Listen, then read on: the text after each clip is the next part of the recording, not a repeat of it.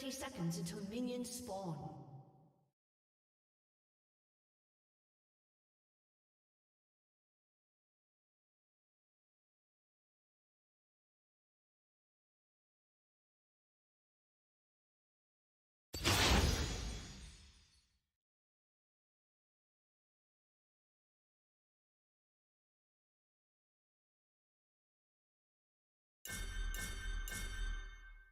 Minions have spawned.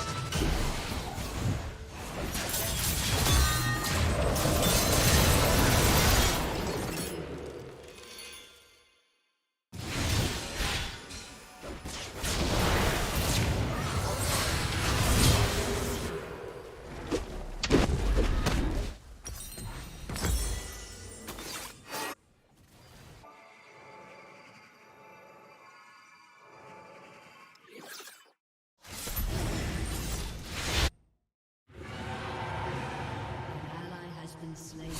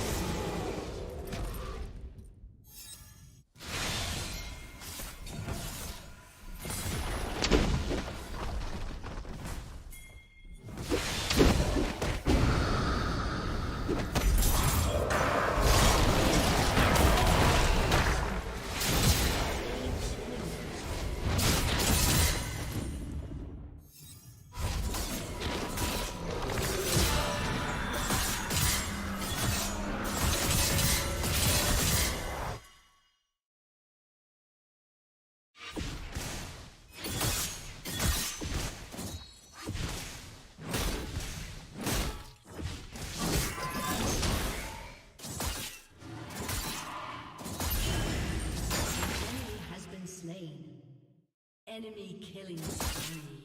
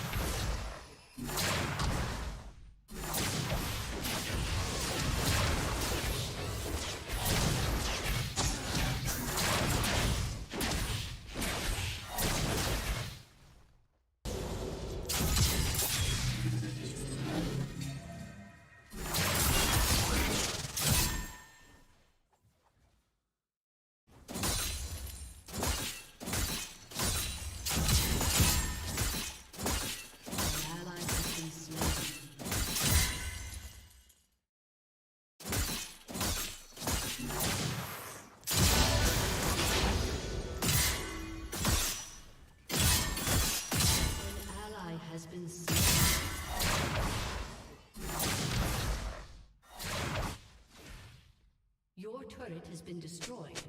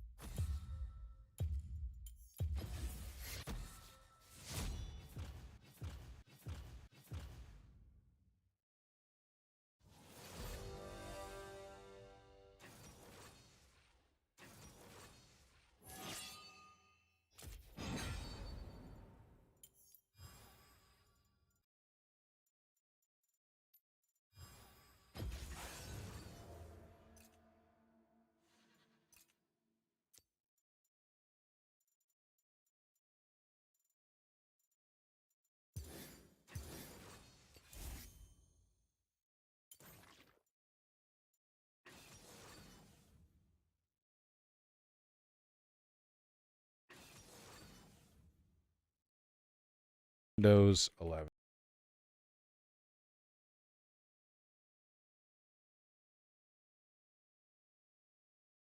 Okay.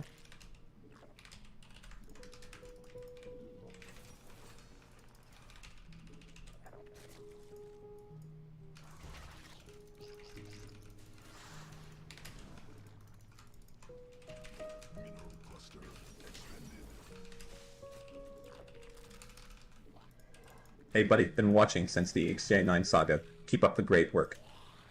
Thank you, bro. I think I needed to. I think if it's gonna go to a macro game, like if I see they've like super countered my tech, I think I need to saturate like these bases and shit way quicker. I feel like I'm playing from pretty far behind right now.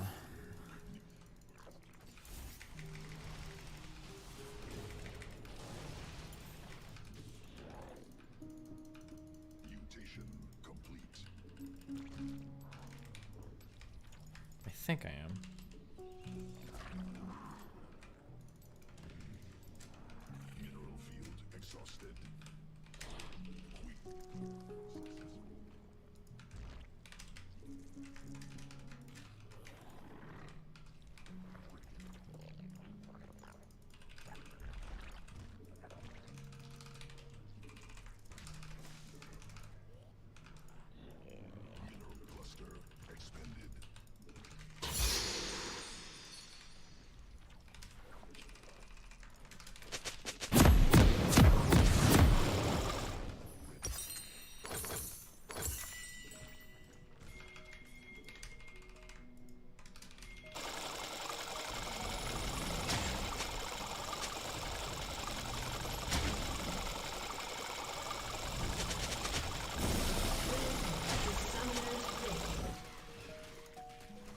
Jesus.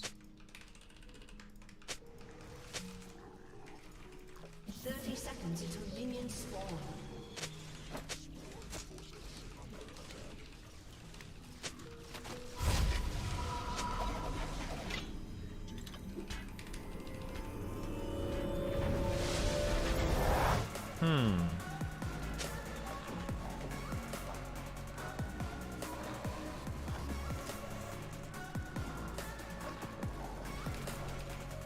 Yo, guest.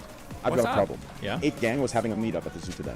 Okay. And someone accidentally let all the elephants out. I think I could have 10k for an elephant gun. I'm down bad.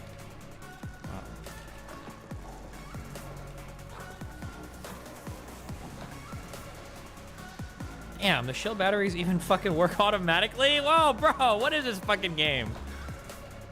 I thought we were playing StarCraft. They need to micro shit in this fucking game. What the fuck? Damn.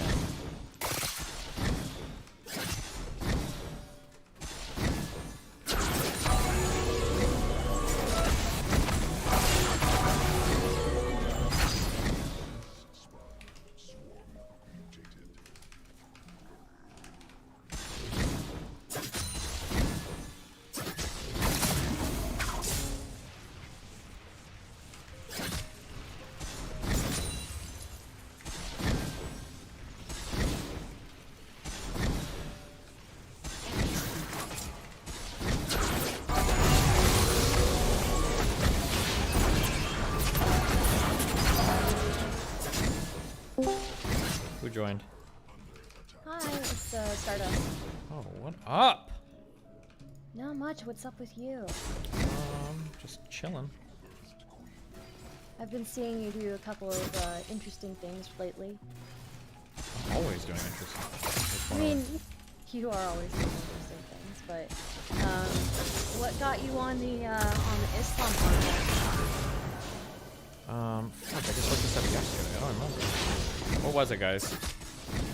I think some Tate Muslim guy tried to trigger me, and I think I tried to trigger him, and I did an exceedingly good job. Yeah. Just as a, so I find the whole thing very interesting, because I've been watching, so I'm like a former Muslim myself. So I used to, like, I used to call myself Akali. When I first interacted with Muslims online, they got really, really mad at me for that. So I started calling myself an ex-Muslim, but I don't really identify as much as Yeah, there's like an ex-Muslim community. It's like they're all like really mad people. Yeah. They're very bitter about the religion, and I understand. Maybe why. could have flash autoed him Because with in a Ignite and lot of killed him, places but I around wasn't the quite world, sure. I did have the full way Conqueror Islam is stacks. practiced is much more strict. You know, the way that Islam is practiced in the U.S. is probably the most, you know, loose that it can be practiced. So I understand why there's so many people in the ex-Muslim community that are very bitter about Islam, but for a while I identified as an ex-Muslim, but I just didn't really fit in. Not. I understand that, you know, the shortcomings of it and all of that. I think all religions, for me, you know, I'm not a but so nowadays I still say ex-Muslim, or I'll say like former Muslim, but yeah, it's interesting to see all the especially somebody who is like anti-Islamic in everything that he's done in his life, and to see people like you know who Muhammad Hijab is? No, that's a really funny name, but what about it? Yeah, Muhammad Hijab is this YouTuber, a very big Muslim YouTuber, who has like a long history of basically going after gay Muslims, going after like, you know, trans Muslims, progressive Muslims, things like that. And he was one of the first people to open let me rephrase that. He was one of the first people to welcome Tate into the Muslim community with open arms. Okay. Open the hijab. I found like incredibly hypocritical. Like this man is quite like he's not just you know, sex trafficking. He's like, he himself is behind a keyboard talking to people, engaging in sex work in a sense.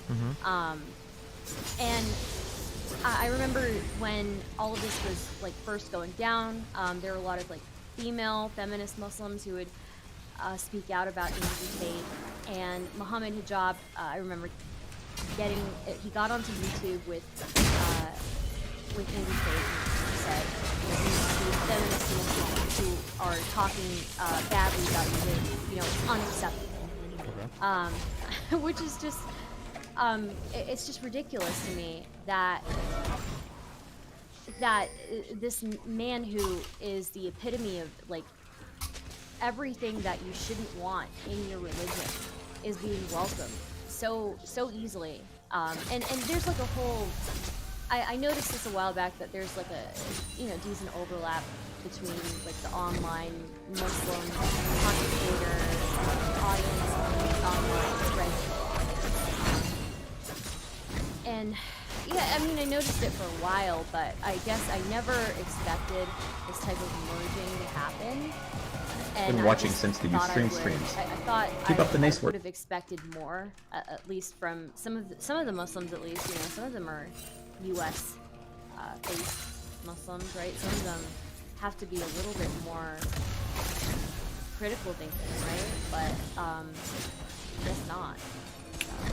So. Yeah. What are you gonna do? I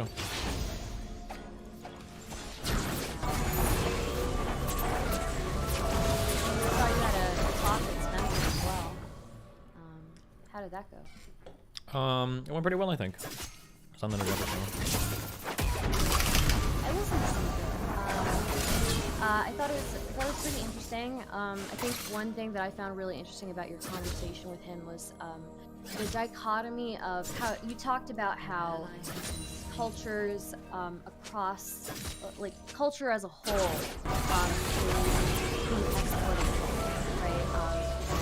There are a lot of things you'll like music you'll hear regardless of what country you're in. You'll see specific, like the way that cities are structured. You'll see like similarities, things like that, because we live in so much more of a globalized world.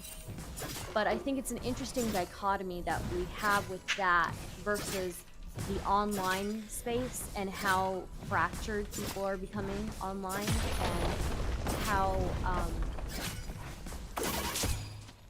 how quick people are to find labels, whether they're political labels or otherwise, and kind of identify with them online and make their own little space. Or what you thought Like what in particular? That like people labeling and atomizing and everything online, or what? Like. Yeah. I mean, yeah, it's definitely happening. Yeah, it's a big thing. Yeah. Yeah. So I was talking to somebody about the the Fediverse. I don't know what that is now. So like it's like where everybody, how everybody's Wait, going over the to Betaverse? That's the best name I've ever heard. No, I know that some people went over when Okay. Twitter was All right, everything, so but not everybody. everybody. Yeah, okay. Not everybody. But there are a lot of people who went over to Mastodon. There are a lot of people on Post. There are a lot of people on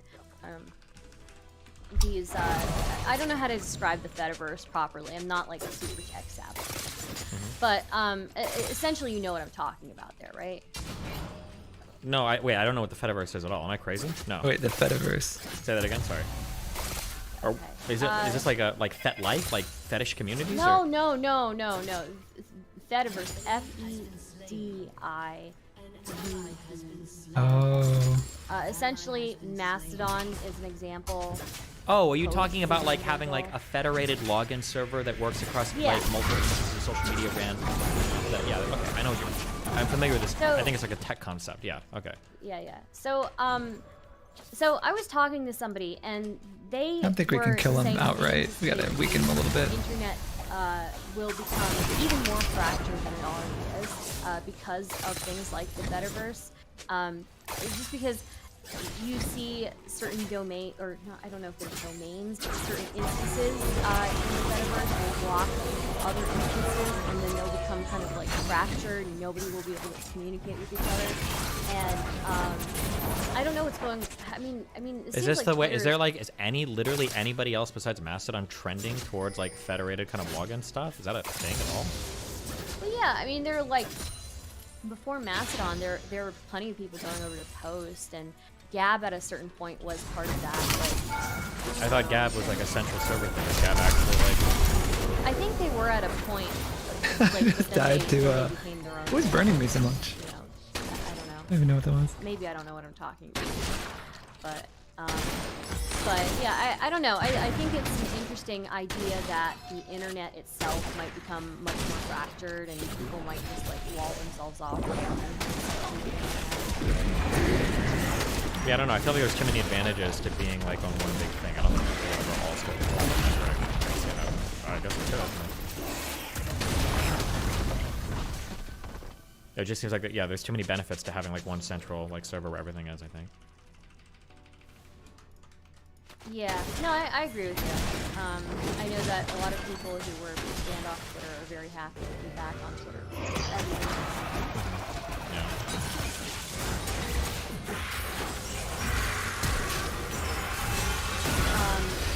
So, regarding the listing stuff on Twitter,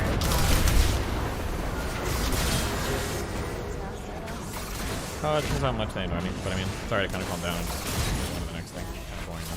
my favorite thing to tell people, I don't know why, I see a lot of like Muslims on Twitter. My favorite thing to tell them is like, you can't be Muslim and be watching anime. You cannot be liking pictures of big city anime girls, and be, preaching, preaching Islam and Is it actually like contradictory here?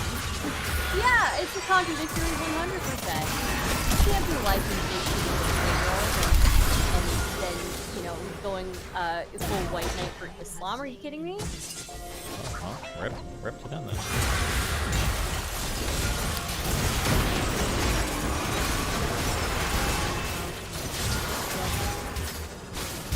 What is the next big thing to happen?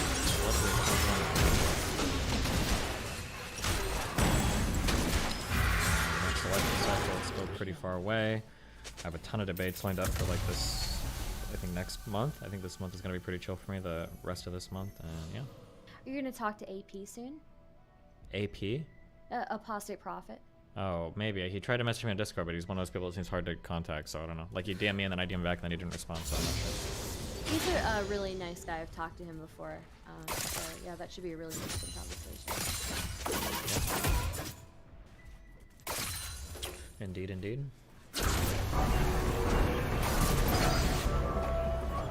What about you? Anything exciting? No, nothing exciting. Just I find just because I have that personal connection with the Islam stuff, I find the recent Twitter activity very enthralling. So it's just fun for me to watch. Cool. Well, hopefully I don't get killed. So. Well, hopefully not. You know, a lot of it's just empty threats. I had back when I first like entered the online space, I used to argue with a bunch of Fundi Muslims, and I think one of the arguments I had with them, I brought up Aisha and how Aisha was, you know, she was married at 6, constantly at 9, and this dude was so mad at me. He like followed me around every camera I was on for 6 months, and just was like just typing all captions, pedophile and all that. Yeah, some of them can be pretty unhinged. Some of them can be. Yeah, I've seen a bunch of like big typing like paragraphs for explaining like how 9-year-olds back then were actually really mature or something. I don't know. Yeah, I don't know about that. Somebody tried to say to me that, they back then they went through puberty earlier. They definitely did not go through puberty at 9. Like they did not go through puberty by 9. That is, you know, they probably went through puberty around like 16. If we're being real, right? And yeah, there's there's like the verse about Muhammad playing or watching Aisha play with dolls and maybe playing with the dolls with her. Yeah, and apparently there are some hadiths or something that refer to her in like the specific Arabic used, just like very specifically the connotation is like a young undeveloped girl or something. Yeah. There's some really funny hadiths out there. There's one hadith that talks about Prophet Muhammad telling a bunch of sick people to drink camel urine. You should bring that up sometime. It's a pretty good one to bring up. Yeah.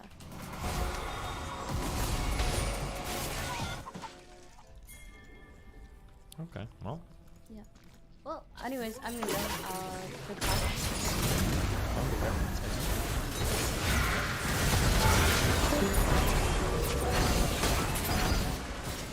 I don't know if I want to actually play this safely. I don't know if I need to like full large off for it. Flames.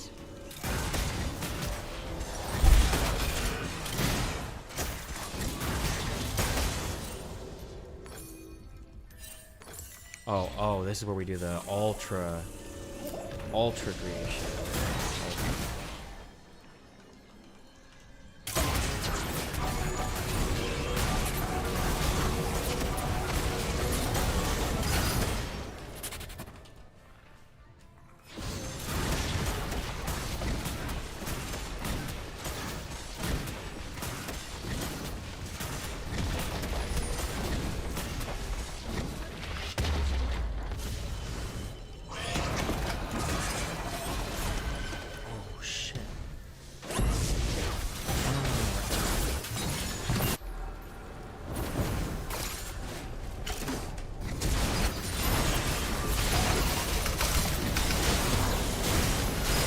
No, that's not okay.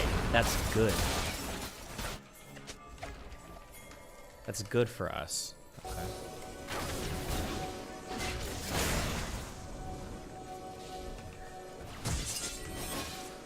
You can watch the Patrick Boyle. I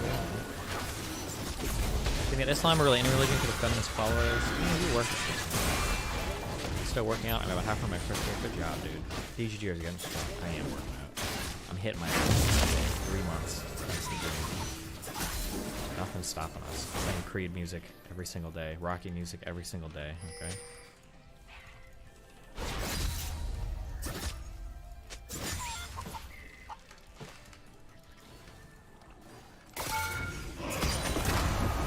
So next one, historical Aisha was actually like 16, but she wasn't a virgin, wasn't she? Historic, simply being a virgin, more fun of being 9. Red pill. Okay. What do we got going on here? Oh my god, what if he had an overlord right here and he saw me making all these lings? I think Timo's going home. Annihilated. Good luck. No. Nobody wants to fight.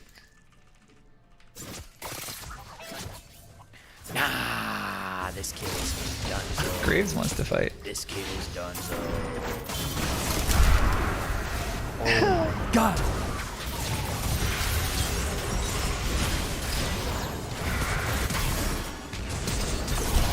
Oh, I missed E. No. Oh my gosh.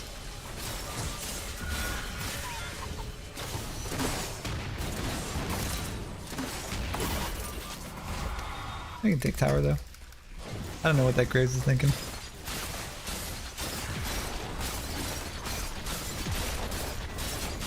Probably take some top towers next. Maybe kill somebody if they come up this way. Hey, we just Oh, need to hold on for Blitz the is thinking thing. the same thing. I don't think anyone will walk up here. They can plant, they stop walking up this alley. They know better. See, she's walking around to the lane. Karma might?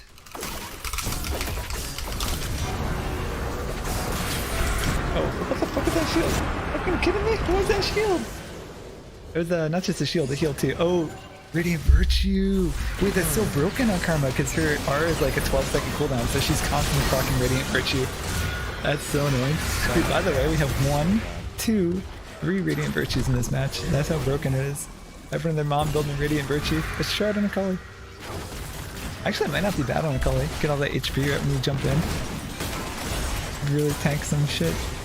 The Graves has a lot of MR because he's Graves I and think he getting just the gets characters tons as for like free. a bonus might be good. but Karma kind of rough has as shit. 69. That's not a bad amount of MR.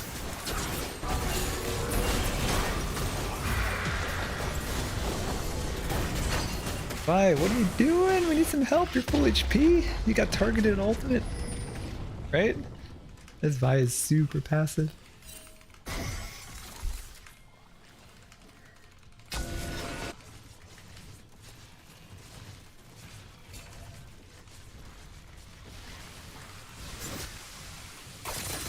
Okay, we need like huge drone hits right now.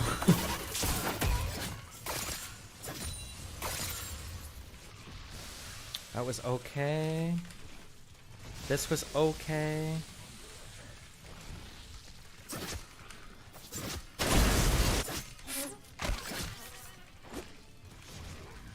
An enemy has been slain.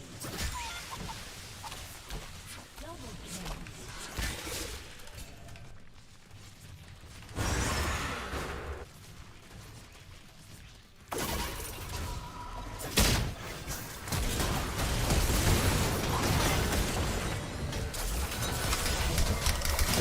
Do I try to transition out of that? Oh, I should have made a lair.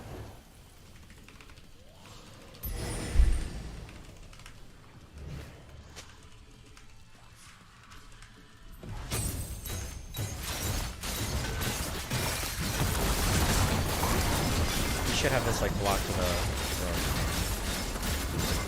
Oh yeah.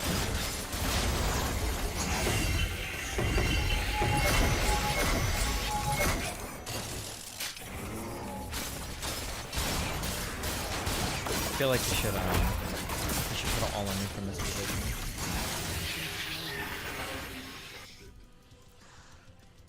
Can I punch into that? Probably not.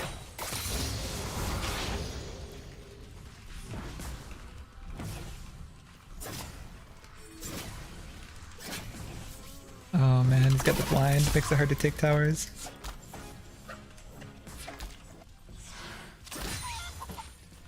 Okay.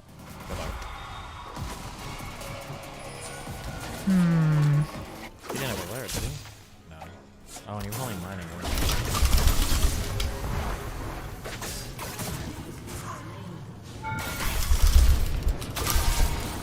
Got him.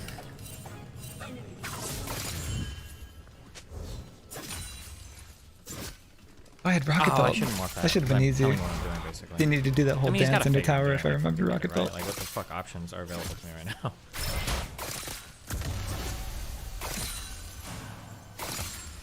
Finally get this tower up here. And then probably die. Now they're all fighting a dragon. We're good. We're safe. No expo over there. I think I'm gonna go for second tower though. Although I might break this board since we're here.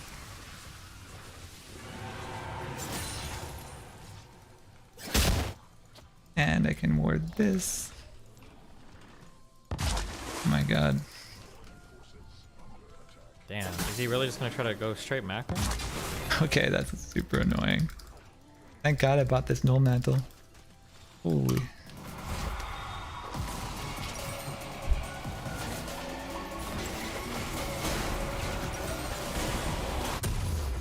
Whoops, not that. This.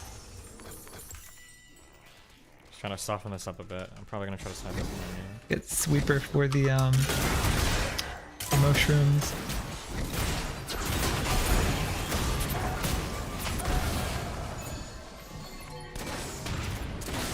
How much flat pen do we have? We have 34. Feels like we should have more. I guess if I went sudden impact, we'd have a little bit more.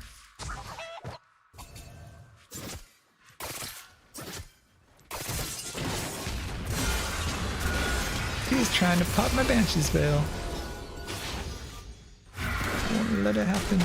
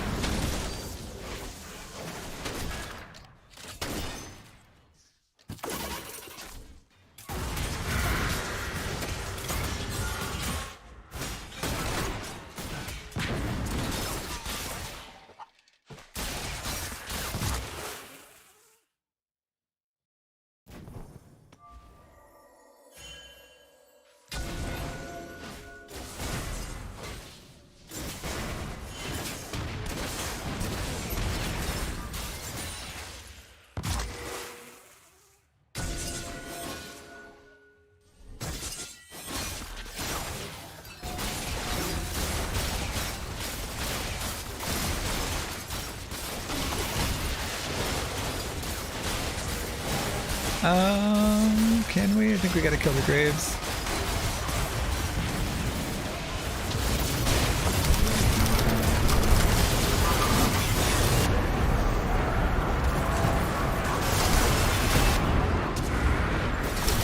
Oh no! I forgot he can fly. He's so annoying. At least we got it though.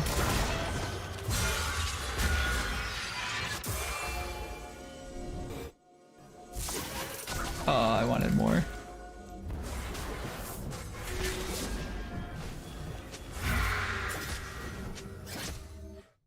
Damn.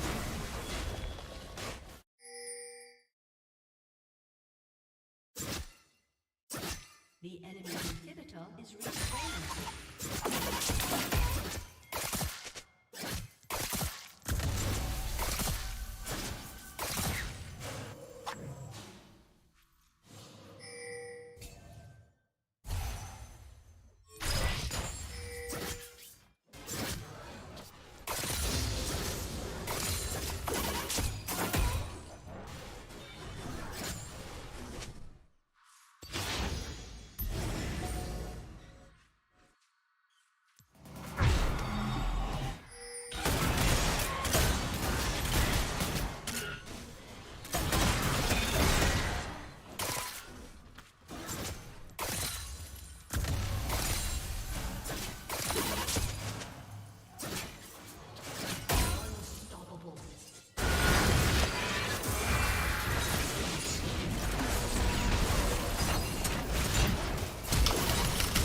Oh, no way.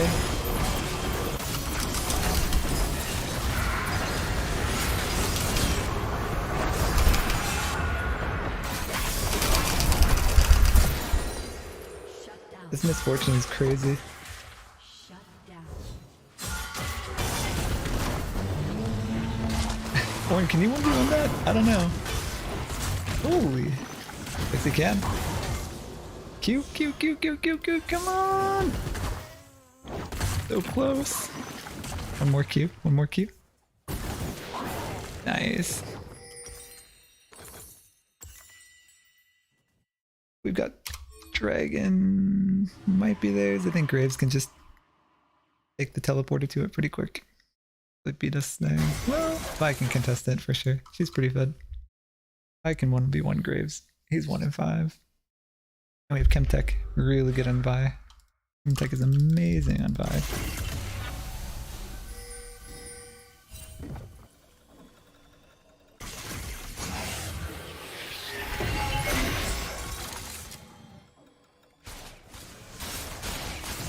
Risky business here, let's go. Not yet.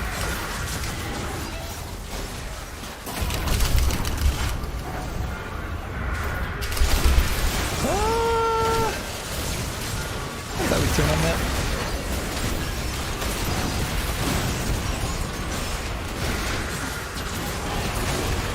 I mean, because we can always kill him and then take dragon after, right? There's not really a rush to get their dragon. It's not like it's soul.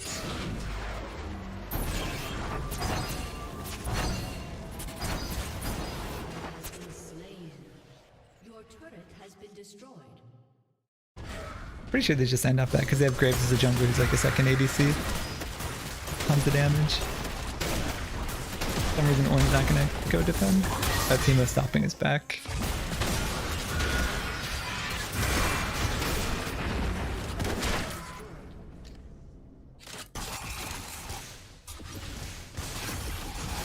What's that? It's not raining yet. No. It will though. Like at 7. I don't know.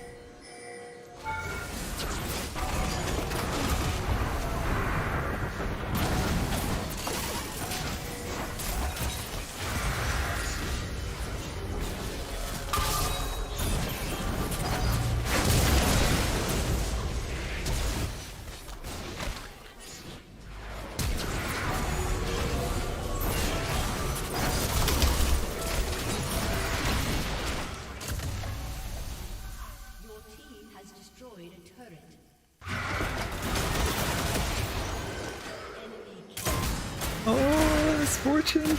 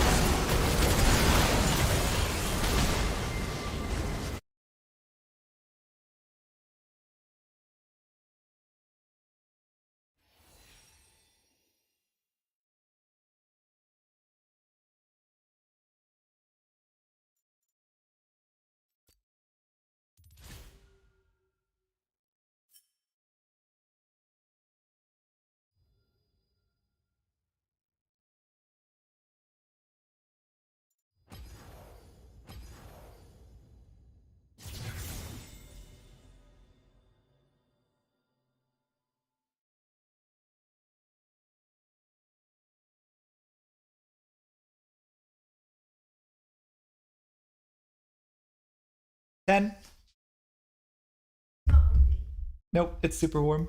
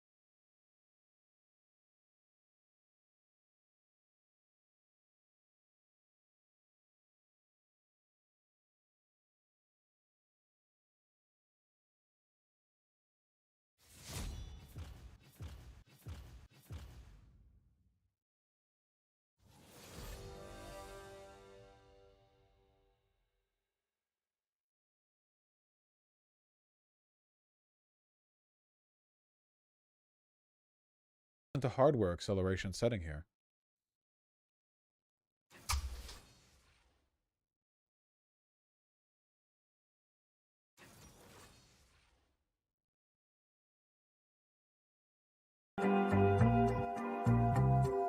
Definitely great. No, I put that in.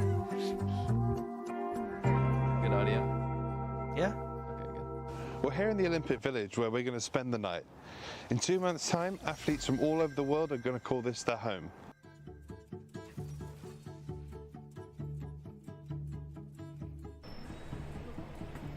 We have the autonomous bellboy that will deliver the athletes' equipment to their buildings.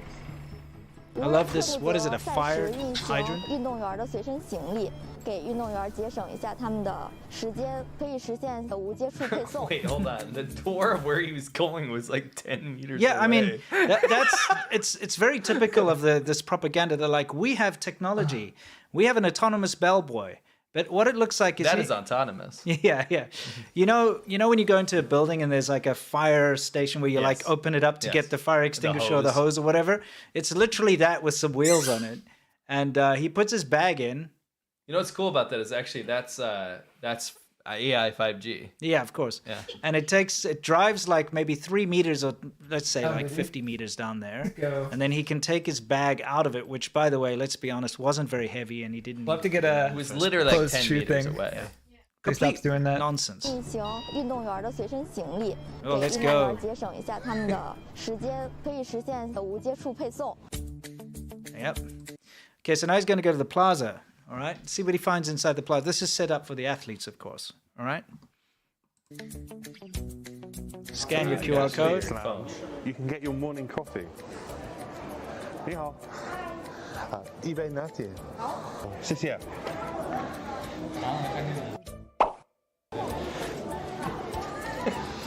You did not edit. No, I didn't edit that. That's This is typical. cringe CCP Yeah, edits. it's CCP edits. Yeah.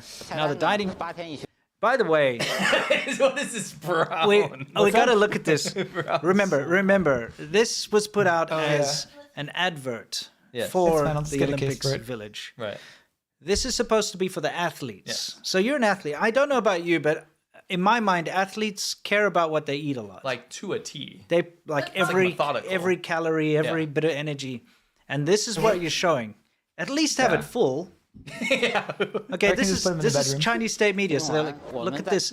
I mean, I love the bins of the apples. What? You can't have a basket. no, and also, why is it so sparse? And look, that apple over there looks terrible. It's all Oh, bruised these and like horrific. it's like dregs of apples. Tofu dregs. Yeah, it's tofu bro. dreg apples. They just threw them in there. Yeah. And this is Get for ready. You want to? If you would like had a meter about sea milk triggered moment, one of my triggered moments coming up here. This is what gets me all riled up. Okay, what happens? 这个餐厅里头呢，一共布置了12个餐台，我们 This. Okay. 有西餐、中 Oh, Shitan, right?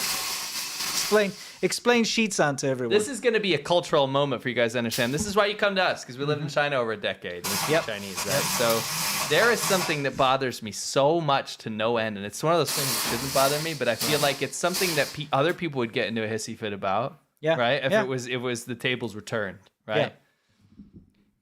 So it's called Chinese food, right? Zhongcan, right? Yeah.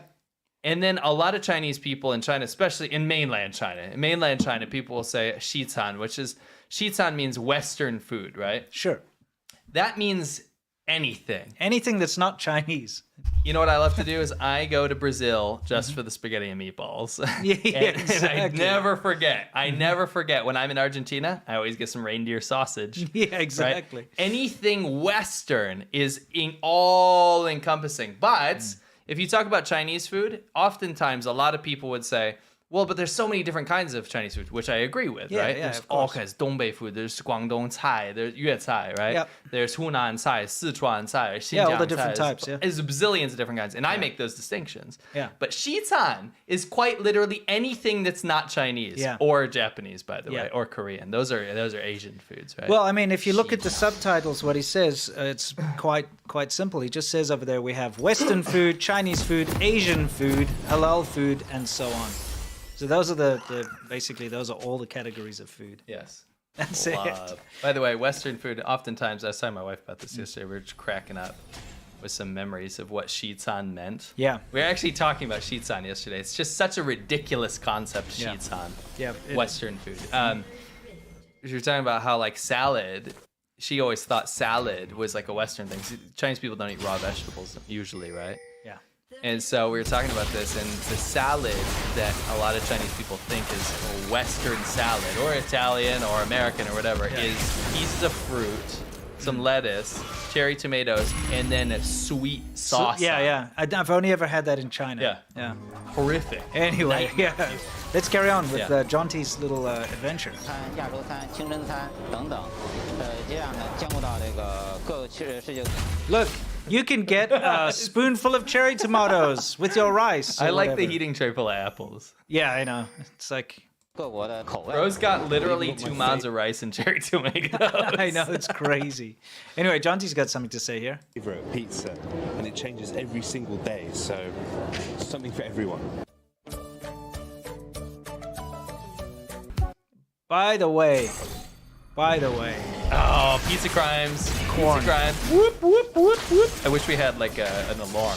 Yeah, corn on pizza. Do we have a sound effect that's like an alarm? No, we don't. It's probably a sad trombone. Yeah. Oh, you won't hear that. I have to bring that up. Let's see. About now, let's try it again. Definitely needs a. That's a sad trombone moment. It's because corn on pizza is an absolute hideous crime. Oh, it is. And it's all over China. I shouldn't say all over China. 99% of China doesn't have pizza. But if you do get it, it's gonna have corn on it. Yep. Sometimes mayonnaise. Correct. Yeah, it's not very good. Anyway, let's continue. We should probably do that little pizza clip again. Sorry. Let's go back. Because we we interrupted. I love this guy's. If they got a guy in a wheelchair to show that handicapped people are accommodated in China. There's no handicap accommodation in China. Yeah, absolutely. Let's take a look. I've got my favorite pizza, and it changes every single day, so something for everyone. Nice. So now he's gonna check out the apartment.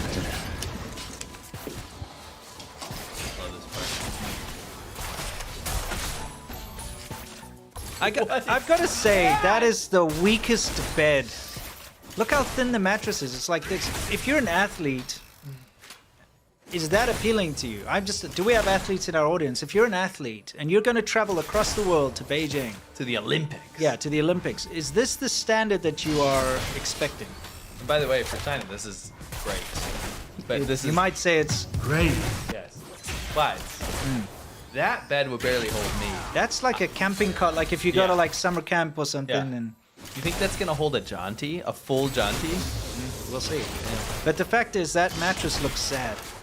You know, and that it just. You know what that looks like? What? Looks like full cherry tomatoes next to 2 mounds of rice. Yeah, it's true.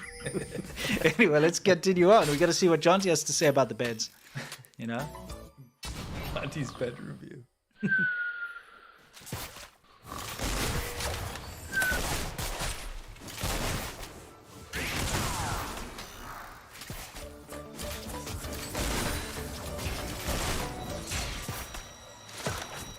That bed looks horrible. What?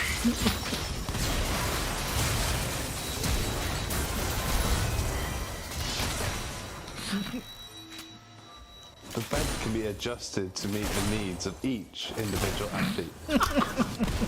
What? Yeah. What? Yeah. I like it. You didn't remove the music. No. They just cut the Wait, music. I hit her. Oh, I don't have I may dark have harvest. extended that otherwise a I'd little be He bit. killed. obviously gave him a rise and fall, but Yeah. even without the addition of the rise and fall, that's outlandish. Yeah, it was just like a. It cut like dun dun dun, and then it goes. Yeah, the beds can be adjusted, but it's very awkward. Oh man. Anyway. So I've got to say, I'm pretty impressed with the bed. I'm 2 meters tall, so and last night this bed fitted me perfectly. It's very rare that happens, so I can stretch all the way out without my feet hanging over. Yeah, but that's not true because they showed his feet hanging out. Yeah, they quite literally gave photographic evidence. Yeah, of his feet hanging out at the end. Yeah. Had a great night last night. Just gonna tuck into some baozi for breakfast. Catch you all again soon. Remember. Oh yeah. Sorry. Just thought we'd throw in an extra bonus Jonty clip here. Sure. Because you know this particular soundbite. Great. Where he goes on like a virtual He goes to like a virtual studio. We did a whole thing on this, but he goes to see. This was on preparation for Tokyo 2020 before they cancelled it, right? Yeah. So he goes on preparation to meet with some Chinese athletes, which is just the most awkward, amazing clips ever. It's pretty legendary. It's Anyway. where we harvested those old bad boys from. So anyway, he goes to one of the Chinese athletes like, "Oh, you must miss your mom. Let's call your mom on a video call." It's really kind of awkward. So out of the blue. Did you put that part in? No, I didn't. But anyway, he literally goes, "Let's call your mom." Yeah, it's like you must miss your mom, and then like let's call your mom. Anyway, so this is how he ended the clip, which was actually really cool. So we thought we'd show you. This is a good cook. Your mum is a good cook. You must miss her a lot. You want to do a heart-shaped pose with me?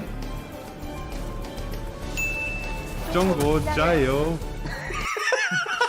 Yeah. I love his like sarcasm there. It's almost like he's like taking the piss. That's what I love John T. You can tell he doesn't want to do this shit. No, he's just having fun. Yeah. Anyway, guys, so that's the mysterious Jaunty clip that we haven't shown you that we've been promising for a while. And before we continue, because we've got a jam-packed show as usual, not jelly-packed, but jam-packed, you know. Let's not get into this again. Yeah, exactly, because we all know where that ends up. Anyway, let's first have a word from our sponsor. So, C-Milk, what do we got to say about this fantastic company that we work for? I'll just put this lovely field in the background here for us. Well, what do you we probably got to say? shouldn't cover up the athleticgreens.com/ADV, who is today's sponsor, of course, is Athletic Greens. Why don't you tell people that you have been using Athletic Greens actually for a while? Yeah, I mean, I'll just pause this and bring us back in here because, you know, I'd like to address you, the audience. But, you know, to get a sponsor for our channel is always a challenge, especially with the fact that we talk about China. Not many people want to associate themselves with us. But Athletic Greens has been fantastic. And I have been using it, and I have found it to be very beneficial. And how I found it to be beneficial is it's really helped me with brain fog. And this is something that happened when I decided to take a diet. I've been on a bit of a strict diet recently. It's not really helping, I'm sure you've noticed, but, you know, I decided I'd do it anyway. I'd do it anyway. But when I went on this diet, it actually hit me really hard, and I was finding it very difficult to concentrate, and I started to take the AG1, and it gives you all those vitamins and minerals, and there's all those things that you would normally have to chuck down lots of pills for. Which you absolutely never do. No, I don't touch this stuff. So I try to force vitamins on you, and you're like, gosh. Yeah, I don't like that. But to be able to like mix a little smoothie that tastes nice, and you can drink it in the morning or whatever, really helps. Yeah, it helps a lot. It's awesome. So it's helped me. I can recommend it from that point of view. For sure. If you're looking for an easier way to take supplements, Athletic Greens is giving you a free 1-year supply of vitamin D and 5 free travel packs with your first purchase. Why don't you show them the title here? I want to see people to see you reading it, because you know it just proves that it's difficult to memorize. Okay, can you show them now? Sure. So they can have a place to go. Yeah, there we go. So if you go to athleticgreens.com/ADV, it's awesome. You're going to help the channel and help us. Yeah. You're going to help your own body because it's probably one of the best, most amazing ways you can take care of yourself. Yeah. You're gonna get AG1. You're gonna take 1 scoop of powder. You're gonna mix it with some water. Tastes totally tropical and delicious. And then after that, what you're gonna do is if you're moving around, you're going and traveling around, you got your travel packs that it comes free with. Because you went to our link. Yes. Not because you went to the website by itself, it's because you went to our link. Yes, you go went to to our link. athleticgreens.com/ADV, and you only went to that one. Yeah. Even the other podcasts that you watch that might have the same sponsor, you went to ours. Yeah, because go to you our support one. us. Yeah. So I appreciate that. Don't forget your...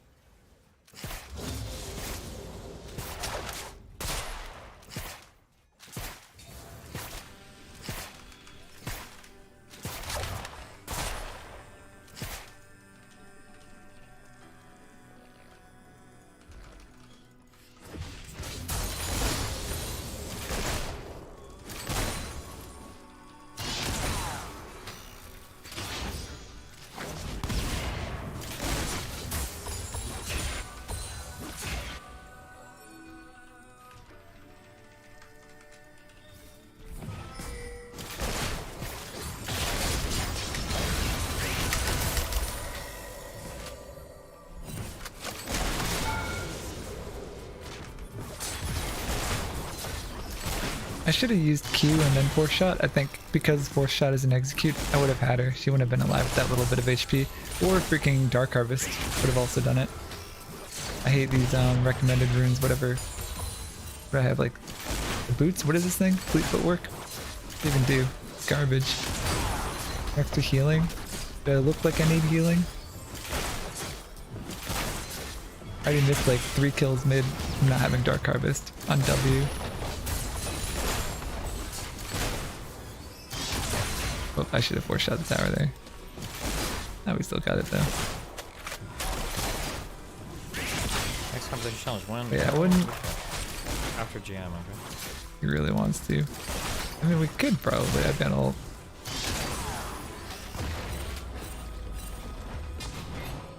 Lilia gonna come for us?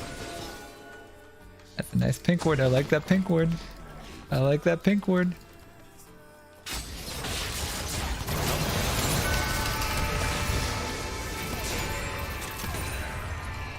I didn't even need to ult that, honestly. Oh my god, he's... This Caitlyn is so mad.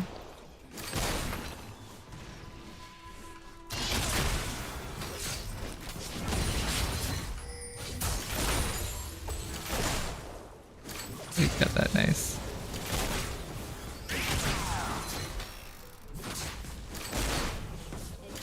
Alright, we should probably leave. Rakan's gonna taunt and do a lot of unspent money. Oh, we do have Zed though. If Zed wants to get a kill, I'd be down. Zed, want to? Oh. I do have heal. And he's fast, isn't he? That's not me for missing W. Oh, does he really want that? Really?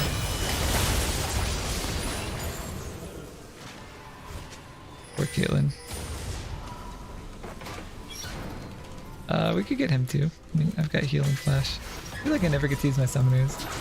He just keeps like serving up the kills on his silver platter.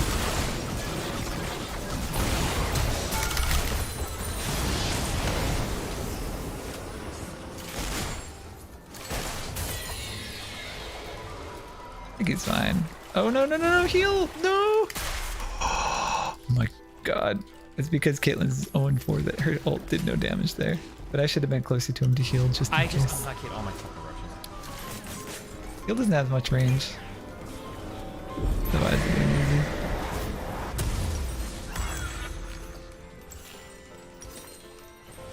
Let's get Collector.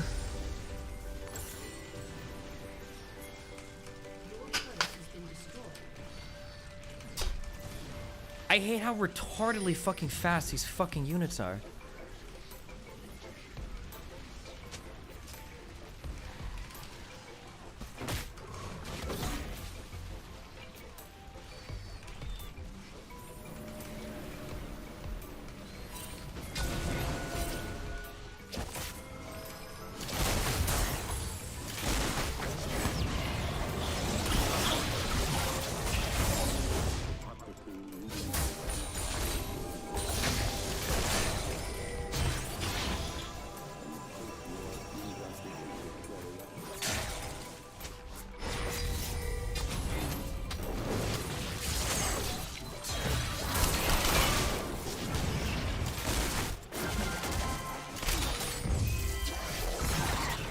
Yikes.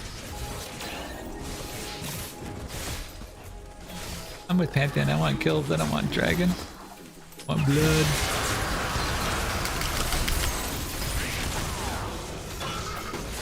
I don't need dragon. I need kills.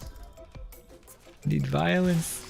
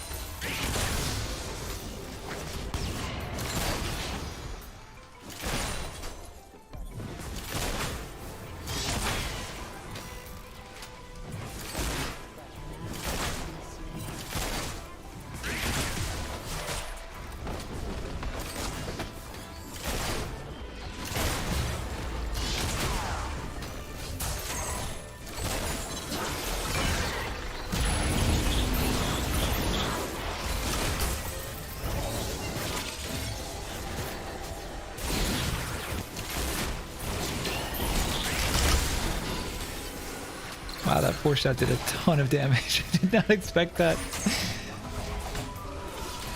Don't even have collector yet.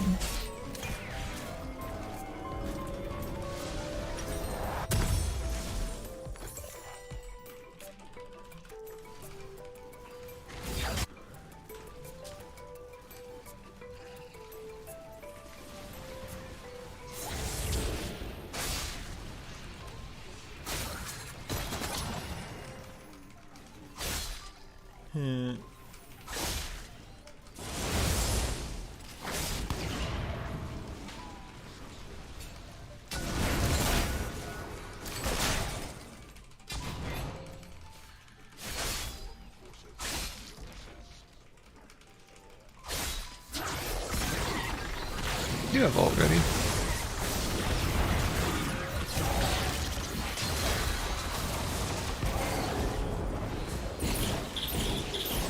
Oh, careful for her.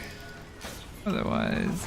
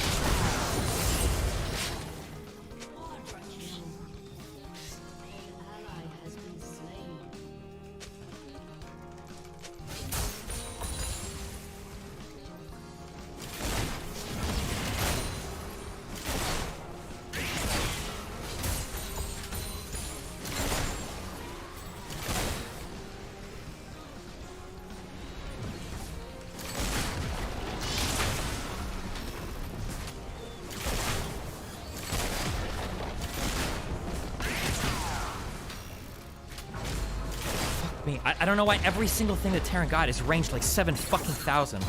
Oh, it's so annoying that like they totally flipped that for between like games like 2 and 3, I think, where the Thor's got like this huge fuck. I just lost so much gas. I don't know if I can come back from that. I shouldn't have tried to push there without having critical mass. Ghost snipe and the Thor auto attack is so stupidly long.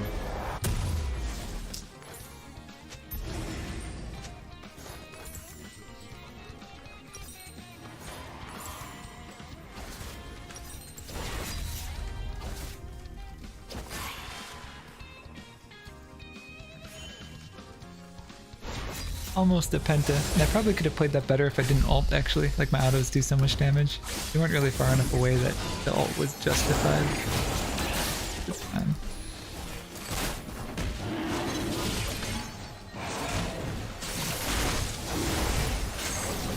Oh no. That's about it.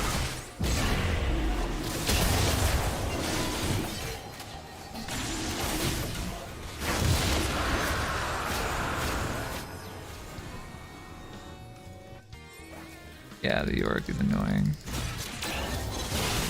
Could we do Baron and then get Yorick?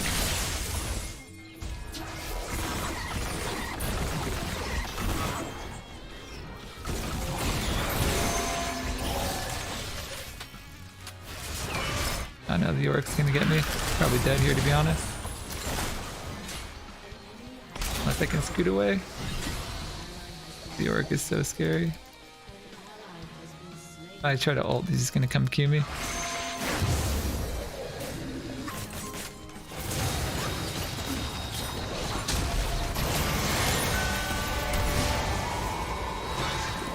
Yorick! I don't want Yorick to get that fat shutdown on me either. Okay, he's way back there. We need Dominic's for him.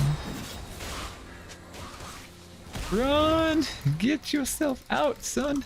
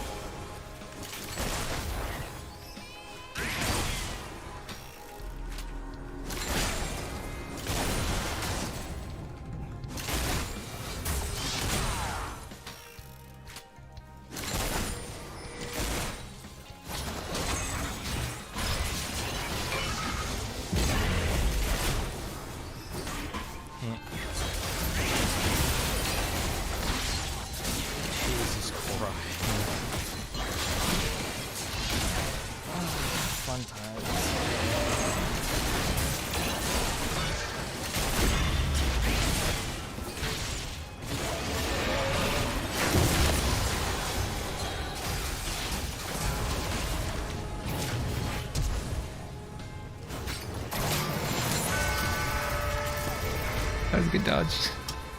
He's so fast. Oh man. What can he do?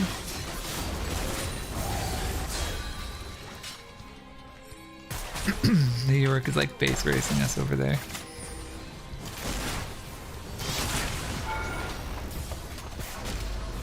Probably have to go deal with that, honestly.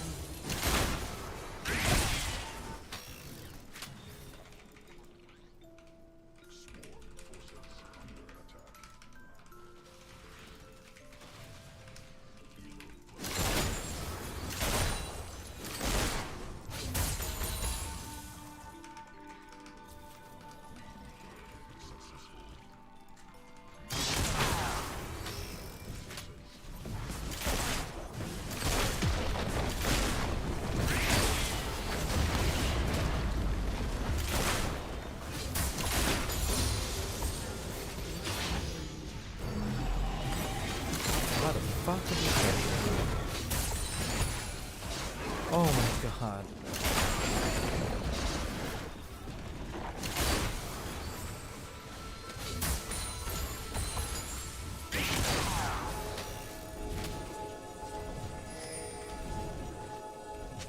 Never mind.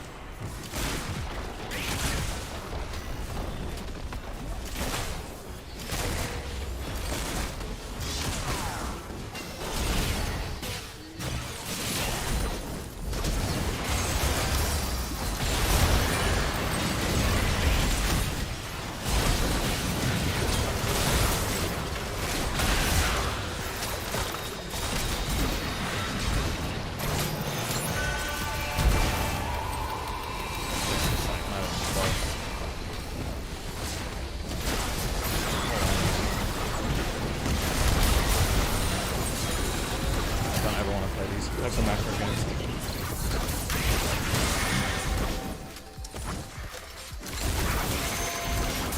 I think Mech Terran and Carrier Pro dice. I think you should always try to end the game earlier.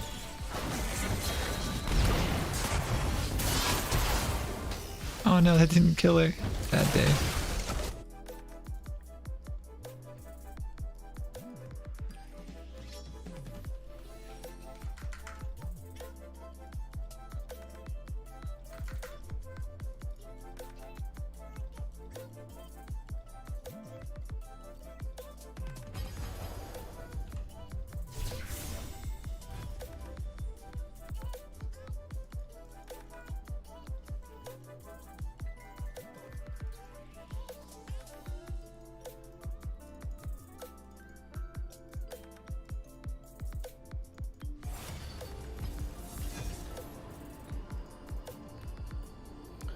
Okay, I think about like 3 games left to me. We'll see.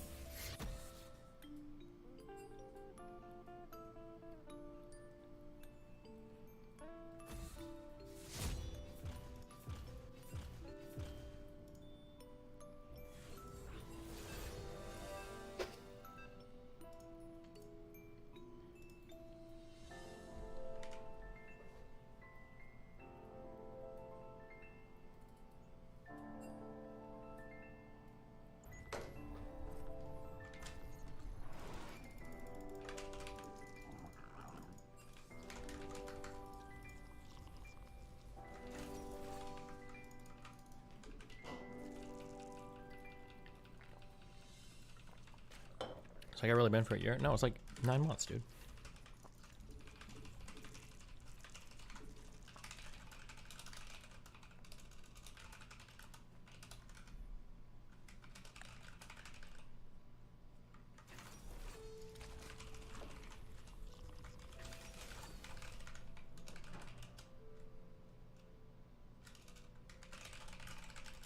Fuck, what was my...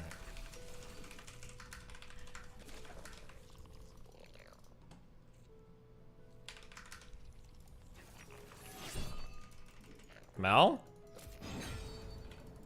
Did Mel come home without her dad?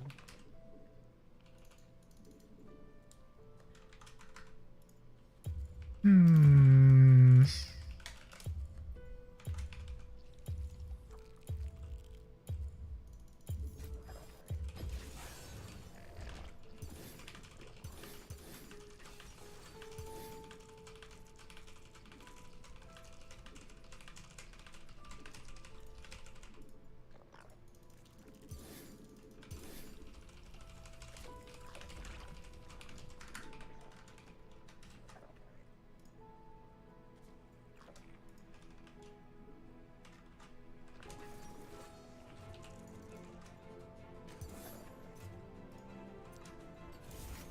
Wait, were you guys saying Ratchet Bug well?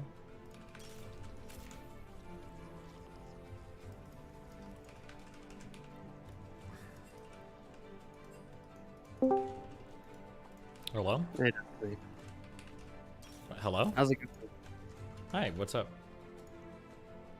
I was pinged by people a week or so ago, and the quote was that you don't believe companies should be able to buy each other, and they wanted me to talk to you about this. Yeah, persuade me out of it. I don't like it. What do you not like about it? I don't like the idea that like a person's goal is to like start a company and then sell it to a bigger company. I feel like the vertical and horizontal reach that so many companies have now across like sectors just feels super fucking toxic and not like a good business environment.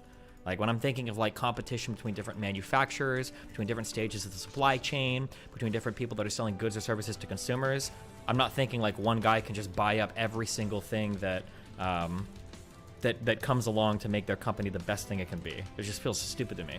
Like Google shouldn't be making cell phones and ad service and email and like like yeah, that's how. Go ahead, yeah. I don't have like a strong stance on it. It feels like revolting, but maybe there's like a good reason why it has to be this way or something.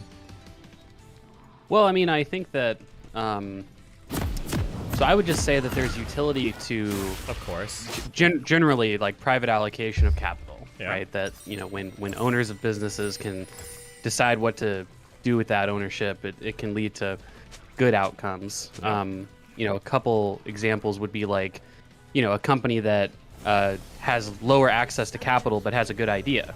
You know, they can sell that idea to a bigger company that has better access to capital and expand. Yeah, but I feel like there's there's a difference between like access to capital versus like companies just buying you. Like I don't think there's anything wrong with like capital investment. I'm not like full on socialist now where I don't think anybody should be able to invest. I just don't like the idea of like large companies buying up other companies to improve their product or service. Right. Okay, so you should be able to raise money. So of course, you're, yeah, for sure, yeah.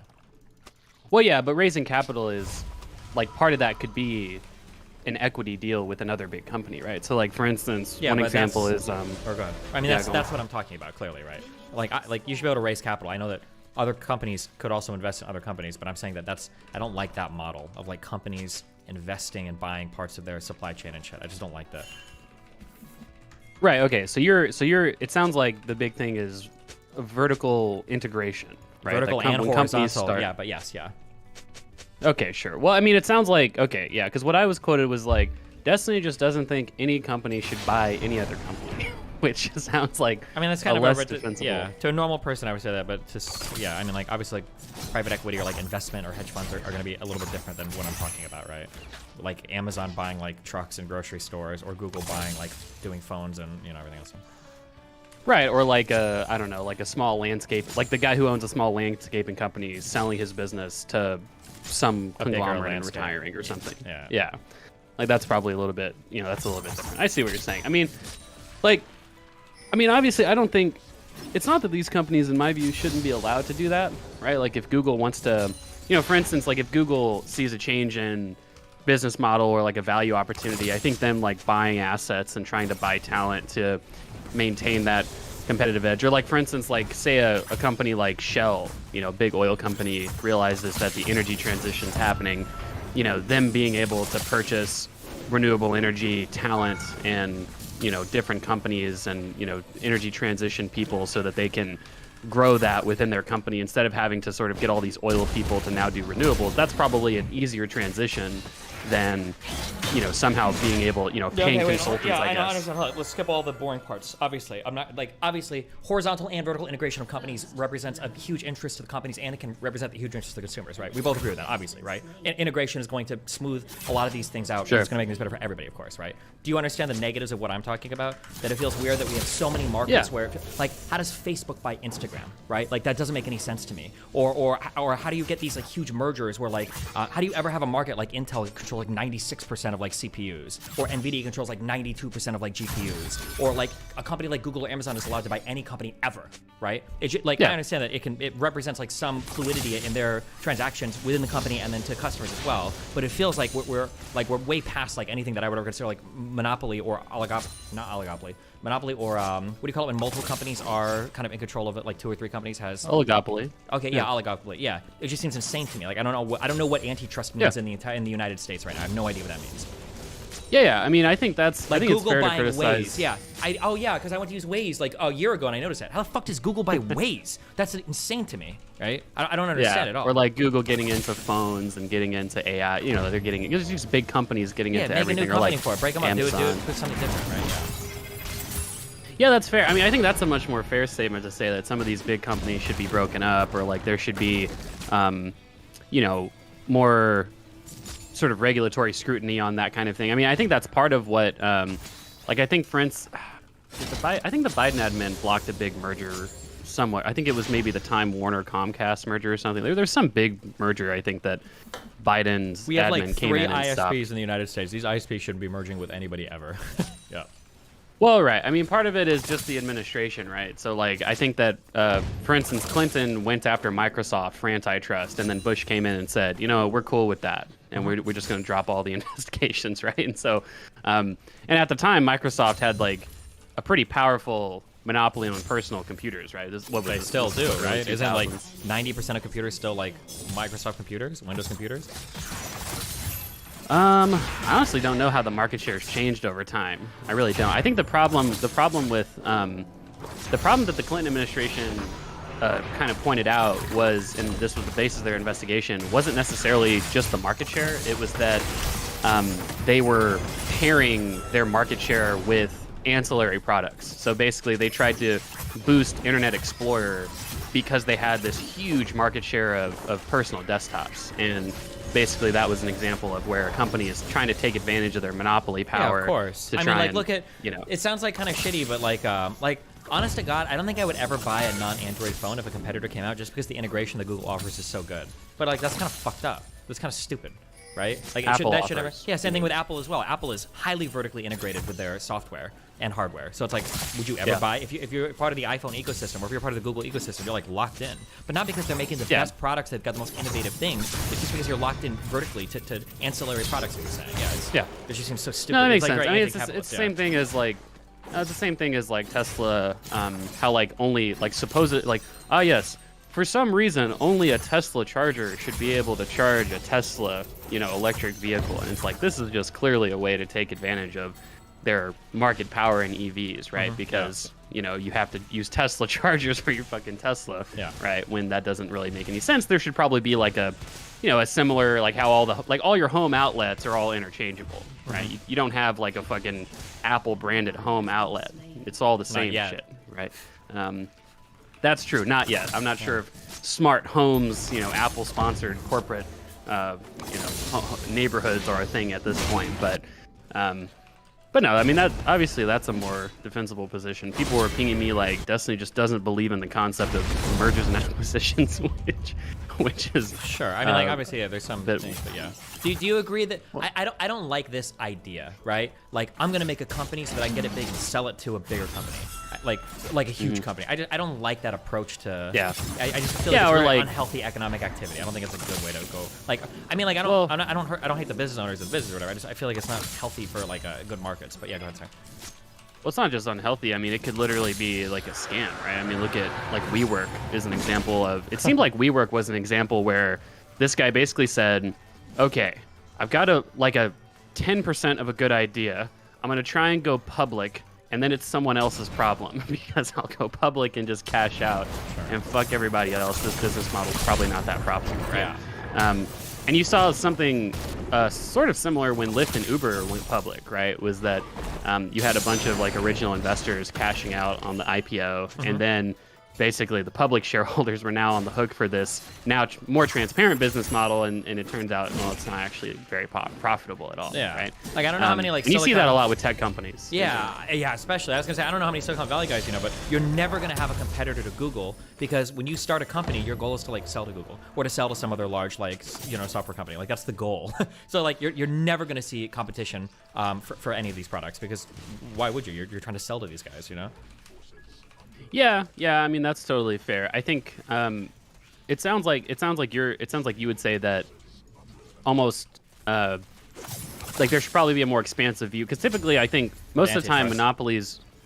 Well, yeah, like most of the time monopolies can get away with being monopolies as long as as long as generally consumers are pretty happy with the product and they don't sort of incredibly overtly take advantage of their monopoly power, right?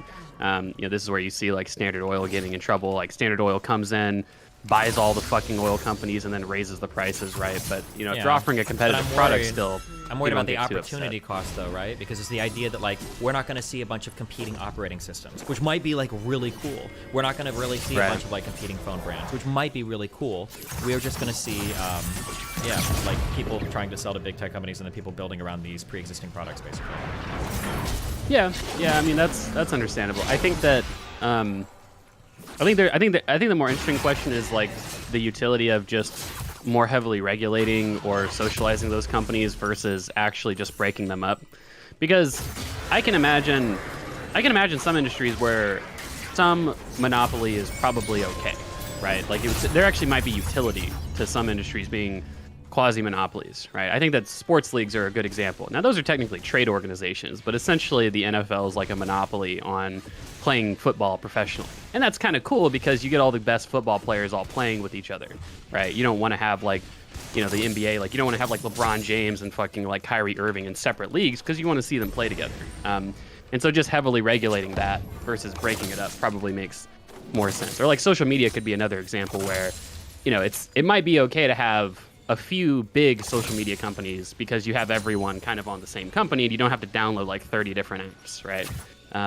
But obviously that's a different conversation. I think the general principle though that you're outlining, which is that these companies are probably too big, right? And there should probably be antitrust regulations or some sort of socialization or something like that happens. I think that could make sense. Yeah, I don't think I necessarily disagree. Well, there you go. There you go, Destiny. See, everybody was telling me you just didn't believe in M&A. I was like, well, that doesn't seem like a good position. I wanted to talk. I heard you talk about your hesitancy to mention or to talk to Matt Brunig, and I just don't. Why do you not want to talk to Matt Brunig? Because I think it would be a super interesting conversation. Would it be? I think so personally. I mean, to be fair, like obviously that's me saying that. Like I just like economics and socialist and capitalist style like conversations and discussions. Okay. They're like the most like agonizingly boring conversations in the world. I guess. I don't know. I mean, but it seemed like I don't remember what years these were. I don't know. Say like 2019 to 2021. I don't know how many times you had like the socialism debate with various different people, but. I mean, were all those conversations just not fun, or like why'd you do them? Or was it like a phase? Like at the time they were fun, and now it's just like fuck. I've had this same conversation like 100 times at this point.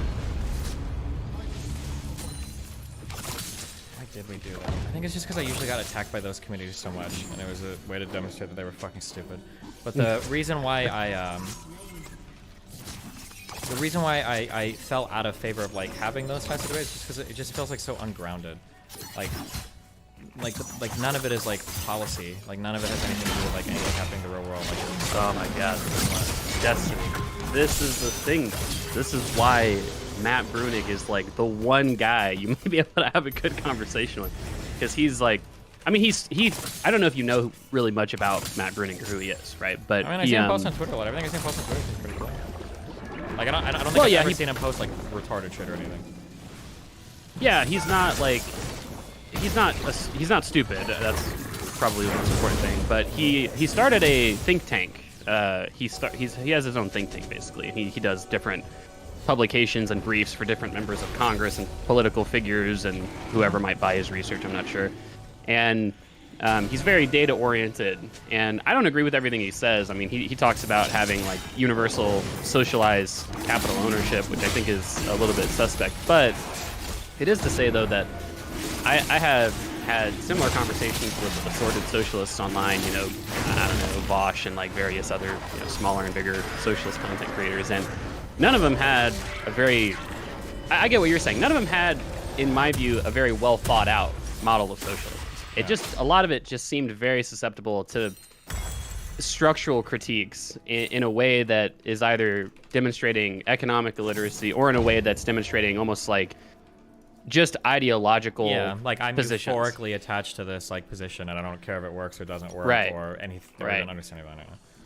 And so that's where I think Matt Brunig is interesting, because he advocates for sort of mixed model socialist production, right? So like a mixture of cooperative ownership and I would say mostly sovereign wealth fund ownership, right? Just having but then my guess is going to be that for conversations relating to stuff like especially like sovereign wealth funds, it's probably going to be like, oh, this would be a really cool idea. Like, yeah, I think it would be a cool idea. Like, I don't think I've ever heard a good argument against like sovereign wealth funds. But then like what do we talk about? Then we're like, oh, cool. Okay, cool. Well, I just think it's a good perspective, right? I think that Matt Brunig is an interesting guy just because his perspective on socialism is relatively well informed and grounded and data oriented, right? So if the big problem with talking to socialists, which I kind of agree with, is that a lot of them are not very economically illiterate or very well sort of empirically grounded in their positions, then that's totally reasonable. Yeah, right? But Matt Brunig doesn't fall into that second. problem. Yeah, I agree with that because, like I said, I've never seen him say anything really stupid before. But the second part was the that like policy-wise, like we're not very close to any of it, and the stuff that we are close to doesn't have much at all to do with socialism. And I'm okay to, I guess, like chat about that stuff. But then, like, I don't think we're gonna disagree on much. It's gonna be, again, like I said, it's gonna be like, oh, I think social wealth funds are a good idea. It's like, oh yeah, they seem like pretty cool. I mean, like if we could ever get one, that's fine. But I mean, like, it doesn't seem to look at anything with social anything in it. But yeah, that's fair. I mean, if I guess it depends on, because like, so it sounds like you don't want to. So you don't want to talk to people who are just like informative. It's you really want to have like these more contentious conversations. You know what I mean? Or stuff that is at least like more grounded in like this is happening right now, and these are like real things that we need to like worry about. Yeah. That's why, like, even like debating like Nick on Fuentes on like the fucking like Christian nationalism shit is like okay, like.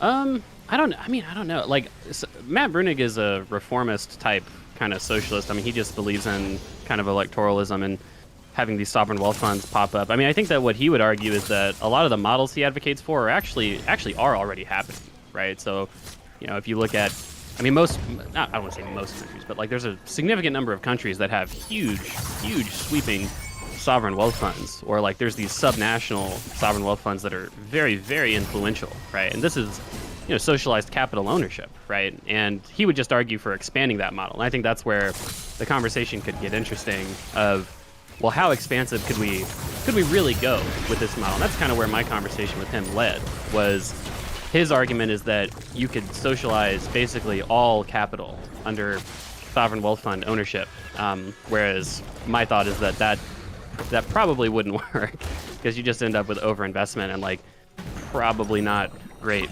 incentives. You probably need at least a little private capital investment allocation. But anyway, that's all to say that I think this would be a good conversation and relatively informative for you and the audience as well, because I think that it's fair, based on the conversations you've had. I've probably watched like every debate you've had with the socialists. It's probably fair to come across as like, damn, all these socialists are fucking completely stupid, because a lot of people you talk to about socialism are. But Matt Brunig, I will say, is he's one of the good ones, and he's also changed. He's changed a number of my positions, right? Just through, because he doesn't only talk about socialism. He talks about, well, I think probably his two main subjects are welfare policy and socialism, and I think that his welfare policy is like, I mean, some of the best research on welfare policy that I've seen, or like, if you wouldn't call it, because he's not like an academic, but he does these sort of just like analysis of welfare and welfare policy, which I think is pretty good. He's a big universal welfare person, and he changed my mind on that topic. You know, having means testing versus universal welfare was a pretty good little paper that he had, and I thought it was pretty informative. It's the same thing, like I'll set the conversation up, but what it's going to be is him going like, oh, this is good, like, oh, I agree, and I was like, oh, this is good, okay, I agree. Like, that would be like the whole conversation. If he wants to, then you can tell him like to DM me and we'll set it up. But that's going to be the entire conversation. There's no, like, even what you're saying, like arguing between different types of social wealth funds, when we're probably 50 years away minimum in the U.S. from having a social wealth fund. Like, it's like the most boring conversation in the world. But if he wants to, I mean, he can. But it's just like it's so far removed from anywhere we're at politically. Like, okay, it feels like arguing over flavors of communism or socialism. We don't even have a public option in the United States. How many countries with social wealth funds like have completely privatized like healthcare systems like we do, or mostly privatized healthcare systems like we do? Well, I mean, I think I'm really not sure the answer to that question. I mean, I think that if you look at like Singapore has a pretty big sovereign wealth fund, and they have, you know, this mixed model healthcare system. That's one example off the top of my head. And I think pretty much every country who says they have single payer has sort of private options and some private allocation of healthcare. But I don't know. I think that's the interesting thing about his model, though, is that there's many state level and local examples of essentially publicly run investment funds, which is all a sovereign wealth fund is, right? I mean, anytime like when you hear like the New York City fucking fire department pension fund, that's just a wealth fund that's for a specific purpose, but that's government managed investment essentially, right? Same thing like the Ontario's teacher pension, like that's one of the biggest you could say subnational sovereign wealth funds in the world, right? Universities have endowment funds. It's the same thing, right? That is a publicly managed investment fund for a government service, right, which is public education, right? And so the idea of like, hey, expanding those things. Like, right, like Medicare, like programs that already work. No, that's what I'm saying though. Is that I really don't think it's that unrealistic to say, you know, we should have a national level sovereign wealth fund. I think it was just proposed recently. I think it was a bipartisan proposal to take, I want to say it was the Social Security Trust Fund, and just diversify it into different equities and real estate. I mean, that's a sovereign wealth fund for the United States, which is based on the pension system of the U.S. Now, the more like, you know, other stuff of, you know, I don't know, having like a land value tax and giving, you know, diversifying that and giving a dividend out, or, you know, having nationalizing resource wealth and then taking those, you know, that's probably, I would agree, that's probably a little bit of a ways away at this point. In general, anyway, I just think it'd be an interesting conversation, and I think the audience might they might like it or they might hate it. I'm not sure how they'll feel, but who knows? I'll keep my eyes open for that. All right, Can either of them explain I'll what a wealth fund is? So it's the idea that like you have like some sort of public investment in large companies, and the idea being that like if large companies in your country are succeeding, everybody in the country kind of gets a share of that. It's a really good idea because we should feel invested in our average American companies, but right now the average American has no access to the wealth that Facebook is generating. Whereas if we had like a public wealth fund that all citizens like got a dividend fund from or something like that, I don't know exactly how you'd want to do it, but basically it should be that like as these companies gain in value, every American should feel like they're gaining in value too. But that's a total disconnect. Yeah, it's socializing the capital returns of equities and real estate and things like that, right? And putting it towards some public purpose. I mean, I think that it's really interesting because I think it was Matt Bruner or someone else that made this point that the most socialist stuff on Bernie Sanders' platform was the stuff that nobody gave a shit about. Like, he wasn't really criticized. Bernie or, like, Sanders heavily... was a fucking he wasn't even a socialist. I don't know why he took the branding. It was so toxic. No. Yeah. No, I totally agree. I don't think calling yourself a socialist in America is probably a great idea. But I was saying that, if socialism is basically collective or public ownership of the means of production, the shit on his platform that was those things weren't the things anybody ever criticized him for or talked about. Like, he had a plan that I would argue is probably not great, which is like, I think it was like big companies have to sell 30% of their equity to their workers.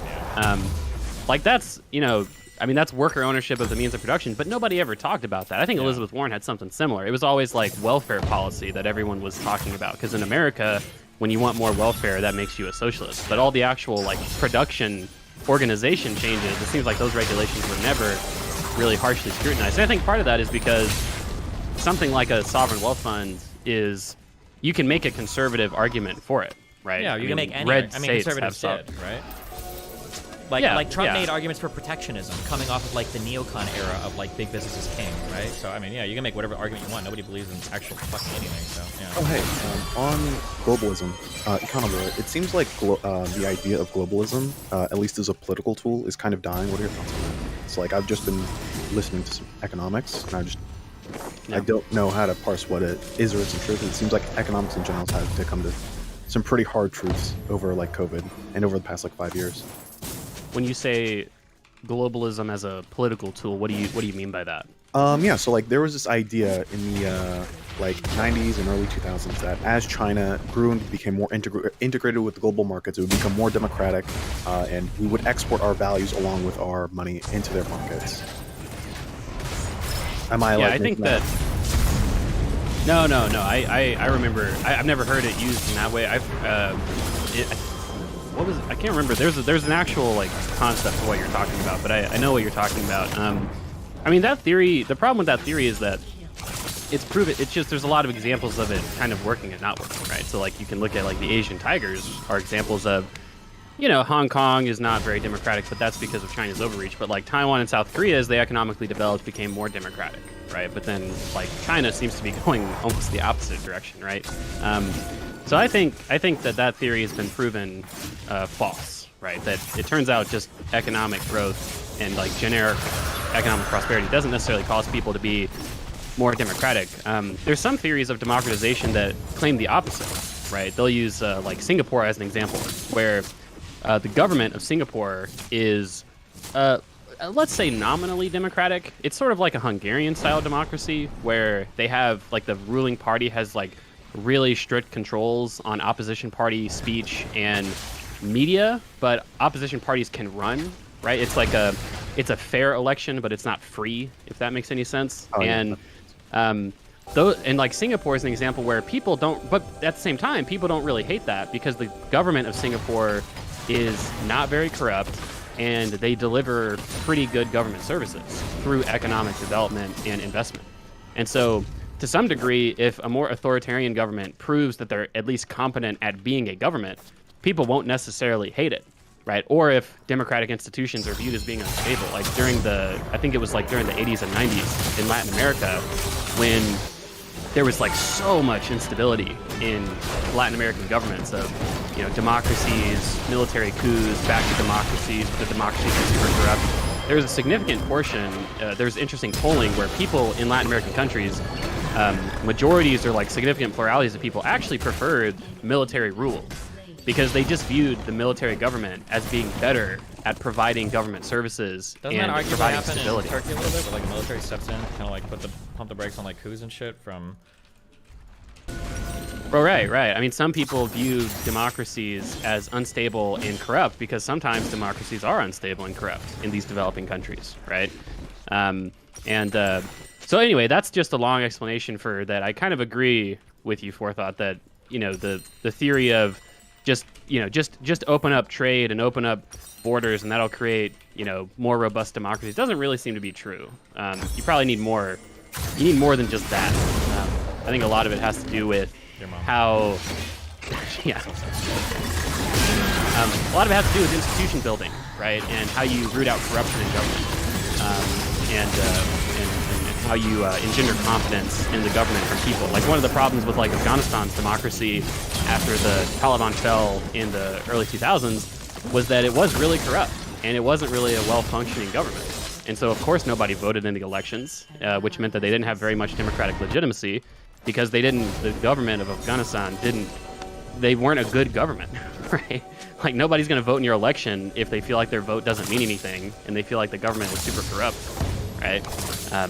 That's one of the problems with the Iraqi democracy right now. It's like the turnout rate's like 30 or 40% because they just don't really give that much of a shit about who wins the election because the government isn't very stable and doesn't provide, very good government services and it doesn't have very much institutional strength. I see. One of the books I'd read on that was, I think was Why Nations Fail. I've read some critique on it, but I didn't find a lot that was made a lot of sense. I saw a lot of historical critique. Do you critique that as an institutionalist from an economic perspective in that book? I don't know if you're familiar with it. Oh, just as a quick note, academics, it's a rule, as soon as you join academia, you gotta make like this pledge where you hate all generalists in every single fucking discipline ever. So anytime there's a book like I'm guessing Why Nations Fail is probably like a generalistly written book that tries to cut together a lot of narratives. Every fucking specialist who's a fucking loser because he has no way to make any of his research like relevant to any individual human and nobody cares what they do will always come out and like criticize like everything. Just a heads up. Not to say that it's a good book or a bad book, but that's like there are like some books where that criticism makes a lot of sense. Like *Sapiens* is just fucking horrific. I'm not saying all the criticism are bad. I'm just not like academics will never defend generalist material ever, ever. So what's like the main? I haven't read it. I've heard of it, but what's the main like claims of that book? Oh yeah, the main thrust is that the idea that you can have some sort of predictive power over whether or not a nation will succeed in various markers based on how institutions are constructed to be open and fair and to be economically inclusive. Yeah, I mean, based on what you just told me, I think that's completely correct, right? That like the success of a country or a government is very much dependent on how its different economic and political institutions are set up, right? And you can draw the stories of different developing countries that became like low-income countries that became middle income, or like middle-income countries that became higher income. It does seem to me to be almost entirely a story of institutional strength, because a lot of the neoclassical or like Washington consensus analysis just doesn't work, right? Like when you look at developed countries today, none of them use like the Washington consensus, just completely free flow of capital and goods and services. No, like they had industrial policy. Almost every developed country had like very, very strict industrial policy that led to certain investments, specialization of labor, foreign investment capital coming in with limited, limited rights, right? And then taking that capital, circulating it internally, and then becoming more developed. And a lot of that was on the back of anti-corruption campaigns, transparent government, right? People use the example of Botswana a lot. I think this is a good example because Botswana developed, almost every African nation has certain resource wealth, right?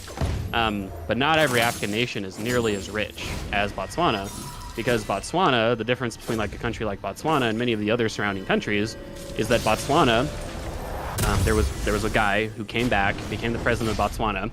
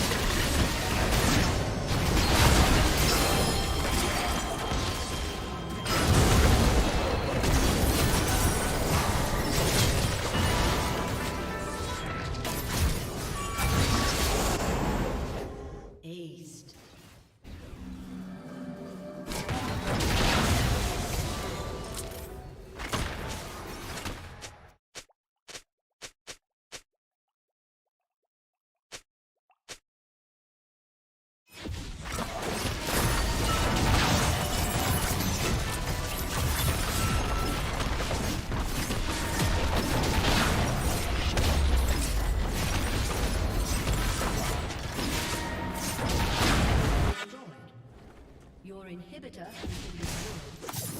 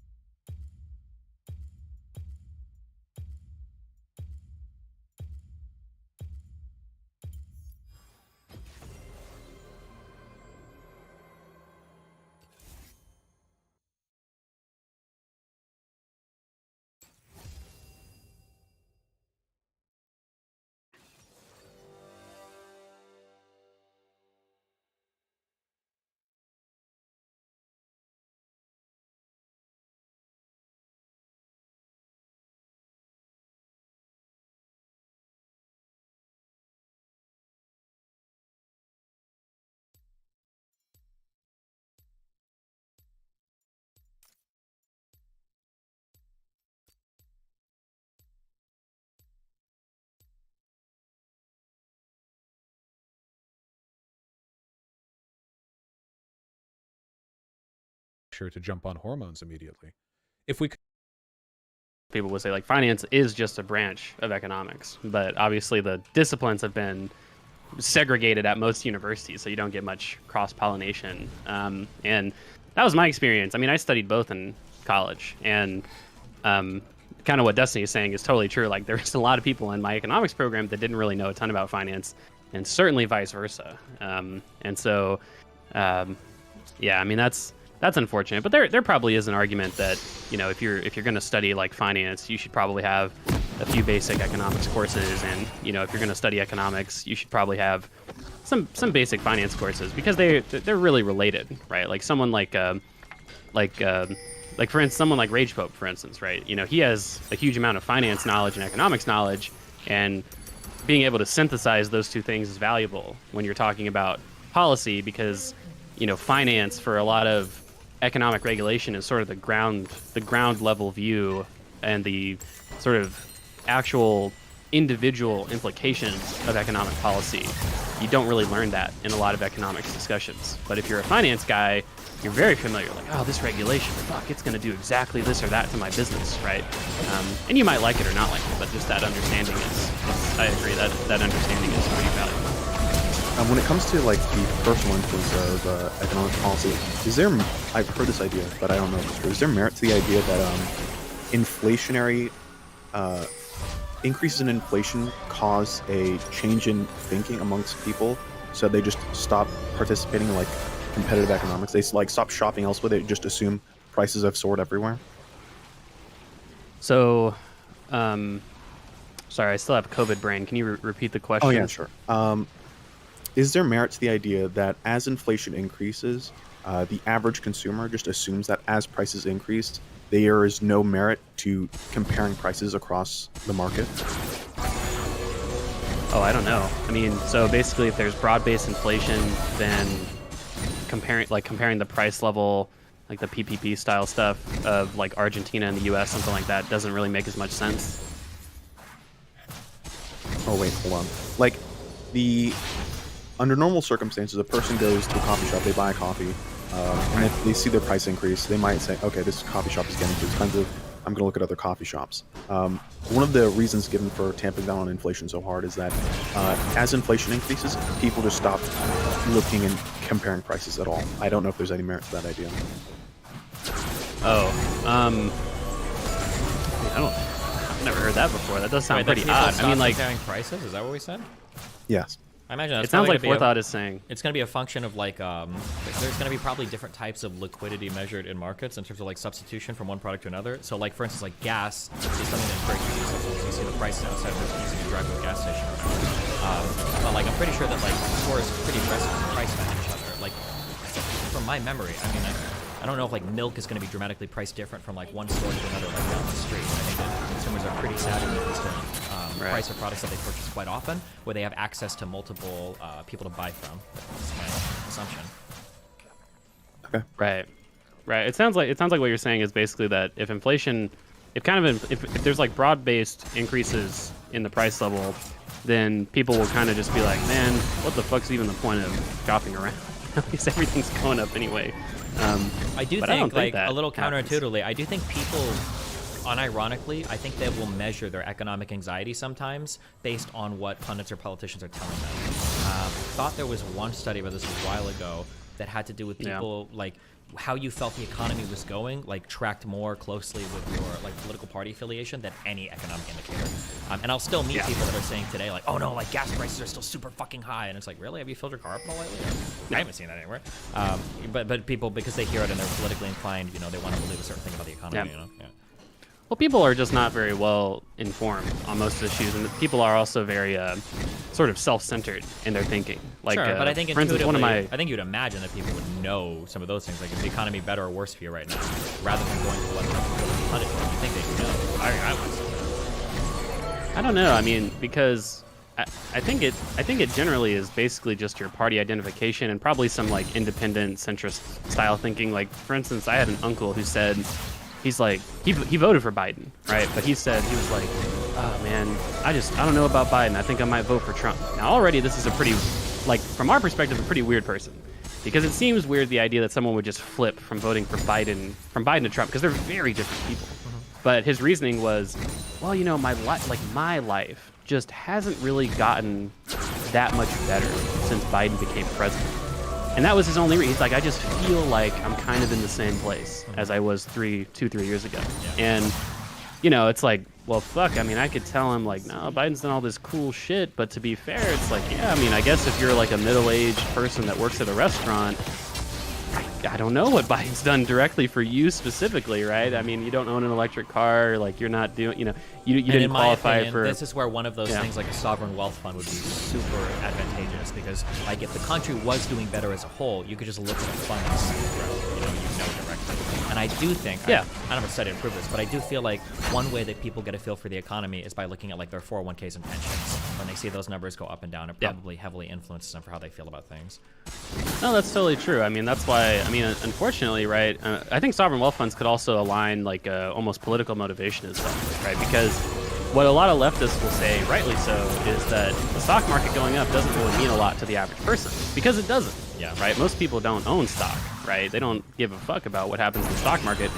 But, like, if we had a sovereign wealth fund that issued a, you know, kind of a single universal share to people, kind of like Matt Brunig advocates for, well, then you could go into your, like, government-run, you know, fucking American sovereign wealth fund account. And you could see the value of that increase or decrease over time. You could see the dividend check that you get every quarter, right? I mean, yeah. So I agree. There's a lot of almost like a class warfare style language that could be addressed by just having a more equitable distribution of capital income and wealth in general.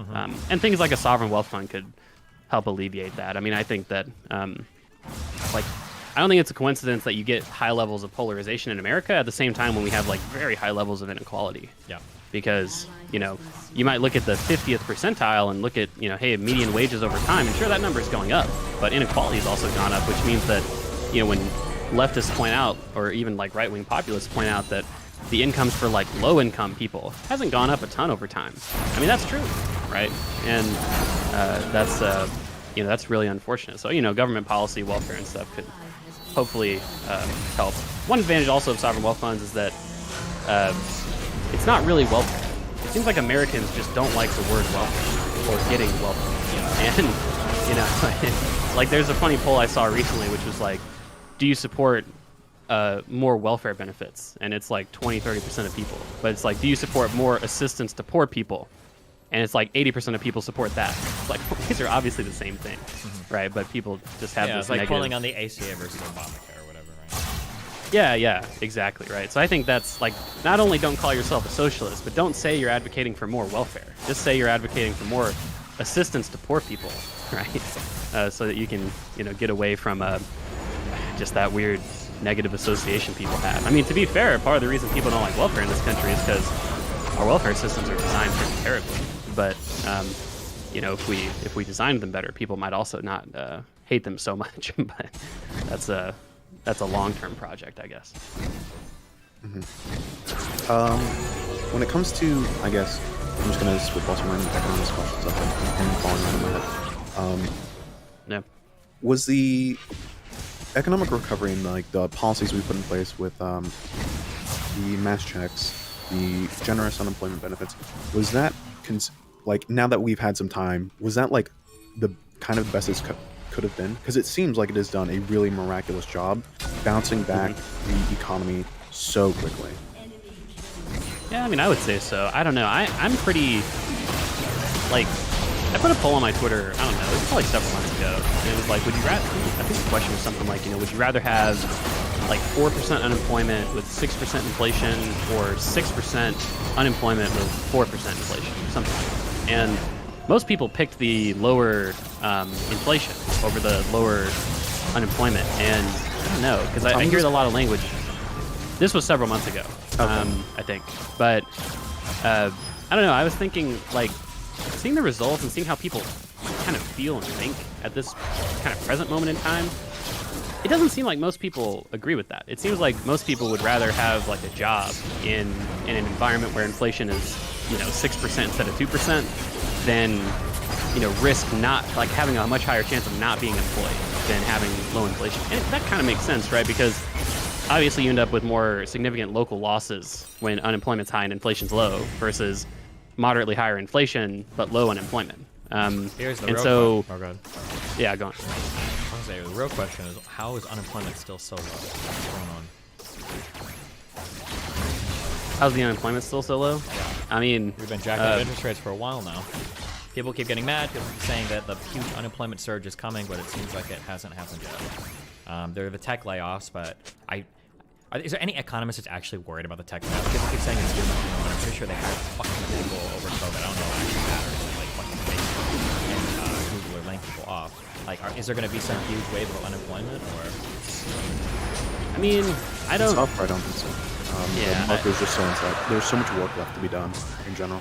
That feels. I don't feel like in general. This is just going to be an anecdotal, like a feeling from being through airports and stores and late night everywhere. It really feels like we have like not enough people to run our shit right now. Like we are starving for workers in all sectors of the economy. Well, but it's also, there seems to have been a significant, it's like three kind of main things, right? One is, obviously 1 million people died, so there's a lot of workers who died. Like, I don't think there's that many workers, right? Most of them are probably old and out of the workforce, right?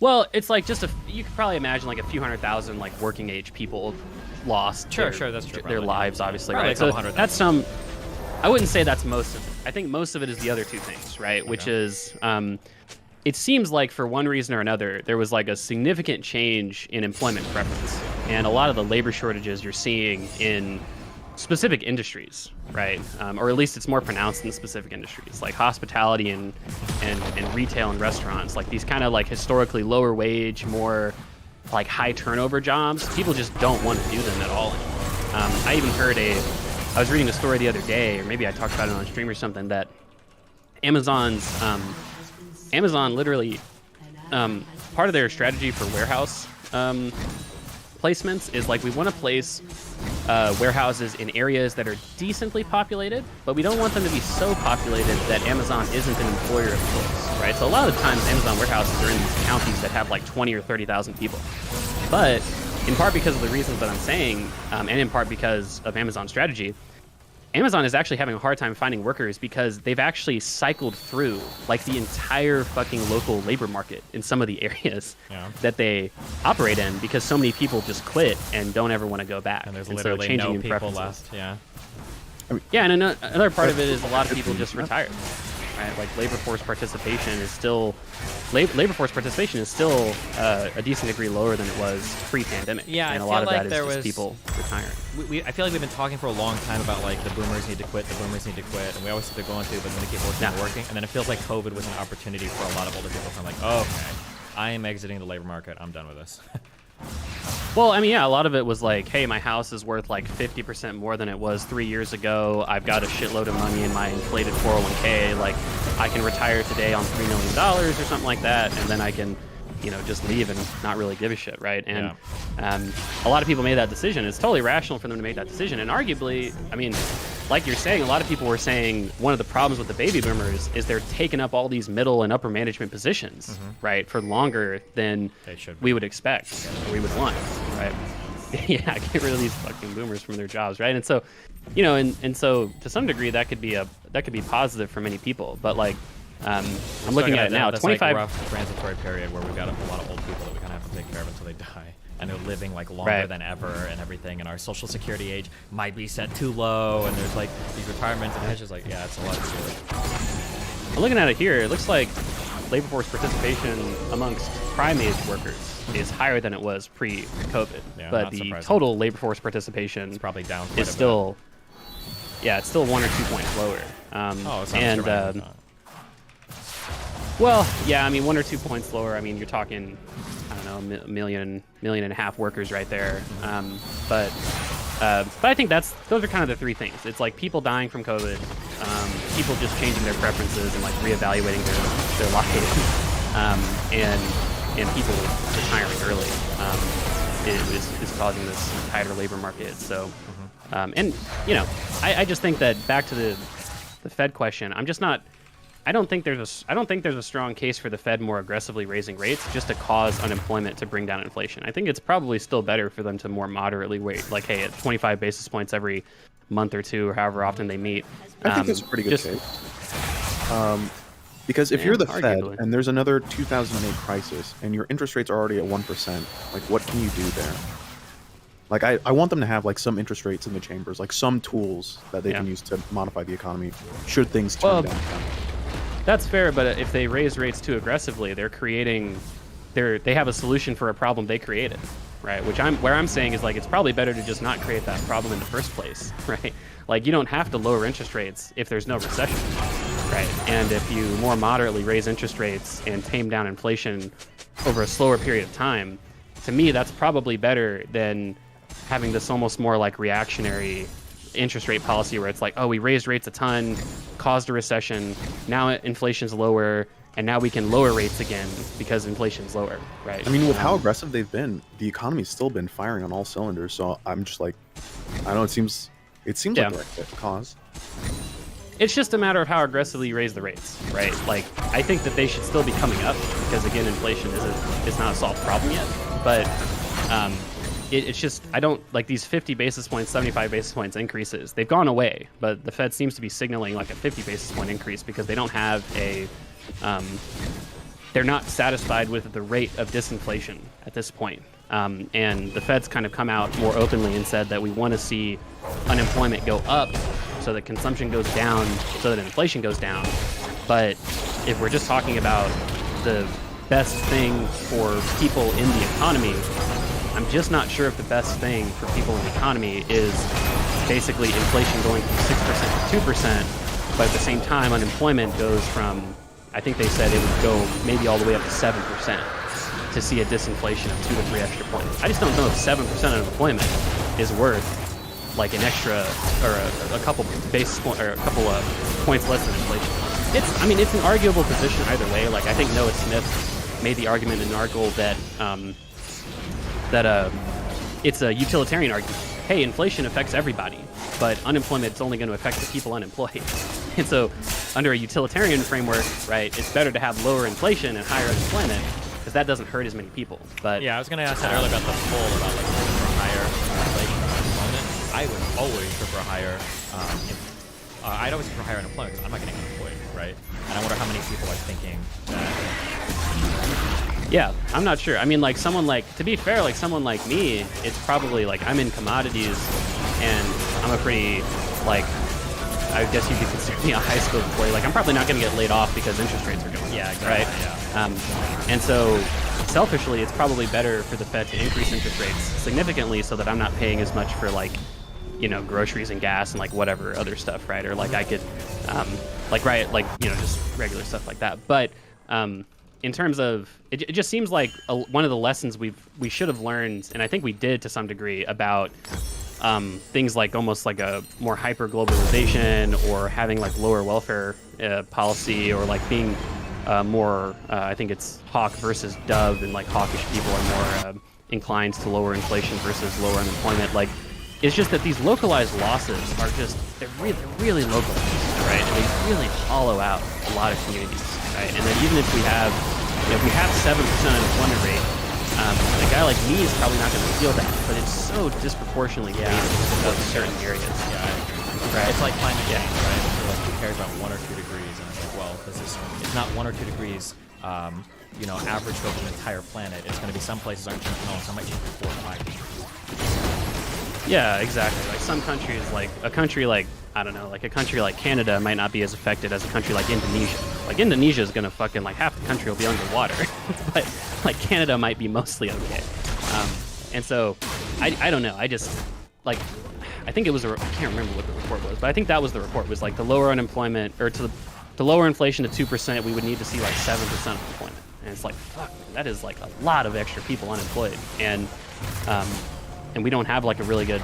It would maybe be easier if we had a good welfare system, but we don't. Like these people would just be fucked, right? They wouldn't be getting very good unemployment assistance. They wouldn't get a lot of welfare assistance. We don't have a universal healthcare system. Like maybe they'd be on Medicaid if they fell, into a low enough income for their household. But like I just don't know if I don't think that's worth it. I mean, maybe there's a great argument for it, but I'd probably prefer a more, a more dovish, more like unemployment focused Fed at this point. And I guess politically, it might be more advantageous as well, because a lot of people have said that the lackluster Republican midterm result is because, yeah, inflation was high, but unemployment was also low. So it seems like people might be more reactionary when they're unemployed versus when they're employed, but inflation's higher than it should be. Which, you know, I mean, that's conjecture to some degree, but it kind of makes sense to me when I think about it. When it comes to the Fed as a political entity, do you think they should ever be held accountable to like any sort of popular vote? Because I just don't think they should. No, I don't think so.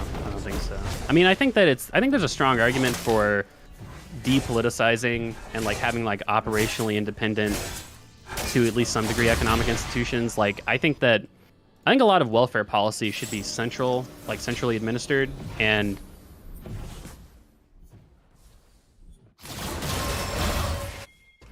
relatively operationally independent. Like it shouldn't be as discretionary. Like for instance, like Social Security is not discretionary, right? They don't vote on like funding Social Security every single year, but a lot of other welfare policies do. And I think it'd probably be better to have a more like universal and non-discretionary welfare system that's centrally administered than having the completely terrible framework that we have now, where it's like, I thought about doing a video, but the reason I didn't do this video was because it would literally be too hard to research. I thought about doing a video to demonstrate how complicated U.S. welfare policy is by taking a journey on how to get food stamps in every single state. Because every single fucking state has different rules and regulations and thresholds and benefit payouts for getting food stamps. Yeah, you Because have we a have really this- big problem when you have like when you turn on the radio in the United States and you hear like, oh, contact these lawyers to make sure you're getting your full Social Security benefits. And I was like, what? Like, Right, that's our right. government. It really that complicated. Like, you can't even get like something you paid into in your life. Like, that's kind of insane. Right. I mean, and it's just like, unemployment insurance is another good example where like the boosted unemployment insurance was great, but so many people didn't qualify for it who thought they did, and so many people weren't able to get unemployment insurance basically because of all these different bureaucratic hurdles that you have to go through to qualify for it. And it just shouldn't be like that. You know, if you want to have a good unemployment system, just give people money when they lose their job. Fuck, that just shouldn't be that complicated a concept, right? But it is. I mean, because part of that's the motivation of like we have a federal government, so we don't have a lot of centrally administered things. But it seems like our best government services in America are the centrally administered ones, right? Things like Medicare, Social Security, right? I mean, people really like those programs in part because they're simple and they're centrally administered, and so there's not there's not huge different qualification standards for Social Security depending on what state you live in. That's just stupid. That's like the dumbest way to fucking do welfare. You know, I just don't get. I get the logic behind it, but the logic isn't like how to what do you call it? The logic was never like how do we make the best administered welfare system, or at least it doesn't seem that way. It's just like how do we decentralize these institutions because we're skeptical of like federal authority over certain things. And that's not. It just doesn't seem to work out that way. Okay, well, I got nothing else. Thanks for answering my questions. No problem, Forthon. Well, I gotta go to the gym. Destiny, it was really good talking to you. I will definitely reach out to. I'll DM Matt Bruno to see if we can get that epic lay socialism conversation set up. I think it'd be interesting, if only for me, if only for the audience of one. It was good talking to you guys.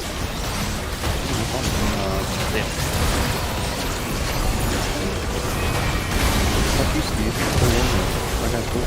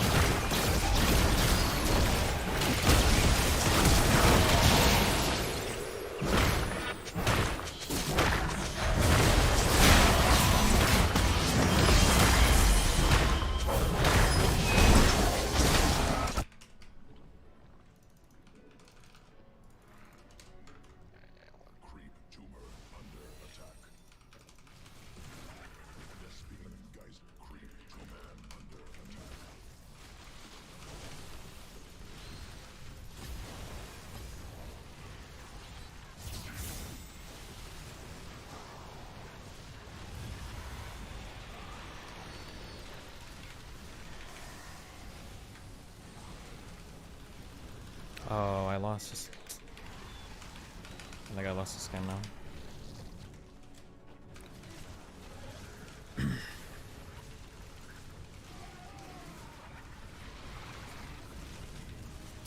Sonic Storm, too good.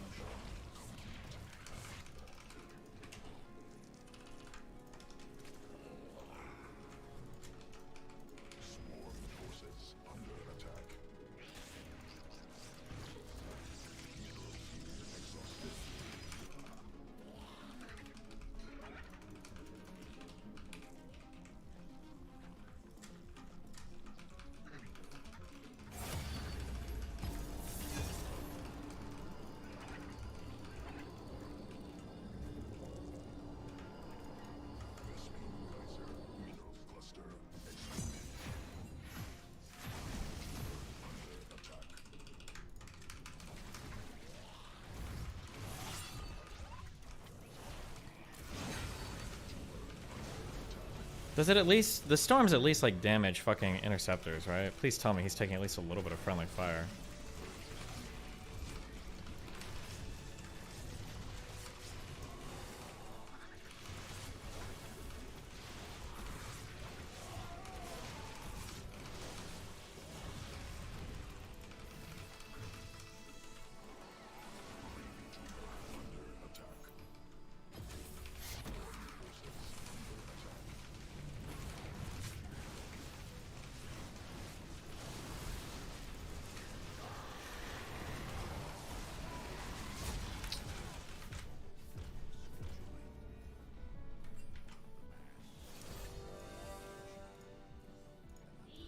What? Hold on.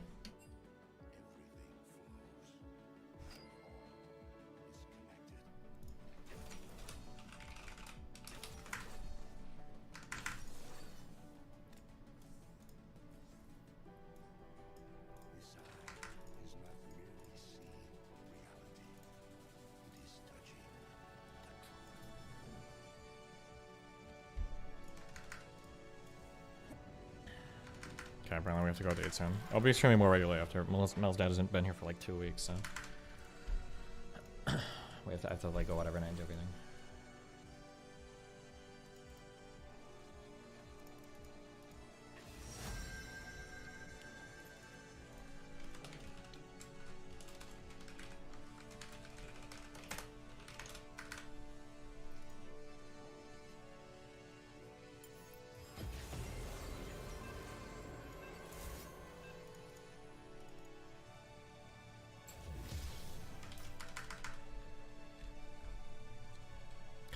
It's one of those fucking losers. Oh, dude, I'm at like it's like the worst time. I think the ladder gets like worse as you go on through the day.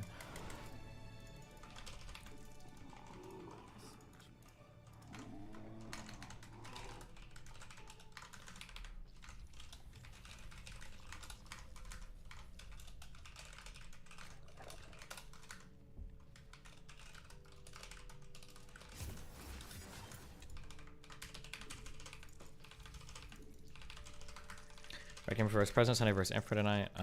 Depends on when it happens. In 1 hour? I might be able to for about an hour of it. Or for like 30 minutes.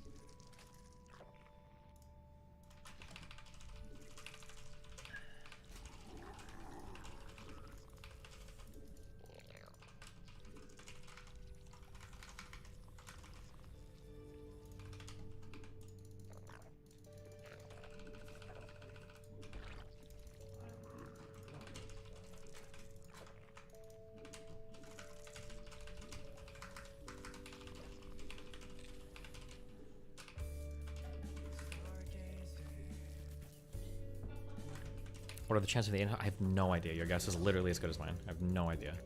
So it all comes down to whether or not he wants to chat. Tonight, probably not much because I have to go out, so.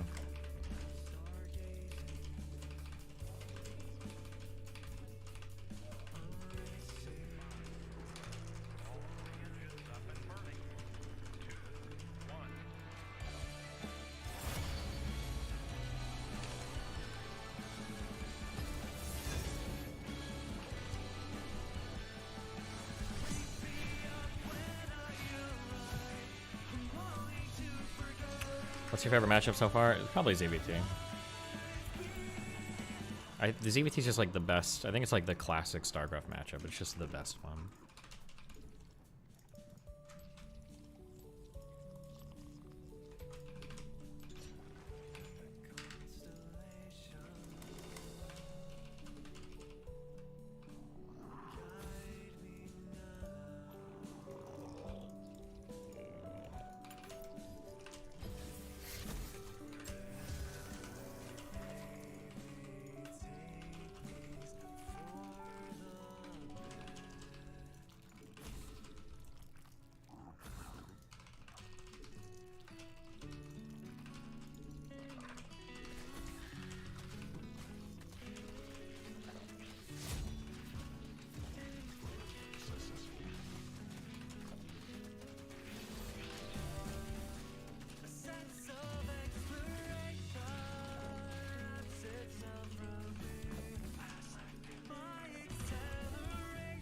Why? What are we doing? Hello?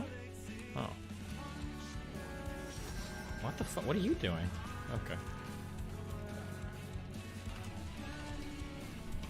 Friendly Market Samurai guy is beefing with the Tate lawyers told me because he canceled their Cope stream. LOL, there's a clip on Reddit. Nice.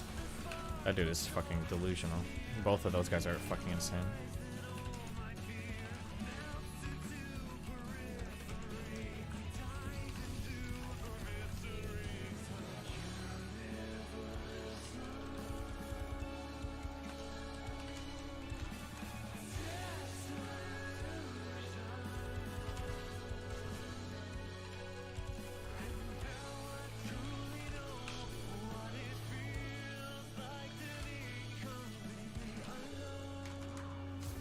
You are not letting me this, and this is precisely why I do not follow Islam. I just follow the ism, because you look at the Muslims or the people who call themselves Muslims, and they're mostly filthy.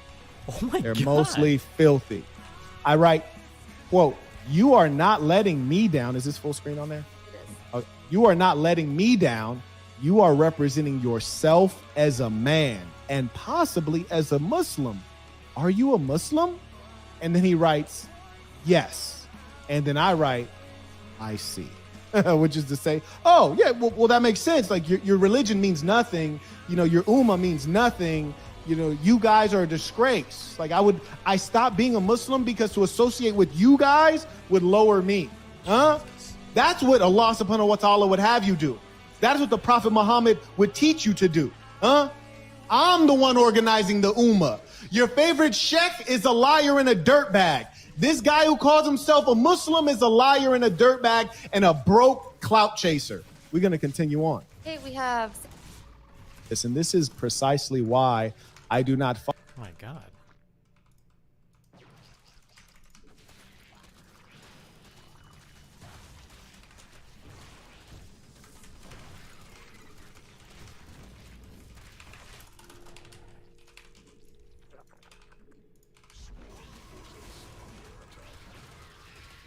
This battery thing is so stupid.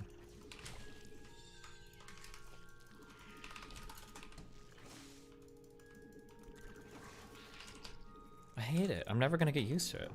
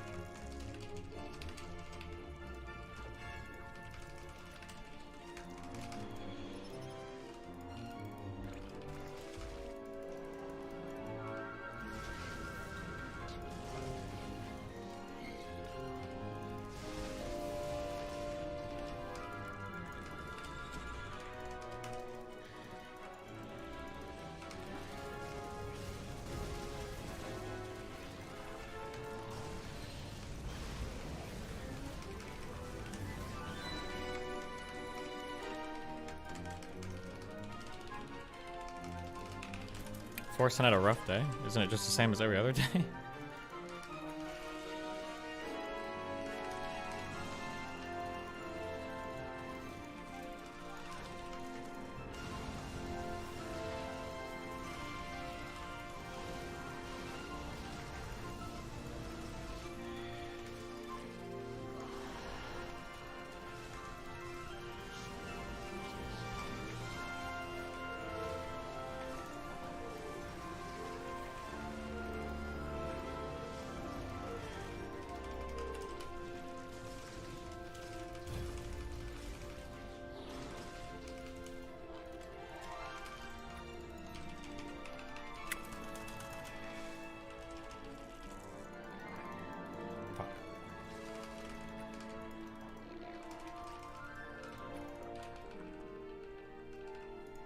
That one throw a few days ago really took a toll on him.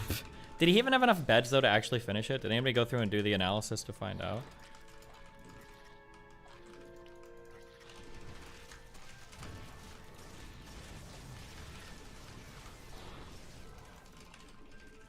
He had 5? Is that enough to do it, or...?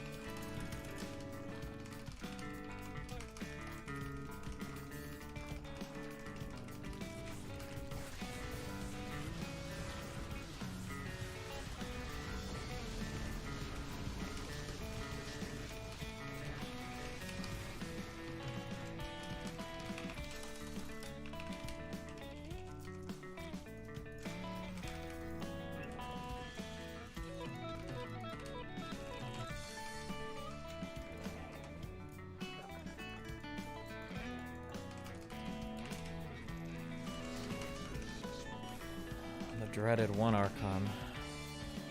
No, the even more dreaded 2 Archons.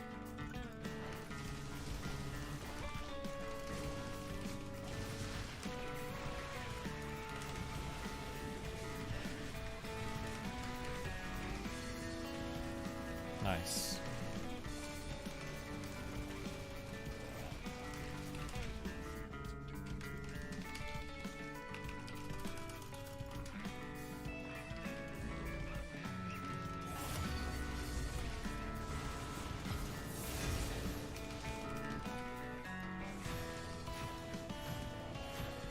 I need to do way better at getting to Broodlords faster.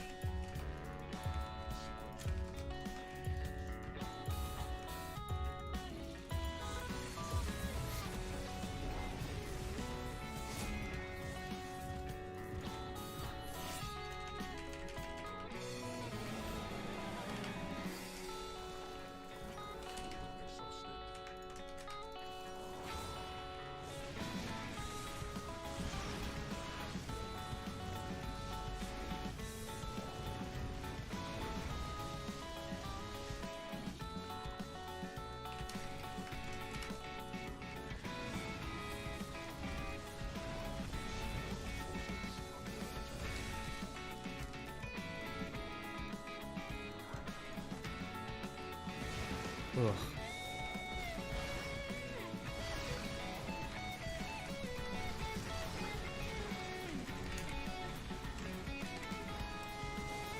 Oh my god. That's GG. That has to be GG.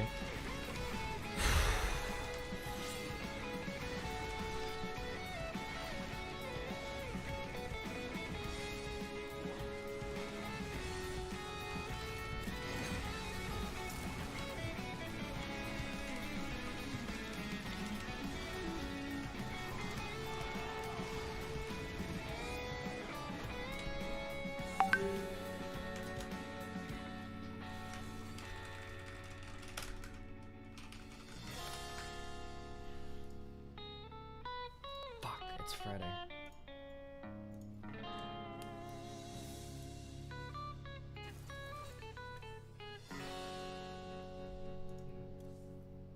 How the fuck is this like a team name in StarCraft?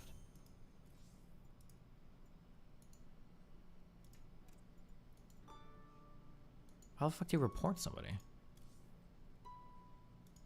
Oh, I'm trying to report myself. Nice space. Right click, report.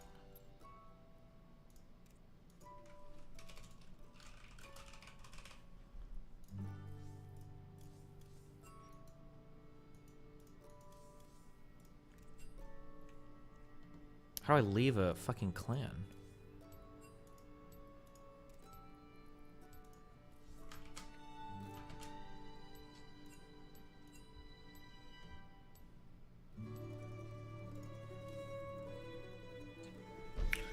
Okay, profile, achievements, match history. Feels like it'd be in my profile somewhere. No. But it doesn't look like it's on this page. Portrait doesn't do anything. This doesn't do anything. None of these do anything. Change name? Nope. Let's see. Nothing here. What about in the F10 menu? Nope. Bottom right corner center button. Groups? Leave group. Jesus. What a weird button. Okay, I changed my mind. I'm gonna go eat now, and I'll come back and then we can watch this watch thing. That's the dream.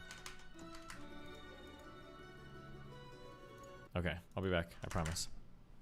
Like 80% chance I'm coming back, okay? Be careful. Welcome to Summoner's Rift.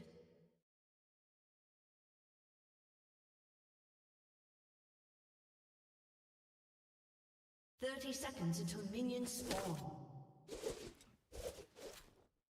This is Yasuo, dude. Yeah, right, kid. What is this game even talking about with that? This kid literally E's like a Tryndamere. Watch him, watch him, watch him. Ready? What? He is Tryndamere. Why am I even playing this shit? If I saw this like on a TikTok video or something, I would think that like it's like a mod. Like someone modded the game and like hacked it or something. Look at that. Whoosh. My planet needs me, dude. Fuck that. That guy's gaming for real. This is Yasuo, dude.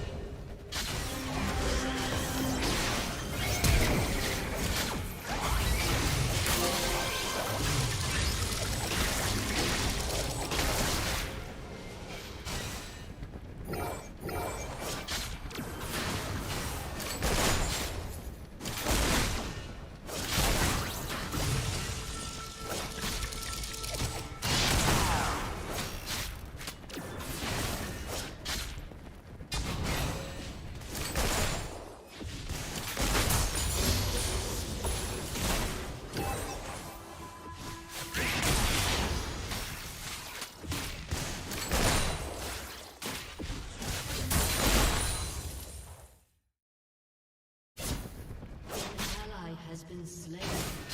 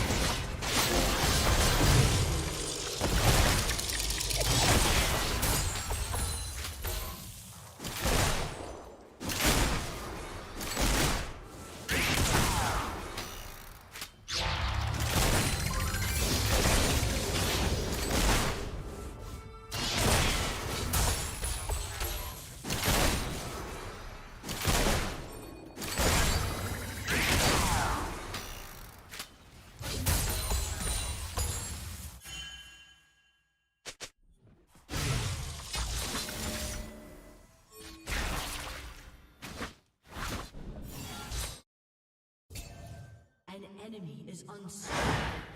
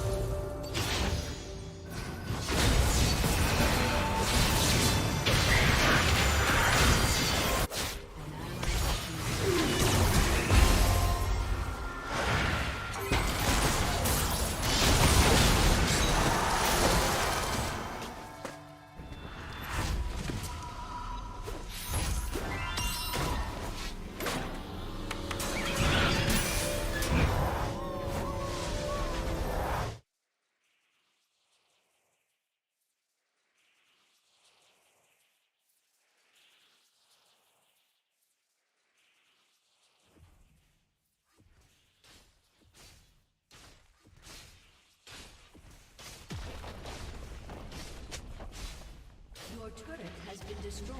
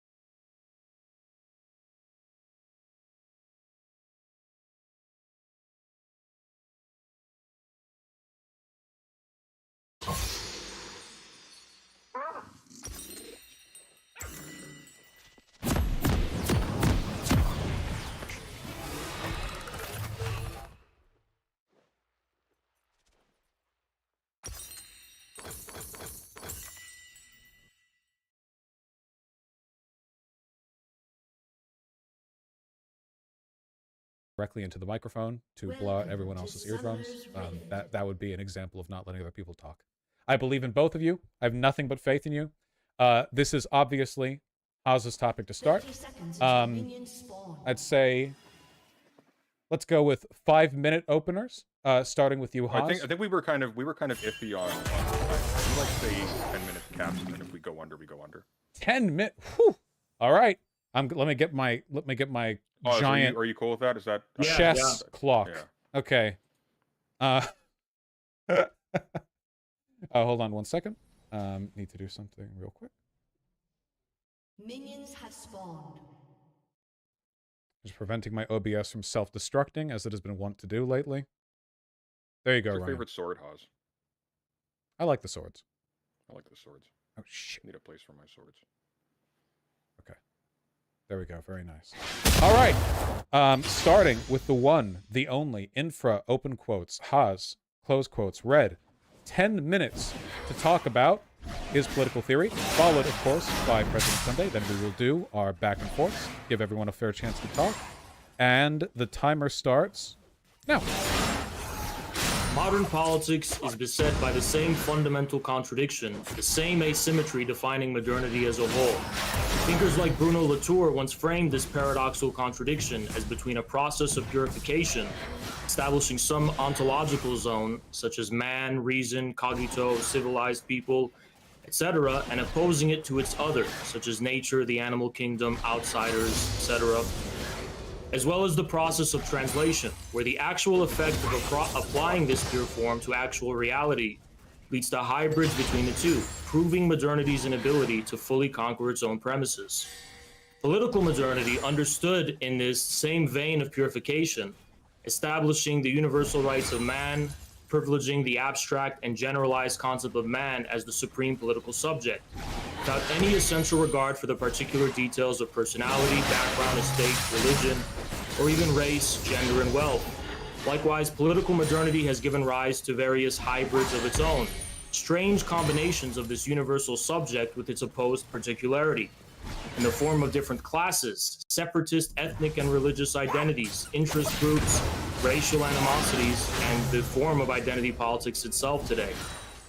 I merely propose, drawing from the ideas of Slavoj Žižek's ontology, that an even more fundamental political contradiction pre-exists that between universality and particularity, state and civil society, human and nature, etc., which is internal to the abstract form of political modernity itself. Both the political left and right take what Latour calls the rupture in time of political modernity for granted.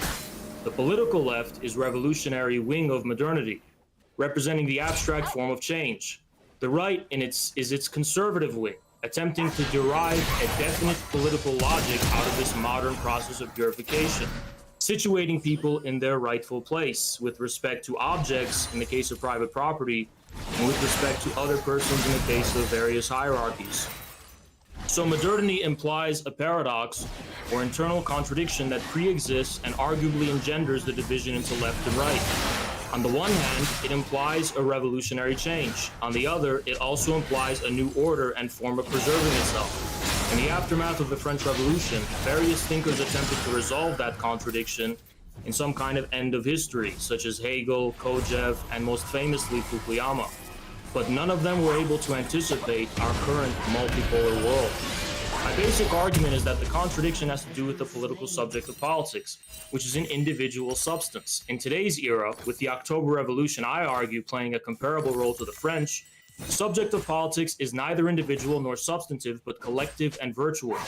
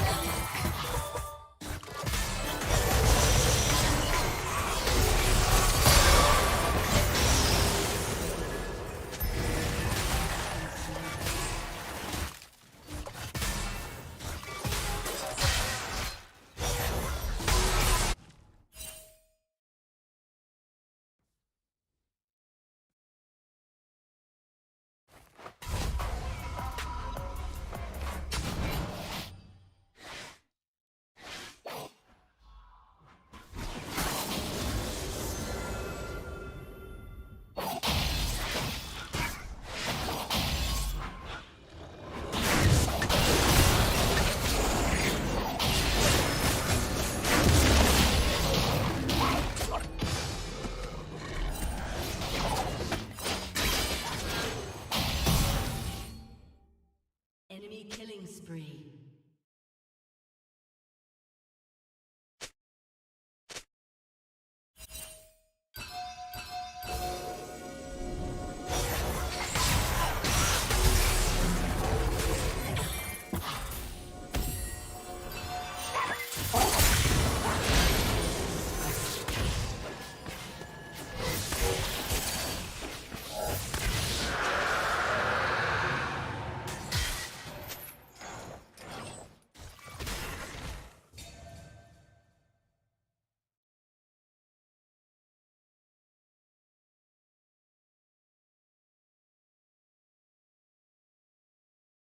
An ally has been slain.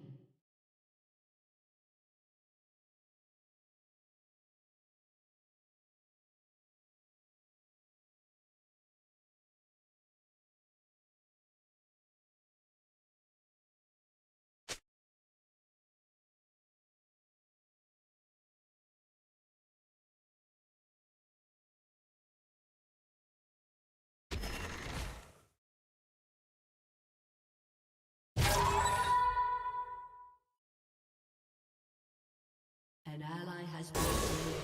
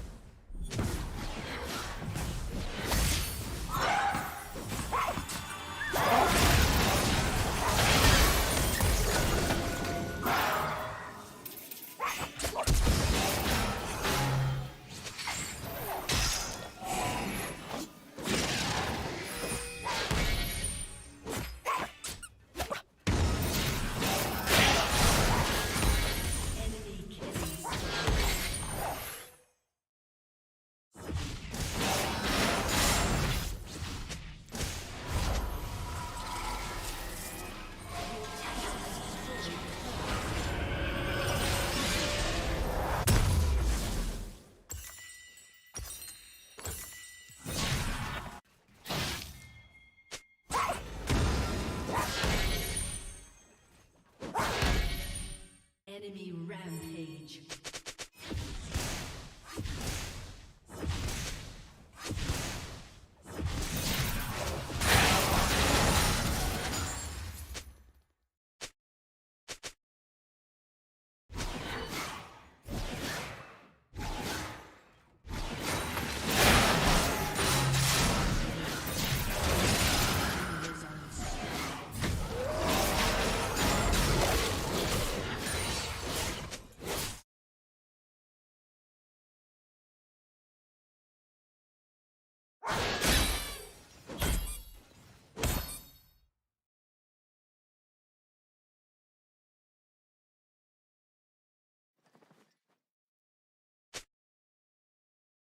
Your turret has been destroyed.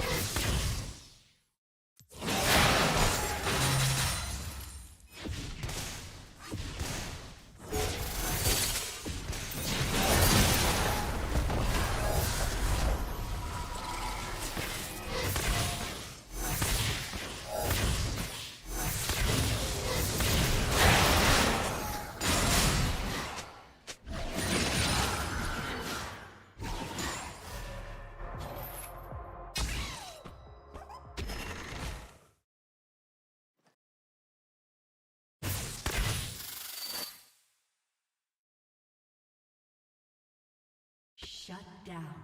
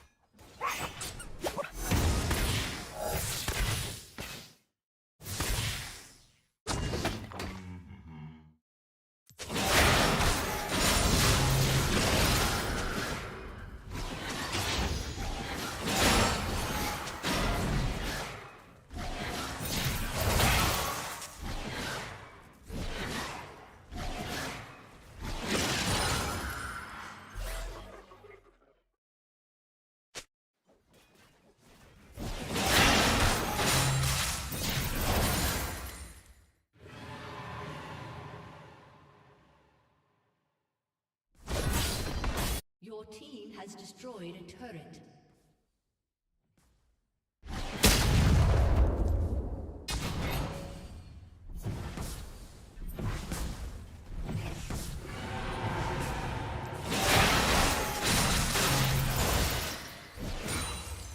An ally has been slain.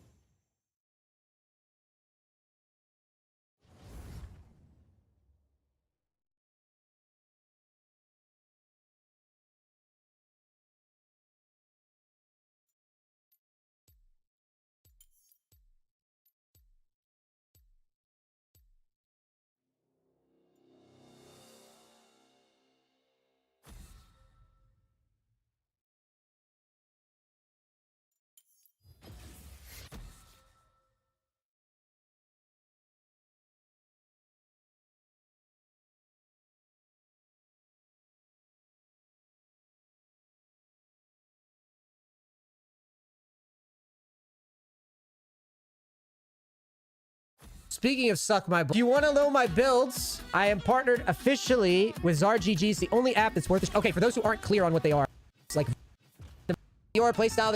It's random bullshit that doesn't matter. It's not relevant. If you want to learn my Tryndamere and Fiora playstyle that got me to high elo Korea with a crazy win rate, you can literally download the build and the guide on zar.gg. And if you want my coaching on the cheap, you can go to patreon.com/Nice University because we are building the League of Legends Bible. Honestly, now that I'm sitting here promoting it, when I did the bootcamp, I wanted my bootcamp app to do what their app does. So again, zar.gg. Yeah, ZarGG is good.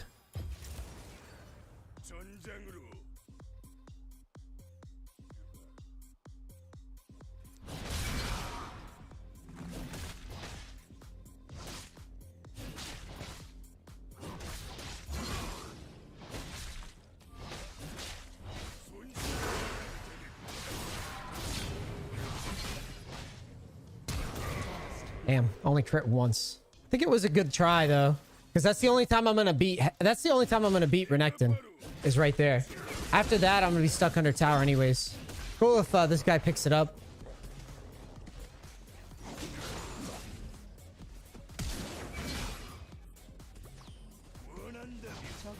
Nice, good job. I think it works out. The kill goes to Warwick, and the wave's okay. It sucks to die early like that, but you also have to understand that, like, those types of fights are pretty standard in the higher levels. Nice. Guy's popping off.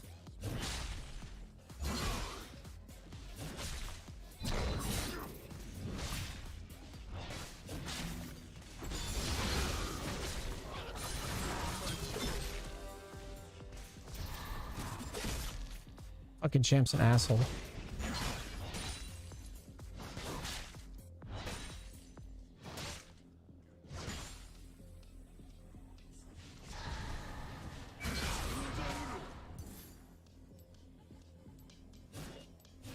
What do you got? You got a cloth armor?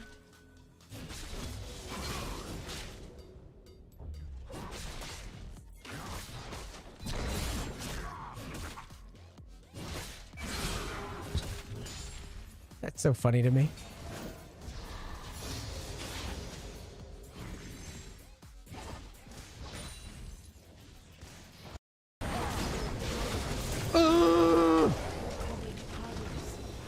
Nice. Yo, I did it big. I did it big in this game. That's a good win. I'm really proud of that win, actually. You know why? Because that's one of those, like, that's one of those games where, like, all my adjustments of being more willing to group paid off. That was it. Hey, I'm just saying that. Oh, hey, how did I not get MVP on that? Are you serious? What? Because Rakan bought 1 billion fucking wards? That game was like weirdly. That game felt actually like high elo, that one. How am I not MVP in this game? Yeah, that game was like hard mode game, even though. Oh shit, yeah. 7.2 rip. I mean, think about that game though. I deserve MVP on that one. I get camped in mid by like everyone. I come out level 18, highest level in the room. Jax did a good job. Jax deserved his win for sure. If anybody deserves MVP, it's either me or Jax. Both of us played well. What does that mean? Clarify that. Yeah, leftism is an ideology that tries to reduce the historical tradition of left-wing, real historical left-wing traditions into an ideology. So there's not a continuity. So leftism is an agent then, like it attempts things. Leftism is an ideology. People attempt things. I don't know what your leftism is an ideology. Well, when you're saying it tries to, that to me okay, I'll clarify then. Sure. The ideology of leftism attempts to develop the idea to arrive at somehow the idea of the left. So it's an idea of the left, right? It's an Okay, ideology. sure, but it's okay, but it's a directed thing, right? It's a thing that has a goal and a purpose. So I guess is that fair? Like The purpose of the ideology is to distill the essence of change, modern revolutionary political change, into an idea. Okay, so whose purpose then?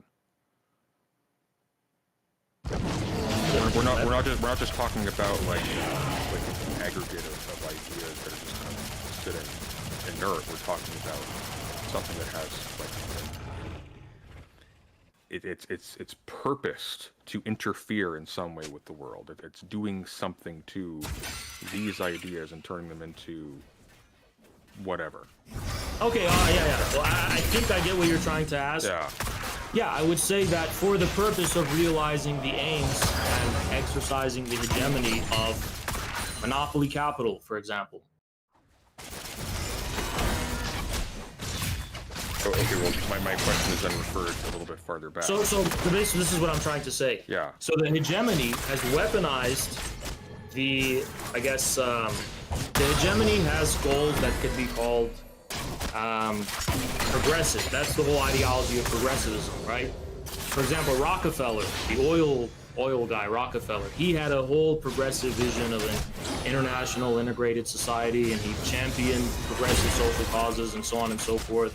We all know how corporations champion progressive causes and so on and so forth. So somehow revolutionary change, I don't know if I would call it revolutionary, but change, political change, cultural change, has been assimilated by monopoly capital and by the hegemony, okay?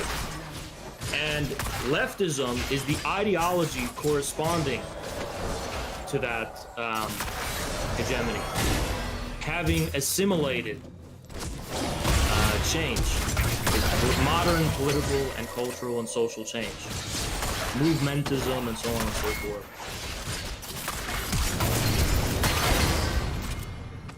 All right. Okay, so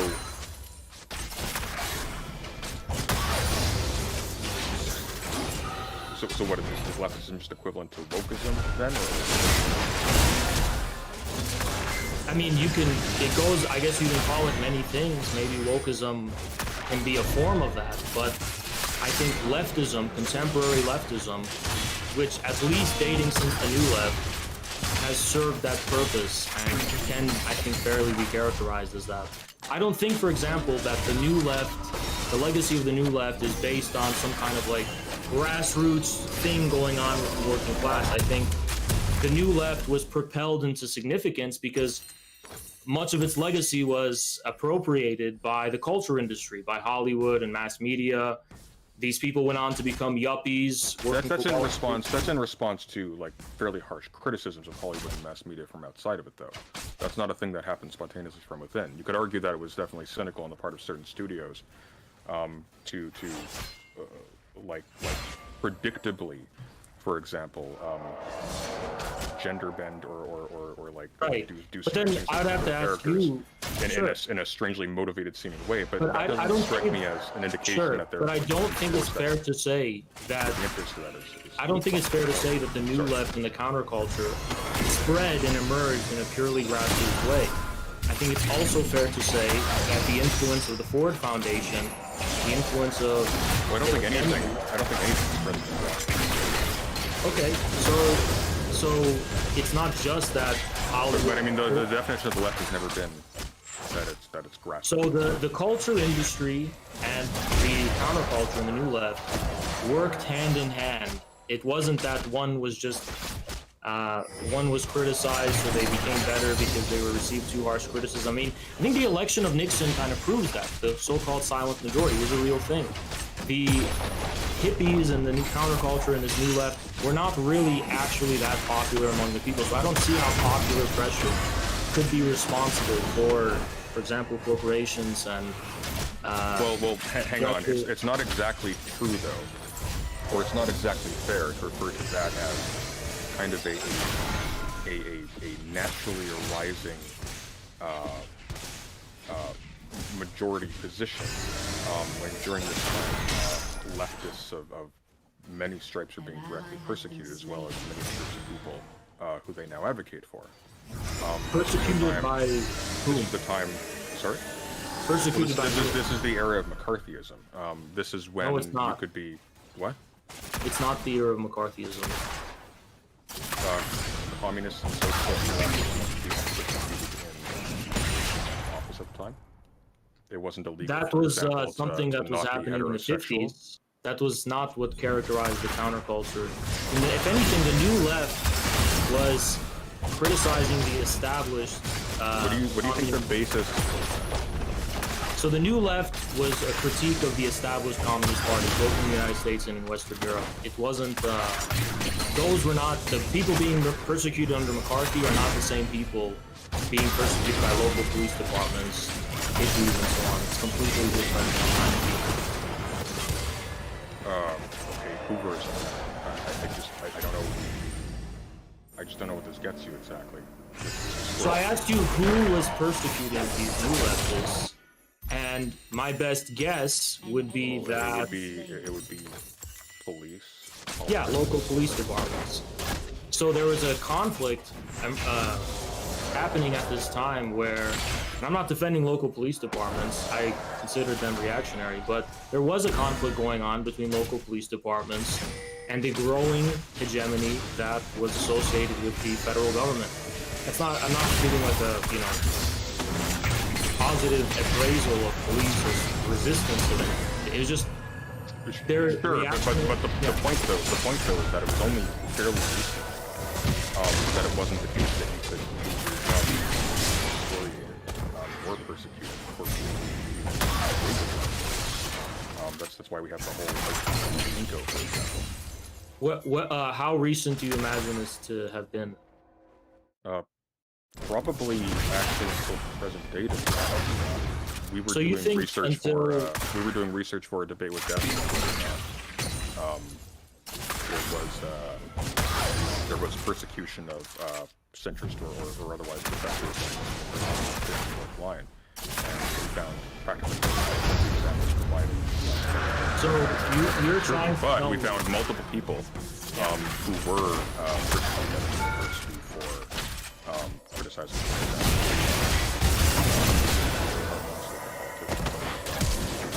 oil magnates who were donating to the university, etc. Wait, so you're saying that until recently, and to be generous, that's the 2020s, you're saying that people who hold left-wing views were being, on a significant level, being persecuted in universities? I would say they're still being so. Very much so, actually. Universities aren't advancing their philosophy program. Sure, I don't want to be that guy. Because they're being run by administrators. Yeah, who have again, I don't want to be that guy who's going to ask for a source. It's just that my personal experience contradicts that, and the experience of everyone I know contradicts that. So, do you have a source for that? What fire people for having left-wing? I actually can produce them, but I'd have to search them and get those documents. But I put the ball back into your court though, since you say it's your experience. So what are you referring to? I'd like to add something if I may. Please. In my lifetime. Actually, hang on. Pause. Are you okay with that? I think I'm good. What did I hear? What? I want to know if you're okay with the interject. Are you cool with that? Yeah, I don't think. Well, I can't speak much to the persecution of left-wing protesters in my lifetime, but the most significant, I guess, political incision that I've seen while I've been politically active was after the Iraq War. Obviously, there was a very gung-ho attitude towards the war back in 2003, and I remember there being quite a lot of talk about the media pundits, professors, and the like, who were openly, a lot of them did get sued. I don't know how much that's necessarily a left-wing position, but there is a correlation, of course. That's more of a broad anti-state hegemony position. I think that's true during the Iraq War, but I think the reason for that was that, as you said, it wasn't an essentially left-wing position. The Ron Paul libertarians and those kind of other, even kind of, the Alex Jones, InfoWars guys, that was a broadly counter-hegemonic position at the time. Now it's this popular thing, but yeah, at the time, being against that war, and it wasn't even just because, you know, conservative was in power. Another thing people, I guess, don't pay attention to, there was a lot of hegemonic left-wing apology after that war that was drawing in many ways from the legacy of the counterculture. Like, you know, for example, we have sexual freedom and we can do drugs and we are the free West and they're conservative and backward over there. So I think the Iraq war speaks to an even greater argument for how progressive change has become assimilated by the status quo. I think that's probably oversimplifying it quite a bit. A lot of people are praising people like Chris Kyle. They're absolutely not celebrating sexual liberation in Russia to the Middle East, except when it allowed them to dunk on how backwards. Yeah, but that was right. When did? But first of all, there's two problems. I never said that this neoliberal justification was the sole one for the Iraq War. Just that it was the one that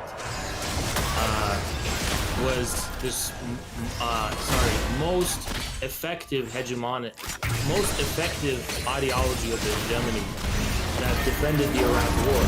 And this is not even to say that it was just an open endorsement. Even the forms of anti-Arab racism and even in, you know, I remember Saturday Night Live and all that kind of stuff. There were these implicit justifications for the war based on how backward and medieval they are over there compared to the civilized West. all right. Can we? We're supposed to be debating your political theory here, and we're Right, I think it's related though, because you're asking for example. I'm yeah. sure, but like the reason why we moved on to that is on those bases, but we're talking about like identity and theoretical terms, which is one of the reasons why I'm kind of squinting at things. Like I came prepared for a theory discussion, and we're going through the history of the United States. Could I maybe wait? this can help. I'd like it if we could move on from this point, and to that end, I think I'd like to suggest something that perhaps we can agree on. Build a foundation to move the discussion forward. I think that we can both agree that what has been termed left historically has often been categorized on vague and often contradictory standards. As Haas pointed out, you know, we have left opposition to the Iraq War, well, most people here would agree is a good thing. But we also have the cynical invocation of Western progressivism as a pretext for, you know, spreading democracy to the Middle East. Now, both of those things have been called left at times. I don't know if we would call one that's syncretic or fake or artificial, but Haas, when you talk about, you know, your theory, you're referring here the revolutionary opposition. This would not include the 1960s so-called countercultural hippie types, correct? We were talking about non-co-opted left sentiment. Yeah, broadly speaking, no. I think there were exceptions, but broadly speaking, no. Okay, and President Sunday, do you agree that whatever distinctions we're carving out here, there is something meaningful in the distinction between what Haas is referring to here, that non-co-opted revolutionary opposition, and broadly, which is used in so many. Oh, categorically. In fact, one of the parts of the that there is a tendency to once again low the best. What piece of terminology justifies the next sentence argument? But earlier on, just thinking leftism as sort of a general ideological tendency that doesn't actually correspond to a robust attitude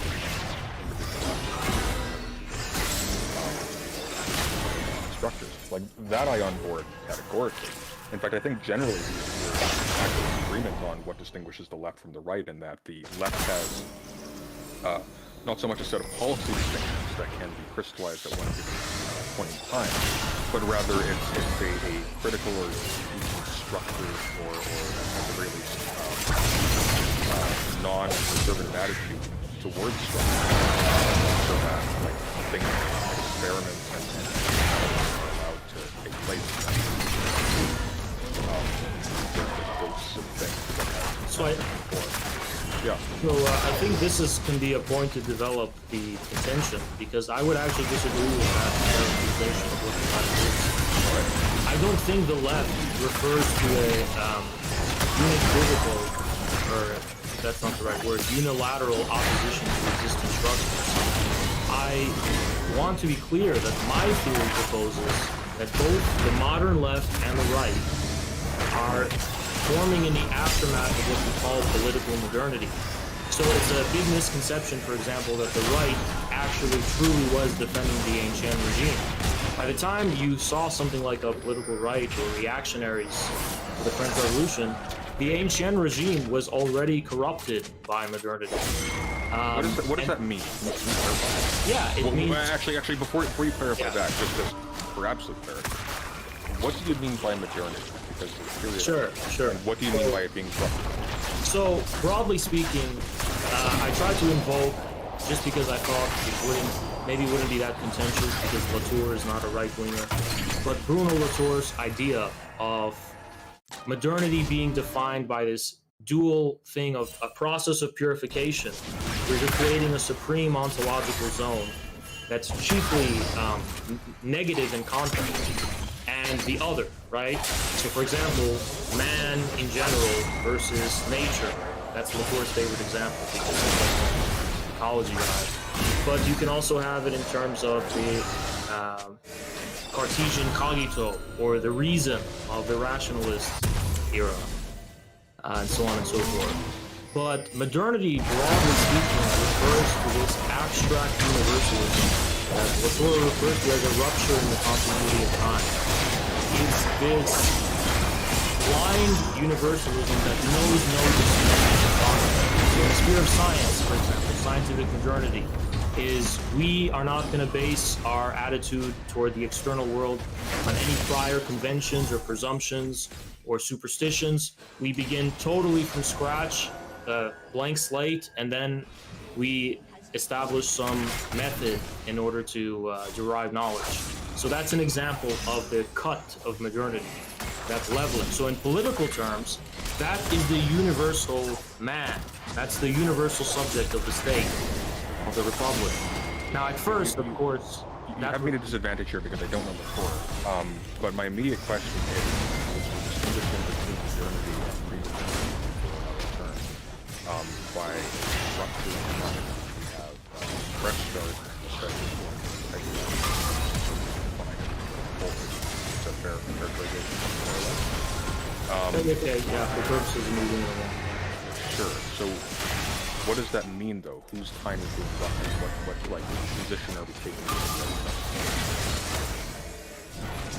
Are we taking the universal stance, for example, or are we just asserting that we can't?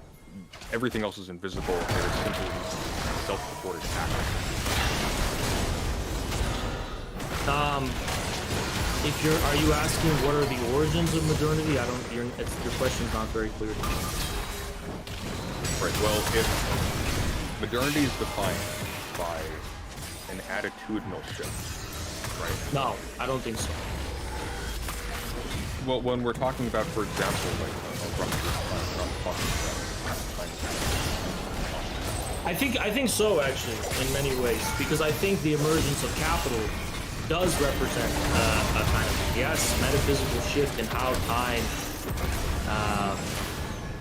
what is time, how is it measured? The mode of production changes in such a way that leads to generalized commodity production. We are talking about the rise of a structure, an institution. We're not just talking about attitudes, we're talking about a fundamental change in. Well, sure, but when I refer to time, I'm not talking about time as it is experienced or treated by institutions, by societies, or by like just humans, even as a whole. What I'm talking about is like time, or whatever that is. I think that's kind of too in the weeds. I mean, I don't know how far you want to take this. But about that's time. kind of important though, because if this is the defining moment that distinguishes the modern from the I would pre-modern. say the notion of time, the metaphysical time, I don't think I can just take that for granted. Like time. Okay, well, for example, that's thrown into question by Einstein's revolution. Well, here's an example that comes to mind. This goes a little bit. For example, one of the major moves that Machiavelli makes, between Machiavelli and Hobbes, is Machiavelli conceives of change as being something that's sort of like there isn't a developmental orientation either within a political community, Aristotelian teleology, where a community develops in a particular direction. It can fail to, but it develops in a particular direction. Instead, you have just constant flux, except the job of the principal administrator or whatever is to respond appropriately and in a savvy way to changes as they come about. And then you go on to Hobbes later on, and he sort of recreates a teleology in a sense, except it ends up being an inevitable development arising from the content of individual subjects, or state of nature. We're dealing with a state of war. Yeah, he begins with a premise and some deeper substance, which is the content of that substance, by the way, is something kind of abstract, because Hobbes doesn't think deeper substance. I think Hobbes Hobbes explicitly removes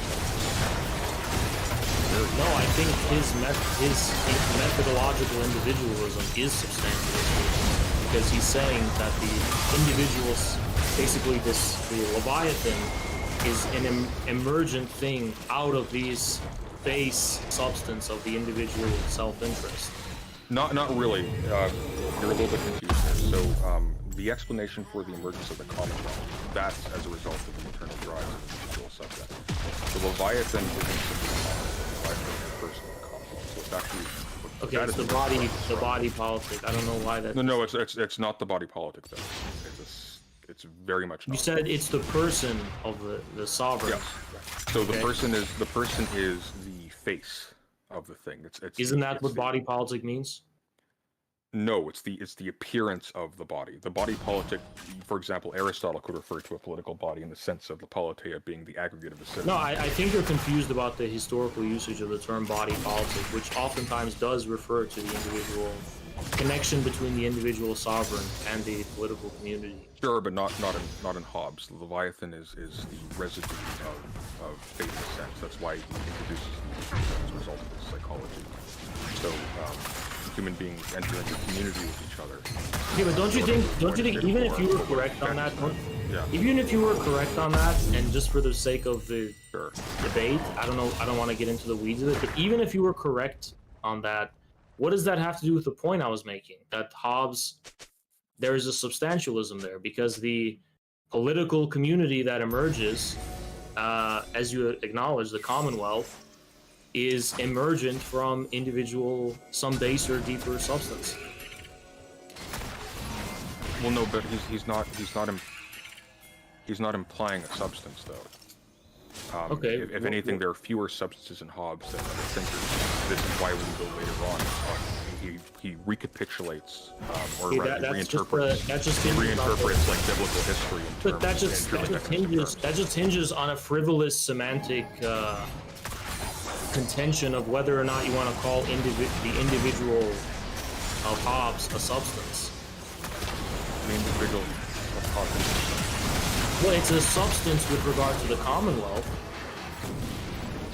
It's the substance of the Commonwealth, as the individual. I mean, if you want to speak loosely, sure, I guess it's like the Commonwealth. Okay, I mean, I think it's really a frivolous point. I mean, isn't it those guys? Well, we're trying to get at like a rupture. I've heard this language before, so it's not ridiculous. I just don't understand what you mean in particular by it. Because it's something we can't really skirt over. This seems. Well, I think the rupture in time is defined by, instead of more kind of cyclical or organic kind of experience of time, you have one that is defined by a strict break from that continuity almost like the year zero of the French Revolution. But it's not only a break in time, it's a more fundamental kind of universal abstraction with regard to reality that reduces the supreme essence of all reality to some kind of negation, some kind of negativity that's devoid of any particular determinate content. Who does that? That is what modernity is, historically. Well, sure, but when you say historically, like you're isolating that to a determinate point. So where's the break? That I think that's a very theoretically contentious argument among theorists in general. Like, when does it all begin? As someone who has an approach coming from the dialectical tradition, I don't think you can locate only a specific point, one specific point, just a transition from quantity to quality.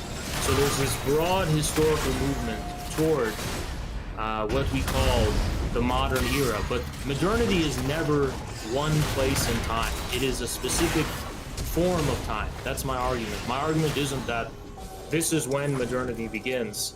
It's just that there is a specific form of reality or time or okay, but the problem though, yeah, so it's the problem. Like, for example, modernity is the distinction between the pre-modernity and the modernity is a distinction always happening. It's not just something that happened once and then we're postmodern after that.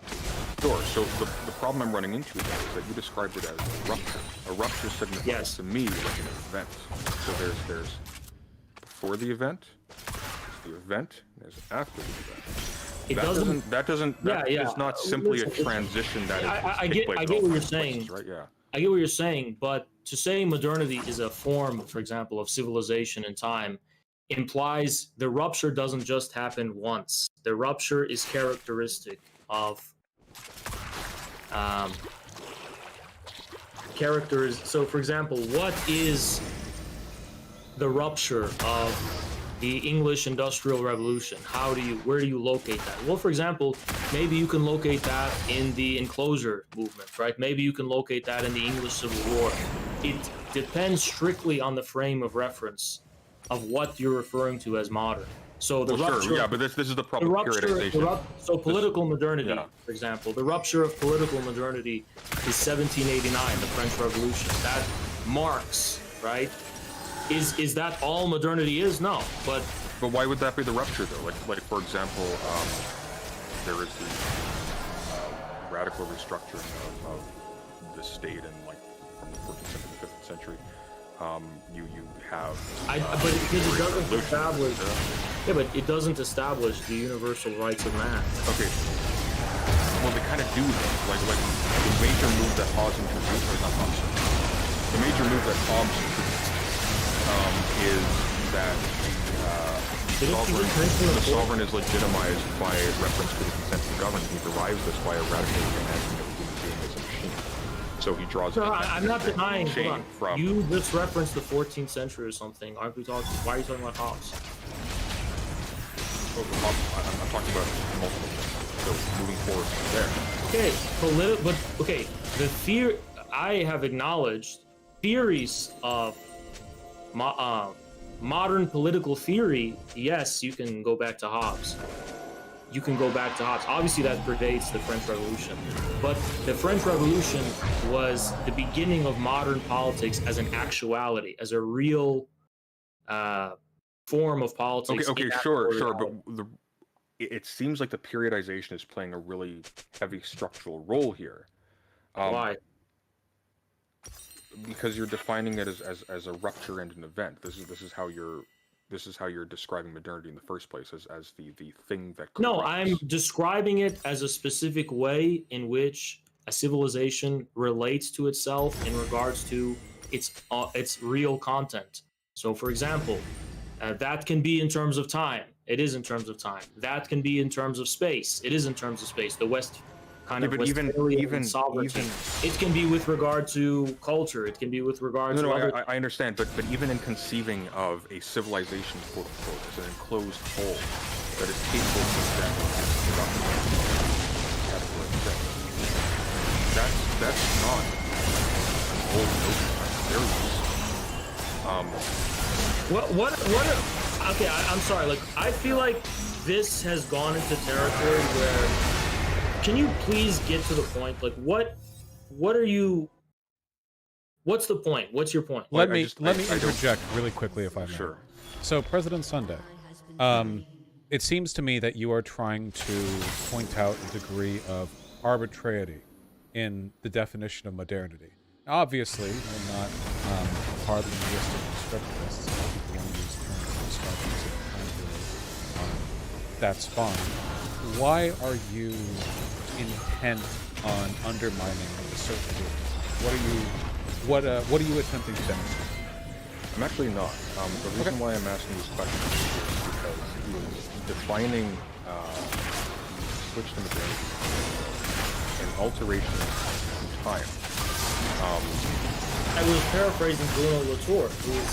The reason I invoked Latour is because I didn't want to get into I wanted to basically, okay, you understand the fact that it's acknowledged by people who you would consider to have authority and credentials that modernity can be characterized as a rupture. These are qualities and attributes that are commonly and conventionally attributed to what modernity is. So let's get to the point. Well, yeah, but that's from the present tense. We retrospectively categorize these things as being modern and pre-modern based on different criteria. But you in particular are referencing a rupture in time. No, time itself. No, I'm not. I'm just paraphrasing. By the way, Latour's whole argument in his book is we have never been modern. That's the book. But all I'm saying is this is how he paraphrases it. Now, I didn't know it would be so contentious, but what do you think are the stakes of that contention? So, but aren't we supposed to debate about theory? Like what? Well, your theory, so I'm asking you clarifying questions to understand where it is, like what are the building blocks of your theory here. So when you introduce, for example, the idea of opposite already being corrupted by modernity, I don't know what. Yeah. Okay. So let's go back to left and right because that's what this is about, right? So all I'm trying to say is that both the left and the right take as their premise some kind of abstract, universal form of politics. It is literally that simple, right? And I'm saying that it's commonly thought that the right represents the ancient regime. But the problem with that is that by the time the historical right emerges, the first form of which is the Thermidorian reaction, which was within the bourgeois revolutionaries, the right, even if it appeals to defending the ancient regime, it has to do so according to the terms of political modernity.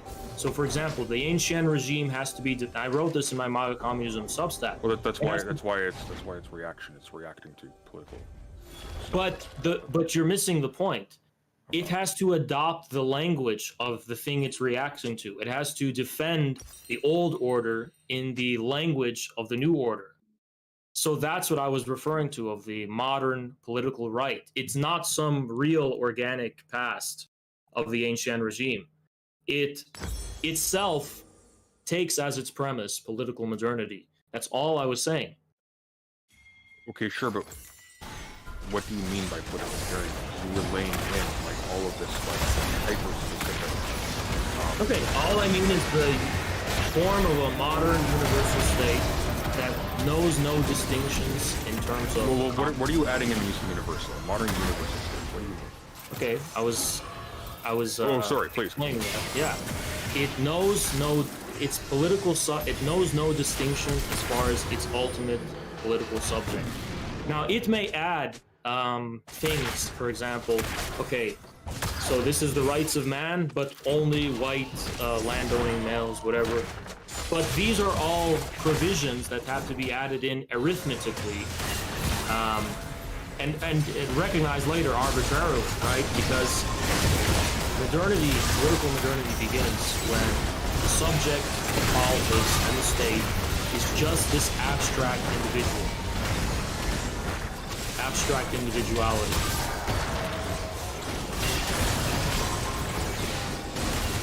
I didn't think that would be contentious. What is the contention? It's not that I have a specific intention. It's that in the course of giving a description of these things that form the building block of your theory, of your entire political universe, you introduce things that you do not really define. Okay. Or if you do define them, you define them in terms of things that beg like just a massive amount of specification. Well, I mean, still have no idea what you mean by the thing was, so I have to explain this to you. The buck has to stop somewhere as far as where we can come to an agreed upon understanding. So most people who don't intentionally want to be pedantic would recognize, okay, I get what you mean, Haas. Political modernity is this universal modern state. So I agree with you. I agree with you. I agree with you. But I have to point out. But I have to point out, it is you who has written, quote, partisanship can also be defined by a specific Hegelian sublation of established political distinction representing a type of political subject, interpolated by a new form of universal state that the Hegelian empire polarity or determinate global. Okay, sure. And okay, you want me to see why I'm a explain little bit that? lost here, please.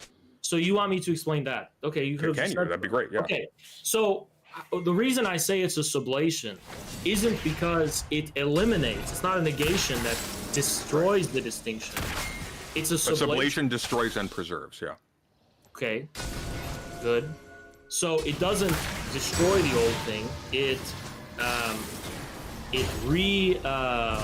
recontextualizes it, is another way to look at it, into a new form. So the partisan, I argue, for example, resolves the contradiction that gives rise to the right because of its telluric. It's rooted in the deeper order of real life. The modern right attempts to contrive some order, some logic based on universal political modernity to justify hierarchies, to establish the relation between people to things and other people, right? Okay, but telluric in this case doesn't just refer to the rural, right? Telluric refers to yeah, but even Schmidt makes it clear. Yeah, but Schmidt makes it clear what relation the partisan, owing to their telluric character, has to the rural masses. Okay, because he's talking about. See, I have to give this context. Schmidt was a German who was fighting partisans in World War II. So his theory of the partisan was made from the perspective of a guy who was engaged. Sorry. He was part of the German state that was fighting against. He was the principal political theorist of the Nazi state. Yeah, but he had some post. I'm pretty sure he occupied some post in the German state. But he was making that text from the perspective of the Nazis who were engaged in theory of the partisan is long after this. Theory of the partisan is after. Okay, can you just let me finish? Sure, go on. As I pointed out, Schmidt's theory of the partisan was made from the perspective of the Germans engaged in counter-partisan operations. How do I know this? Because as I argued in the text, he only defines the partisan negatively with regard to how it forms an opposition to the state. That's not strictly positive criteria.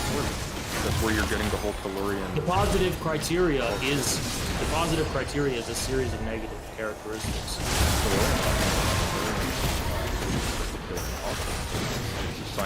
No, it's not. Tellurian could be easily identified, for example, from Schmidt's perspective, as being outside of the urban logistical center of operations. Yeah, but I mean, you could do that against the urban as well, in the positive state.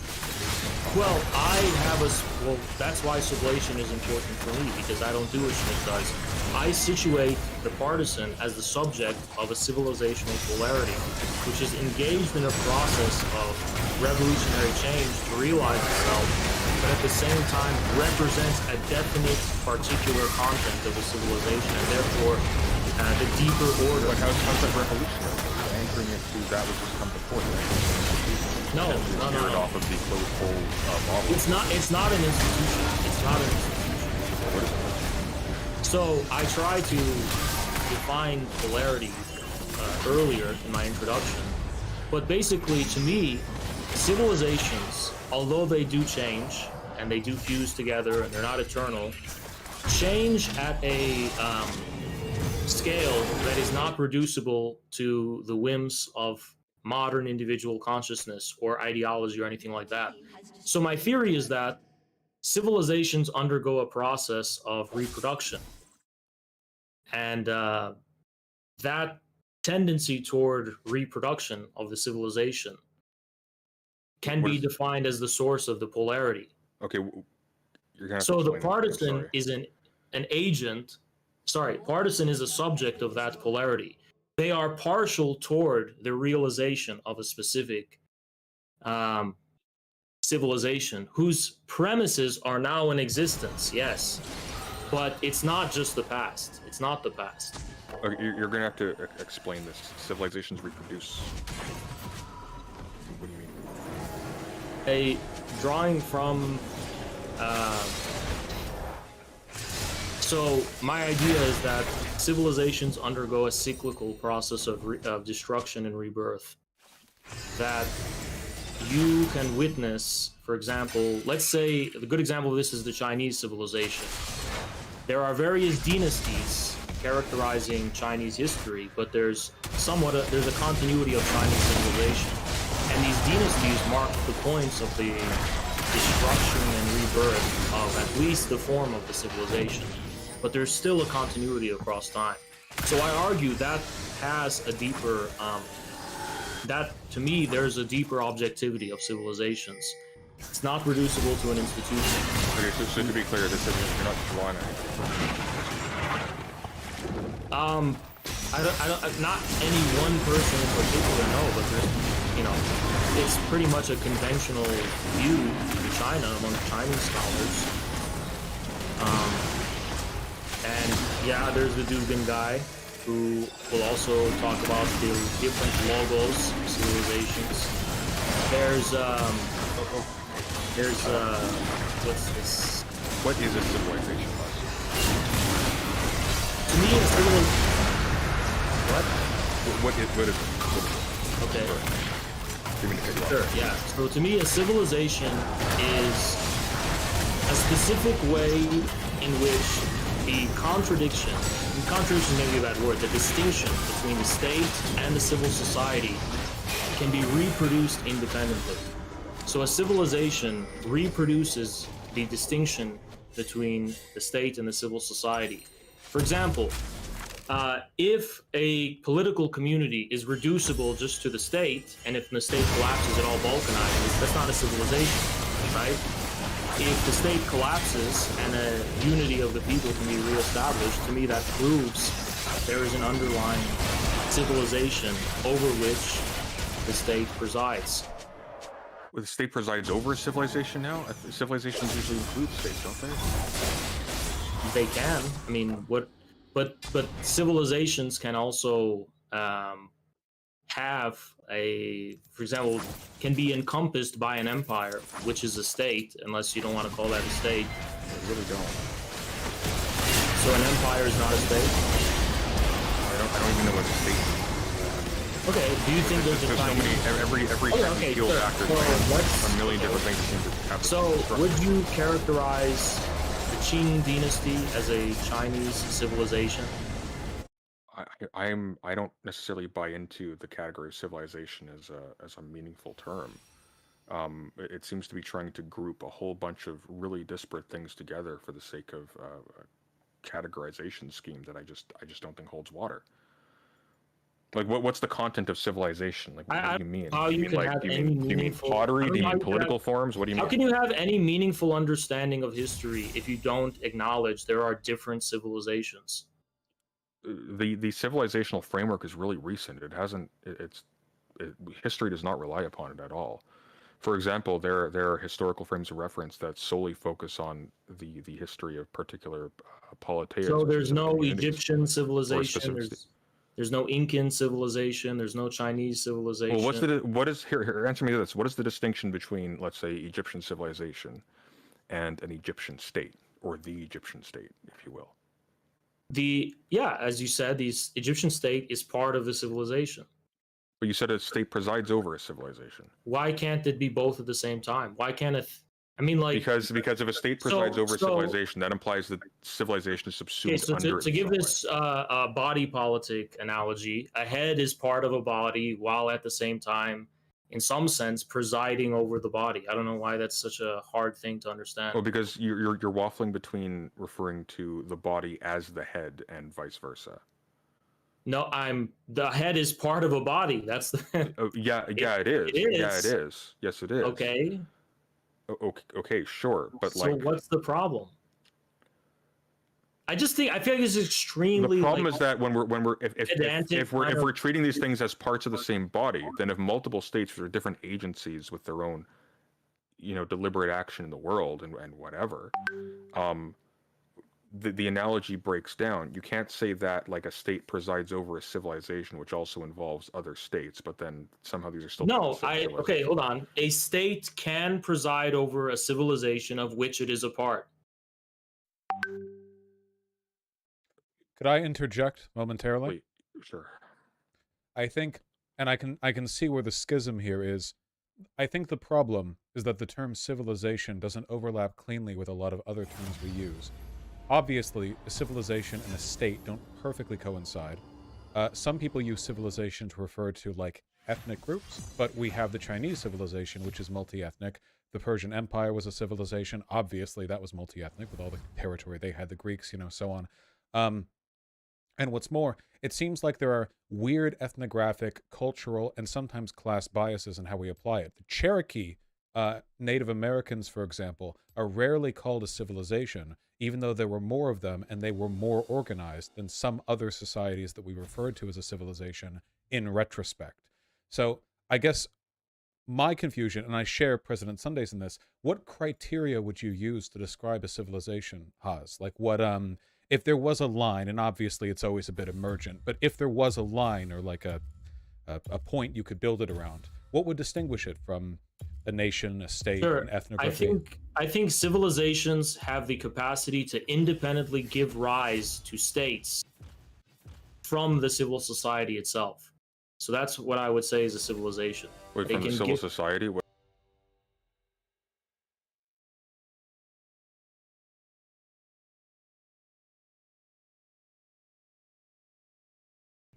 that an even more fundamental political contradiction pre-exists that between universality and particularity, state and civil society, human and nature, etc., which is internal to the abstract form of political modernity itself. Both the political left and right take what Latour calls the rupture in time of political modernity for granted. The political left is revolutionary wing of modernity, representing the abstract form of change. The right is its conservative wing, attempting to derive a definite political logic out of this modern process of purification, situating people in their rightful place with respect to objects in the case of private property, and with respect to other persons in the case of various hierarchies. So modernity implies a paradox or internal contradiction that pre-exists and arguably engenders the division into left and right. On the one hand, it implies a revolutionary change. On the other, Oh no. I guess I could just talk about whatever because I don't give a fuck. I realize a little bit more why Max and Lev thought that their thing was gonna end my career. I didn't know this, but one of the girls that had been fucking with him just DM'd me tonight. She's like, "Oh hey, just so you know, I told Max that like everything was fake, by the way." And I was like, "You just did that now?" So I think he did have one story in there that probably made me look really bad, but he didn't know. I thought he knew already that all of those were fake, but one of the fake ones was still, I guess, like holding on. And now he's like saying he's gonna like consult a journalist to see if he can publish what she said, even if she doesn't consent to it. What did she tell him? I think she told him something like how I told her like I'll only promote your stream if you like trade me nude or something like that. It was some wild fucking story.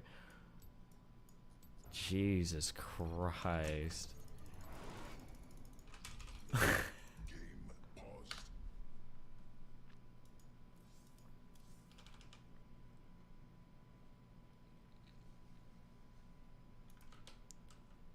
I'm trying to think of how many girls have told him bullshit, and if everybody's like come clean yet. That's got to be such a weird position for him to be in. But I guess, I mean, he was holding out and ready to publish. That must mean that he was holding out and ready to publish his story all the way to the end with zero corroborating evidence whatsoever. Because he asked her for screenshots and stuff, and she never provided anything to corroborate anything that she said. I guess he was ready to go ahead and publish it anyway? Name her? No, fuck no. He might in his article, I guess, because now he's like threatening her that he's going to include false, false stories to throw him off the trail. And he's like, aren't you worried it's going to damage your professional career? Oh my god. Jesus. 30 seconds until minions spawn. It also implies a new order and form of preserving itself. In the aftermath of the French Revolution, various thinkers attempted to resolve that contradiction in some kind of end of history, such as Hegel, What is his Kojève, face? and most famously Fukuyama. Oh my god. But none of them were able to anticipate our current multipolar world. My basic argument is that the contradiction has to do with the political subject of policy. Fuck me.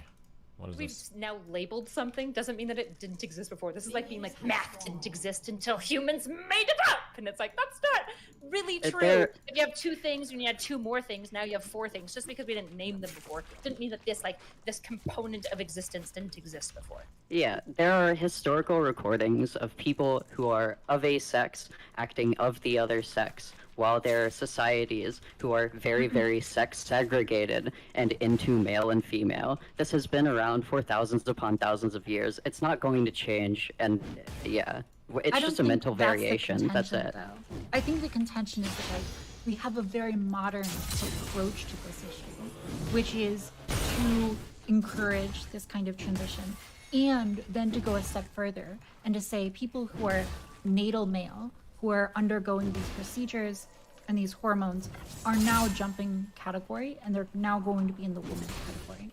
If you look at any historical culture, that's never been the case. And so we can look at all of these ancient cultures where you had gender non-conforming people, and sometimes they were in spiritual positions, sometimes they were well respected, sometimes they adopted certain roles of women within the culture.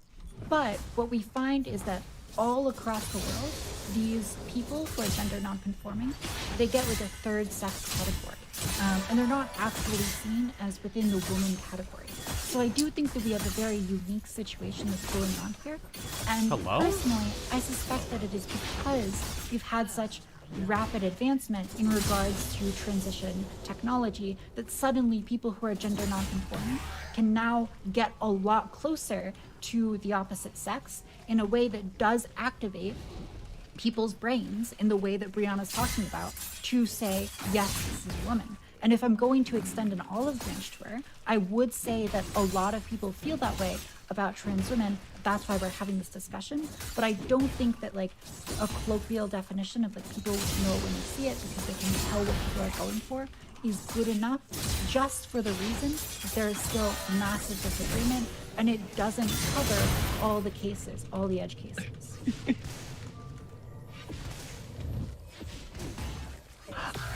Okay, so actually, if I can comment on the kind of natal male thing. So the way that I've kind of been understanding sex recently is that there are sort of testosteronized characteristics and there are estrogenized characteristics. We recognize the estrogenized characteristics as female, we recognize testosteronized characteristics as male. There is a primary sex characteristic which can come out as male because of the testosterone wash, but the vagina Oh god, the hormone wash. Is this a wash viewer? There's an estrogen wash, as far as I understand, unless I'm completely wrong on that. And it seems as though to measure people by female or male at birth seems... I'm just trying to understand, when you're saying estrogen wash, are you talking about gonadic dropping and how yes, vaginas, okay, so I'm just trying to... Yes. They're just using a term they heard Vosh use that I've never seen in any paper I think ever. Everyone would just say it's feminine, right? And penises are masculine by nature, right? Even though you're right, vaginas don't require necessarily an estrogen watch. To get the opposite of a vagina, you do need this testosterone thing to be baked in for the gonads to drop a penis. And a penis You don't recognize synth? Is that actually synth? Oh, Okay, so I feel like they've changed I would challenge. Right, I would challenge this by saying there's a very clear difference between a testosteronized penis and an estrogenized penis, and a testosteronized vagina and estrogenized vagina. They quite literally smell different, and testosterone creates a specific smell that is specific to testosterone. Estrogen creates a specific smell which is specific to estrogen. These things seem to resemble each other more and more based on the hormones which are within it. So are these things really male or female in their inherency? So if I give if I start with and say I inject that being full of estrogen, what are they going to look like? Say I had a baby. I have The no idea. amorphous blob pops out, and I inject it full of estrogen. What's gonna happen with this? Assuming it has like human DNA, it would grow breasts and it would like have estrogenized skin. It would have all the secondary sex characteristics that estrogen brings. It would have all of these characteristics that we identify as female. Sure, and assume also during prenatal, like, it gets those high levels of testosterone. Which gender would it grow up as? A vagina. Right. So like once that was born, what sex would we identify that individual, that lump of cells as? Right. Okay, so I don't like this like identification of birth. I don't think that it's useful. I think that you can have a vagina and it does not. I mean, she was clearly asking the sex of the thing. Yeah, Yeah, since sure. biologically, Okay, it's useful, okay. right? This is useful, right? We need to be able to, at birth, be able to identify whether something is a sex or not, because that's going to list Sure. a whole host of experiences biologically that matter. So what sex would we assign it? Okay, so I think that this is more in depth than just looking at the genital, like outside externality. Yeah, I injected all of estrogen. Well, okay, so all it has is estrogen, so 100% would never have testes that were descended or undescended. It would be assigned female at birth. Well, Yeah. That took a long time to answer. I'm sorry, No, my brain did not work. I had to get all of the I get it, details before I could do the fucking stupid calculus, okay? No, I get it. So I agree with you. I'm not actually. Oh my gosh. I'm not really sure. That's a lot of words to describe. I think the nuance is there. It's just fundamentally when we come down to it, when we put a finger and we call that, we as a society assign that term, right? Female, and it probably predicts all of these collections of things together, predict whether something's going to be assigned female at birth, like 99% of the time. And there are things that fall Sure. outside of that, but like I don't know if rejecting sex is useful. Like I don't. Okay, so I don't reject sex in its entirety. I reject like kind of the characterization that we give it now. We don't base sex on a lot of complex characteristics. We kind of just look at genital externalities, and then people might have fucked up puberties like 12 years later. And maybe it's 1% of the population, but we didn't identify that at birth, and now they have fucked up puberties, and we had no way to account for that. We have the medical equipment to identify these things. We just don't. And people could be treated for these things very early in their life, and could be informed of these things very early in their life, but we don't do it. Being intersex And it's like a huge problem. Yeah, being identified as female would always be better. But the reason that we don't do it is because the heuristic is correct like 99% of the time. Right? The heuristic that when they're born with a vagina that they're probably female is correct 99% of the Sure. time. Which is why we don't implement all of this extra cost, because 99% of the time, all this cost that you're amounting to just like test its gametes and its genes and whether testes are there and all these sorts of things is so ridiculous when the accuracy of the heuristic alone is so good. Yeah. You know, I'm gonna say something that may upset trans Twitter. Taff, you may like this. You know, I find the discussion that we get. There are a lot of trans activists on Twitter that seem really, really focused on like abolishing the idea of gender, or like I think many of them, to what you're saying, Kyla, they would really, really, really want to abolish that. And we can't assume anyone is a gender until later in life, and just let them express themselves. And I just have to say, like, I grew up in a red state, and I think y'all don't know how insane that sounds to most of the country. And I think if you're trying to get cis people on board with a functional framework for trans dignity and trans access to healthcare, we got to back up and get back to basics. Like, I know trans Twitter is having like a graduate master's thesis on gender, but the rest of America is like stuck on like, how can a woman have a penis? So I think we've got to get a lot more back to basics as far as healthcare. And I think a lot of the messages that the trans community insists are true. I can just tell you, it's completely unsellable to vast parts of the country. I think it would be much smarter if we focus more on the freedom argument and said, like, look, this is a private decision. Someone should have the ability to do what they want with their bodies. As far as children, this is a medical privacy issue between parents and children and doctors to make the best decisions for themselves. They should have the freedom to do this without the government getting involved. I just think we need to resort to better messaging here, because I think the trans community overall is on course oblivion with the way we're presenting the arguments to the public. Yeah, we're making like 1,000 neo-pronoun tweets, and like we're losing Jesus. healthcare in fucking I know, states. We're like I know. losing our healthcare. There are people fucking fleeing states, I know. like fleeing states and going to different states because we're losing our healthcare. And we're like posting about fucking xenogenders and like It's neo-pronouns crazy. and how It's important crazy. it is that you don't misgender someone with. God, it fucking hurts. But that logic train you're on doesn't line up with what Brianna's saying. Yeah, it does completely. It's completely. What are you talking about? You just misunderstood her. No, if you're wanting private individuals to be able to dictate their own things, I mean, if you take government out of that, that includes schools, that includes healthcare. That's not includes what a lot of it's- No, other things. no, You can't no, just say, education. "Oh, ignore There's me so on much to this be said side, about but that. shove my mentality into this other aspect. You can't have it both ways. I mean, I think the reason why we're so concerned about defining gender is, I think that for a lot of people, defining trans women under the category of women is how they justify like trans women's right to do certain things, which I think probably is not the way to go. I also tend to lean on the side of freedom. I'm not going to sit here and praise the Nazis for whatever they did, because I think that adults should have the right to do with their body what they will.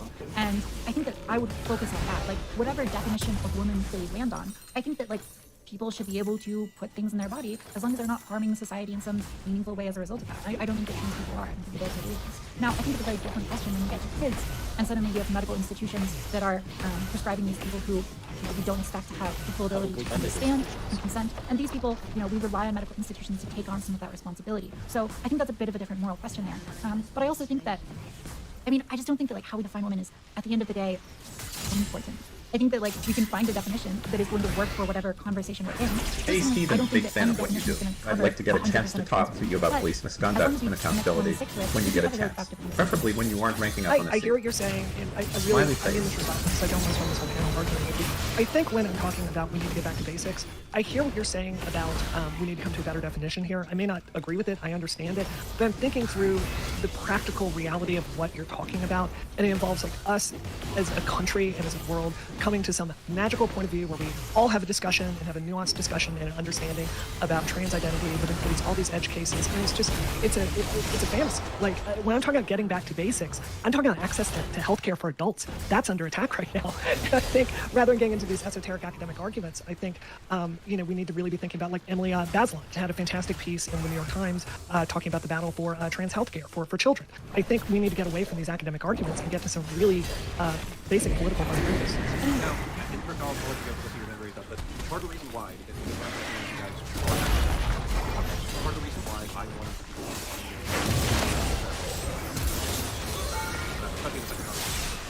what should adults be able to do versus what teenagers should be able to do, what's the age for convention, etc.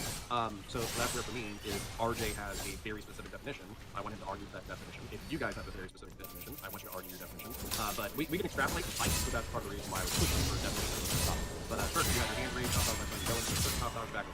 Yeah, so I want to go back to Brianna because maybe I misunderstood what you were saying previously about the going back to basics. We need to have a personal level understanding of what you're doing, and it needs to be private. There was some sort of private something in your conversation that didn't clear up for me. But when it comes, let's say we get public healthcare, public option, government provided healthcare. Does a trans individual get to have that sort of healthcare lumped into it when the majority of Americans don't support that type of service going into the public version of healthcare? Do you have any sort of source for the majority of Americans not supporting that? I don't know how you're supposed to beat these guys. I have no fucking idea. It's so stupid. And that's why I'm trying to be good faith. I hear what you're saying. For clarity, and it's I'm posing the question because that most Americans, I don't know. We probably don't agree with providing those types of treatments to that type of a community. Is that something that we would need a special edge case? What sort of policy work would we need there to cover that?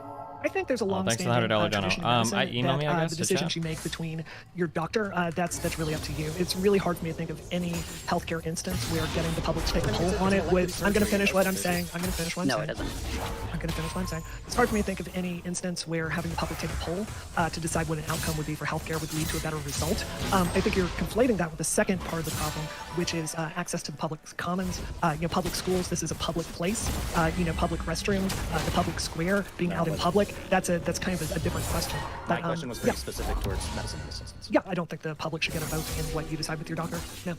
Okay, well, unfortunately, that's not the way the medical system works because the insurance provider gets to dictate what treatments are allowed, what's in network, what's out of network, and insurance companies are private. What? Yeah. If we have a public option, right, then we have to go and negotiate with the public option. What is provided? Are you talking about Canadian healthcare? Are you talking about Canadian healthcare? No, I'm not Canadian. Just Canada sucks. Sorry. I'm talking about the United States. This is forthcoming public option. Sure, there's a very good framework we can talk about this, and that's the bans that people are suggesting for childhood transition. That is the public weighing in on this complex medical issue in a way that is medicine by democracy. And I think that if your position is that the government should have insight into that. I don't know what your position is. I work in tech. I'm expecting you to have self-respect. Right. The majority of people disagree with this. Do you think that should change how medicine is run? If the majority of people disagree? I believe if we were going to have a public option that Americans pay through tax dollars, yes, my tax dollars should be represented by somebody that has similar values as I do. So what about the extent to which tax dollars go to things like medicine or to funding hospitals or... Yeah, I mean, that's how it currently works. Mm-hmm. Yeah, it is. I think, generally speaking, I was talking to Kyla about this. We've actually been talking all week, and I'm hoping at some point we can get into the studies that we both spent so much time reading today. But, there's a real battle over healthcare issues here, and the science is really pointing one way, right? So if I go to, I can't go get plastic surgery and have my Blue Cross Blue Shield in Massachusetts pay for it because that is an elective surgery. I think there's a growing consensus among healthcare providers and doctors and experts, even though these studies are not as good as they need to be, there is a growing consensus that this is life-saving, important healthcare. And I think because of that, it's really no different than diabetes or menopause or something of that sort. It's just healthcare. Yeah, I'm getting minor FFS from Blue Cross Blue Shield myself. Like, I don't know. These are like actually medically necessary. When I look in the mirror and I want to like not have fun thoughts about myself, and it like happens every single day. Like, yeah, sure, because I can recognize where testosterone necessary for your particular. No, I absolutely did not. No. I did not make it medically necessary. The person who fucking forced me through fucking male puberty told me there was absolutely no other option. That was the person who made it medically necessary. Because now whenever I look in the mirror, I see all those years of testosteronization. I see that dehumanization that I went through for 7 fucking years. That's what I see. That's why it's medically necessary. And it's trauma. Yes, no, there isn't. Kirk, can I ask a question? I'm curious, how do you feel about private things like psychotherapy and stuff like that, like for treating anxiety?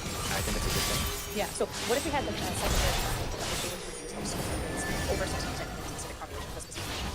I think psychotherapy, because I know where you're trying to go with this particular instance is going, is a good thing, and I think we should try to not go through these other types of medical options that are not actually good. I think there's, I'll walk that back a little bit. It could be that in instance, what you're choosing to do is the right choice of action for you. I think there should be a more heavier emphasis towards the psychiatric or mental aspect of healthcare rather than going towards straight to this other option.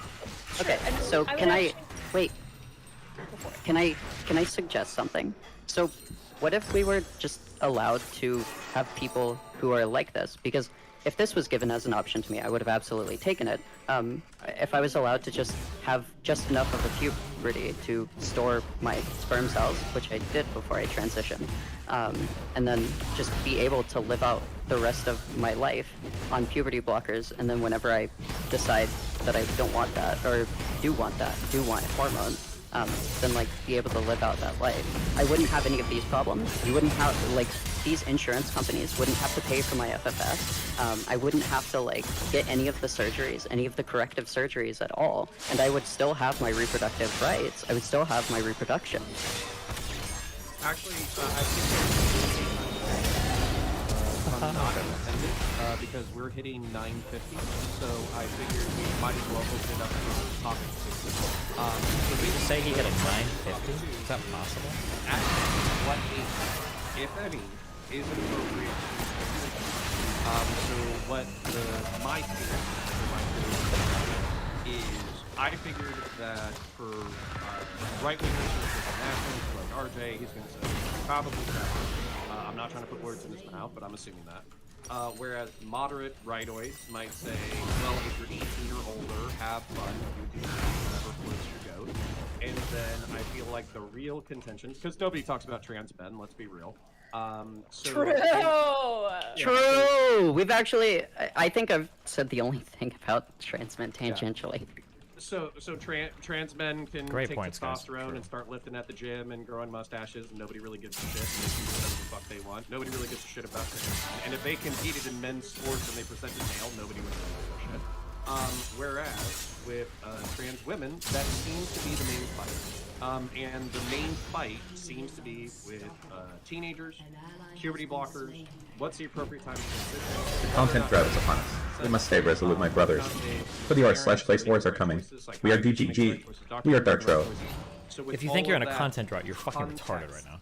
And slavery I'm gonna do reverse order so we can do intro, so at least maybe we can get some sync our team before spurging out in 10 different directions. So we'll do reverse order.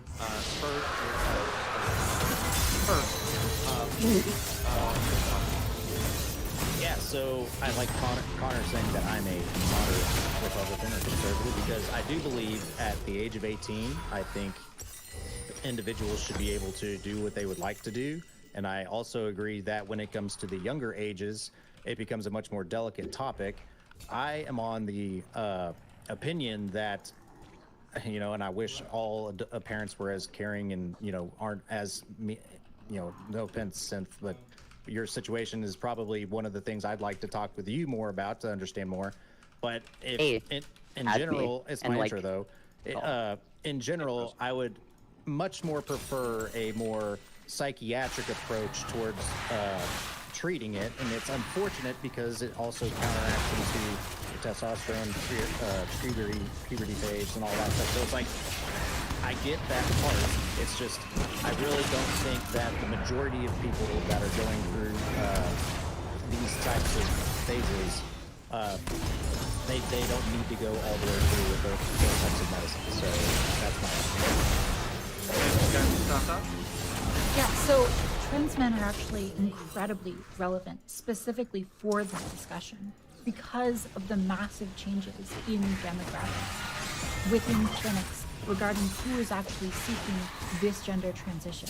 So we've seen in a lot of clinics, they report their data, and they've seen significant upticks in natal females seeking out testosterone. There's a few studies on this. There's one that looks at like various US states, there's one that looks at California, and we see this pretty much across the board. And that is concerning because we are not exactly sure what is causing it. And I think that there is potential risk for issues of social contagion or issues where people are pursuing transition for reasons that are different than previous cohorts. We have more studies on. But the thing is, we don't have a lot of good data for anything. Frankly, we don't have a lot of good data for adults who are transitioning. And for adolescents, it's even weaker. I've gone over a lot of these studies with everybody, and it's study after study with like massive issues in methodology and founding variables, where the effect size is really small, or it's not a representative sample, etc. So it's really hard to tell what exactly is going on here. And in light of that, I do think it makes sense to try to restrict adolescents who are seeking transition. And the way that I would do that personally, if I could wave a magic wand, is require people interested in this to sign up for studies that are going to track them, and they're going to make sure that they are randomized in whether or not they're getting HRT or if they're getting psychotherapy, all of these things, so that you can use that data. And in light of the fact that we don't have a lot of evidence for this being an essential medical option, I think that is probably appropriate.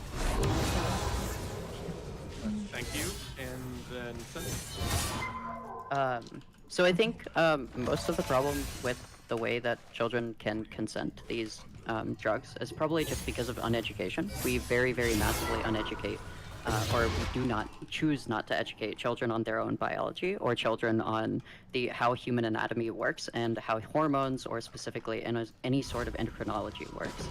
This is a massive problem because we get to puberty and then we have some people, maybe they're only 1%, but they start doing horrific things to themselves. I actually kind of agreed with Kirk. I don't think people should be really easily access to hormones. I think that it should be like a very long time interest. That it should be like something that they have wanted for a very long time. They should show interest in, and puberty blockers should definitely be on for quite a while before they're allowed these things, because they do permanently change your body, whether it is estrogen or testosterone. That's undeniable. The problem is that you can't really unfuck your body at that point if it's fucked to you. And that's where all of the dysphoria comes from. So better education is a very, very, very important thing if we want to resolve this. Yeah, I think what we're discussing here is in large part a minority issue that has been blown up and become one of the biggest culture-defining issues in terms of the type of thing. Influence like social media, so forth, whether I think surgery should be allowed for anyone. I would say no, not at any age, and the issue is because the complication rate is high as 67% in some cases, not all. I think it's rather barbaric to say, yeah, you can go ahead with that practice. Alrighty, Erudite, please. Yeah, so I think as I said, we'll pass if we're wrong direction. I would say the adult studies are a little bit more clear to me. I think we have a lot more robust data about adult populations. The frustration I have, I live on the stream, that empirical black hole, is when it comes to trans topics, I've spent the last 2 days reading literature. I've read probably at this point 30 plus studies, and my pile of garbage research, biased on both sides, was just ever growing. The methodology sucks. It's just terrible. They just do stupid shit, like they just use measures that don't make sense to do constantly. They lump groups together that probably shouldn't be lumped together because the trans community reach a different community. It's incredibly frustrating. And so my concern is moving policy in either direction when a lack of data doesn't mean evidence, right? Not having data on specifically youth doesn't negate the fact that, for example, most of the adult data on life transition is good. It reduces suicidality by a massive margin. Satisfactory. Retransitioning is exceptionally rare. Exceptionally rare. And so it's reasonable to presume from the adult data that this would be somewhat true for youth. But I test it.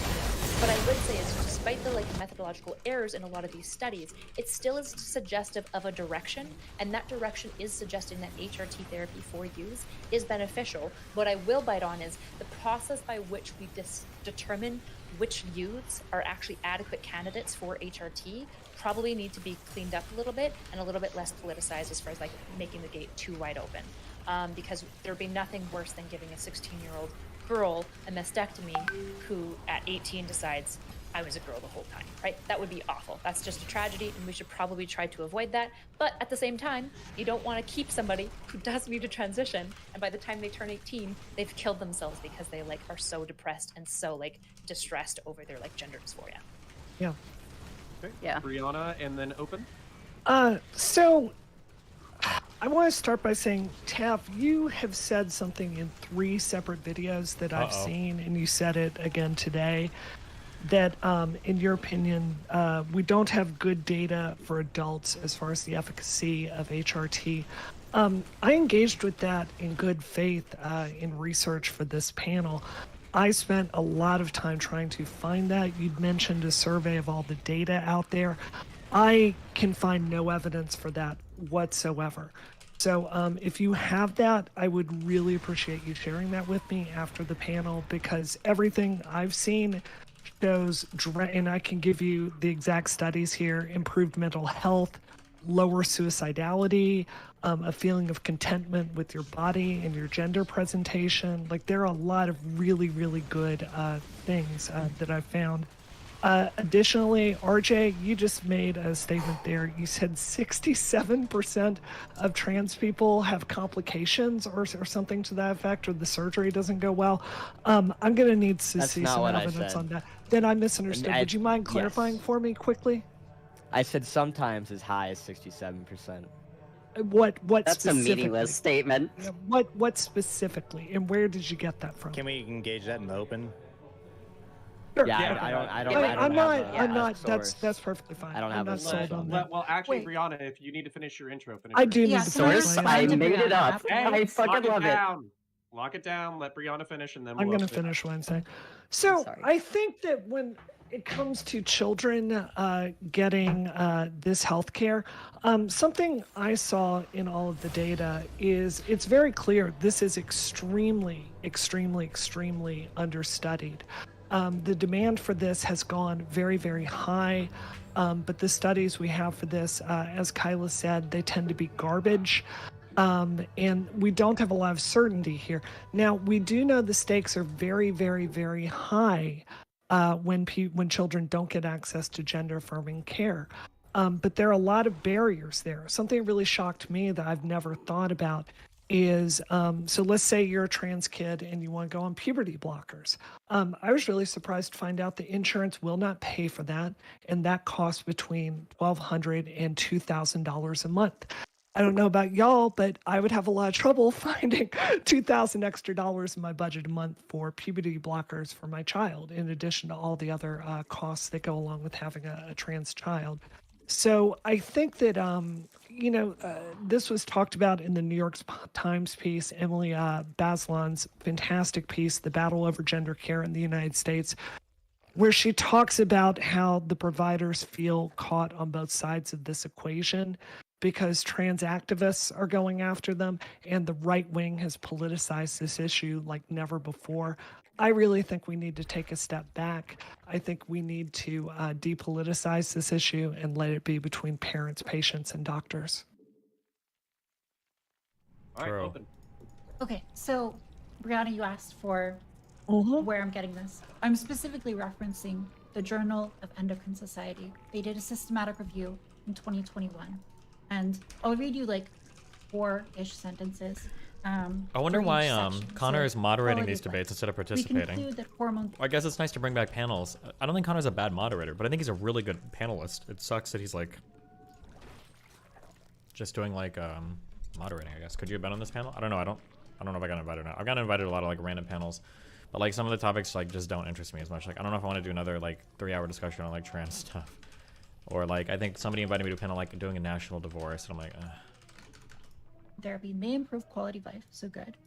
The strength of the evidence for this conclusion is low due to concerns about bias in study designs, imprecision in measurement, small sample sizes, confounding factors with other variables. Depression. The strength of evidence for this conclusion that depression may help, the HRT may help depression, is low due to concerns about study designs, small sample sizes, and confounding variables. In regards to anxiety, the strength of evidence for this conclusion is low due to concerns about study designs, small sample sizes, and confounding variables. Death by suicide, we cannot draw any conclusions on the basis of a single study. They basically limited it to the best studies they could find. And of this one, they said we cannot draw any conclusions. So that's kind of... it's more fun to talk about these subjects people who don't usually do Sure, political but you see this content. elsewhere, Maybe. right? I don't Where know. if we Did you look at a lot of happen? these- Oh, yeah, if we go look ahead. at a lot of these studies, there's big issues. And so I'm not saying there's not a lot of studies. There are a lot of studies, and I think that they tend to point in a certain direction. Particularly with adults, there's more studies, there's more robust data.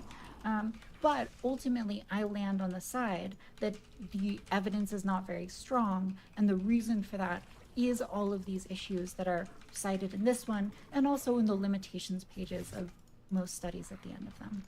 Okay. I hear what you're saying there. I just want to point out there was a major piece in the Wall Street Journal, Washington Post that came out citing a very large study. Kylie, you read Can you this. cite it? Did you 'Cause I find might this have read it. compelling? It was a study basically showing the huge efficacy of this. You're a researcher. I'm a software engineer. Do you have any thoughts on this? In your professional opinion, is there evidence basically? Which study is So, I'm not. I have 30 It was open. Can you referenced link to the over Wall to Street honest? or the Yeah, Because I would one second. probably know the study. I think it's the UK study. I am pretty sure it's the 2015 UK study in the WAPO. No, specifically. this was it was the largest study ever conducted. Is and it was like news in 30,000 people or something? I will find that for you. Or 885.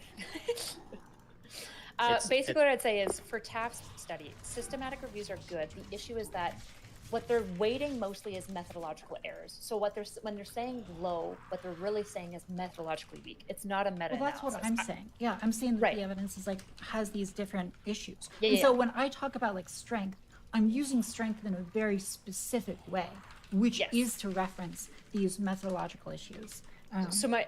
So what my response would be is, I suspect if you did a meta-analysis on the studies that we have, you're right, a direction would emerge. And the direction that would be suggestive is that basically you would find that these treatments are benefiting trans people.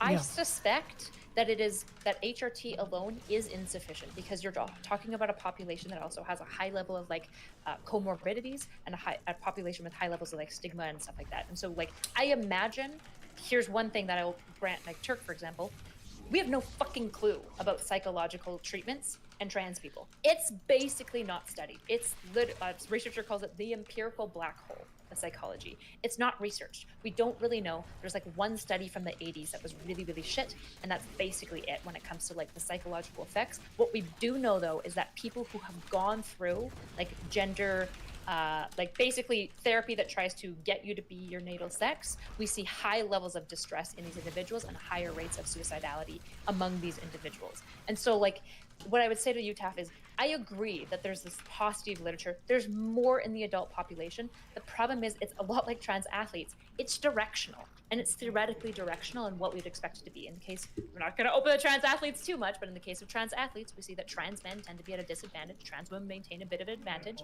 and in the case of HRT for trans people, it's directionally always been suggestive that it does improve outcomes, right? It doesn't vastly improve. It's not like the panacea that maybe is being sold. However, I suspect with increased methodology, we're going to see better studies of it. Because a lot of the methodology that we point to actually would harm our side as far as like the results that we would get in. I mean, maybe. I just think there needs to be more info. But I will also Can I add on to that really quickly? Because this is relevant to your point, Kyla. Something I'm really worried about with these studies is the trans population has changed so much in the last 15 years. You know, I'm in my 40s, and, you know, you'll read these studies, and they're lumping in non-binary people with binary trans people that want to transition, right? So I have huge concerns over this methodology as I'm reading it, that we're even studying the same people that are undergoing the exact same phenomena. Now, I do want to fact check something that you said, Taff, just to give you another perspective. Julia Serrano, who, as you know, she's an activist in this space, she's really drawn some very fair questions about the common claim that the number of girls transitioning has skyrocketed as much as people are saying. She's taken a look at the data. She has some qualms with it. Kyla, I don't know if you saw that, to have a professional opinion if that's a valid concern. But something I believe is happening, this is just my own guess, is I think that because we have a more gender expansive set of language for young people, I think that childhood is disproportionately traumatic for girls than it is for boys. Probably true. And I think that some of those girls are probably trying to escape structural sexism by asking themselves if That's they're trans. such a turf. And to me, oh my the God, answer she just to like that gave. is I don't think we it's need necessarily to be wrong, but like, geez. investing radically in gender healthcare, gender specialized clinics, so we can make really, really sure me till that last anyone that is getting this healthcare really, really meets some very high standards. Just one more fact. I was stunned by this from what I was reading with Kyla ahead of time. Only 71% of people, of these children that are getting basically hormone intervention, meet the clinical criteria for gender dysphoria. Only 71%. That is mind-blowing to me. Maybe there's a reason the clinicians aren't making that 100, but I invite you to go read that standard. It is utterly reasonable. And we need to really, really have a high bar for anyone we're, you know, basically doing a medical intervention on with. Okay, I saw Turk passionately object at the last 10%, and I think I saw Synth make some faces. So I would like Turk to go. I'm very emotive. Yeah. Okay. So like, Yeah, Brianna, I have a daughter myself. She's getting ready to go into this time zone, which is why I resonated with everything you said until you said we need to start treating this with drugs. Sorry if I'm. I didn't say you, that. I didn't but know. it's like we definitely need to be investing into these children's mental states and getting them through that. Not That's exactly what pumping Brianna them said. full of what y'all are debating in these different analyses that y'all are doing. So it's Can like, this is so clear, and Yeah. I'm sorry if I didn't say this skillfully. Let me just make really sure this is understood here. I understood I what think you the said. danger No, I is understood- super high that someone could be misdiagnosed. We have a shortage of experts in this in the country, and we need to continue developing very high standards for intervening with children pharmacologically, and we need to make very, very sure that they have access to experts that can make really sure that this is a good fit for them. Because I think when you really look at it, they're children, they're being rushed through this system because there are not enough providers. And that's in reference to your 29% of possibly misdiagnosed people or people not meeting the clinical criteria for gender dysphoria, which is a pretty low bar. I invite you to go read it. It's not crazy. No, I understood you, and then that's why I provided the other part of the number.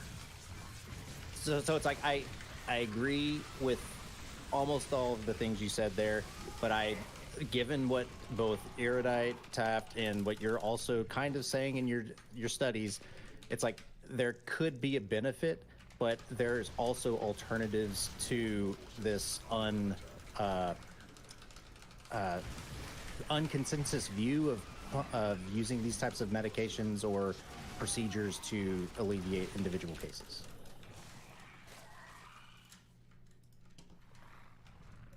I just don't think leaving kids without health care is viable. I think if your child had like my good friend Amanda Winley, she did the voice acting for Evangelion, one of the most famous animes of all time. Her kid had leukemia, right? Very low chance of surviving. He did, and she would have done anything to save his life. I just think, like, if you've got a parent, and because the suicidality is so high for these kids, I think you want to be able to give them access to health care. And I think that's a private medical decision between a parent, a doctor, and a child. I agree. I think that the problem that we're facing, though, here is that transition is being overhyped as this panacea. Yeah.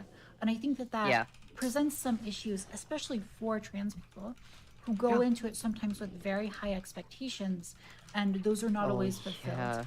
And so I think that, like, if you tell people over and over that you need to get these medications or you're going to commit suicide, I'm not saying that's what you guys are saying, to be clear, but when the rhetoric gets very extreme like that, I think that makes people more psychologically vulnerable, because I think they are no longer viewing themselves as these kind of like robust creatures that really can make it through these things, and there's not really evidence to suggest that like there's going to be this big improvement in suicidality and like actual suicide attempts. So I think there is actually. No, there isn't. There's all the studies have like major issues, and especially on the issue of like actual suicides. That's like usually the weakest part of the data. But yeah, so I think that the messaging is really irresponsible here, and I think that there do need to be certain structures put in place that we get this more studied, and I don't think that that's going to happen unless we have this coordinated response, which I do think probably requires some sort of government intervention here. Soon. I was just gonna agree with you. I think that we're selling the wrong transition. Like, we're selling the models. We're selling Blair White and Buck Angel and, like, people who transitioned in puberty. Like, we're selling these things, and the vast majority of trans people are transitioning post-puberty. The vast majority of trans people don't have the privilege of transitioning whenever they're early enough to avoid the other puberty.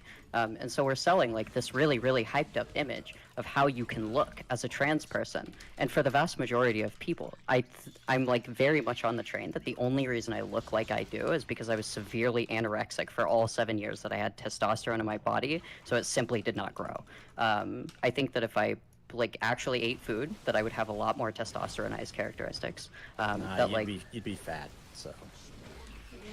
No, protein maps onto a lot of things like height. No, yeah. So like there are a lot of things like I was very, very malnourished throughout my puberty, and a lot more people don't have that.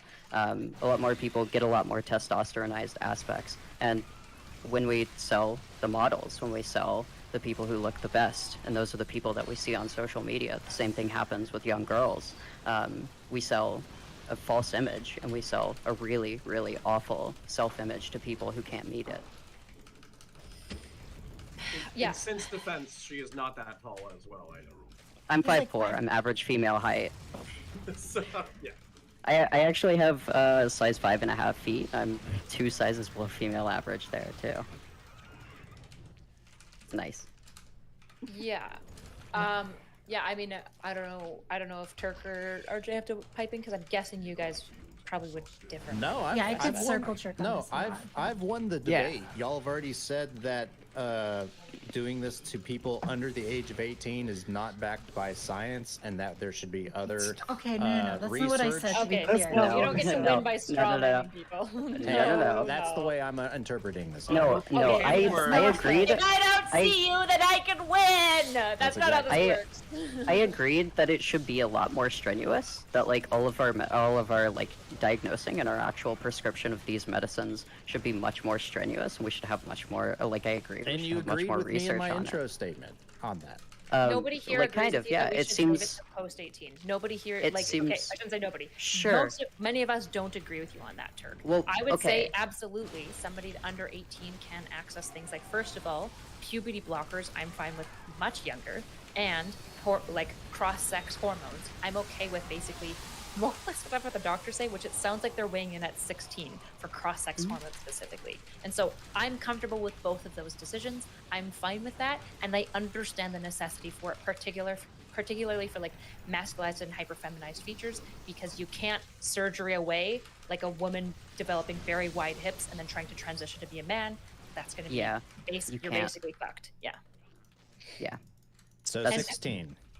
Yes, because here's the thing. Well, there's if, no if we all agree that gender is a Yeah. performance, hold on. If we agree that gender is a performance, right? To some extent, then we're saying if you want to transition, you need to perform well. And the issue is we can't then say, and we're going to do everything we can to limit your capacity to perform well. So you're just going to be fucked for the rest of your life. You're going to be sad, and no one's going to think you're attractive. Fuck you, trans people. That's unironically the logic True. right now. Right? True. And I don't want that. And at the same time, I agree with like all the criticisms of like this, like the trans community treating it like a panacea and being like, everyone will look like Blair White, or passing doesn't matter at all. And it's just like, both of these things don't make sense together at all. Yeah, Ever. yeah. I agree with the criticism. Oh my god. I'm So not the- agreeing with you, Turk. So the data doesn't necessarily reflect your position, but your position is that because you believe that that should Okay. be the case. Summarize for me what you heard me say the data says. You believe the data says it points in the right direction.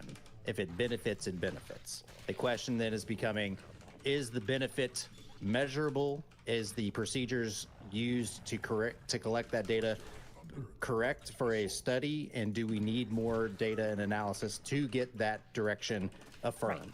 So just to be clear, the important data that's not being brought up here is the data to suggest that specifically transitioning children is harmful to them. And when it comes to that data, there is basically nothing. Almost all of the data is suggesting some benefits to them, right? Even things like cognitive performance Some on benefit. puberty blockers. Yeah, specifically the psychological benefits, right? So there are negatives to being on puberty blockers, like things like body mass index will increase, and it's going to affect like how your bones develop, fucking obviously. Like there are negatives to being on puberty blockers. The issue is that the lack of evidence, right? The fact that there's a gap of evidence here isn't evidence that it's bad to put kids on these medications at all. Like it is in no way evidence of that. In fact, while it's weak, all of the evidence and the theoretical speculation that we have is directionally in what I am talking about. And so like it's possible a major paradigm shifting study will come out that's done really fucking well, and it turns out that putting kids on puberty blockers is really bad, and like 40% of them regret it, and there's girls with mastectomies running around everywhere that are crying because they just want to make breast milk, right? This is possible. But unless that study comes out, all of the data that will continue to come out is most likely going to be in my direction without some major paradigm shifting study to shift that. That's what I'm saying. And You that's need just how you feel extraordinary about it. evidence. No, you would no. This is how science works. You would need extraordinary evidence at this point to massively redirect the direction of what we think transitioning is doing for transgender youth and adults. I mean, Taft, you could probably echo what I'm saying. It sounds like if there was substantive enough data that was collected properly, had a significant enough sample size that goes counter to what Erudite's beliefs are here, that would be a completely feasible outcome. Well, okay. So I think when we look at, and when I say that the evidence is weak overall, I'm really talking about like all of these methodological concerns, right? So I'm saying there's confounding variables and issues with study design. But I think that when you look at these studies, when you dig into them, Oof. you'll find that like there Oof. is an improvement in like reported rates of depression. So like people report less depression after going on HRT, or when you compare you know, kids who have gone on HRT versus kids who want to go on HRT. You'll see like benefits. The question is like, is that a representative sample of people, or is there another issue? For example, the kids on HRT are also getting therapy, and that's explaining it. So I think what Erudite is saying to you is that like the evidence that we have does point to it being beneficial, but there's just issues with that evidence. And so like, if it was like, I don't really expect there to be a study that shows there's like a significant negative effect on mental health. That would be quite surprising to me. But I do think that there are other issues, right? So like, there are concerns that if you give a child puberty blockers or you let them socially transition, that will cement a gender identity that is otherwise fluid and might change later. So you might be unnecessarily medicalizing this kid when they could just revert back to identifying as their natal sex in the future. And so we do have like some like napkin math evidence for this. And we also have some like indication that there might be a changing demographic structure to people who are transitioning. And that brings up concerns about social contagion, which hasn't been disproved yet.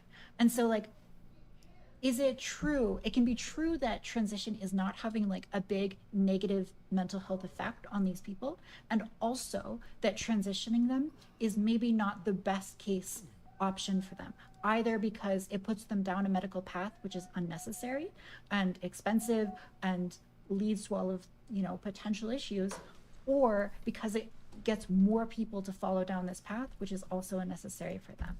And so that is why personally, I think that there could be a little bit more restriction in this area. On Twitter, I said that Republicans were more in line with the science for wanting to ban gender affirming care. I think that that's what the kids call a bad take, because that is not really correct. And I was talking out of my ass there. But what I do think is true is that there should be like a little bit more scrutiny on this. And I do think that's what the evidence suggests. Can I bring this back to some reality, like some real concrete policy issues here?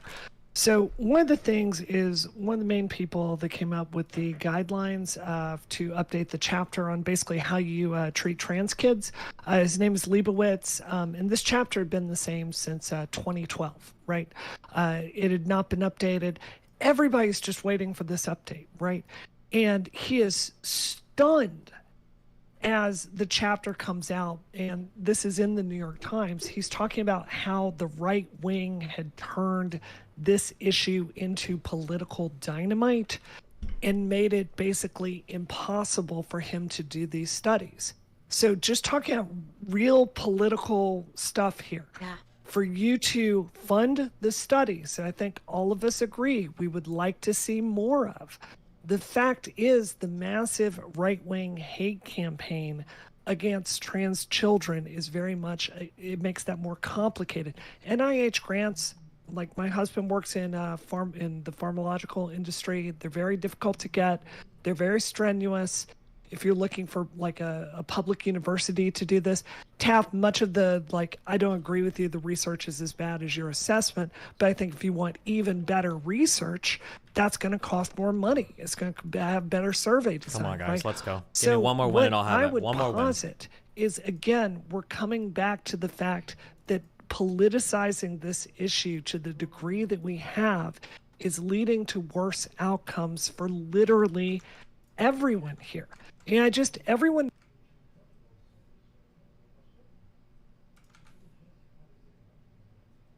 Wait, what? Guy, when I saw that contract of like, yes, I'll pay you once a month. Oh, nice. Talking to Jadian. Listening to us stream at home, really pay attention here, because everyone here that is talking about providing access for children, we're bringing studies, we're being very measured, we're admitting there are problems, we're talking about flaws in the design, and we have a very adult, measured approach to this. There's another side of this that hasn't done that homework respectfully, and they've drawn some conclusions, and they have not gone and done the work needed to come to those conclusions. I would Destiny, argue what is our relationship status? Speaking of which, RJ has had his arms folded silently for 45 minutes to an hour, and I saw you. I saw you react to the name Leibowitz. I reacted as well, but I saw it. Do you have so for instance, what I'm hearing, just to summarize so far, I've actually heard the progressives or progressive-ish, Synth, Top Dodge, Erudite, and Brianna hash out a lot of stuff that you're not a progressive, Top Dodge. I'm sorry for insulting you. Okay, I see your face. A horrible insult. Right. Okay, fascist, Burking, conservative, Thank you. centrist, fascist, whatever it is. Get it right. Come to my side. Is Brianna Wu trans or not? Yeah, Brianna's Wu is trans, right? Basically, I'm 99% what sure I've that's the heard is case. them clarifying a lot of stuff that would have been. Wait, am I wrong about that? If this had started as like single sentences or whatever, this would have been people ripping each other to fucking shreds for like probably hours. So I'm actually, even though this isn't the spiciest content I've ever seen, this actually took a lot of like dynamite and basically took the primers off the dynamite instead of exploding it in the fucking. Wait, is Brianna Wu not trans? I could have sworn that she was like a big like trans activist, like a trans person activist Hey, during the Destiny, Game it's Brigade me. era. I've been trying to hold back my followers I'm since so I'm a fan of your confused. Holy content, shit, but then okay. you banned me for posting PooTube. Nah, bro, I ain't putting up with this. Holy shit, my mind just got blown. Wide the fuck open. I'm not focusing on my game. You're right.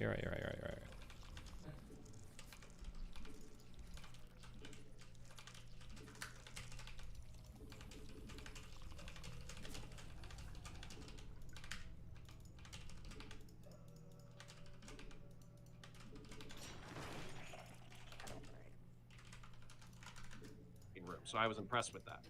That being said, the conservatives Turk is like he's outlined his like moderate concerns and criticisms, whereas RJ, I'm projecting, but I feel like you're kind of dismissing the whole thing because you're not even considering it in the first place. So I mean, would you at least check in and tell us where you're at? Yeah, so I am, like Brianna said, a little out of my league in the sense that in the circles that I travel in, like, transgenderism is kind of like a non-issue. It's more for the Daily Wire, Matt Walsh types. And so I do not know all the studies, right? I'm not that well researched as I can see people on the panel are.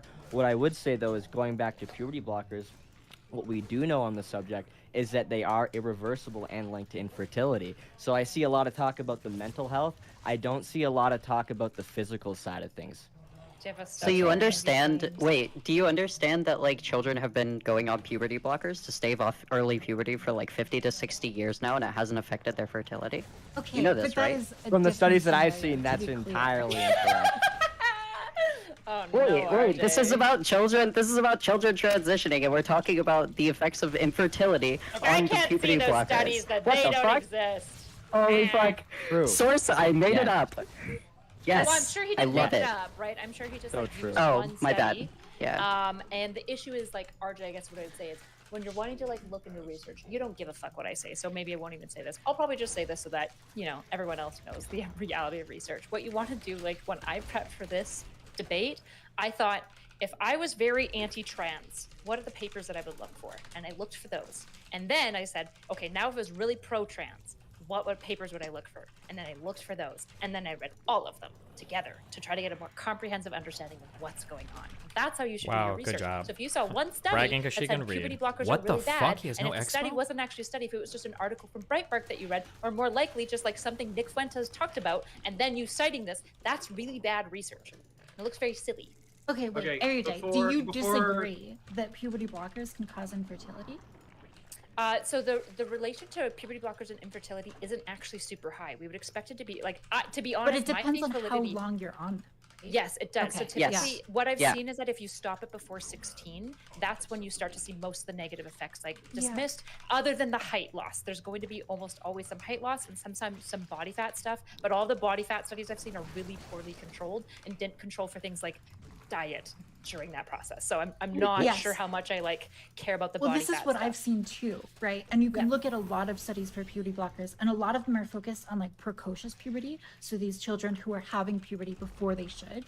And if you put them on a puberty blocker and then take them off when they get to like 12 or something, when they're good to start their puberty, turns out that that's pretty safe, right? But that is not necessarily transferable to trans people who you're going to put on these blockers sometimes for many years instead where they don't have another sex hormone and they're in their adolescence. And then you're expected to continue on spironolactone or Lupron, one of these testosterone blockers, or, you know, the inverse for trans masks, for many, many years, for perhaps decades, right? Because that's a totally different story on the infertility side. And I think that is more I don't know. risky. I don't think I've ever seen evidence of people being on puberty blockers for decades. If that's occurring, it's probably exceedingly rare, and I would say that sounds like I've even been a on medical puberty institution would be blockers opposed. for like 8 years. Could I have right? won that if I Because would've- my body will produce testosterone beyond like the normal female range if I'm not blocking it. Although, this is really to be personal. clear, they're not Wait. technically puberty block. It's the same Okay, I drug. was gonna say, is it? But like, but My it's understanding is used for a it's slightly different thing. Yeah. Well, there are other ways to suppress estrogen. It is a more delicate balance, but you can't do Monotherapy, it for just example. monotherapy. And it doesn't work for every single woman. That is true. Some people do have to use the puberty blockers, and that's really unfortunate because the damage that they can do to your liver, particularly, I believe, I'm a humble emote is spammer. very, very Why the bad hell did over you a ban a very humble large amount of emoter? time. This is That's unfair why and I switched to nostalgically shots. reminds That's why me I of the switched old to days Depo. playing the unmentionable game with Moot. Like, yeah, Also, there are bad side effects of these things. A lot of the maybe, am I wrong about a lot of the puberty blocker side effects being able to be controlled for with supplements? I do think that that's true, especially for like certain things like osteoporosis. I know that there's like ways calcium. to mitigate that. Yeah. Yeah, I'm on a calcium supplement right now because Depo does that to your bones. Yeah, I just want to be clear that like when we're talking Great about stuff. puberty blockers and we're saying that they're very safe, a lot of that evidence is like in a very specific situation. Yeah. And if you are taking estrogen to effectively block testosterone, you're probably gonna have a similar effect of like, this is why so many trans women sperm bank, for example. They have this like intentional Yeah, block. and RJ, it probably does feel pretty bad when everyone else is talking at an academic level and you're like down here at like high school or like middle school biology. Oh. It probably does feel pretty bad. I I do agree wish with RJ Big. could do If it I more can than just just- Opera Fuentes If I could impression. just, I want to I would add love one that. more thing to this. Yeah. One of my very best friends, she's not trans, she's a cis woman, and just for various health reasons, she did not have puberty until she was like 17, and had to have it like Medically induced, induced, right? And the effects on her body have been really extreme. She's the tiniest person I know. She's got big personality, but the side effects with like bone density, it's not great for her. And I think something I've seen repeatedly from a lot of the reporting about how these gender clinics are operating is they don't have enough resources to basically go through and really give every single child the care that they need, looking at that bone density, taking tests, taking to the endo every single week, right? This is a reason we need to invest in care more, because even having all of this science, it doesn't matter if your local clinic is so underfunded that they can't actually order the tests and process it, right? So I really do think this is a public health emergency. And my motivation for that is going to screen out kids that are probably not trans, right? Yeah. Kylie, you said something I really agreed with that on Twitter, and this is a hot take, but you said, like, if we don't really get this pipeline better as far as giving children access to gender clinics, there's going to be a proportion of them, they're going to grow up and they're going to sue their healthcare providers, and it is going to be devastating for the trans movement overall. I fully agree with that assessment. And I think that's why it's so important to make sure we're meeting a higher level of science than we currently are. Can I Next do? time, I will invite Demon Mama and Do. Go ahead. Can I do a question? Please. Thank you. I'm concerned when I watch basically I've had to like dismiss RJ because he just like isn't ready for the adult table ever. But the Turk is somebody God, that I poor actually RJ. know is much more like pretty much good faith about a lot of these things. And I just want to be checking in because I think one of the worst things that I think could be the outcome of this conversation is to see a bunch of people who are left and pro-trans stuff biting all of the bullets of concerns and problems and limitations that we should absolutely like walk away with and be concerned about. And your walk away would be like, yeah, see, trans kids shouldn't have access to any of these things. That would be the worst possible interpretation that you could have because it's unsophisticated. And this is the problem when it comes to like resolving a lot of these trans related topics, is that if one side is willing to bite the bullets and then the other side says, great, thanks for giving us the reasonable bullets, now we're just gonna cut off everything because you admitted that you were wrong. That's unironically somewhat driving this trans panic, because that's the worst possible outcome for trans people, right? If a trans community says, yeah, these are the limitations of puberty blockers, these are the things that we don't know, this is the lack of evidence, and then a bunch of like more reasonable, I'm not talking about like the outrage, but reasonable conservatives go, great, let's take away all of your access to healthcare. It's like, this is why, in many ways, why we get such a reactionary left and a reactionary right, is because like nobody's willing to like bridge and bite the bullets in between, right? I think and that's why I'm glad I'm here, because you could take the exact same arguments and apply it to the exact same people that are making your types of policy decisions, and they're going full throttle in the other direction. So it's like, I agree. That's why I'm biting those bullets. I agree that there's a problem with what the left is doing and how we're like engaging with the policies and the rhetoric. I agree. Yeah, because from what I'm hearing in this panel, the validity, but the quantity of data doesn't support the stuff that's being broadcasted across mainstream media, Twitter, all these other outlets. It makes it easy for normie conservative dumb folk to say, hey, we shouldn't be doing this because, you know, conservatism, progressive at speed limit or whatever, right? It's like, if y'all guys just slow down and like take this more measured and methodical approach rather than saying, nope, we got to go full board, got to get everybody in there. That's where you're losing the main fighting chance that y'all are trying to get support for your thing. Because it's like, I appreciate all of y'all being open and having conversations. But as soon as y'all get onto Twitter and as soon as you engage with people that don't want to be open-minded towards these types of conversations, you instantly shut off the people that are watching those conversations, and they say, nope, I'm not going to support you. So this is the bridge that I think needs to be built. And this is what like the human part that I think needs to be understood. I think it's understandable for a conservative to say like, are we jumping the gun a little bit? And I would say probably. The issue is, I don't know what... Someone get the clip. Yeah. The issue is, what do you tell the mom who's watching their kids slowly starve themselves and be anorexic for 7 years and wanting to kill themselves in a state where she can't get access to anything? Like, what do you tell that kid's mom? And this is like the human experience. When conservatives are saying slow the gun, they're talking about an ideological experience of something that they disagree with at an idea level. What progressives are often talking about is human lived experiences of watching people that they love kill themselves. And so it's like, this is where they're like, I honestly like implore like the conservative compassion is saying like, when you're talking about like slowing down, what you're telling people is your kid doesn't matter as much as this idea does. And I understand at a societal level why you're saying this. The issue is that at the individual level, there must be compassion in that messaging. Otherwise, all progressives are hearing is fuck your kids, I hope they die. That's and here's the thing is that I think that your language being so hyperbolic is part of the problem. Like, we've gone back and forth so much on these studies, and I feel like we both have like a pretty well-grounded understanding of where it's at.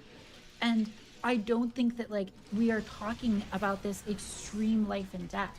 Like, we don't really have the evidence that people are like killing themselves because they don't get access to HRT. We just don't have that, right? And so I think that when you bring it to this level, I think that that sets you up to have therapists like, or not therapists, to have right-wingers, conservatives, people who are very anti-trans, just from like a gut level, to immediately like call you out and tell you that you're totally wrong on that.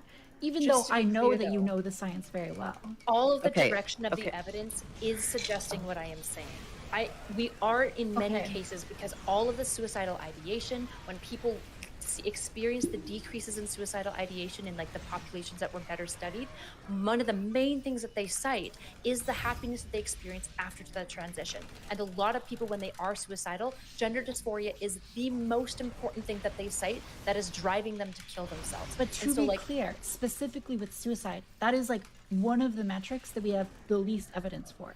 And like, we can talk about suicidal ideation, but another problem here is that suicidal ideation there's a lot of gradation in it, right? Like passively thinking about suicide is very different from thinking about suicide with a plan. I'll correct And it. so, like, the better evidence that we have is for suicide attempts. We don't actually have good evidence for ideation. we have worse evidence for suicide No, we have attempts. way more evidence for suicide attempts. No, I mean, like, and look at needing that medical 20,000 assistance. people study that we were talking about earlier. It's got like a lower p-value for actual attempts than ideation. Ideation, I believe, is the one that. While This y'all are is- doing yeah, your research, yeah. Lab Coat Egghead Sim has a passionate opinion to share. Sorry. So, thank you, Erudite, for painting, honestly, a picture of my pain and suffering that really just made me experience it and cry. I genuinely mean thank you, because I don't understand how to get this through to conservatives. That I was genuinely in so much pain and suffering for 7 years of my life that I was slowly killing myself with no fuck am I supposed to do recourse. here? I didn't care about the way that I looked. I didn't care about my life. I didn't care about any of the things that went into it. I escaped completely into other things, and I did not at all progress as a person. And oh my God. I don't understand how I am supposed to display how much pain and suffering I was in, and just how much that could have been alleviated by simply saying, here, store your sperm and you can go on estrogen.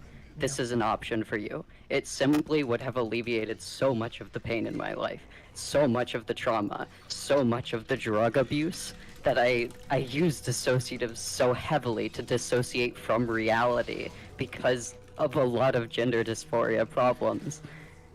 And I don't understand how to get this through to people. I don't understand how I can actually get them to be compassionate, because RJ is just sitting here fucking grinning at my pain and suffering. I mean, it's heartless. These people are genuinely evil. Damn. I really hear that pain, and I'm genuinely sorry you went through that. One of the things is when I ran for office here in Massachusetts, I'd spend a lot of time talking to Republicans. So just cards on the table. I don't think conservatives are all monsters. I grew up in Mississippi. My family are right-wingers. I really genuinely understand where conservatives are coming from. That said, I've really got to push back on a statement that was made earlier here. I think that there's an unconscious assumption, actually a very explicit assumption that's been on this panel.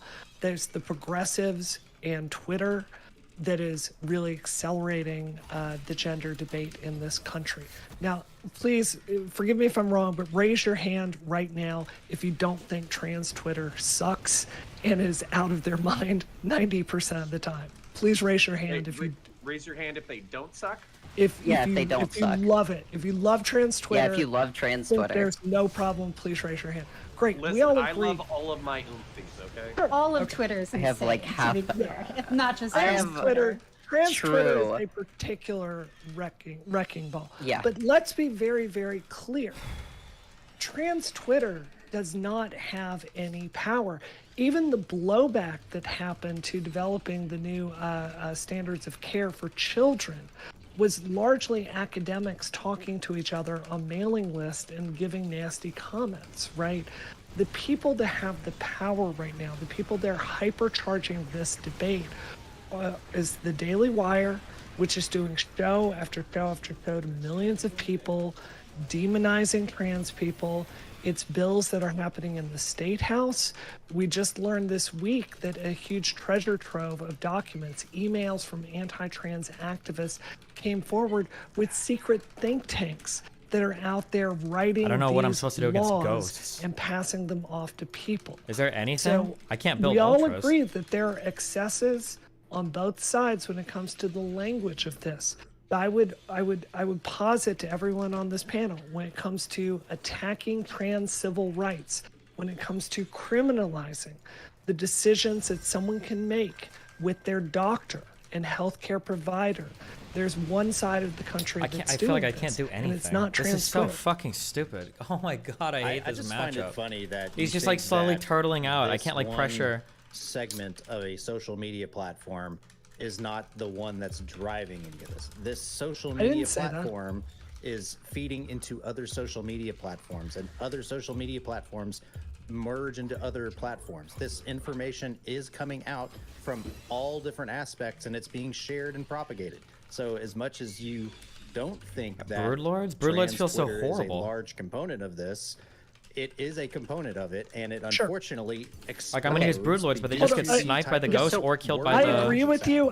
Hold on. I agree with you. In fact, I said earlier in this debate, I think the messaging that trans Twitter has decided has set the trans community on course oblivion with civil And rights. it's happening on Facebook, and it's happening on all these So- other. So it's I not- agree with oh, that, God. but there is a difference. There's a difference in It's Twitch messaging, too. and there's a difference in actually writing bills and criminalizing healthcare. Yeah, because those it got are to two Facebook. different. It got to all the boomers that are actually now worried about it. Okay, so I just want to like go back a little bit and pause. So when we're talking about suicidal disparities, Taff, I apologize. It was one study that I don't think I had sent to you yet. It's by Toma. I'm not sure if you've seen Brian C. Toma, 2019. That's the main one that I'm citing that I think did a really, really good job of breaking apart the different groups of cisgender versus transgender and did a really good job of analyzing them. Obviously, you can go through. I know you're like just getting it sent, so it's going to be a little bit different. But when we look, if you go all the way down to table 4, that's the one that I'm focusing on. And if we have like an odds rate, it basically, I don't want to have to explain odd ratios. If anyone will just grant me that I know what I'm talking about when I'm saying odds ratios, what we see is that for both suicidal ideation and attempts, transgender women were the highest, like overall, doing this. They were vastly out, like ideating and attempting, and then the next under them was transgender men compared to cisgender of both of those things. Yeah, to be clear, I absolutely agree that these people have much higher rates of suicidality, and that's definitely like very well founded. I think what is less well founded is whether or not HRT has a positive effect, right? So like there's a few studies that we've gone over. For example, I think like the big one that is probably not even a representative sample, but does find like beneficial effects with mental health and with ideation. Then you look at like ideation with a plan, ideation with plan and attempt, and the p-values of those are like much higher, like 0.73 and 0.64, right? So that's what I mean, that like when you break it down, you get like very different answers across the spectrum as far as where the benefit of HRT is. Oh, really they're all going. dead. All 8 of those are dead. And that is the source of my claim for having less data on the actual people who are actually committing suicide or having plans and actual like things planned out for the suicide rather than people who are just passively ideating. Okay. And he has infinite vision over like all my units.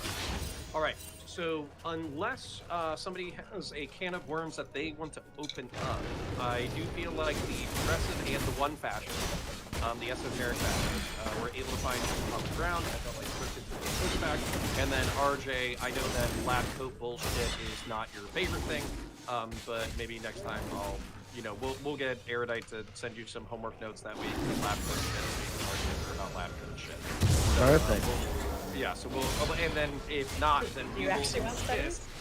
And Oh then yeah, we will- send them my way. I'd love to. And, Yeah, and look if over you it. don't want to argue lab code shit, then what we'll do instead is we will force the progressives and the leftists and our esoteric fascists to exclusively talk about anecdotes, feelings, and literature of the Very spiritual masculine nature things. Yep. in order to implement. And I'm kind of not kidding. Like, if they have like a bunch of Karl Marx quotes and you're coming after them with a Bible, I think that would actually be pretty good.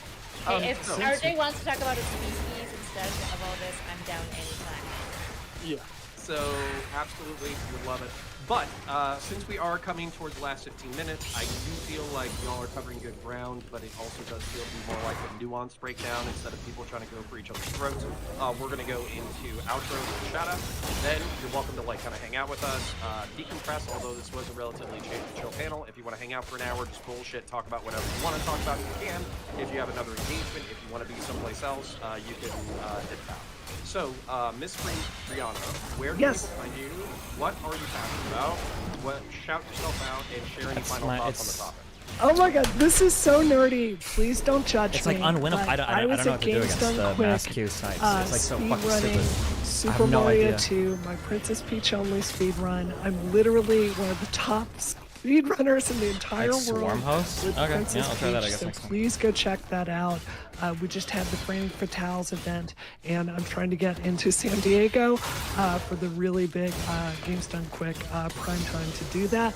And when Resident Evil 4 drops next week, I will be speedrunning that one. If you want to see some hot takes, you can follow me on Twitter at Brianna Wu for as long as that service continues to exist. And then it seemed like Turk had a passionate response to speedrunning Peach, so I'm gonna let him do his outro next. Shout your stuff out and give us a rebuttal that Brianna is legally prohibited from responding to. I did just a quick question. Did they remove the mask requirements for GDQ coming up? I have no idea. All right, well, I'm happy to have Turk. Turk, please. Yeah, so I'm Turk. I do science and tech, PC hardware, gaming handhelds, and all that stuff. If you know what the Steam Deck is, you should definitely look up my channel on YouTube at The Turk. You can find me on all the other social medias as well. I am glad this debate was actually kind of like a conversation. I hadn't watched in a long time, from like the early 2000s. Counterpoints for not just the casual, the casual sort of gay humor, casual use of the hard R. Oh, really? It's jarring. Yeah, it's jarring now. And for Casual use of hard R. Yeah. Yeah, absolutely. Like okay, it was an episode of American Dad, and it was just like, yeah, it wasn't for shock value. It was just like used. Whoa. Right. Well, I mean, here's Wait, the thing, what? right? That was in 2003 or something, like 2002. Yeah. Like I'm not gonna Wait, didn't deny that I dropped my fair share of hard R's back then, because we didn't even, the term hard R didn't even exist. What? I haven't watched in a long time, from like the early 2000s, and just the casual, the casual sort of gay humor, casual use. That was in 2003 or something, like 2002. Like I'm not gonna deny that I dropped my fair share of hard R's back then, because we didn't even, the term hard R didn't even exist. We didn't think about it, right? And it's funny because to me that doesn't feel like that long ago, but to my kids. Are you talking like N-word hard R? What? No. Okay. I'm pretty sure that's how people use that word. No. I think That's so. the N-word. What is he? What are you guys talking about? What is he saying? Am I mistaken? I think so. No, the one with the like for like mental disability. I'm pretty sure people use hard R in a very different way than you just used it. Oh. Okay, either hard way. R means ending I understand. the N-word I with understand. a hard R. I understand what you mean. No, I'm not talking about that. Okay, cool. So I'm glad that I'm we freaking cleared that Neo up. over here, dude. We're dodging bullets. That Yeah. was bad. Okay, yes. All right. Thank you for that. Wait, I forgot about the part where I said, yeah, I just like used it. Yeah, no, actually. I was pretty surprised with American Dad, and then you were like, yeah, me too. I was like, whoa. Okay, Yeah, no, you've all known right. me a long time. Yeah, that's what. Yeah. And yeah, Never been a problem. No. Yeah. Anywho. Breathe. Everything's okay. Cool. So right. I hope everyone likes not having a job anymore on Monday, because apparently I'm a giant racist. We didn't lose our money in the bank crash. The Yeah, bank no. run, but In the audience run. all right, we're good. Okay. We're good. Cool. So anywho, the point is that to my kids, 2002, 2003 is a long time ago. Yeah. It's kind of like, 10 years before I was born. 1976 is Are a you okay, long dude? time ago to me. It's all relative. Right? It's like, yeah, kiss my cookies. Like that's a world that I never coexisted with. Right? And so it was interesting to me how jarring it was, even though, like I said, to me, people casually using the R word then, is that better? Okay, casually Linus, using the just R stop. word was, it was surprising. All right. So, why don't we do a couple of merchandise?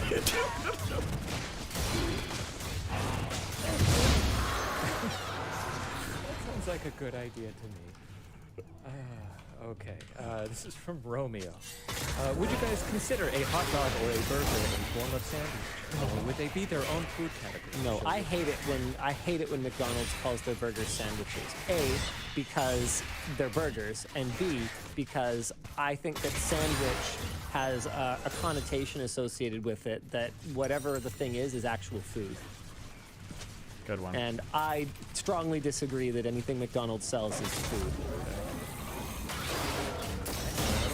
These conversations make me uncomfortable. It's like when people ask if cereal is soup. Like, I don't No. I don't want it. Cereal is cereal. You would never eat soup dry, but you can eat cereal dry. That's the distinction. You ever had like a pack of almonds like cooking it? Oh crap. Aha! See, this is why I just I don't even want to have the conversation. I don't want to. I want to live in ignorance. Bro, what are you doing? It's just food categories. It's not going to affect my life. I don't like. You can't improve my life by convincing me that cereal is soup. I'm just better off where I am. Sorry, dude. Yeah, this is awful because you feel like that's a milk base, but so is a cream of broccoli soup. Granola bar. Granola bar. If you were to take cream of broccoli soup and like freeze dry it into a but if you freeze it into a possible type of same thing. Okay, this is making me uncomfortable. See? Let's move on. See? Yeah. That's Jacob.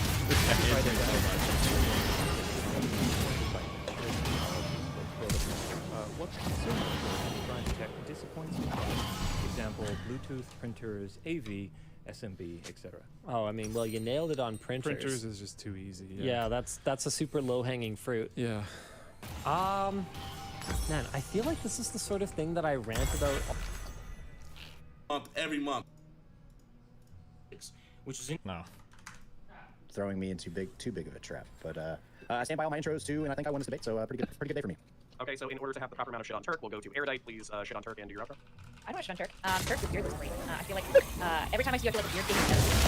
Not a lot of men with beard. I'm gonna make it beard. FBI analyst thinks something else I should clear, but I don't know. You might be enough for RJ, please share any final thoughts and where the folks at home can find you. Yeah, my name's RJ. I'm a national subscription. You can find me at According to her, he did not tell her to not do this. I am Princess Cynthia on Twitter. I kind of have divorced myself from online stuff, but if you want to follow me, I do occasionally tweet dumb shit. I really appreciate being invited on. Thank you. It was really nice to talk to people who actually seem to know what they were talking about, minus the one. But yeah, it was really nice, man. Thank you for listening. My very sincere pleasure, and then finally, definitely not the least of us, Mustafa. Please check stuff out. Yeah, you can follow me, TapDodge1 on Twitter, or Taperism, that's my political one. I talk politics, and Twitter is a constant reflect this one. And I think that this discussion is good. I think it is surprising in their willingness to speak down. And it's a real hard question, because how do we actually move into the world? Maybe Willie KB. And simultaneously acknowledge the issues and problems with this body of data, and also that the solution is to get more data without necessarily coming to conclusions either way. I think that would be where, in my sense, is that there needs to be some sort of consensus before we can do that, and I'm not exactly sure how. But I would think that's simply, I don't know, I think maybe slightly improved by the panel and by the people on the left here who were able to engage in really good ways.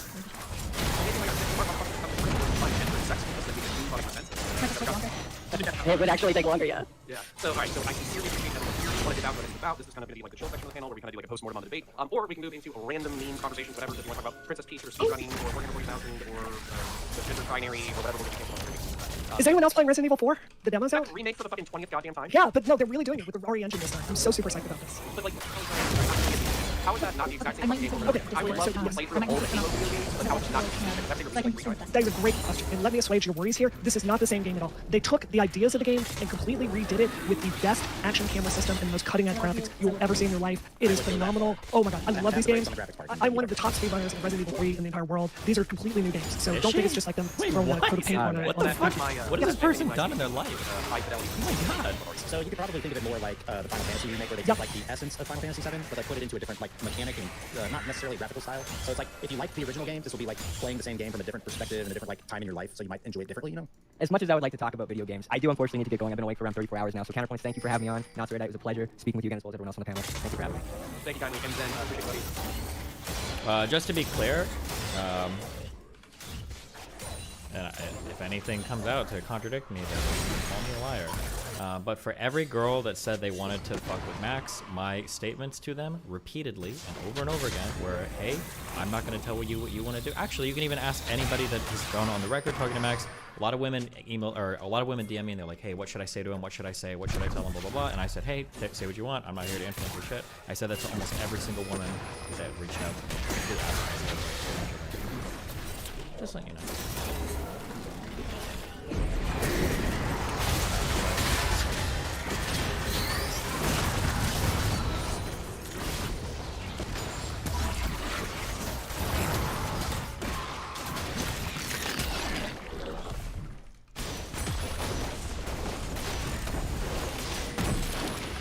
Find out what chip, but he did accept the recordings. Oh yeah, of course. People wanted to give me info.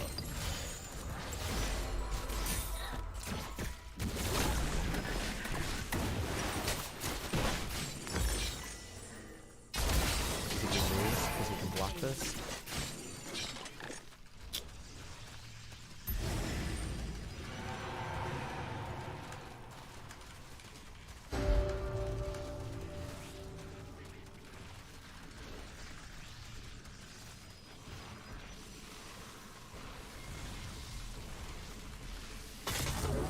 Such amazing Protoss play. I'm glad that we have like a good dearth of options to all learn from. Oh, actually, wait, that's not bad.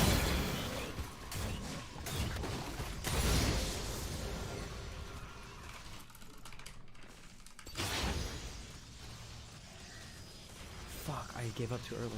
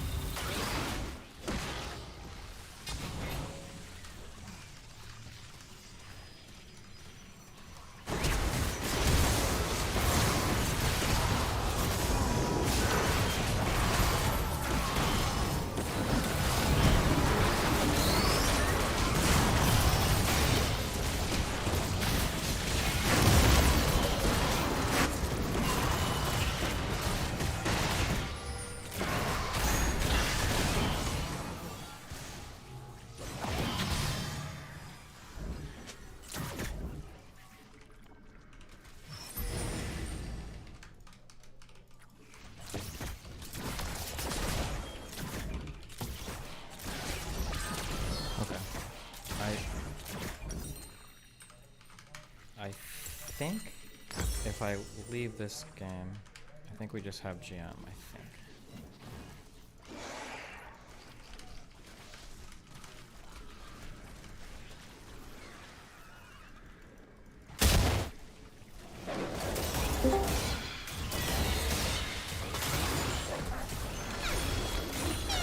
Good luck. See if contender works that way. Buongiorno. Hey, Steven. Hi, what's up? You seem tired.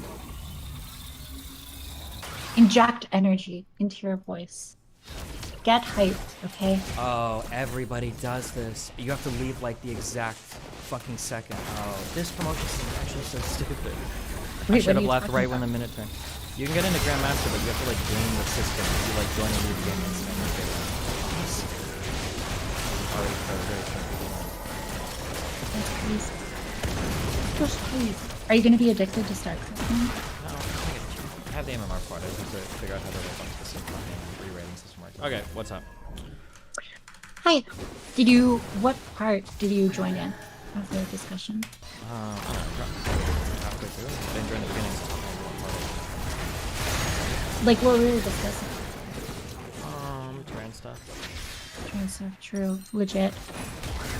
Erudite, huh? Do you think she has good takes? Do you think I have good takes? Please validate me, please. Yeah, I think I broadly agreed with both of you. Nice. You guys seem to mostly agree, right? Yeah, I think so. I think we agree on like the state of the research and the data, but I think I'm a little bit more cynical about it. So like, this is maybe like a medical ethics thing that it's possible I don't like fully understand, but my sense is that if we have this option, Okay, hold on. Can you? Your mic right now is like 50% cancer. Can you turn it down a little bit so it's like at 28% cancer? Cut the volume by like 10 or 15%. How is this? Much better. What'd you change? I just turned down the gate. Oh, okay. Okay. All right. Tell me what's up. Okay. Keep talking. Go ahead. Okay, I think that we broadly agree, but we sort of come to different conclusions. And I don't know if this is a medical ethics thing that I don't fully understand and that Erudite understands better. But my sense is that if there is a medical option that doesn't have like a lot of evidence backing it or a lot of strong evidence backing it, I think that, and potentially like some risk, and it seems like the demographic profile of people who are pursuing it is different from in previous cohorts. My sense is that there needs to be some sort of like restriction until you can get that figured out, rather than letting it continue at the same increasing rates. And I think that Erudite has a sort of different perspective on that. No, she necessarily has to. Wait, also, how the fuck do you pronounce your name? Who? You, everyone is saying Erudite now, but you correct me so many times as Erudite. Now literally every single fucking person. Also, The only question that matters is, do you know my first name yet? Kyla? Fucking piece of shit. It is Kyla, yeah? Yeah? Yeah, fuck you. Yeah, it is. I was right. Then fuck you. Okay. Sorry, Duff. I didn't mean to interrupt. You're all good. Steven said you had to agree with that, but I'm not. Do you? Why do you think I need to agree with that? I guess that's a question for Steven. So I don't think that's Yeah. I mean, that's the moving direction. Okay. Why? What did you just ask? Sorry, say that one more time. On whether or not you would agree with that? No, not. Yeah. Yeah. Go. I think that. Okay, Erudite, you go. So she outlined basically her concerns about the limitations of the research and why basically as a response she's basically like landed at her position that she has, and you said that I must then agree with that, correct? Yeah, the main point that she was saying was that the evidence right now for trans kids is pretty weak. So to have this implemented as like a standard of care is probably too far, but like experimental treatments or used in studies or research is probably fine. I mean, you probably all agree on that? That's an amazing interpretation. Yes, thank you, Steven. So the reason why I differ with that is because I would say all theoretical speculation and all of the evidence that we do have is suggestive in the direction that HRT for kids is going, right? Yeah, but there's two older. huge issues. One is that if it is good, I've read recent studies, you can get me wrong, but if it is good, the effect size I think is quite small, right? So it depends on the study that you're talking about. A lot of the effect sizes, like if you're talking about like the DeVries in 2014, for example, and which is the Dutch model, for those who aren't sure who that is. In the DeVries model, they did this selection bias necessarily to try to limit confounding factors. So they selected for kids that had basically no comorbidities with other mental health disorders, and were in many ways kind of some of the least severe cases of individuals, and then measured whether HRT affected them long term. And there was a number of really positive effects on HRT. Taff and I talked about this. The most compelling to me is the CBCL and the ABCL, which are like the same shit. That's a little bit. Do you think that the do you think? I feel like that selection criteria might be a little bit problematic, though. No. So specifically, why it would be problematic is actually more suggestive of my direction. So if you give interventions to people who are less severe, you always expect a less robust effect size, right? Because if you have wait, hold on, don't. I understand what you're saying. I'm sorry, I'm not trying to cut you off. I understand exactly what you just said. But what you're assuming is that those comorbidities would respond similarly to HRT, they would all point in the same direction, but that's not necessarily true, right? So what we would expect typically, this is going to be theoretical speculation, which is why I said it is obviously reasonable to come to either conclusion. I've just come to the opposite. Well, no, hold on, wait. I'm fighting you on the fact that you just said that it would bolster your argument, and I'm saying that it would have no effect on the argument, and it could just as plausibly go completely in the opposite ways for one of the other ways. That would be very shocking to me. Not at all. I don't think so. Let's hypothesize for okay? Sure. We have a large group of people, okay? And we're going to axe out 90% of them with comorbidities to see if HRT is an effective method of treatment this particular right? When we do that, we see that the effect is big. And we see that it's statistically significant.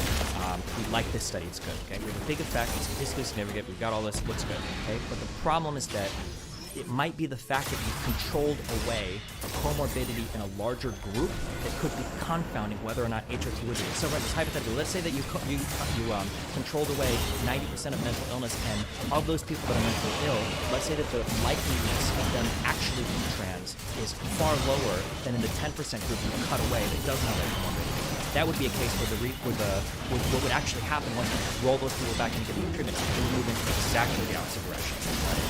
Okay, Right. so that's So why I'm only saying, I'm not saying you're wrong. I'm just saying that it doesn't necessarily move you one way or another, I don't think. It's just something to think about. So let me bridge you as to why I made the assumption Go that for it. it would bolster the effect. So what I'm basing this off of is actually what we see in forensic treatment with high-risk teens. What we see with high-risk teens is the more severe they are in, say, like criminal actions and antisociality in general, the more severe they are, the more comorbidities that they obviously have as well. And what we see is what we used to do is control similarly to this DeVries study, where you have the least kind of comorbid complex teens receiving treatment, and you have pretty minimal effect sizes, and that led the entire forensic field to assume that basically giving like rehabilitative justice to kids was pretty low in effect size, kids and adults. And what we actually found is that when we expanded this to include high comorbidities, and then we did lots of research, like tons and tons of data to basically look at whether or not rehabilitation on these complex teens was actually beneficial on like later recidivism and stuff like this. What we saw is that actually the effect size that was so small that it was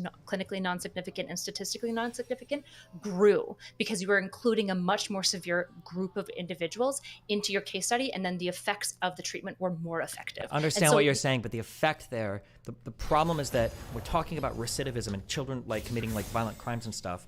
There is no contention around whether or not they're having recidivism. There's no contention around whether or not they're committing violent crime. You don't have a cohort of these people that might not actually be violent criminals, but were like falsely charged, right? In order for your study, in order for that analogy to make sense, that would have to be like, I did a study with 100 people, 90 of them were falsely charged, but I got rid of those 90 people. And then on the 10 people, I put them through all these juvenile delinquency programs, all these rehabilitation programs, and the effects were actually really good on their lives. Now I'm going to roll back in the other 90 and try it. Well, in that case, if these guys weren't actually criminals and they were just like people that got falsely convicted, you might actually have way worse outcomes enrolling people that were falsely convicted in juvenile detention programs and these types of other things to prevent recidivism, because that initial thing wasn't even there. That's why I'm saying it's not analogous here. I don't think at all. Sort of. So one thing that is analogous that I'm looking at is I'm comparing recidivism to specifically suicide attempts, because recidivism is basically, the reason why it's so good to predict is it's a yes or no. Either you do commit a crime or you don't. It's pretty like, although there is that gray area of like you could commit a crime and not be charged, but we kind of just I understand go that, on. but I'm saying like I'm comparing it to the suicide. Yeah, but what I'm saying stuff. is we pull back on a macro level, we just ask a basic question, right?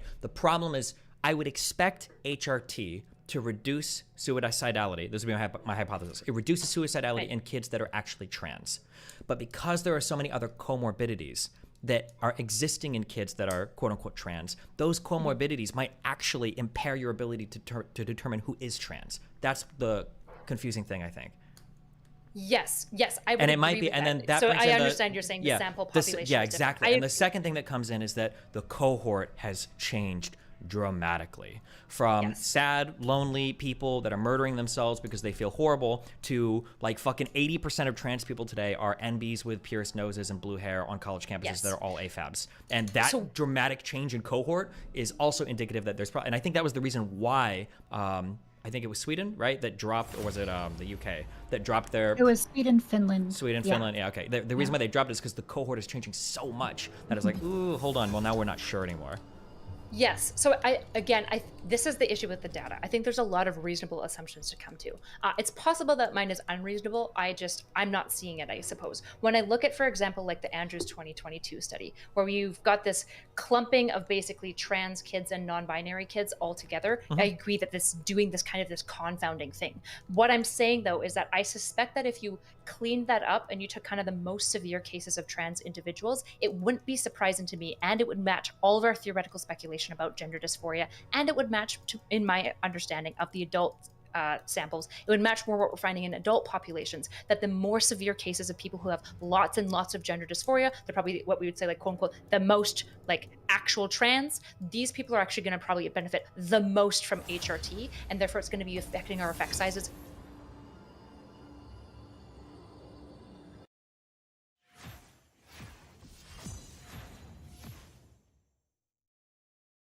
What they think about their bread and butter. Hold on. They might. But ask them when push comes to shove, who is more likely to be critical of U.S. foreign interventions? The MAGA movement or these people you're mentioning? And why is that? Them having policy preferences vis-a-vis foreign It's not intervention. just policy preferences. No. But They those are not policy preferences, though. Huz. by the hegemony's agenda. MAGA people are not flying to where the United States has military interests and subverting them. They don't have, dude. Even the military. But what you're referring to are opinions. They're just opinions. They don't have to. We're talking about the Third World War, according to Marshall I don't know how to pronounce his name. Information warfare. It's a national security concern, according to the military.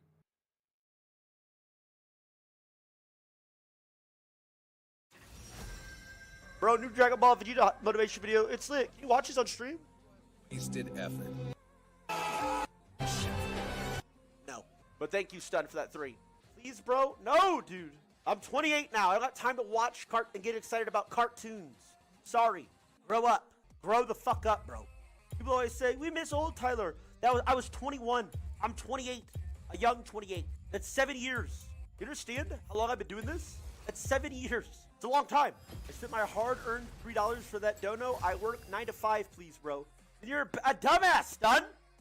What wasted effort. With his incomplete Ultra Instinct, all he's doing is delaying the inevitable. And all you're doing is running your mouth. Do you even listen to yourself? Just now, you called it incomplete, which implies he hasn't fully mastered it yet. And if you're stupid enough to ignore the obvious implications of that, then I don't even... You know why I removed donos, by the way? Because I hate reading them, but I feel so bad if I just skip it. Because you people are so stupid. You dumb motherfuckers. You have to Google and find my donation button. Like, I do everything I can so you don't donate, and you're such a loser. You find ways to donate. Like, bro, look in a mirror, man. It's crazy. Even know where you get off calling yourself a dog.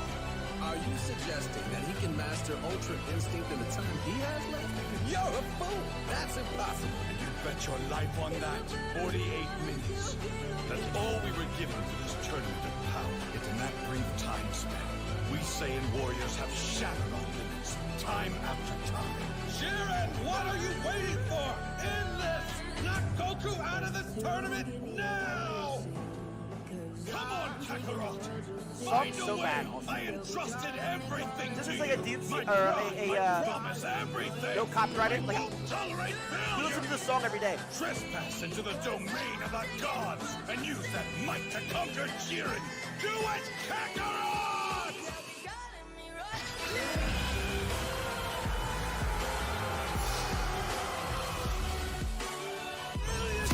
I'm not watching. I'm trolling. Hold on. You're trolling. Dude, we listen to that song every day. Don't put that shit here.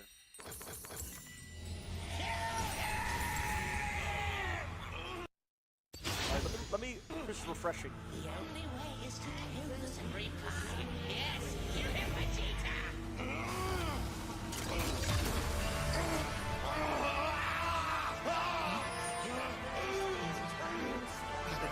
Box that 52. You can't afford to let him live, Vegeta.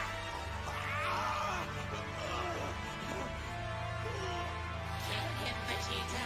Kill him. I refuse! What? Your business with the Kai, it means nothing to me. Kakarot is my only objective. That's amazing, Vegeta, but I'm serious. By every fiber in your body, I command you. This is the old one. Kill the Kai. No! Get out of my head! I already told you! I will not be distracted from this anymore! I won't! It will take more than head games to stop me! You may have invaded my mind and my body, but there's one thing a Saiyan always keeps! His pride! Dude, I am a young 28, but like, up to that build-up, I was thinking to myself, okay, on Pride I'm gonna yell. On Pride, I'm gonna yell. Pride, I'm gonna yell. And then it came, and I was like, it started getting closer, and I was like, I'm gonna yell. I'm gonna yell. And then I couldn't do it. I couldn't do it. I can't, man. It would kill me for the rest of the stream. My voice is almost gone. I can't. My voice would be out forever. I can't. I will not be distracted from this anymore. I won't. It will take more than head games to stop me. You may have invaded my mind and my body, but there's one thing a Saiyan always keeps: his pride! Let me watch, actually. I can't. Let me watch. Tyler won because Pride.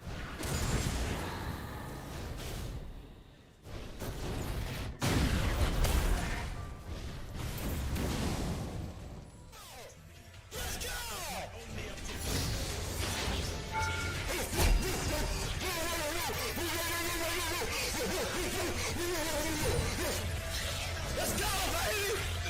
I can't.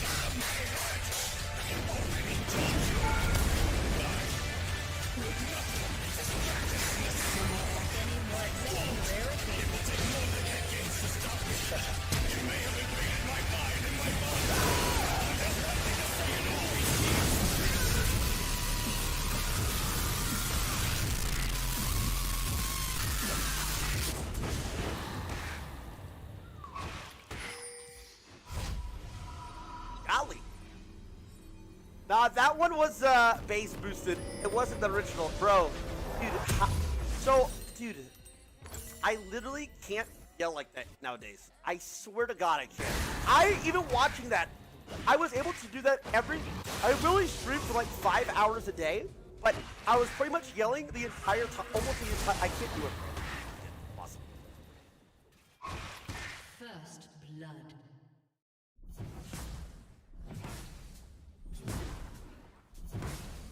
Did you hear that if you eat yellow snow, it can make you sick? Yeah, I did. But did you know if you eat it with Tabasco sauce, it tastes like the best snow cone ever? That is a bold statement. I think I'm going to have to try it for myself. Alright, I'll bring the Tabasco sauce to our next snowball fight.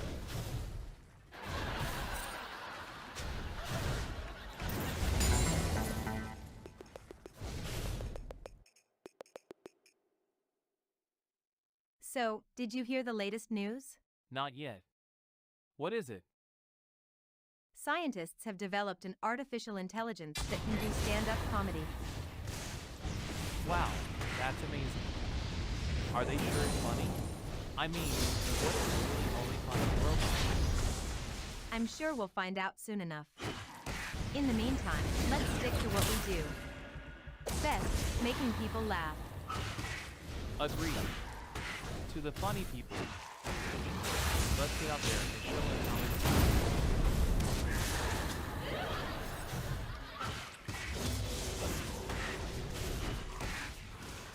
So then I'm walking down the street and this guy stops me and he's like, "Hey kid, do you want to make some money?" So obviously suspicious, I ask him what kind of money. He says, "I'll pay you $1 if you can fart on command." So of course I'm like, well, actually, I don't know what possessed me, but I said okay. So the next time he hands me $1 and says, alright, go for it. Well, I'm standing there thinking, how on earth am I going to do this? So finally, after a few minutes of intense deliberation, I let out the loudest and smelliest fart that has ever been heard. The guy looks at me and says, well then kid, you earned it. Moral of the story? Never take advice from street signs. Thank you, everyone. An ally has been slain. Larry, do you think when we die that's it? Or do you think there might be something else after this life?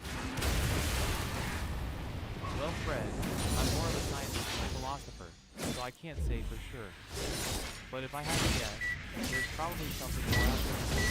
We don't really know what happens when we die, but it's comforting to think that life doesn't just end with death. Maybe we become a part of something bigger, or maybe our souls go on to find peace and solace in a better place. Who knows? All I'm sure of is that death is just the beginning of something even more mysterious and wonderful. So if anything, I think that means life is even more precious than it was for these bullets. What do you think?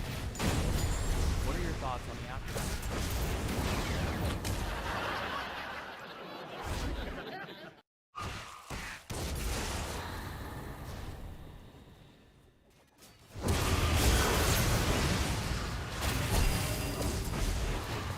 So, I was riding the bus the other day, and it was so crowded that I had to sit on someone's lap. Of course, my luck, it turned out to be my old friend. He had a straight face, and smile was all. Whispering in my ear that you were one of my favorite students. So, I get off the bus and walk home, minding my own business. But then I see him again, same old math teacher. He waves me over to his car with this big grin on his face.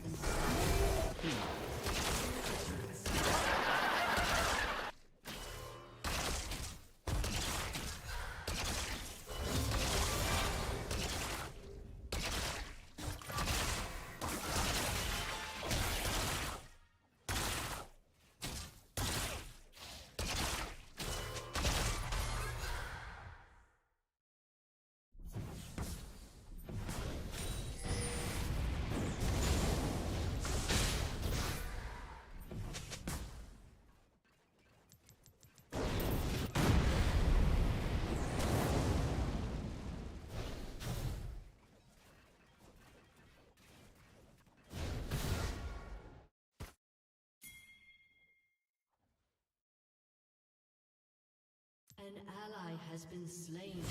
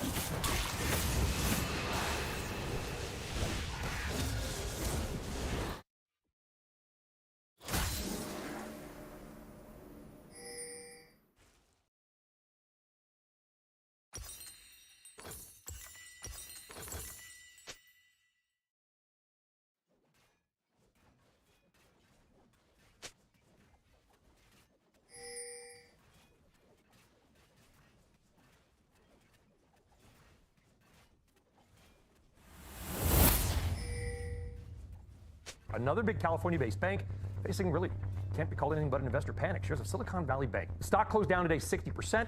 It is down another 28% after hours, meaning 24-hour decline more than 70%. Now, yesterday, crypto-focused bank Silvergate Capital said it was shutting down, liquidating. So what exactly is going on with some of these big banks, particularly in California? It could be the sign of a bigger issue. Founders Fund, which a key VC player is advising that its own company should withdraw funds from Silicon Valley Bank. Now, we know the CEO of Silicon Valley Bank has been out there trying to reassure clients as to what the stock drop means, what the conservation of its capital at the moment is trying to signify. But ultimately, we are going to see some concerns being built if Founders Fund are indeed advising their own portfolio companies to withdraw funds from SVB. Once these things start, this is a classic bank run.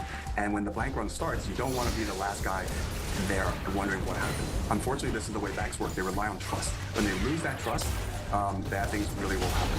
Hi, welcome back to Joe Blogs. In today's episode, I want to talk about the emerging crisis that's going on in the banking sector. As you've just seen from the start of this video, Silicon Valley Bank experienced a 60% fall in its share price on Thursday, the 9th of March. And unfortunately for Silicon Valley Bank, it looks likely that the share price is going to remain under immense pressure due to the fact that one of the leading players in the world of venture capital has come out and advised all of his clients to withdraw all of their money from the bank.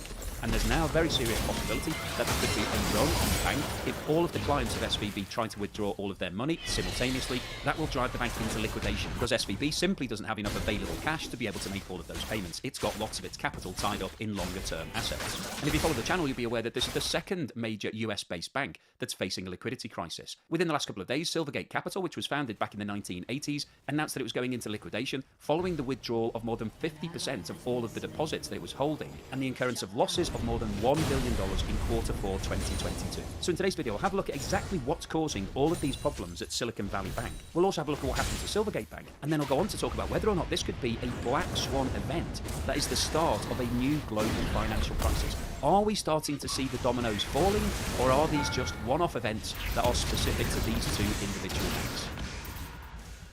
Silicon Valley Bank was founded 40 years ago in 1983 by Bill Biggerstaff and Robert McDearest, who reportedly came up with the idea over a game of poker. The bank was created to service the growing venture capital market in the USA and was designed to provide a specialist financial institution to hold all of the large deposits that small companies were receiving from venture capital investment. The concept was well received amongst the venture capital community, and in 1988 the company completed an IPO onto NASDAQ and raised $6 million. The business expanded across the whole of the USA in the 1950s, and in 2001 acquired Palo Alto investment banking firm Alliant Partners for $100 million. In 2002, the bank expanded its private banking business, and in 2004 opened its first international branches in London and Bangalore, and went on to open offices in Beijing and Israel.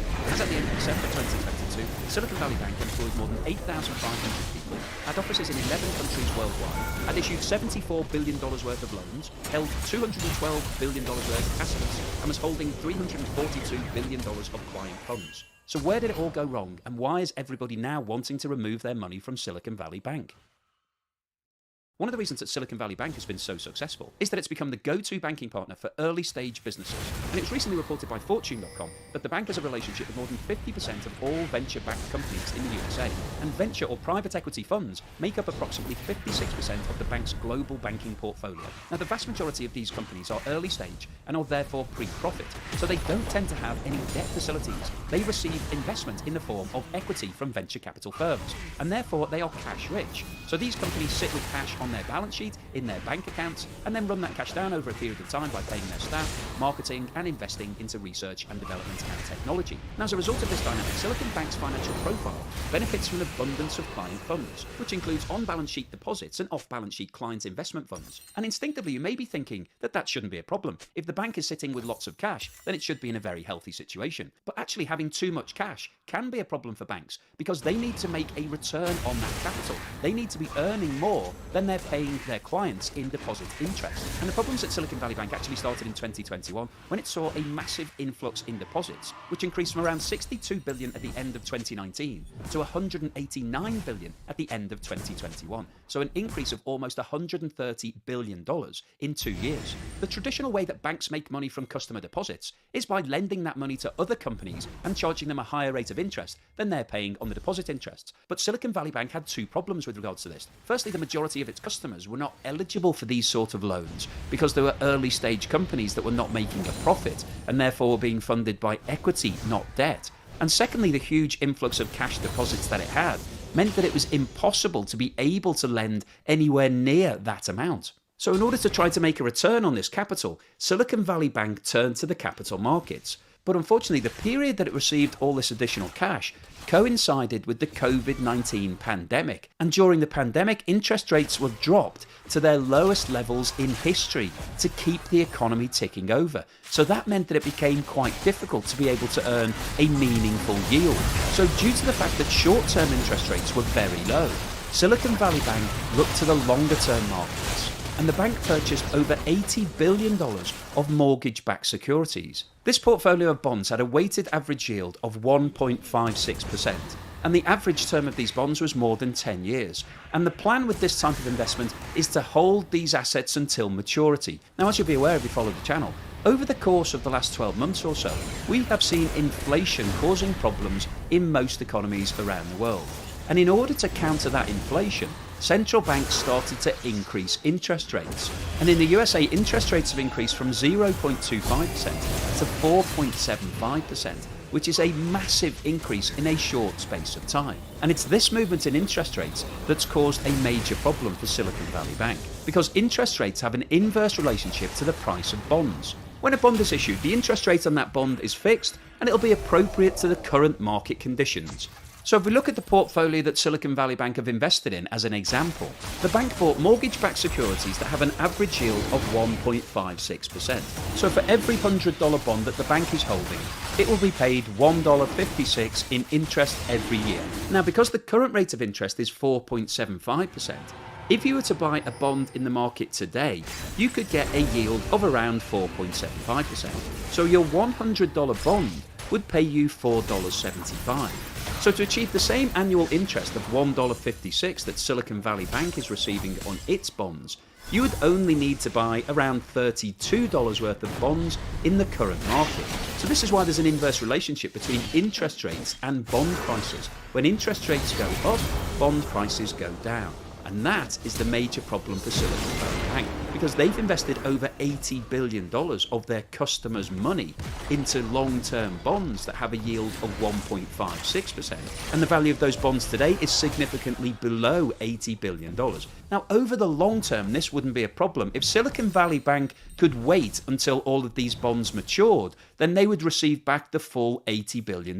Because a bond is settled at par, you receive back your $100 from the original $100 that you invested. But if Silicon Valley Bank can't afford to wait for another 10 years for those bonds to mature, and they have to sell them in the market, that's when you start incurring losses. And that's exactly what's happening at Silicon Valley Bank right now. Due to the fact that a large number of customers had asked for their money to be returned, Silicon Valley Bank were forced to sell some of the bonds that they're holding, and that's meant that they've incurred huge losses. The bank has announced that they've sold $21 billion of their available for sale securities at a loss of $1.8 billion. And as a result of this, the bank has announced that it needs to raise $2.25 billion in equity and debt. Now, this news came as a total surprise to investors, who were under the impression that the bank had enough liquidity to avoid selling any of their available for sale securities. And the portfolio is seriously underwater, as it yields an average of 1.79% compared to the current 10-year Treasury yield of 3.9%. As mentioned at the start of the video, Peter Thiel, who's a German-American entrepreneur who has a net worth of over $8 billion, and created the venture capital fund Founders Fund, has asked all of its portfolio companies to move their funds away from Silicon Valley Bank. In addition to this, Coatue Management, Union Square Ventures, and Founder Collective have also advised their portfolio companies to pull money, and Canon, another major VC firm, told its portfolio companies to remove their cash on an as-needed basis. It was reported that the Founders Fund stated that over the long term, we don't believe that deposits are likely at risk, but the shorter term is harder to predict. Gary Tan, the president and CEO of Y Combinator, warned its network of startups that solvency risk is real and implied they should consider limiting their exposure to SVB. He posted a note stating, "We have no specific knowledge of what's happening at SVB, but anytime you hear problems of solvency in any bank, and it can be deemed credible, you should take it seriously and prioritize the interests of your startup by not exposing yourself to more than $250,000 of exposure." He added, "Your startup dies when you run out of money for whatever reason." Venture firm Tribe Capital have also advised its portfolio companies to move some, if not all, of their balances from the bank. What's important to understand is that banks all have leverage and they use deposits. So almost by definition, any bank with a business model is dead if everybody moves. Tribe co-founder Arjun Sethi told portfolio companies, "Since risk is non-zero and the cost is tiny, better to diversify your risk if not all." Another firm, Activant Capital, sent emails and texts to its portfolio company CEOs, encouraging them to transfer their SVB balances to other lenders, and is helping some move capital to First Republic Bank. Silvergate Bank was founded in 1988 in California as a traditional bank. However, in 2013, the chief executive Alan Lane invested in Bitcoin and decided to launch an initiative to start servicing cryptocurrency clients. The bank developed a strong niche providing corporate services to all of the cryptocurrency businesses and attracted in names such as Genesis, Gemini, Coinbase and Kraken. And Silvergate's flagship product was called the Silvergate Exchange Network, which allowed all of its cryptocurrency clients to exchange cryptocurrency for US dollars round the clock on a 24/7 basis. So essentially what Silvergate was doing was acting as a real-world bridge between the cryptocurrency clients and the markets. When companies such as Coinbase signed up a new customer who gave them US dollars and wanted to buy Bitcoin, Coinbase would then place those US dollars on deposit with Silvergate so that it had that cash in reserve, and when the customers then decided that they wanted to cash in Bitcoin and take back their dollars, Coinbase would go back to Silvergate, ask for the dollars, and then pass those dollars on to the customers. So Silvergate has been working with the big corporates in the world of cryptocurrency, offering crypto deposits and also real-world US dollar deposits.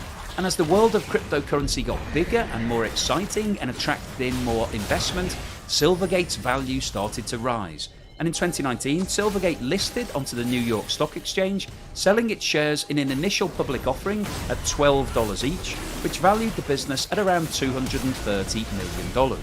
Now, as the crypto markets went up and the price of Bitcoin went through the roof, so did the share price of Silvergate. And at one point, the shares were trading for $220 each, which valued the bank at around $4.2 billion. However, unfortunately, the events in the cryptocurrency markets over the last 12 months have had a detrimental impact on Silvergate's value and also its viability. Publication of Silvergate's results for the quarter ending December 2022 revealed that the company had made a net loss of $1 billion in the quarter, compared to profit of $18 million in the previous quarter. And this loss was due directly to a run on the company's assets. In the 3 months ending December 2022, customers withdrew over $15 billion from Silvergate accounts, which represented more than 50% of its total assets. Silvergate's interest-bearing deposits decreased by $6.9 billion, or 52%, to leave the bank with only $6.3 billion on deposit, and non-interest-bearing deposits fell by $8.2 billion to leave only $3.9 in the bank, representing a fall of 61%. And the reason that Silvergate posted such a monumental loss is that it had been putting all of the cash that had been given by all of its corporate customers into federal bonds. So rather than just holding the cash, Silvergate wanted to make a return on that capital. But the problem that Silvergate has encountered is that over the last 12 months, we have seen a material increase in interest rates. And when interest rates go up, the price of bonds go down. So what Silvergate has experienced over the course of the last 12 months is that all of the money that it's placed into US government bonds has fallen in terms of the current market value. And because all of these customers are now demanding their money back, Silvergate have been forced to sell those bonds in the market to get the cash, and therefore have crystallised huge losses. And the details of this situation are included in the quarterly posting. In order to accommodate sustained lower deposit levels and to maintain a highly liquid balance sheet, Silvergate sold $5.2 billion of debt securities for cash proceeds during Q4 of 2022. And this sale resulted in a loss on the sale of those securities of $751 million in the quarter. In addition to that loss, the company also recorded a $134.5 million impairment charge related to an estimated $1.7 billion of securities it expects to sell in the first quarter of 2023 to reduce its borrowings. Now, as a direct result of the financial difficulties, Silvergate decided to discontinue its Silvergate Exchange Network, which was the 24/7 payment system offered to all of its corporate customers. And as a direct result of that announcement, a variety of cryptocurrency businesses, including Coinbase and Galaxy Digital, have announced that they have dropped Silvergate as their banking partner. Silvergate Capital has now released the following statement announcing its intention to wind down operations and voluntarily liquidate the bank in an orderly manner and in accordance with applicable regulatory processes. In light of recent industry and regulatory developments, Silvergate believes that an orderly wind down of bank operations and a voluntary liquidation of the bank is the best path forward. The bank's wind down and liquidation plan includes full repayment of all deposits. The company is also considering how best to resolve claims and preserve the residual value of its assets, including its proprietary technology and tax assets. So this is obviously catastrophic news for the investors in Silvergate Bank. At one point, this bank was valued at more than $4 billion. But it also represents seriously bad news for the crypto markets. Firstly, because all of the cryptocurrency businesses have now lost their banking relationship. These companies were previously using Silvergate to store all of their real-world dollars. But secondly, there's also the issues of contagion and confidence. All financial markets have interconnectivity. So when a company fails, it will have a ripple effect. It will have a knock-on impact to other businesses. So the failure of Silvergate will Yeah, someone's like Base, did we strung solve up. things? Yeah, I'm I gonna think head so. out.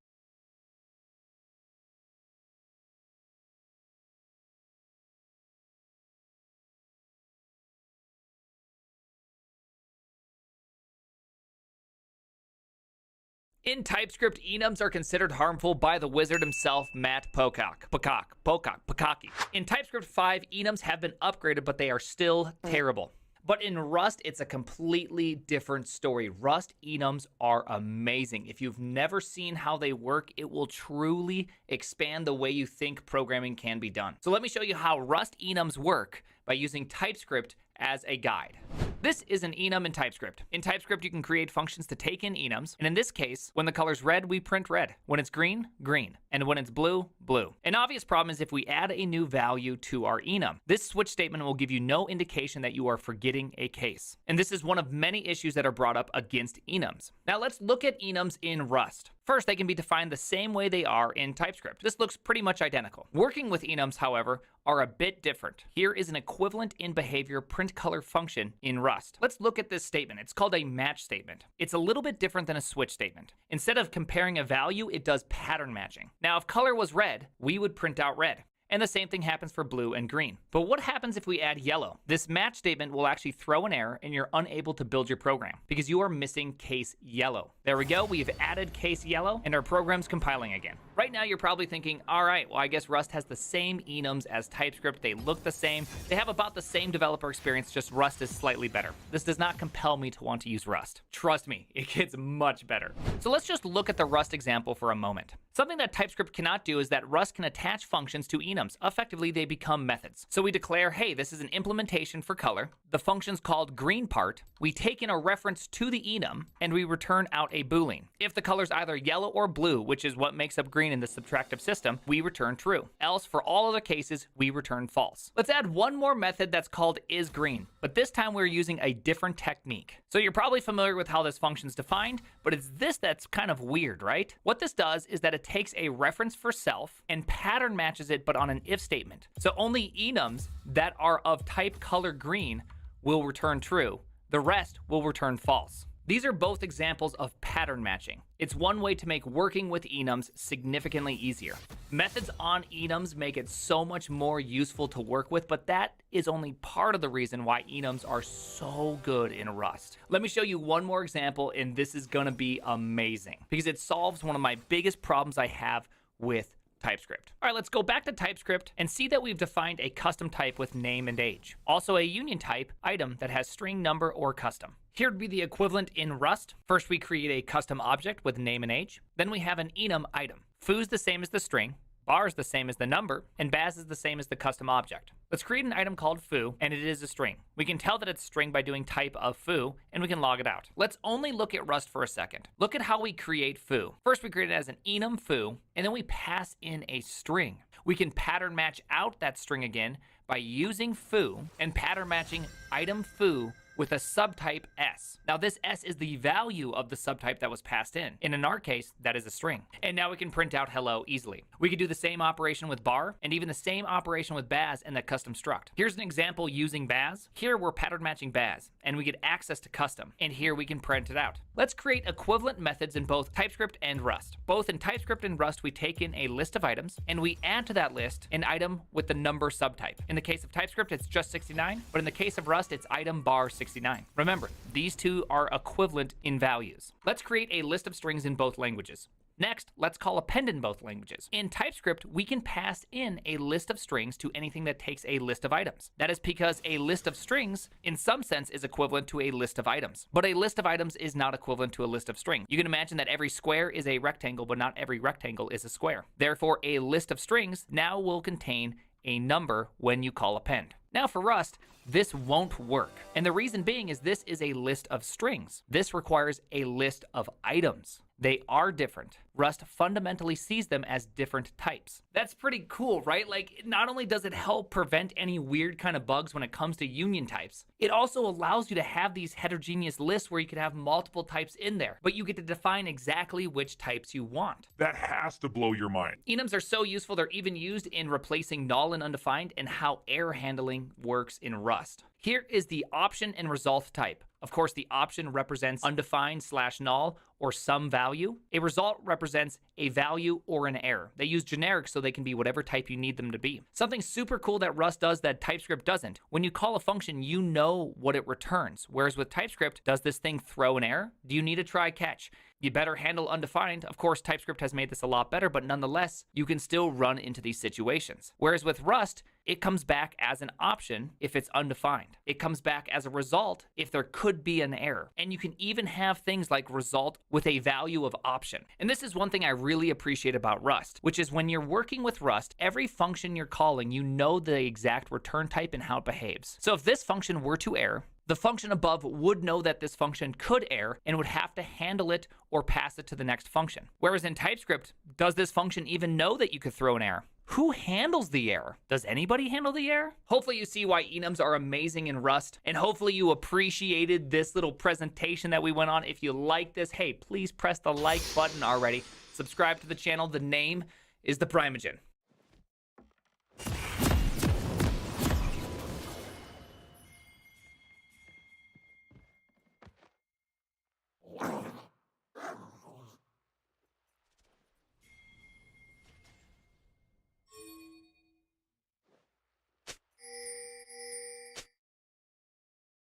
Welcome to Summoner's Rift.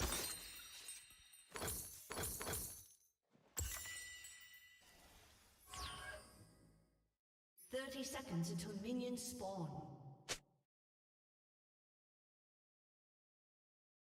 It's virtual money. I'm not against it. It's just something I don't find entertaining. Not a lot of shit fascinates me, so I'm definitely gonna take that bag. Absolutely. I mean, life is based on two things, time and revenue. So the people that have the best lives on earth, they're all rich. The people that have the shittiest times on earth, that worry about money 24/7, that live in simulation, they're not rich. But do you know how many people that have money and aren't happy in life? That's because they believe in smoke and mirrors. See, when you're rich and you believe in smoke and mirrors, like if you're rich right now, you could just DM any bitch right now and get it to your house right now as Gideon, and you believe those bitches authentically fuck with you, you're believing in smoke and mirrors. Any friends you have right now in your circle that are lit content creators, and you believe they're actually your friends, that's smoke and mirrors. Why do you say that? Because it's by association. You're right now, everybody in your life that you met past Gideon is smoke and mirrors. Anybody you met before, those are the authentic. Everybody's gonna want to fuck with you when you're lit. When I had that World Star hip hop video that everybody seen, there was chicks that came in like, oh my god, I see you World Star, like, can we link up? Like, that's just how the world is, it's smoke and mirrors. Once you reach a certain level of popularity and fame, and people start fucking with you by association, it's smoke and mirrors. That's why people get fucking depressed. You ever see a rich motherfucker mad and depressed? Because he thought bitches like him. He thought his friends were real, and he thought everybody around him was solid. That's smoke and mirrors. That's why people with money get depressed, because they believe that their reality is authentic when it actually is. What about people that don't have money? Damn. I mean, they have a more real reality than us. It's just that simple. Like, put it like this, when people see me in public and they say, oh, low tier God, but that's only because of what I did. If not, I'd just be some random 6'5" black man. People just pass Is he really by 6'5"? just because I did something of importance and got lucky and randomly became an important person. Everything when you're rich, and your life is a lot different than mine. You're rich, I'm not rich yet. Your life is smoke and mirrors. Everybody you met after you became Gideon, the lit nigga with millions of subs, smoke and mirrors. So if you get depressed, that would be 100% on you for believing your reality is real. But imagine believing your reality is real, guys. guys. Other things. You're acting like the only thing we can get depressed about is because bitches don't love you because of your money, that you only have your friends because of your money. But there's so many other things to be sad about. There's so many other things that might not be going your way in life that is hurting you, where all those other things could be solved. You feel me? A family member passes away. Fucking, maybe your business crashes. You trying to build your business and things don't go the right way. Like, I can't go up here and describe every single. How tall am I? I'm only 6'2". I didn't know he was 6'5". That guy would tower over me. Know, I was getting 5 million views a video. I was still sad. I was sad. Why? For what? Because I didn't feel fulfilled. I just didn't feel fulfilled. I didn't like the content I was putting out. I didn't like what I was doing. I didn't feel like I was moving the right way. That's why I took the way. I was, you know what? Come back, I want to do it the right way. You feel me? Like, bro, it's called being satisfactory. That's what happens when your brain is in satisfactory mode. Even when I got to the point, right? So my last, I would say the most lit years of my whole doing this shit, 2020 up until I lost my channel. That's when I was just like, you know, getting lots of money and shit. I'm like, you know what? This shit still ain't enough because it's not my accolades. Like, I didn't do YouTube to get popular. Like, the shit just happened. This shit just happened. This is not my dreams. So the fact that you started feeling depressed, it was unsatisfactory. Because maybe there's something more for you to do. Like, maybe you should be a fucking actor. I feel like maybe your entertainment bug is probably deeper. It's just like this. It's like what J. Cole said. You gotta love the Lord. Always, you know, I have my house now. There's always gonna be a bigger fish than the one I have. There's always gonna be a badder girl that's out there. There's always gonna be someone with nicer clothes, this and that. But the fact of if you love what you have, then you win. It doesn't matter if you're broke or poor. Have you ever heard the story of the fisherman that was fishing, and then a businessman came up to him, and this was the best fisherman in the village. And the businessman was like, bro, we need to get you, we need to get an LLC so you can get your business and get a store started. And the guy was like, why? And then the businessman was like, so that way you can franchise, get it everywhere, and then you can make a whole corporation and be one of the top dogs. And he was like, why? So that way you can make billions of dollars, and then one day you can sell all your shares, and then you can just relax. Have a happy wife, and he said, oh, well, I'm already doing that. The fisherman was like, that's what I'm doing right now. So even though the fisherman didn't have all the billions of dollars and all this and that, he was doing what he loved. When people do what they love, sometimes it doesn't matter about that. It's like, bro, you get paid way more, but they're not, and they're struggling to make ends meet. But them helping kids, helping them in the future, giving them advice, like that, more fulfilling. You feel me? That's why I don't know if you believe in the Bible, but Jesus would literally tell people with fortunes to leave all their stuff behind because it'll be more fulfilling to follow him and keep your possession. What is a man that has everything in the world, but he sold his soul in the process? You feel me? So you're saying that, you know, money is the growth, but when you get it, then if you have the money, you don't have to do it. It's not about loving what you have.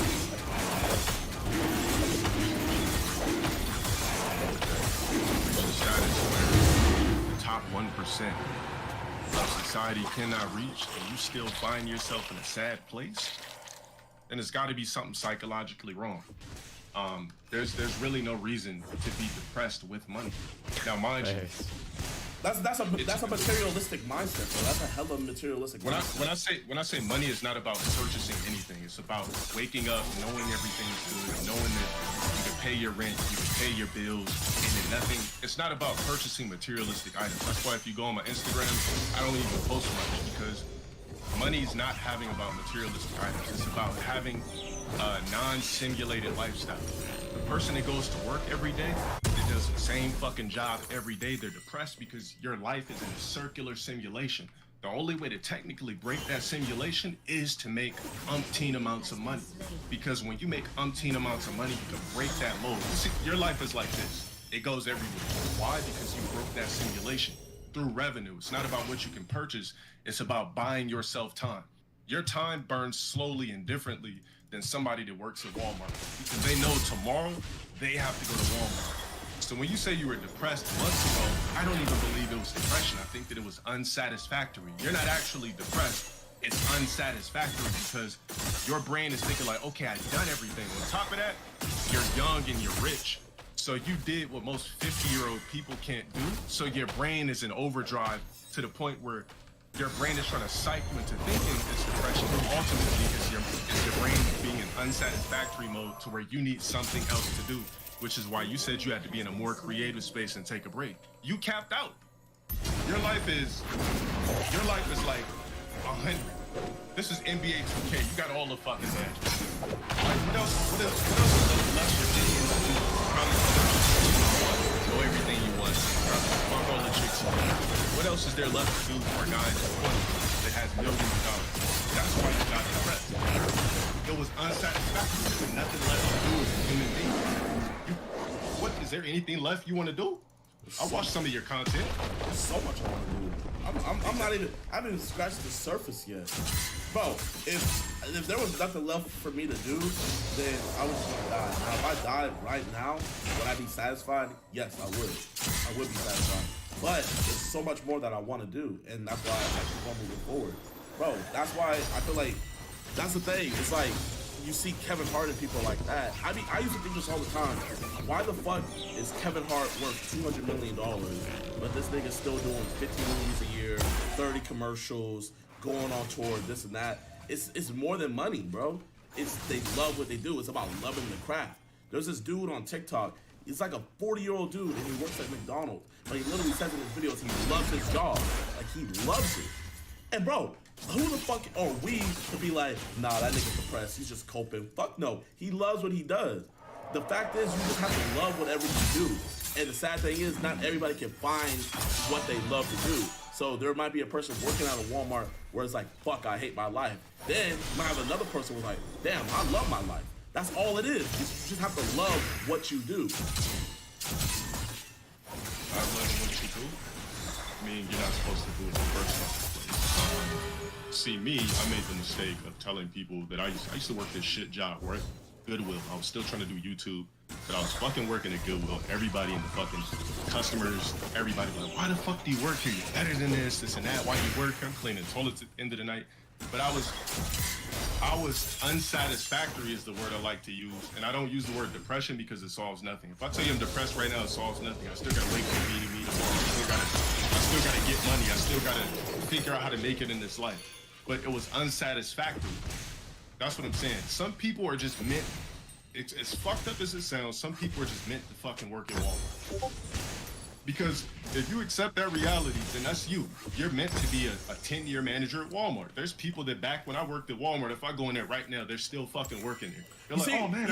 I feel like this is the problem. I feel like it's people like you, they give out that energy that it's an illness to be average. Like, it's like, it's not but no, but you're giving off that illness for me. Okay, it's for you. It's an illness but you for me. Putting that out there, especially to your viewers and your audience, bro, Yeah. not everybody can be quote unquote special. It just is what it is. But that's the problem, is when we perpetuate, oh, yo, you average? Oh, nigga, damn, you work at Walmart? Fuck. Damn, I could have been you. I'm just saying, that's how people think. That's how people think. And that's the problem. That's the reason why people are complaining is because other people are looking down on them. You have all these niggas on fucking social media flexing the Rolexes and the yachts and stuff like that. That's why I feel like this day and age is so much back in the 60s.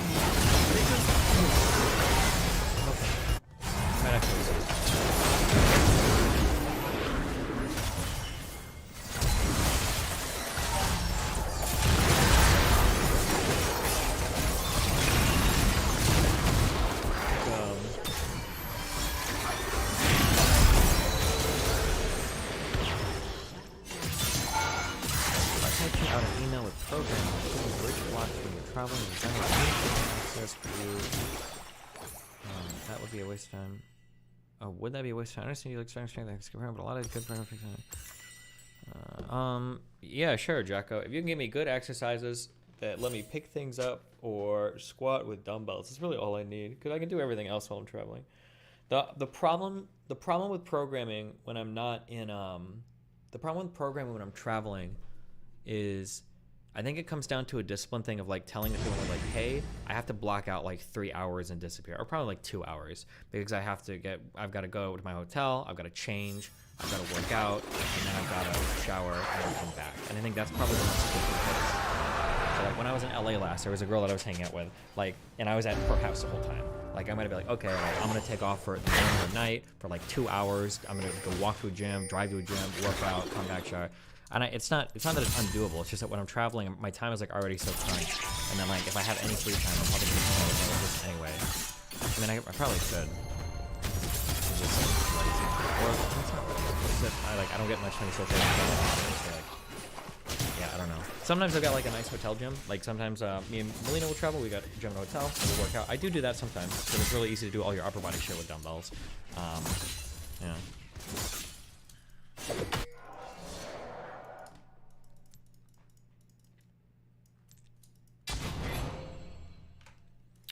What's the girl you're having sex with the workout. Well, I only fuck girls nowadays that weigh under 110 pounds, so I can't use it for any memories.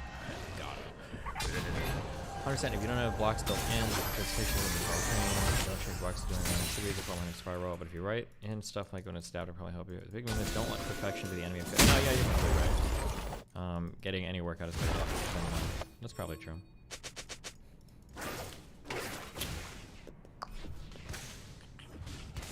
Quick question, why do you have to travel so much? I'm pretty sure this year has been... I think I said I would only travel this year for big events. I'm pretty sure this year has been the most productive year so far in my life for travels. Like, bar none. I don't think that's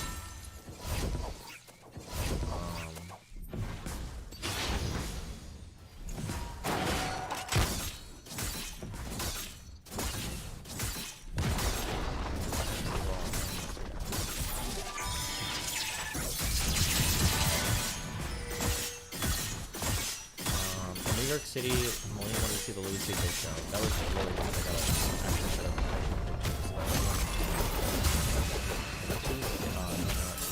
February I did a Pearl show. I did 5 episodes when I was in London. That was really productive.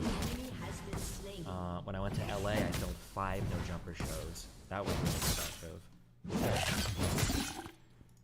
In March.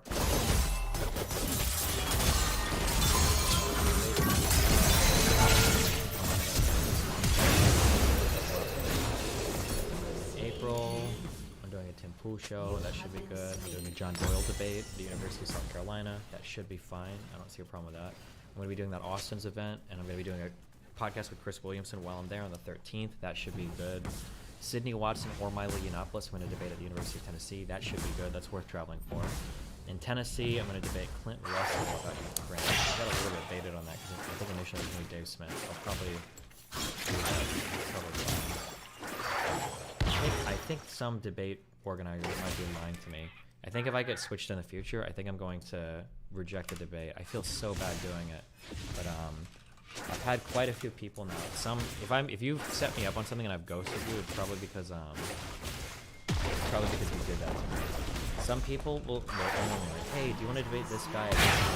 And I'm like, oh yeah, sure, that sounds great. And then they'll lock me in. Okay, cool, you're gonna debate me. They'll lock me in, let's go, okay, this is good, but we'll get locked. And after that, they'll go, oh hey, like, this guy couldn't make it, so we do this guy instead. And the guy instead will be a guy that's popular. It's like, well, I've already committed, now I feel like an asshole. Like, fuck me, like, am I supposed to say sorry, I don't want to do it now? But I think I'm gonna start saying, like, yeah, I'm sorry. I feel like it's clout sharking. But I think I'm the least clout sharking person, like, at my status. I can afford to clout shark when it comes to travel. Especially because, like, I don't know if I've ever gotten a stipend for traveling. Ever. There have been like very few events in my life where people actually paid me to go. The only payment I usually take is if people cover room and board. Travel and board. Travel and room,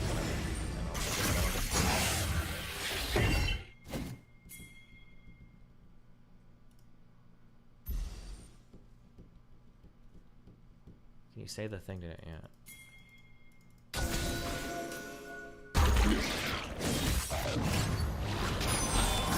Offer not to travel with big people, I feel like I don't know if it would have been the same. It's just I'm just locked in a different way when I see something. It's so much better to have this conversation in person. Today, like, the fuck? What the fuck? Dumbass. Yeah, I don't know. I like these words. What about the Company Skeptic Club? I thought about doing Company Skeptic. If I do that, I'd want to fly to London for it. I'd like to ask Pearl if she wants to do a few shows. I don't know if I feel like flying back to London right now or if I do it next month. I'm not sure. Your team has destroyed a turret.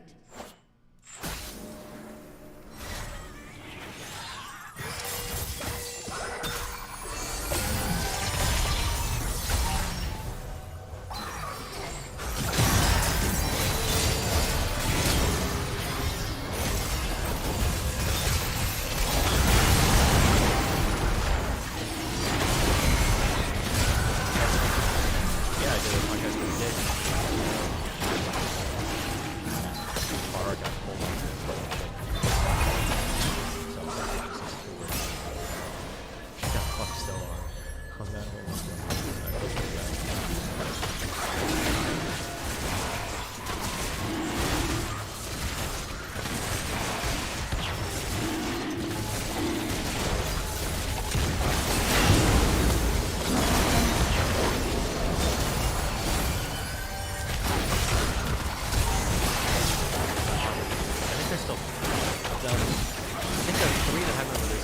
Talking to a couple another is talking to two. They were supposed to be Antifa girls that Adam said he'd found for me to debate, but we ended up agreeing on most stuff, and it was okay. And then there's a third one, which is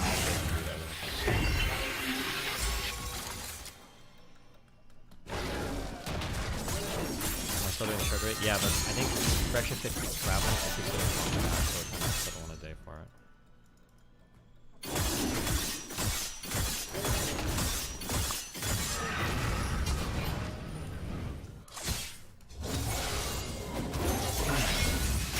Are there any new things you're trying to make inroads into? Yeah. I'm just waiting for the next big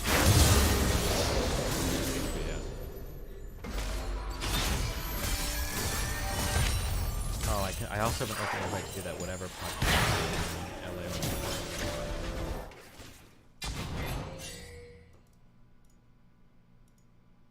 Can I join call? What does Kelly want?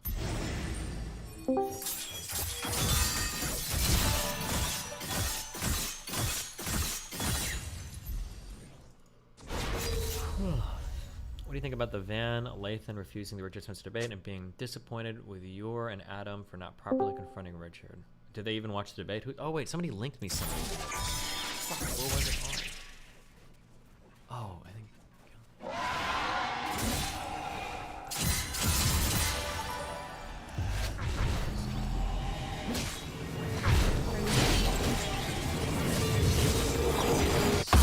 I didn't know if you were busy. Oh, this. 2 hours. Maybe I'll watch this tomorrow. I might go over this January 652. I hate that every time like a new itty bitty piece of thing comes out, conservatives think it's totally flipped the narrative. There's like a video of a cop with the fucking bullheaded guy. And they're like, oh my god, all of January 6 is fake. Like,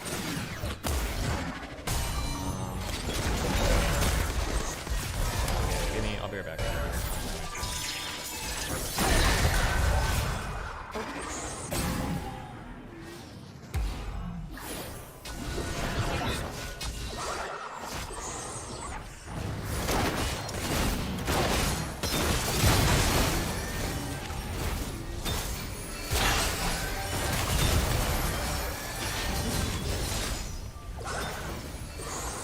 Why did you ask me to do the voice? Why did you?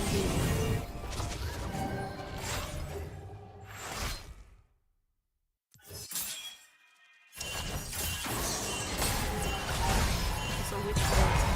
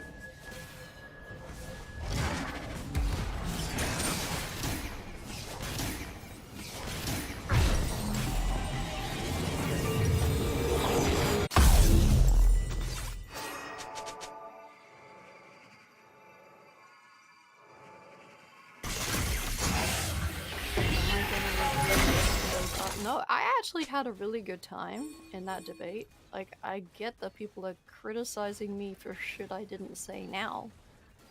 But, like, I had a good time. And, like, I took the Mind Waves and Zonya after the stream. Like, he can take magic, alright? Like, people fucking white knighting him is just kind of weird. You think he can't stand up for himself or some shit? I don't know. Why did his application because he said he hates me? Or are you just assuming that?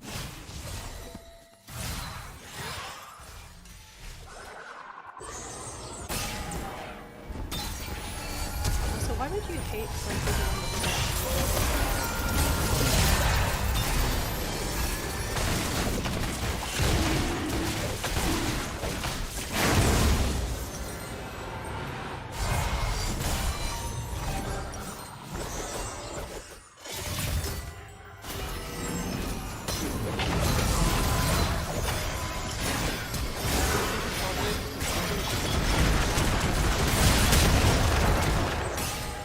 Although, you know, you do realize you can formulate your own opinions. You don't just have to spur retard again. At least come up with more interesting and unique insults, alright?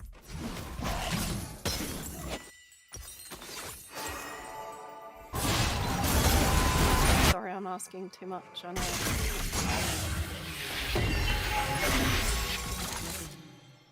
Shut down. Kill yourself. Exactly. Make it a bit spicy. Add some fucking flavor to the insult.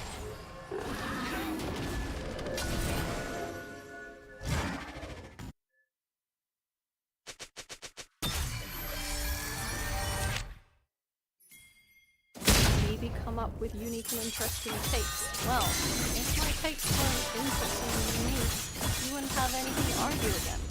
Would you prefer that I just go on stream and just bootlick Destiny and agree with him on everything? Would you prefer that? What kind of content is that? We all go on stream and say, oh yes, I agree. Shake hands. And then leave.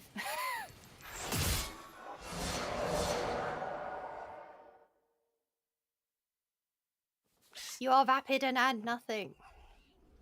I see that a lot, and it's not just aimed at me. When people are mad, they say, you add nothing.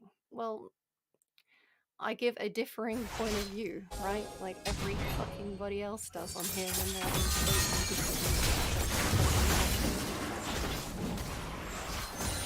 exactly.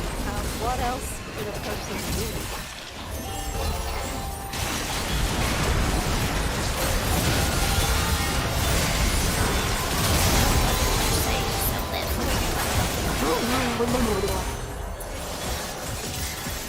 No, it's alright to dislike me. Without having to try and justify. I don't like me either. Go and fucking love me.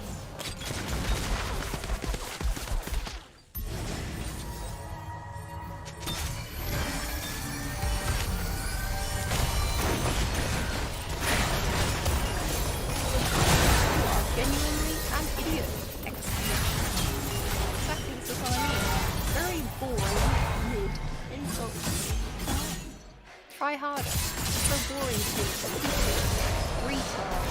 Dumb. Boring. You are boring.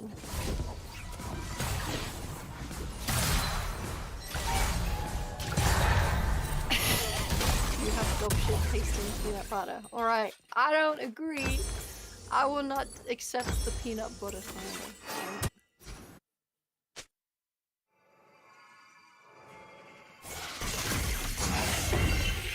Your eyebrows are uneven. Wait, are my eyebrows uneven? Fuck. That is possible, actually.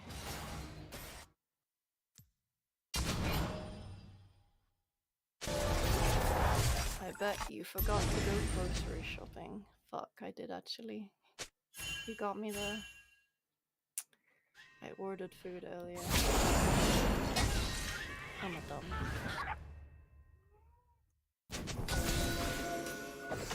Ever eat crunchy peanut butter? Yeah, it was crunchy peanut butter. Smooth peanut butter.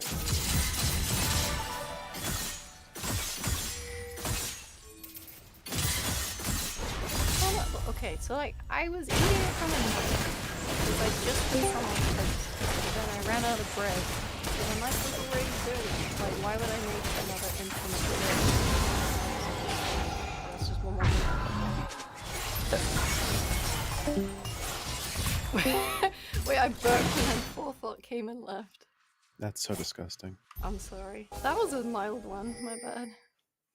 They can get much. I can project my burps. They can be very loud. I'm good, thanks. I'm just saying. Want to go over your harassment case? Yeah, so just for the record, I'm not saying the majority of stuff on Reddit was on Reddit like 2. Okay, can you give me an example of what you're talking about? There are autists that are going around sharing the same shit how I lied about the allegations I made against my ex. I don't know about the allegations about your ex. They're both public posts. It's fine if it's about it, in my opinion. I went over the Destiny a year ago. If people I keep didn't follow it. posting it. Okay, yeah, that's fine. But you don't understand. People are constantly sending me messages, whether it's in chat, on Reddit. I've had tweets. I've had to ban people from places. It's Okay, what are we not doing? What's going on here? enjoyable. I'm talking to Forethought about how people keep posting about the allegations they made against my ex, even though we went over it on stream a year ago. And it's just like reached peak autism levels because of yesterday. Wow. Okay, so you think people shouldn't be allowed to post Henry G. They shouldn't be allowed to post about your twit longer or Henry G's twit longer in the subreddit. They are posting it over and over and over again to everything. Have you not? Have you? I've seen it twice. It has been more than twice. Okay, so yes, no. Do you not understand when people keep doing something over and over again to a certain point, it can be a problem? If it was one time, do you think I would be bothered? Do you? Oh, I'm gonna kill myself. Okay. No, that was a valid question, Forethought. Do you think No, it it's would be a not. problem? These you were making public allegations. He responded publicly. I think it's totally fine for anyone to post that anywhere they want in the Destiny subreddit, in the Destiny universe. So you So think it's valid to add to every single thread when it has nothing to do with the thread? They just do it because it's me, like over and over again. there are tons of threads about you that don't have the Henry G stuff in it. This is specifically about you talking about rape. Okay, but this is I'm telling you, it's happened before. Yeah, And it's I people believe you. Bringing I don't out see it. chat, and it's pretty stressful. I have to like deal with that, right? Just tell me you It's want like it banned. it's about trauma. Just tell me you Why? want it banned. I'm bringing it up as a source of concern, but like if I say like I want people banned, it doesn't really solve the issue. Okay. Also, I don't really like just getting people banned. That doesn't fix the issue, right? Like it's more. Okay, so what I wanted to actually say, since I'm here, if people have questions about those allegations I made, I have been writing like a longer length statement. It's kind of stressful for me to do it, but I have Why additional would you do it? That sounds like the information. little worst idea ever you could possibly do. Because there's more information that came out afterwards and things that happened afterwards and etc. Like the girl that my ex used in his statement publicly called him abusive, broke up with him a few months later. And Wait, there's like obviously a lot- abusive how? I don't want to say exactly what he did to her because I don't know if I'm allowed to. I'd have to ask for her permission. Well, are you writing If an article she made a relating public to it, or? tweet. She did make a public tweet. What did she say in the I'd have public to- tweet? I could link you it later, but I don't want to do it on stream. Unless I get her permission to like share stuff. Like a lot of it's really personal. But like I can show you, I don't care. But like I also have a letter from the police. I did make a statement. And they decided to like push it further and they did arrest him. I didn't Hold on, wait, wait. hold on. We gotta be clear now. Make a statement to the police about what, and what did they arrest him for? And were there any charges brought forward? Was there a conviction that followed? No, obviously there wasn't a conviction. No, he was arrested. I actually am not sure why they arrested him over asking him to come in and give a statement. Okay, wait. So did they arrest him, or did they just go to him, bring him down to jail to get a statement for something, and then release him immediately? Was he ever actually in jail? They told me it was an arrest and they took him in, yeah. Was he ever actually in jail? No, I think they just arrested him. He would have given a statement, and I assume they let him out within the same 24 hours. His ex knows a bit more about it because his mum contacted her and tried to get her to give a Okay. statement of his good character and say, you need to tell the police that he's a good guy. And she was like, no, he was abusive to me too. Gotcha. Okay, just checking. So yeah. he was temporarily detained for a statement. That's what happened. Yeah, to be yeah, clear. yeah. But Okay. he was arrested. They told me he was arrested. He was so- detained for a statement. Is what happened. That's all I'm They saying. said arrested. So Okay, that's fine that when they said arrested, but what you just said was, oh, well, when I told the police, they went and arrested this fucker for rape, but they couldn't figure out what exactly happened, so eventually they let him go, because that's what it sounded like you said. That's what I heard. I'm pretty sure that's Well, almost who you're implying. I didn't say that. That's not what I'm implying. I'm actually surprised that they arrested him instead of just contacting him first to come in for a statement. I'm not too sure why, but they said to me that that was protocol then. Okay. But I was like, oh, okay, well, sure. But I have a letter from the Metropolitan Police. If I need to show that too as well, I can do that. There's like a lot of other information that I was too stressed at the time to like deal with. I don't think that people get that. The days after I put out my statement, Wreckful killed himself, so I wasn't exactly in the best like state mentally. Like I was having a pretty rough time. Not only am I trying to deal with what had happened to me, and then dealing with a lot of harassment on the internet, and then one of my friends has just killed himself. So it's just like, cool. That was not great, but yeah. It is Yeah, I what think it the is. main question that was hard to understand is why make a statement at all? Didn't seem like. You mean originally? Yeah. Or you mean talking about it now? No, originally. I was concerned that because he didn't understand what I was trying to tell him privately, that means that he didn't understand in general and that he would repeat his behavior. Since he was abusive to the girlfriend that he was literally with in the statement that he made, I am kind of justified in that he didn't learn from his behavior, right? Okay, so I don't know if you understand what that sounds like, but it sounds like then you had an argument with him over something, he didn't agree, and since he didn't agree with your argument, you were like, well, I'm gonna Me Too you. That's what it sounds like. No, it's not the case. So like, the screen cap that he used where I was... Sorry, I'm burping now because I had fizzy drink. So like, the screen cap that he actually used in his statement was me trying to say that, trying to make him feel better by saying it wasn't rape, because he had proceeded to like scream at me a bunch on Discord and then sent me other messages. I was just like, I was trying to placate it, but I really wanted him to understand that what he did was like messed up, but he still just didn't even accept that much. And so my concern was, if he doesn't get why what he did was bad, he will repeat his behavior, and that was my concern. I feel like that's a lot of reasons why a lot of women say things like they just don't want other people to get hurt. I don't know. I mean, But it sounds like think- you had an argument, you weren't happy with how the argument went. I mean, that's like what I'm getting from that. I don't think you said anything to convince me differently, right? I had an argument, and I don't like that my Yeah, so it's like, well, fuck you, I'm gonna write a Twitter longer on you. No, Because didn't this follow you trying to go to his place and him not letting you in, and then eventually letting you in, and then you guys had a conversation after when you showed up, when he said he didn't want to talk to you anymore? I spoke to him after that as well, a few times. And when I spoke to him initially, so it's hard to remember which conversations were before and after, because we spoke about all of this before and after. But yeah, I mean, I did go to his place. That's not inherently evil in and of itself. He lied and said I tried to like break him, which is ridiculous. Not true. I literally went with a friend who can back up that claim. I did not do that. Like, I Well, so have what? my So wit- if you knock on the door, he says he doesn't want to talk to you. What happens after that? What's the next thing that happens? He didn't say that though. He didn't say that. What did he say? He was annoyed that I was there. And then I was stood outside his now ex-girlfriend. Then after he had spoken to her and that he was going to come over, he then invited me.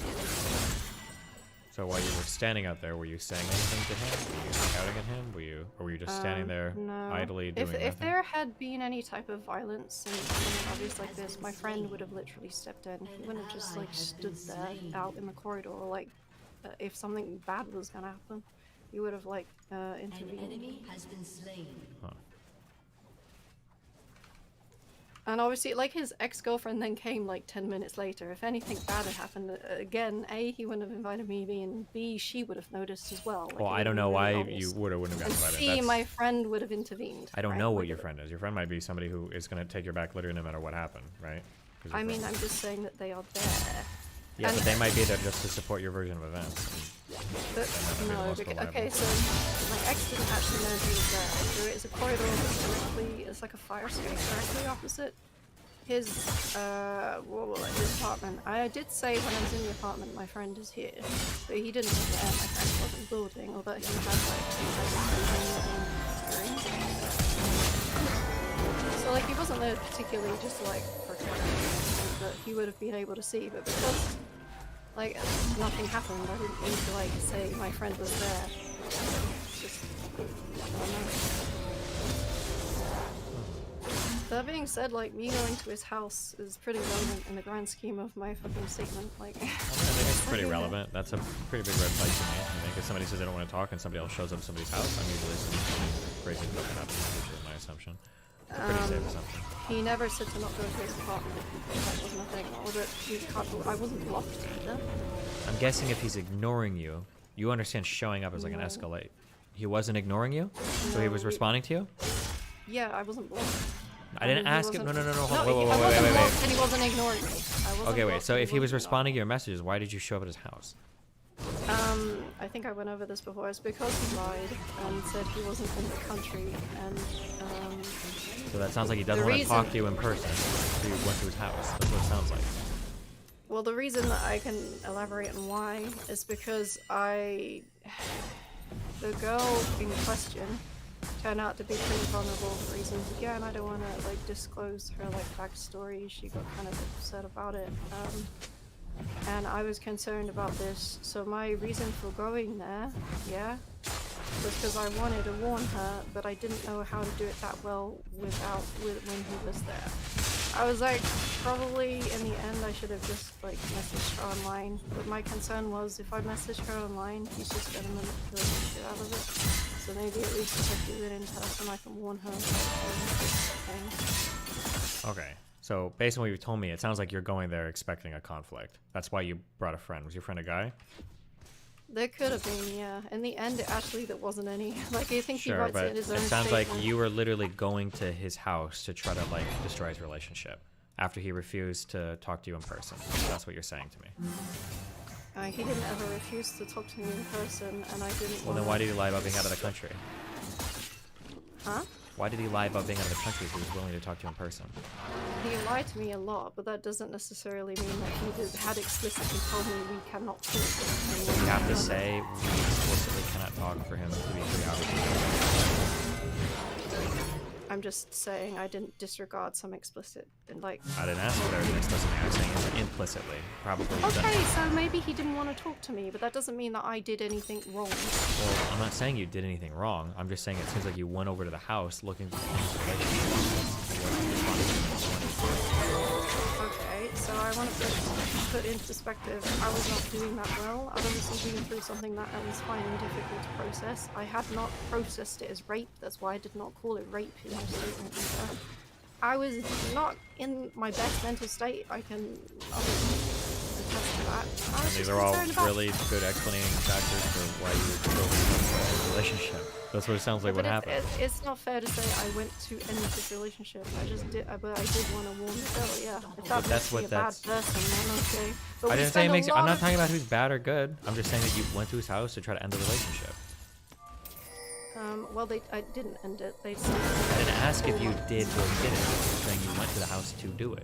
You knew there was gonna be conflict, so you brought a friend. You kind of warned his current girlfriend away from him for whatever reason, and then that seems to be what like the scheduled activities for you. I think it's kind of unfair to say I just wanted to break them up. I wanted to do it. That's the same thing, right? No, it's not something. What do you And think is if I going to wanted happen to after break you them warn her? up- Wait, why not just DM? Wait, why not just Because DM her then? Why not just send her a wanting message? to, well, I said in hindsight, maybe I should have tried that, but my concern was I felt like he would manipulate it. So this guy. Also, there's no. So this genuine- guy like, is so abusive that you can't even trust her to receive a message on her private messaging platforms. But you think that you're going to be able to tell her about this level of abuse and she's going to stay?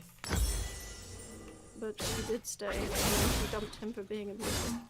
That you're skipping ahead. I'm just trying to establish that you were going there to end the relationship. You probably figured there's going to be a fight, and that's why you brought probably a big male friend with you. I'm guessing. That's what it sounds like. Again, I didn't go with the intention to be a relationship. I went with the intention to warn her. Okay. Most people aren't going to see a difference between those two things. I understand if most people don't see it that way, but my intention was that. And it's obviously, I don't like my intention being misrepresented. Like, it's already bad enough that people assume the worst of me in every possible scenario, that it sucks. But it's a lot of time has been spent ruminating on me going to his house versus the fact that he told a bunch of lies about having assaulted me. So, yeah, I kind of feel like that's kind of worse today. What are those? Are you saying that he lied then in his response statement to you? Yeah, he said I initiated sex. That never happened. He doesn't have proof of it, and I have a lot of messages where he's complaining that I never initiate sex with him. So Do you have any messages in relation to that particular thing? I have the messages directly after, which was in my tweet, but like hours after, where I said that I was giving myself now, I wanted to wait. You ignored me.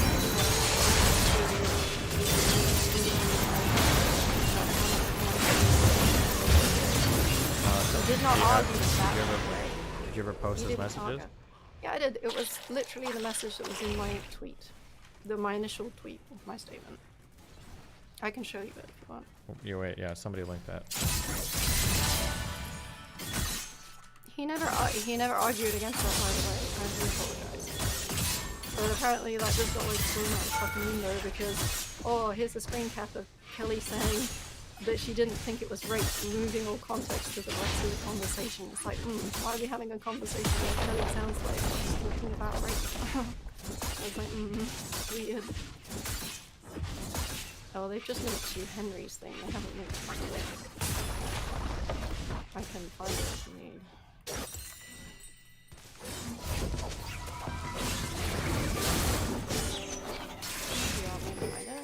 We can, yeah. We can chat. Somebody will link it.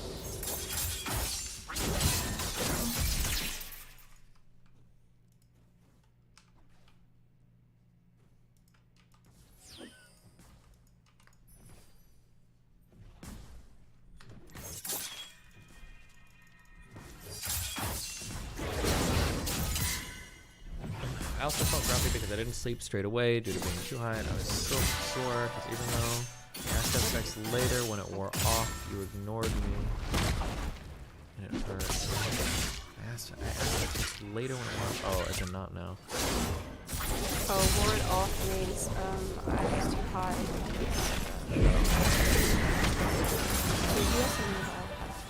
So that was kind of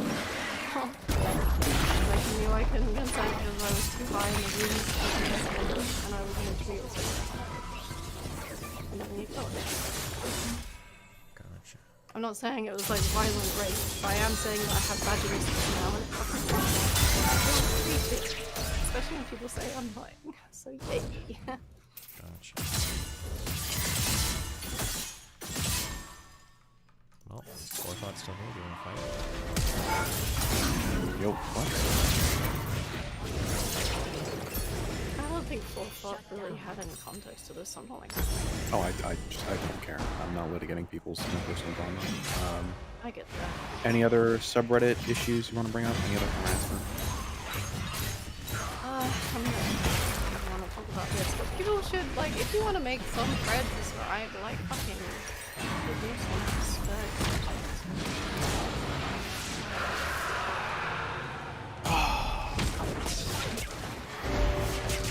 What is your experience with online spaces? I'm curious. What are you getting at? This... You're gonna give me a criticism of Forethoughts for that. Oh my god, this is like the kid gloves of the internet.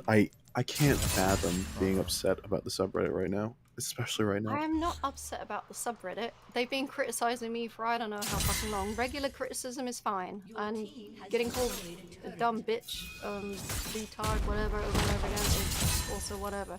But if people keep bringing out fucking trauma shit, it is a bit depressing, especially when they're doing it specifically like Jess does. It's like, yeah, no shit, that upsets me. Fucking hell, who wouldn't be upset?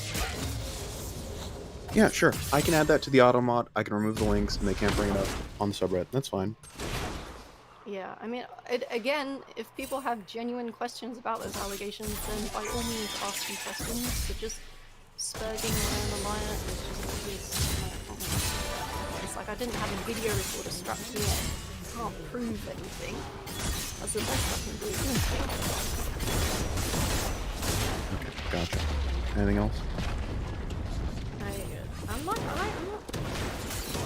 I don't really like having to like have the band or feel like that badly about it. It's not like, it's just, I want people to understand where I'm coming from.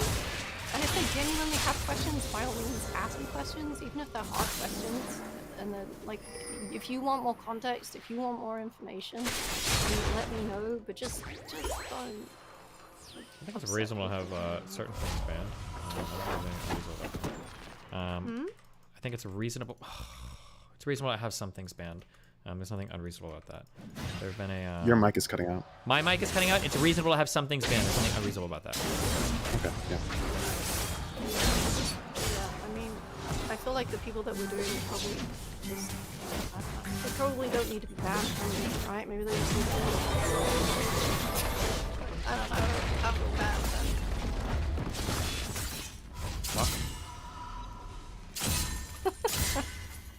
I don't like banning people. I like arguing with people, but I can't really argue with you're a liar because you lied about rape. I'm like, well, I'm just agree with that. That's not, I'm like, what? I'm kind of stuck. Okay. Okay. Do you feel okay?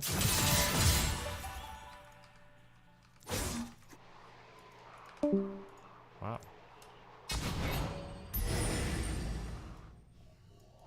So how's it going? Well, I'm going to keep playing this stupid fucking game because I died. So. I feel fine just playing this dumbass fucking game because my last save got fucked and I couldn't win. So here I am. By the way,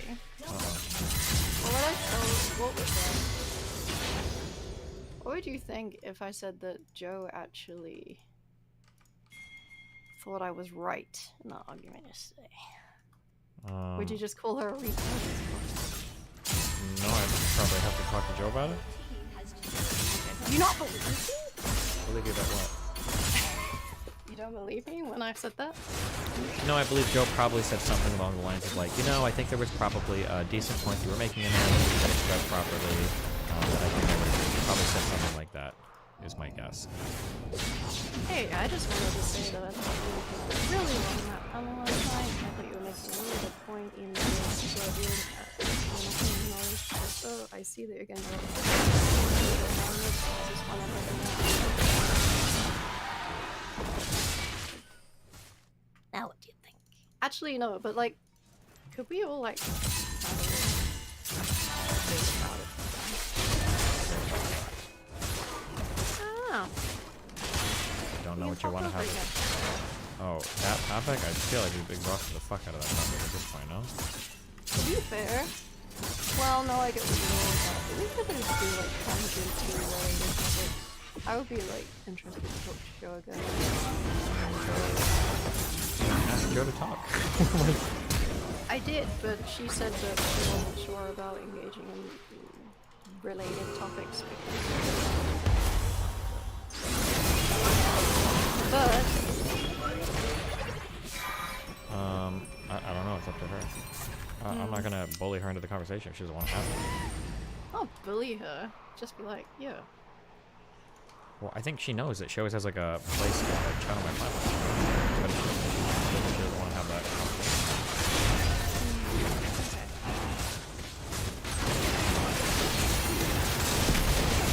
But I think, yeah, I think me and Joe literally had a conversation last year. Yeah, somebody actually like I haven't watched all of it, but I really but I mean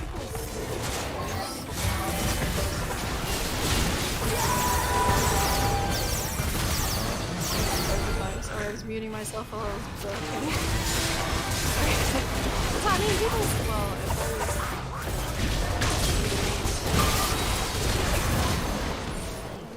Interesting to see. Huh.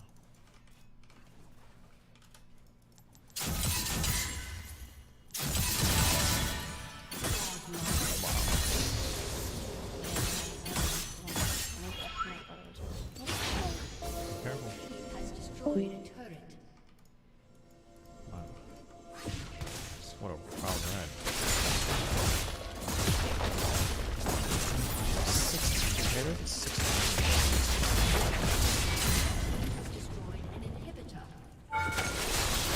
Do you not get more research points if you like 100% a mission without like ever losing? Or is it only fucking points? Which who the fuck cares? So I'm not even gonna have more research points. I just wanna like direct my research better. That's basically what's gonna happen, huh?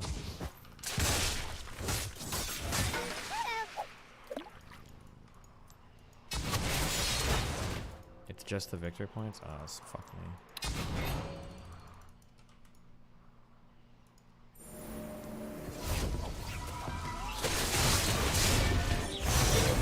Did I restart the community? Yeah, I think I just bricked on my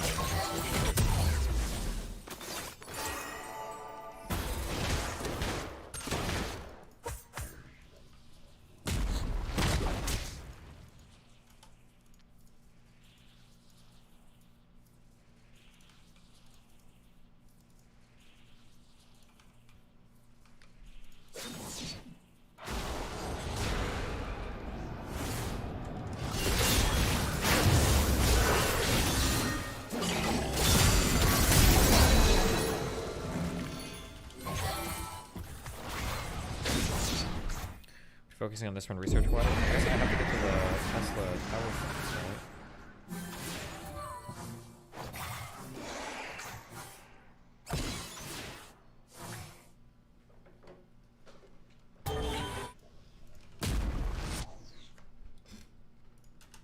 Shock towers, yeah. Are they like...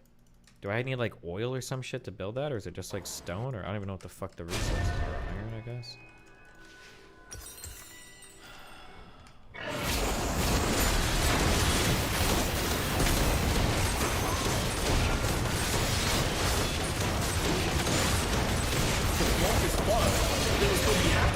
Because in their neighborhood, it's just like, hey, we all go. We gotta make it how we live. You know what I mean? They all have to put up in the backyard. And the only thing they would see is like the TV show. But the TV show they watch, it was the same people. There'll be people just in like middle class houses and stuff like that. But now, in society, you have to show everything big. You have to have the biggest ass. You have to have the biggest yacht, the biggest Lambo, all this and that. It's always about having the biggest. So that way, in people's minds, it's like, fuck, man, I'm losing in life. I'm like, bro, it's okay to be a quote-unquote normal person, bro. You just gotta love what you do. Try to find the best avenue. Try to find a job that best suits you. If you don't want to do a job, then if working isn't for you, then maybe you should try to go in a way of being an entrepreneur. But bro, it's like it's like at working at McDonald's. Not everybody can be a manager. You know, you need your fry cook, you need your janitor, you need your supervisor. You know, there's always a hierarchy. Even in the kingdom of heaven, it talks about there's a hierarchy in the kingdom of heaven. A lot of people are like, oh, everybody's equal in the kingdom of heaven. No, it's not like that. Like, bro, if any society, you cannot have everybody being quote unquote equal, like on the same playing field. In heaven, there's literally a hierarchy of people where people are gonna be doing different things. That's just how society is. But putting that energy out, damn, if you work at Walmart, you're a loser. That's the shit that's fucking. Okay, I'm not putting that on you, but I'm saying putting that energy out, that's what's wrong with society nowadays. My thing is, if you complain about the job you got, that means you should do something better. But if you want to strive for more, then that means you can do that. But we're talking about the people that accept. I think that some people literally are just born for nothing. The reason why I say that It's because, prime example for me, like I see there's a bunch of people in your stream talking shit, right? These people were spit out of their mom's vagina to be in your chat to troll. You get what I'm saying? There's some people that are just born on Earth as NPCs, non-playing characters. These niggas are in the 2K crowd, fucking ungraphically, but they don't get none of the graphics. Why There's did a they lot go of past my motherfuckers born like wall? that right now. We need NPCs to have the balance. Without NPCs in society, Gideon wouldn't exist. Without NPCs in society, low tier guy wouldn't exist. You get what I'm saying? There's certain people that are just born to do better shit because they grasp it. But there's a lot of people that sit and complain and troll and got spit out of their mom's pussy to sit here and troll for a living. That's what you're meant to do. If you're complaining about somebody on the internet getting a bag and you're not doing nothing about it, but you're just in the chat typing, you were spit out of your mom's pussy for nothing. In life, there's got to be a balance. We need people to deliver these Amazon packages. That's what I'm saying. These people that do nothing, okay, go deliver some Amazon packages. That's what I feel like we're saying the same thing to an extent.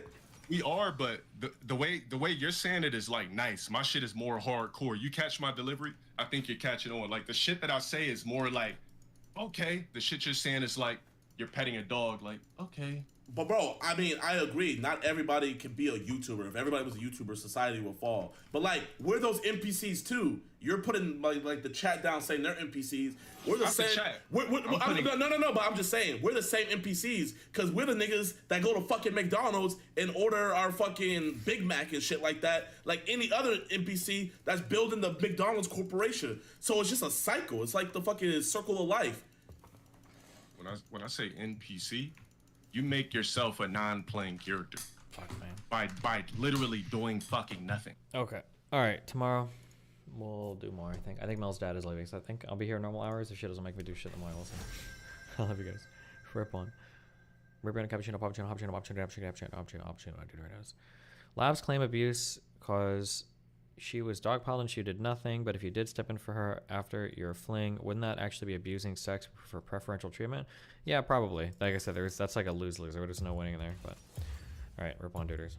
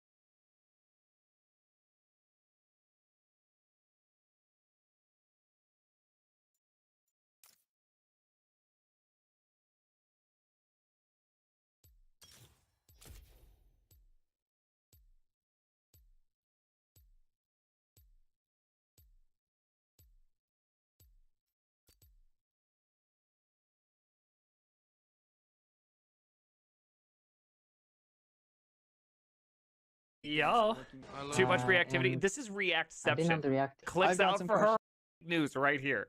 Pick might be the only person who's on the internet just as funny in real life, right? Just jobber scripts, right? Like it's a lot. We have a shitty application, meaning multi-page application. Who does that anyways? They don't use any front-end frameworks. And yet, when I look at this and I browse it, it seems to be the best experience I've ever had. It feels great. Like, who's that sexy man right there on front-end masters? And you know what they use for the back end? Go. They don't even like do server-side rendering, if I'm not mistaken. This is all client-side. Their mobile app is also blazingly fast. I'm just saying that maybe, just maybe, hear me out here, that we have the wrong paradigm being optimized for. Maybe. What is it written in? JavaScript. I love it. Marco went practical for pure speed, and it was a good choice, I think, for them. But that's the thing is, like, this is equally complicated as Tempo. I hate it. I don't know. I'm just saying, have we optimized the right thing? Do you feel like this is harder to build? Is this harder to build than modern day frameworks? You think this is less complicated? I'd say that it's not much less complicated. I mean, Netflix is just a list of movies. It's like not that complicated. Like when you really think about it, there is the main page, which is a list of movies. 2, when you hover, it throbs. It gets bigger and plays a video. Playing a video is not like magic here. Okay, our algorithm behind playing a video is magic, but playing a video is not magic. There's a video component. You just make video happen. On top of it, like all the magic of Netflix is not the front end. It's not the front end. The front end is just displaying stuff. Now, I'd say things that are more complicated at Netflix is that we have like polymorphic view types. What I mean by that is like, is it a video? Is it a roar row? Roar rows, those tall panels. Yeah, but mobile versus device work. They do have some beautiful stuff. Anyways, front end is rarely magic, like ever. But I feel like we're building the magic into it. Like, I know everyone loves quick. Like, do you want to build yourself on a stack that, like, you have no hope to understand? Really? Like, you're not gonna, like, if there's a problem, you're fully at the mercy of, like, what's ever happening. You know, so you're saying front-end masters are the masters of front-end? We are.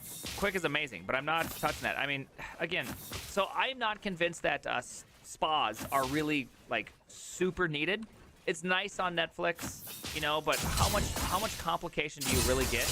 Like, if I dropped this little caching mechanism, okay, so now that we have caching, there you go. I mean, you saw how fast this thing loads. Like, spa is helpful for completely dynamic data, yeah. There's things that are helpful for a spa. Like, I'd definitely say data organization and all that. You know, deers are not pets. They will hurt you physically, okay? So be careful. Okay, Maria.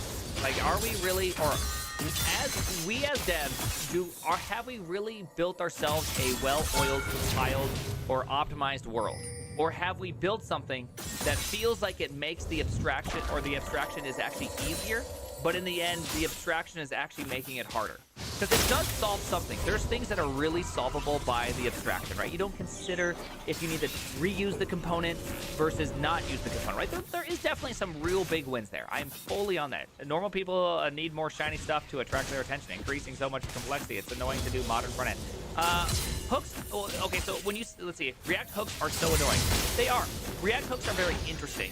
I like the idea. It brings the idea of reacting or change of data closer to where it's being rendered. I'm totally on that. But I think Signals just does it better. I think Svelte is probably one of the best abstractions out there to keep you as close as you possibly can to JavaScript. I love it. Versus abstracting. I like it. I love it. Here's a question I have. We've had programming languages and frameworks for decades in some ways. What do you say these new technologies are actually changing things or just doing things in different languages? Are we just rebuilding the same thing in new languages, or are we building something fundamentally new? I will say that for front end, it is a fundamentally harder situation to change. Back, say, when I was doing desktop development. So I used to work at a place called Computers Unlimited. At Computers Unlimited, we built an offline desktop application in C# for Windows to run in industrial medical places. It may have been a very complicated program. It didn't have this whole, like, where the data was coming from async nature and how this can update and invalidate out of underneath the front end. It's just simply different. So I think modern front end, thanks Costco, I love you. I think it's just fundamentally harder than it's ever been. We have more dynamism than we've ever had up until this point. You're effectively creating really shitty games. I think we're all game developers in the end. In the end, that's all we are. Just a bunch of just shitty game developers. Is restricted by browser innovation? No, I don't think so. I mean, I think at one point you could have made that argument. I think 15 years ago, that could have made that argument, but that was jQuery. jQuery fundamentally changed, like, building for the web. jQuery was one of the greatest iterations, I think, of all time. What's your tech stack at work? Right now, it's just crappy. jQuery really did an amazing job, because what it did is it fundamentally united all of the worst parts about game dev, fundamentally the worst parts about game dev, right into something fantastic, and I really did like it. It's more complex, but more abstract at the same time, where new devs don't understand the underlying concepts as well. Yes, I do agree with that.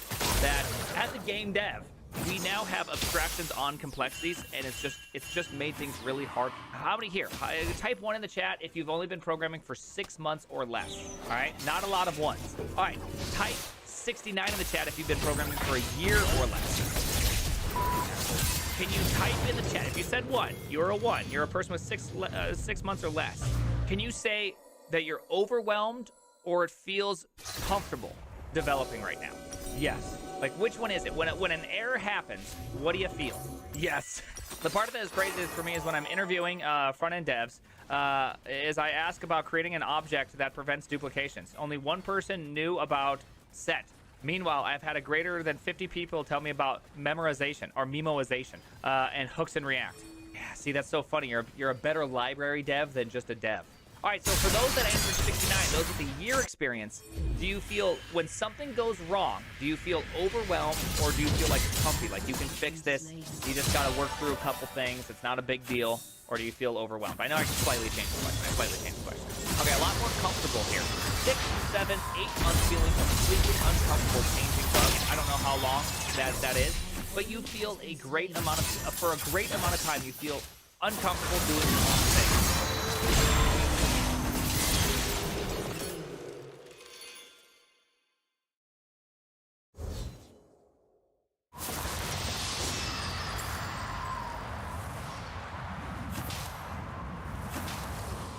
An enemy has been slain. An enemy has been slain.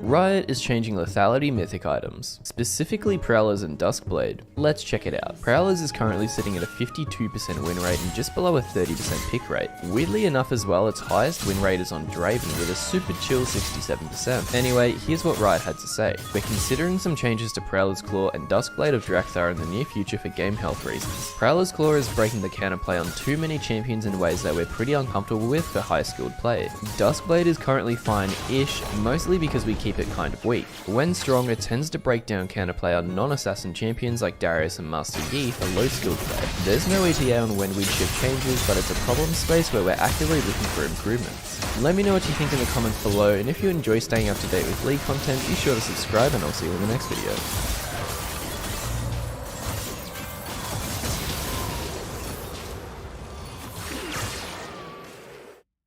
Shut down.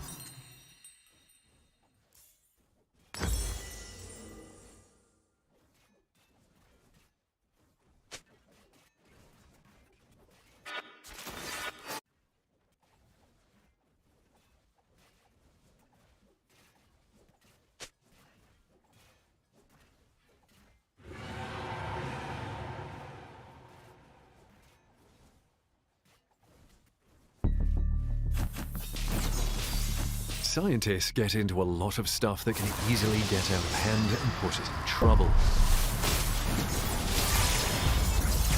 How many movies exploit the scientific experiment gone wrong, create a monster or hero trope?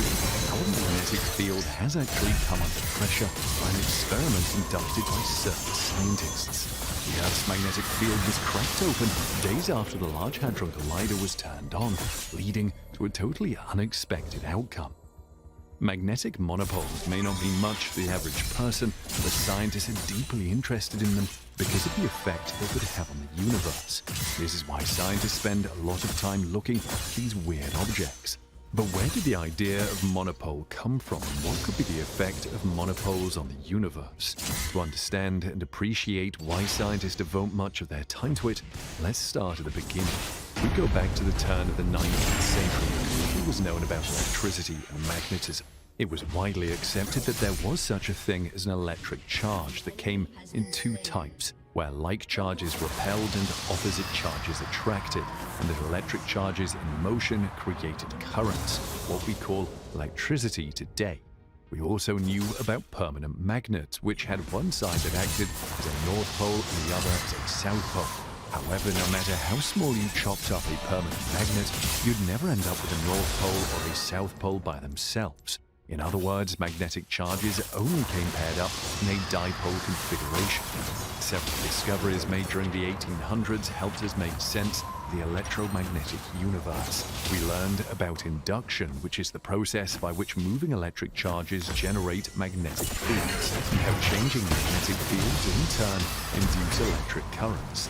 We also discovered electromagnetic radiation and how accelerating electric charges can emit light of varying wavelengths. And when we combined all of our knowledge, we discovered that the universe was not symmetric in terms of electric and magnetic fields and charges. Maxwell's equations only have electric charges and currents. There are no fundamental magnetic charges or currents, and all magnetic properties that we observe are actually caused by electric charges and currents. Mathematically, or from a theoretical physics standpoint, it's very simple to modify Maxwell's equations to include magnetic charges and currents. Simply add in the ability for objects to also possess a fundamental magnetic charge, an individual north or south pole inherent in the object itself. When you add those extra terms, Maxwell's equations change and become completely symmetric. Induction now works the other way around. Moving magnetic charges generate electric fields, and a changing electric field can induce a magnetic current, causing magnetic charges to move and accelerate within a magnetic current-carrying material. But for a long time, all of this was merely speculative thought until we began to recognize the roles that symmetry play in physics and quantum nature of the universe. It's possible that electromagnetism is symmetric between electric and magnetic components at some higher energy level, and that we live in a low-energy growth and symmetry version of the world. Although Pierre Curie was among the first to recognize the existence of magnetic charges in 1984, it was Paul Dirac in 1931 who demonstrated something remarkable, that if there was even one magnetic charge anywhere in the universe, it quantum mechanically implied that electric charges should be quantized everywhere. This is fascinating because when it comes to quarks, not only are electric charges quantized, but they are quantized in fractional amounts. One of the most powerful hints we have in physics that new discoveries are on the way is the discovery of a mechanism that could explain why the universe has the properties we observe it to have. However, none of this proves that magnetic monopoles exist. Rather, it merely suggests that they might. But scientists have not given up on looking for monopoles, and it's important they don't. Why?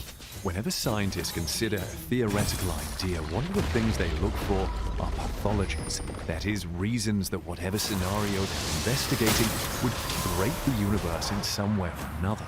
When 't Houft-Polyakov monopoles were first proposed, one such pathology was discovered. Magnetic monopoles would do something known as overclose the universe. In the early universe, things are hot and energetic enough that any particle or antiparticle pair you can create with enough energy will get created. When symmetry is broken, you can either give a previously massless particle a non-zero rest mass, or spontaneously rip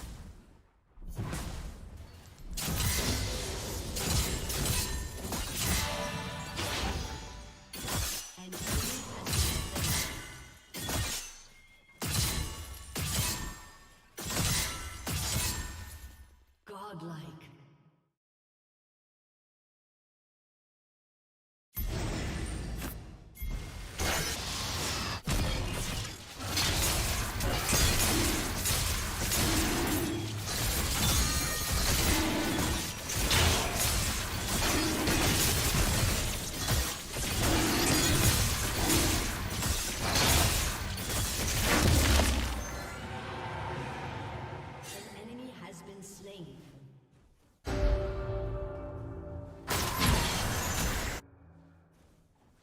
Your team has a turret.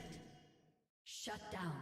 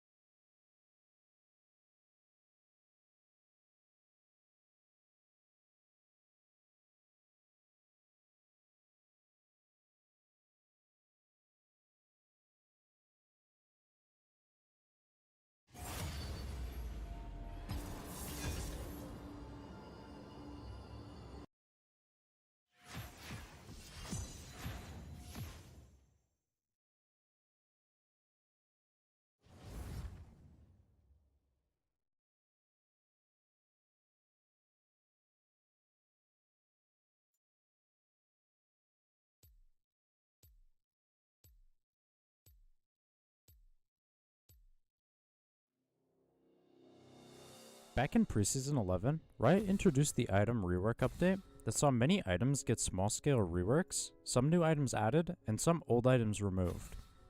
Most of these changes were alright, given the intention from Riot, but there was one notable outlier to this fact, which was Rod of Ages. Rod of Ages was initially meant to be reworked into Riftmaker, and for the most part, Riftmaker did a pretty good job. It fulfilled that AP fighter need for most champions and simply just did what Rod of Ages did, but better. But there was one major difference between these items that was the nail in the coffin for a select group of champions, which was the removal of mana. To most, this change was really weird and quite frustrating. For champions like Ryze and Cassiopeia, the lack of mana meant they couldn't build it without instantly running out of mana in a fight, and Everfrost didn't have the important fighter aspects that those champions were looking for. It was like Riot kind of just forgot about them, and then just ignored their cries, leaving them in their little gimp closet for deformed children, like an abusive parent in the 1900s, out of sight and out of mind. And while I do think Riot definitely could have handled the situation much better, it's also kind of understandable, given their experience, as it falls under a much larger issue, which is ability power. The problem with ability power is that unlike its counterpart, it has no way to differentiate the classes.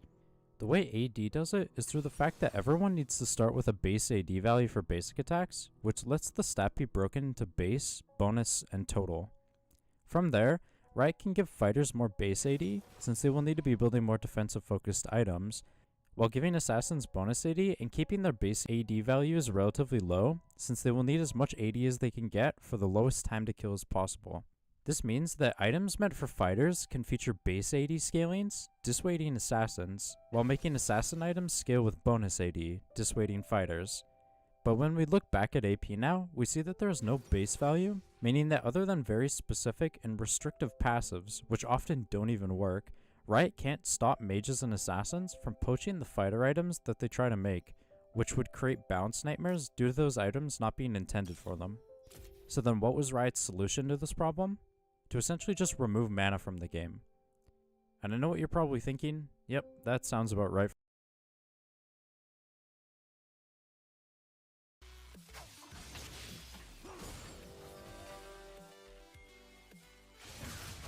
No way you lose to Jarvan. He's still flash out. You don't even try and fight. Already jungle diff.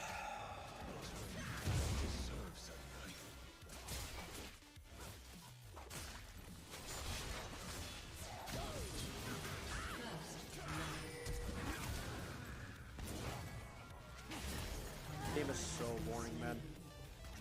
Dude, it's so dead. It's every fucking game.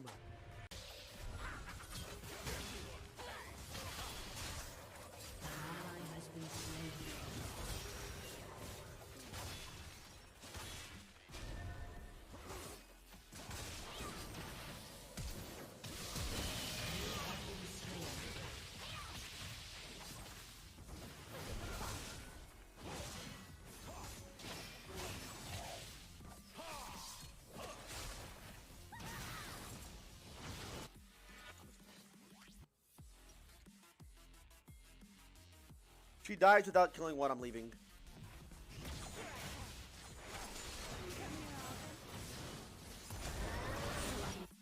Waste my time playing this garbage.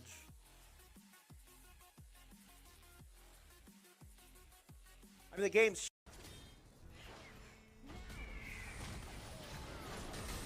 that could have been possible, but instead she bounced and fucked up.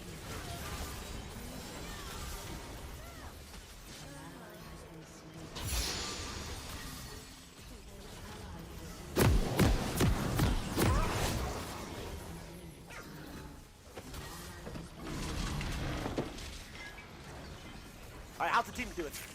Evaluation time. Welcome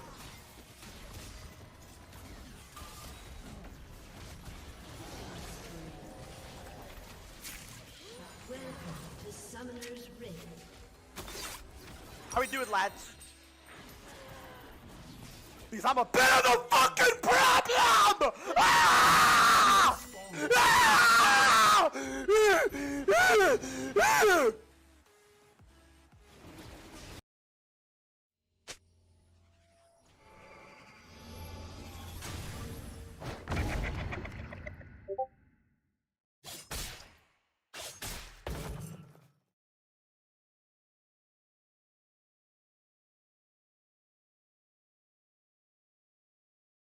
Minions have spawned.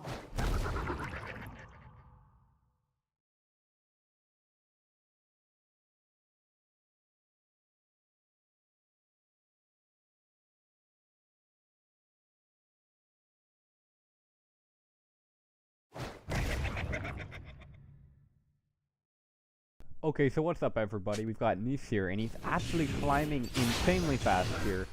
He hit Diamond 2 with a 62 almost percent in the Korean server. Obviously a lot better than he was doing before. Even though he has hit Diamond 1, I believe, on his other account. This is still like way better when you look at like the win rate and stuff, and he's doing it fairly fast. His games are decent. He's getting a little bit more. But yeah, I'm going to go over why I think he's winning so much, whether it's going to keep up, what the long-term future for Nice is, and just some of the stuff that have been going on involving him.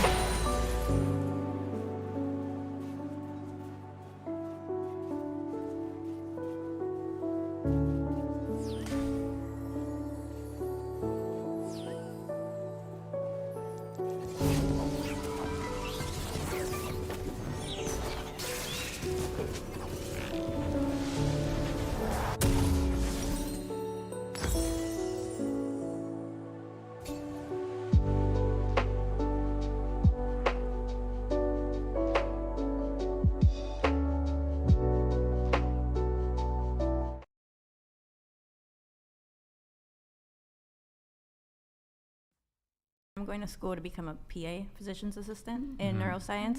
So hopefully in 5 years I'll be a PA. But other than that, Okay, you said you were married, right? I used to be. Right, but you're divorced. Is he still in the picture? Does he take child support? He's still in the picture. Okay.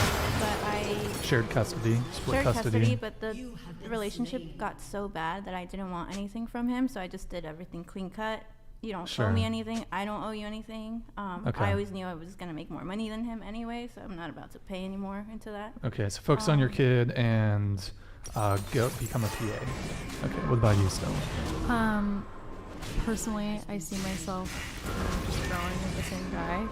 And then professionally, I mean, right now I'm a leasing agent. I want to say I'll be higher up. I want to say maybe I'll be having leasing agents work for me, hopefully. Maybe I'll be like a property owner or own a brokerage or something like that, maybe. I don't know. We'll see. That's what I'm working for. Question, are those glasses prescription, by the way?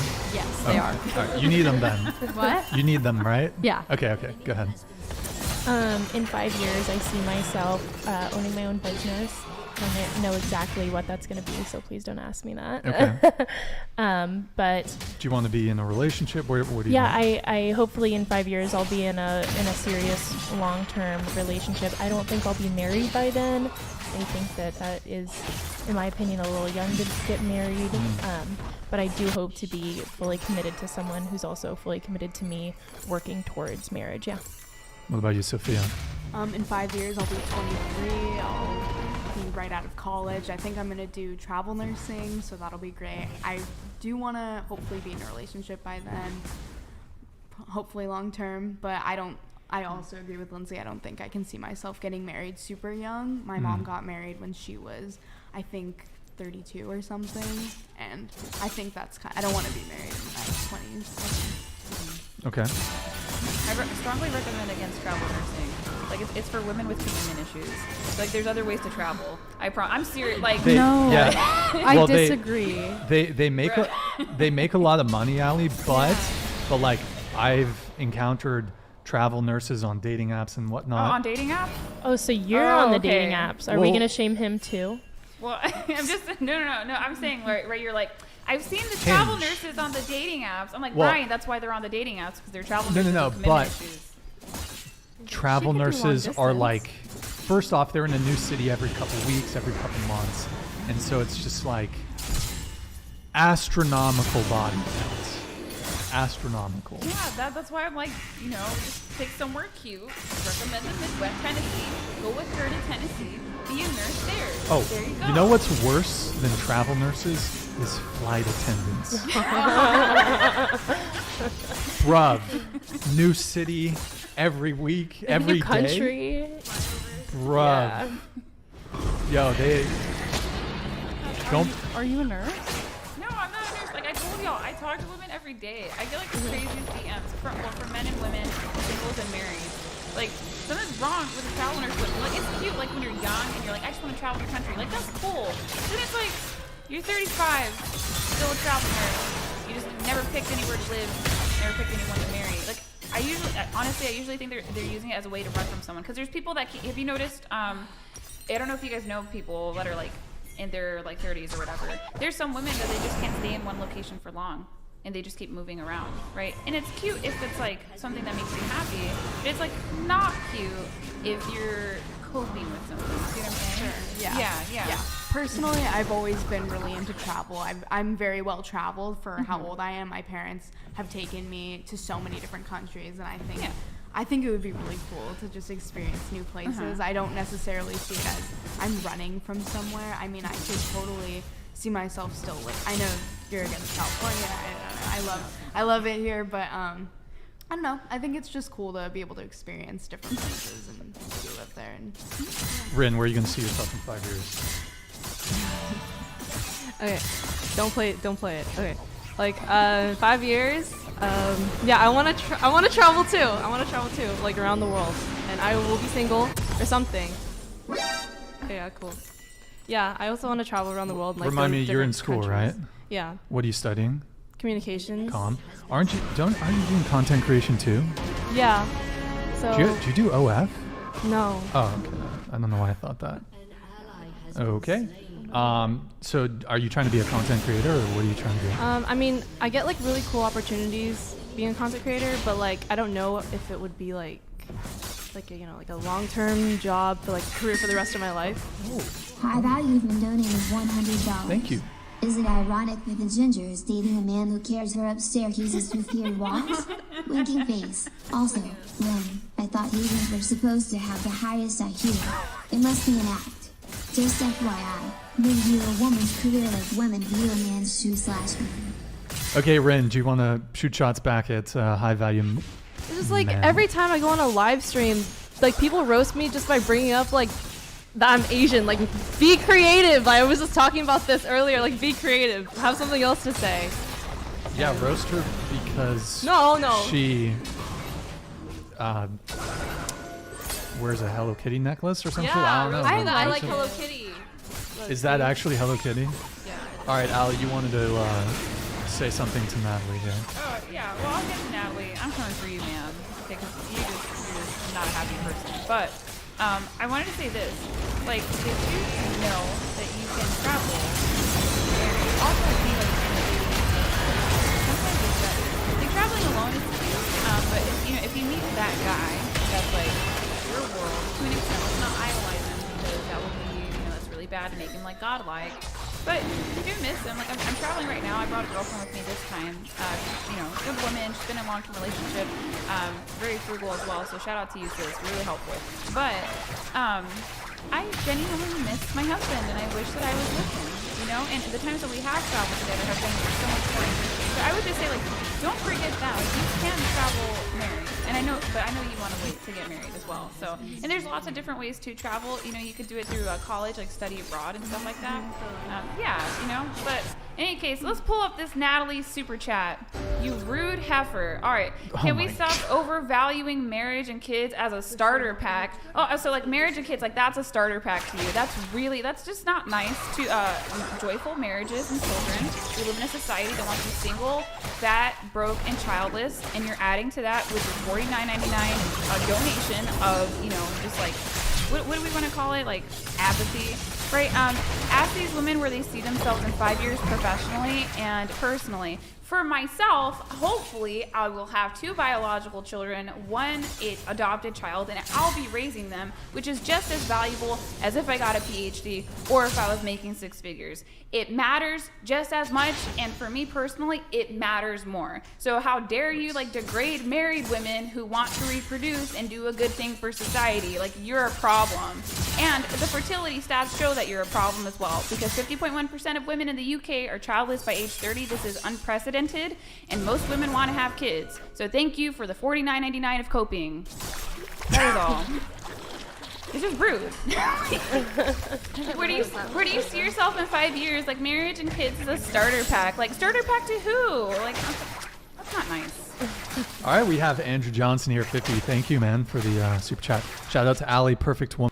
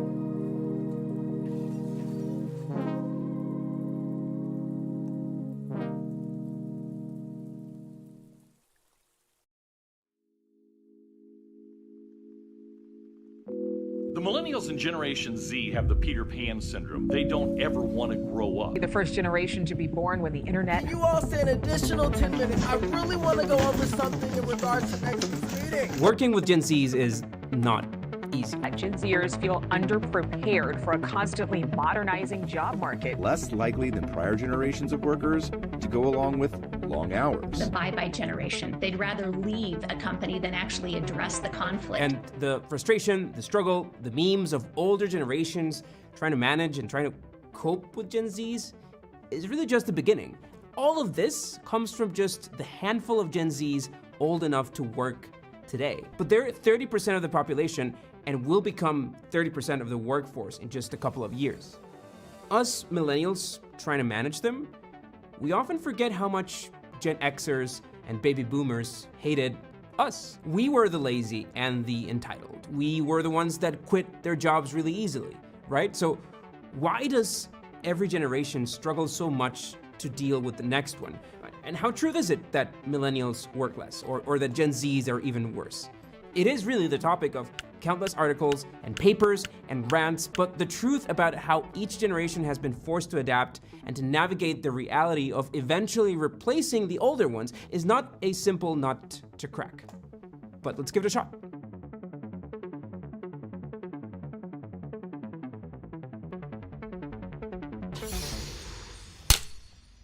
There's also the millennial pause thing. You know the millennial pause, right? When millennials are shooting their own themselves on TikTok. Yes, exactly. That's the millennial pause. Tell me that you're a millennial without telling me that you're a millennial. You're gonna see in just a minute just how hard us millennials have had to work to accomplish anything. But that actually brings me to our sponsor for today, which is AkiFlow. I actually signed up for AkiFlow before they offered to be a sponsor of one of our videos, mostly because my calendar was getting a bit out of hand. And the magic of AkiFlow is that you just simply drag and drop your daily tasks into your calendar and it'll automatically block that time for you. So you can capture any task anywhere with the AkiFlow command bar to stay on top of your day on your phone or your computer. Really? Gen Z, millennials, Gen X, and boomers. Can they all work together happily? Okay, so let's get the first thing out of the way. Where does this generation split come from? Time for a little timeline of the 20th century history. Generations are very much defined by historical events. A generation is about 20 to 30 years, enough for a child to grow, to become an adult, and to have children. So after the Great Depression that started in 1929, a quarter of people in the US lost their jobs, and this expanded to other parts of the world as well. People lost savings and houses and often had barely enough to eat. So the babies born during this time grew up in this really harsh environment. Then World War II started in 1939, which made things even worse. So these kids, they grew up to be hardworking, disciplined, and respectful of authority. This wasn't a moment to question anything or to have big opinions. So they are generally called the silent generation. After the Second World War, which ended in 1945, there was this post-economic boom. Birth rates increased, the economy recovered, in part thanks to the war itself, the story. And these are optimistic kids, the ones born in the 50s and the early 60s. They were hardworking and ambitious. They were born in this time of social change in the US, the civil rights movement, a wave of feminism. Things were great, and they saw a government that was acting to make everyone's lives better. So they trusted the government. Not only that, television became widespread. It's this window into a new world view. And these are, of course, the baby boomers, and they're probably your parents. We know because we know how old you probably are because our demographic metrics. Anyway, then comes Generation X. And statistics say that they're probably your cool uncle. Kids of the silent generation, born during another uncertain economic time. So that post-war bonanza for the baby boomers was over. There was, again, inflation, unemployment, slow economic growth, high interest rates by the Fed. Today, anyway. Also, the government made some mistakes. So Gen X's learned not to trust the government or large corporate. So growing up, boomers saw Gen Xers as lazy and arrogant. The name Gen X even comes from their desire to have this identity that was different from the past. Generations before that weren't identified with letters. So that's when the whole X, Y, Z thing started. And as they became adults, the internet happened. This meant change, insecurity, jobs being replaced not only by technology itself, but by this new globalized world. And yes, we have some Gen Xers watching. Hello, Gen Xers. Because after that came us. Remember, our parents are probably baby boomers, so they probably did well in it. We were born in a tech world, tech that we adopted as kids. The 80s were chill. They're stable. Access to tech gave us this new worldview, which made us generally optimistic, generally open-minded. It's a world that we wanted to explore as well. And then, of course, we fathered social media. We had a cool childhood, but we were slapped in the face as we were coming of age. This could be the most serious recession in decades. Can't look at it after you buy it. It's so horrible. But we've had an 8-day losing streak in the Dow. Traders say this is the craziest day they have ever seen in these markets. The 2008 crisis not only left thousands of people without a home or without a job, it made entire world economies tank. If you're a millennial, you are probably in your 20s and looking for your first job during the 2008 crisis, and suddenly it was all gone. People 25 years old and younger saw 20% unemployment rate in 2010, worse than any other generation. All our lives we had been told that we needed to invest in real estate, to own a home because it was safe, and being an adult meant owning a house, and suddenly home was this shitty investment. So millennials became of age with no jobs, and no homes, and no savings. This wasn't easy for the next generation either, and this is exactly the world that Gen Zs were born into. Many millennials were still in school, but some would have to deal with this massive change in education. Public universities had budget cuts, and private universities had to raise tuition. Then the US government had to save itself by saving the big banks. And education is the budget that got cut. And millions of millennials and Gen Zs saw their parents lose their jobs. For many Gen Zs, it's probably one of their earliest memories as kids. And they didn't know it back then, but the consequences of this time would mark their entire financial future. So this means, plain and simple, that after a relatively chill childhood, the first job for most millennials was during a recession. And this meant hustling. Let's look at hours per week in the US. Here's how they've changed for decades. By 2021, 83% of Americans reported working more than 40 hours a week, and 23% of them say that they would work more than 50 hours a week. And the same goes for the entire world. Here's the average work week per country, with some, not all. 40% of millennials worldwide have more than one job. In some countries, more than 50% of millennials have two jobs, usually one of them a freelance gig. So 50 hours is definitely an understatement. To many, we are no longer the millennials. We're in fact the burnout generation. Anxiety, work ethic, and even childhood. We're told that everything is great. Why don't I feel good? Last year, over half of millennials reporting having burnout, while 58% of already working Gen Zs are feeling the same. You can call us lazy if you want, but there are some real, tangible, accounted extra work hours compared to the previous generations. Another one of the problems here is that millennials never really had money. In the US, net worth for millennials dropped 34% since 1996. When they were the same age, baby boomers held 21% of the world's wealth, while millennials only hold 5%. Increasing our wealth is almost impossible. In the US, if a millennial went to college, for example, there's really a good chance that they had student loans. That's not what our parents had to do to get education. Millennials today earn more money than all of the other generations at their age, but, and big but, they have way less wealth, thanks in part to that 2008 crisis. Before 2008, Gen Xers had twice the assets that millennials have today.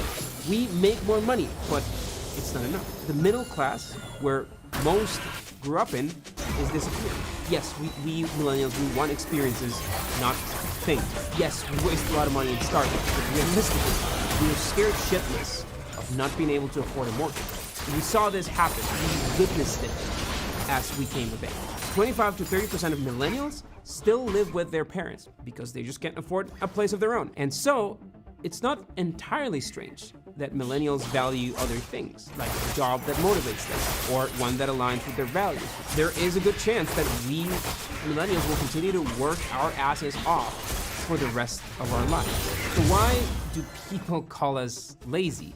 Everyone questions the youth. That's a fact. Dare I say, it's normal, especially when the youth wants to change.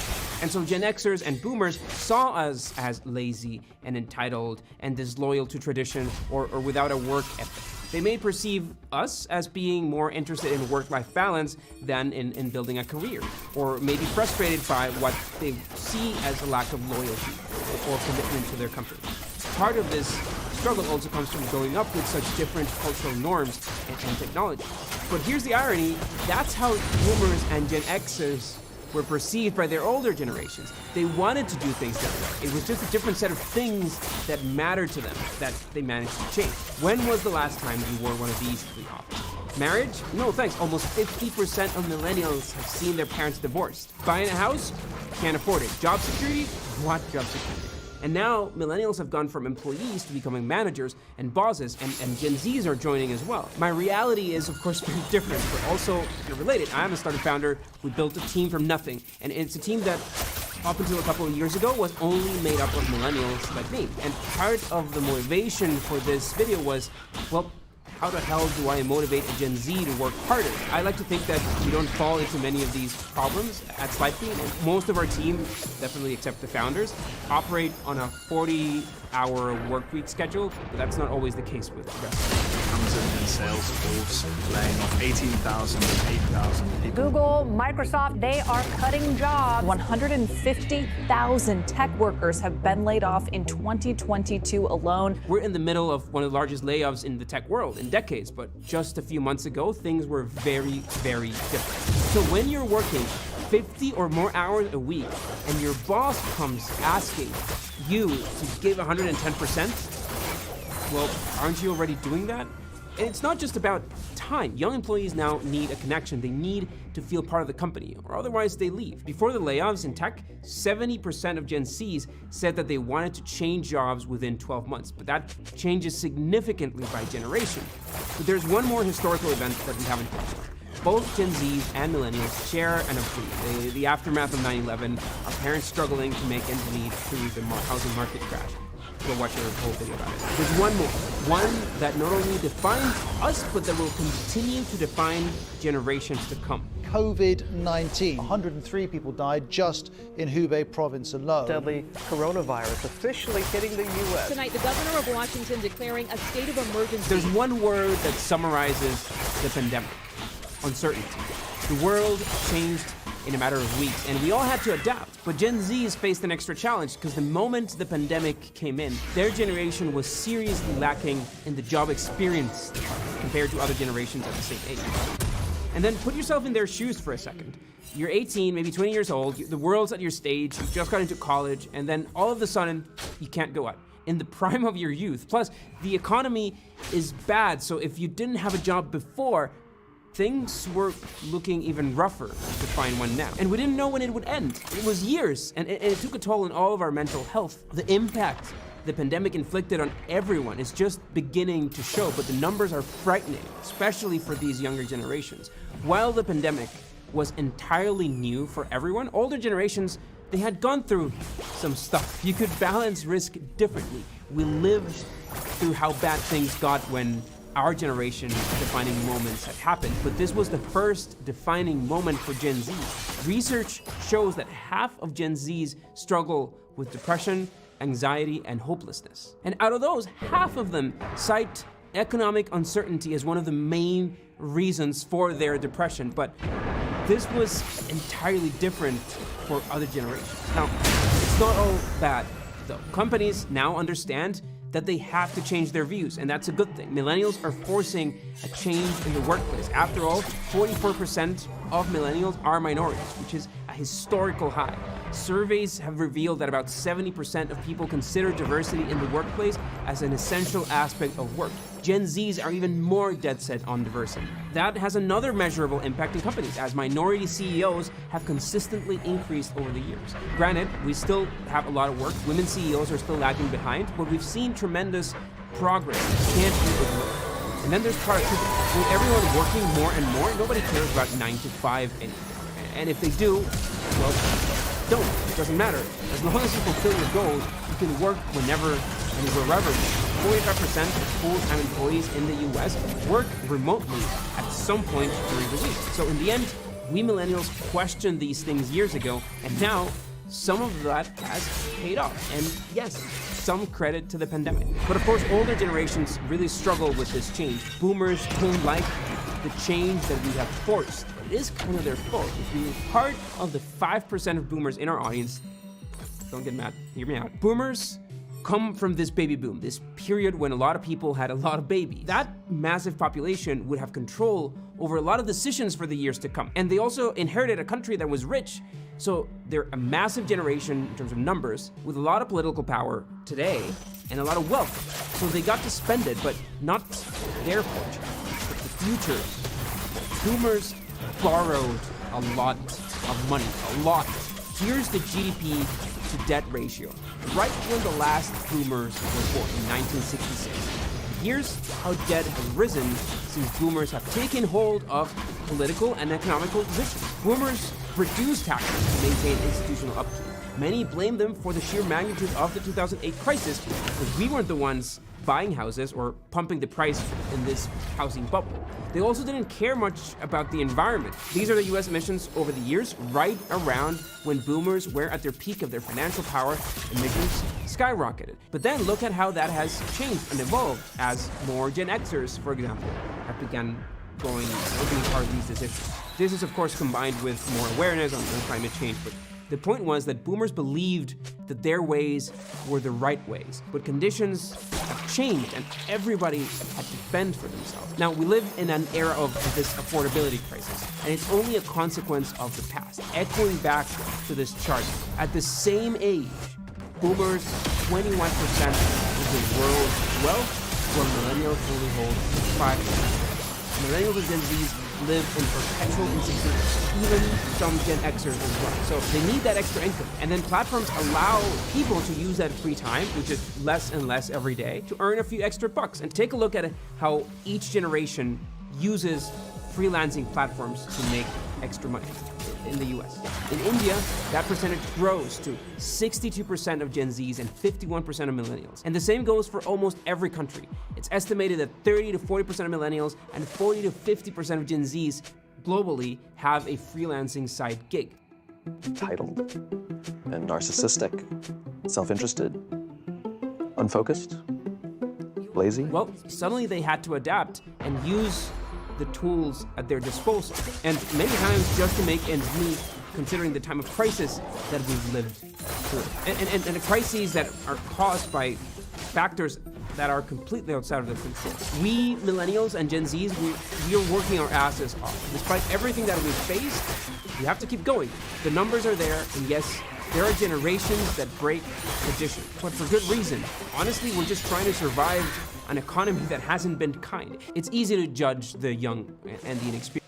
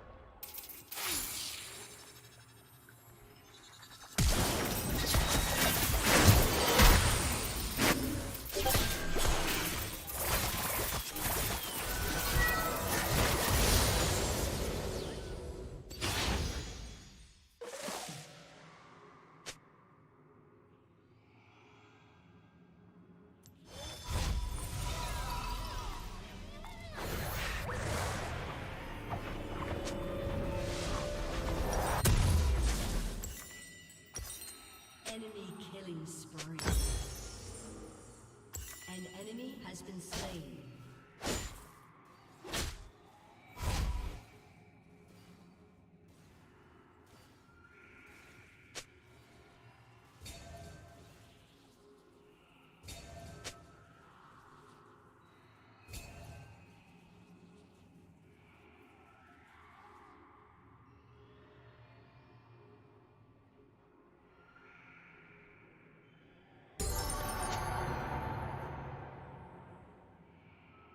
Your team has destroyed a turret.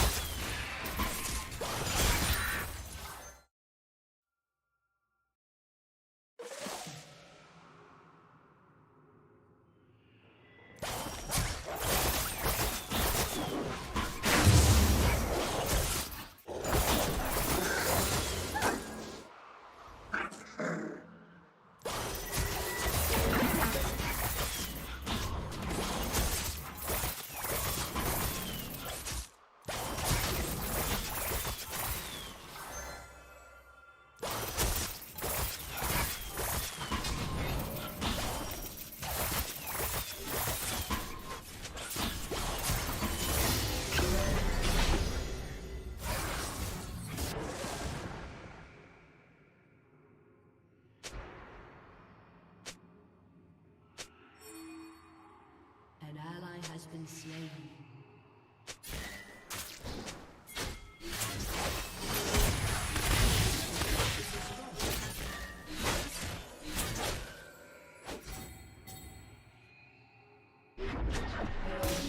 Has been destroyed.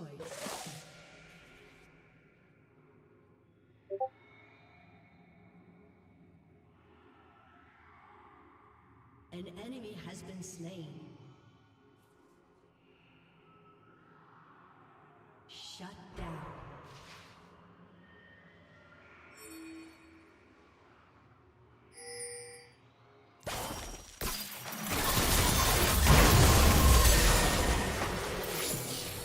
Enemy rampage.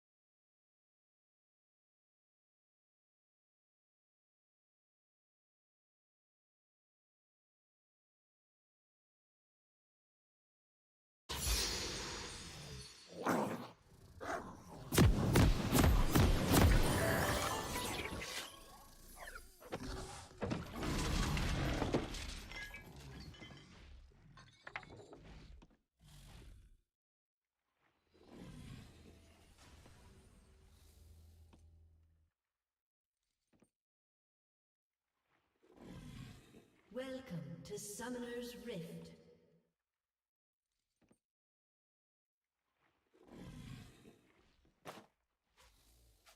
"30 seconds until minions spawn.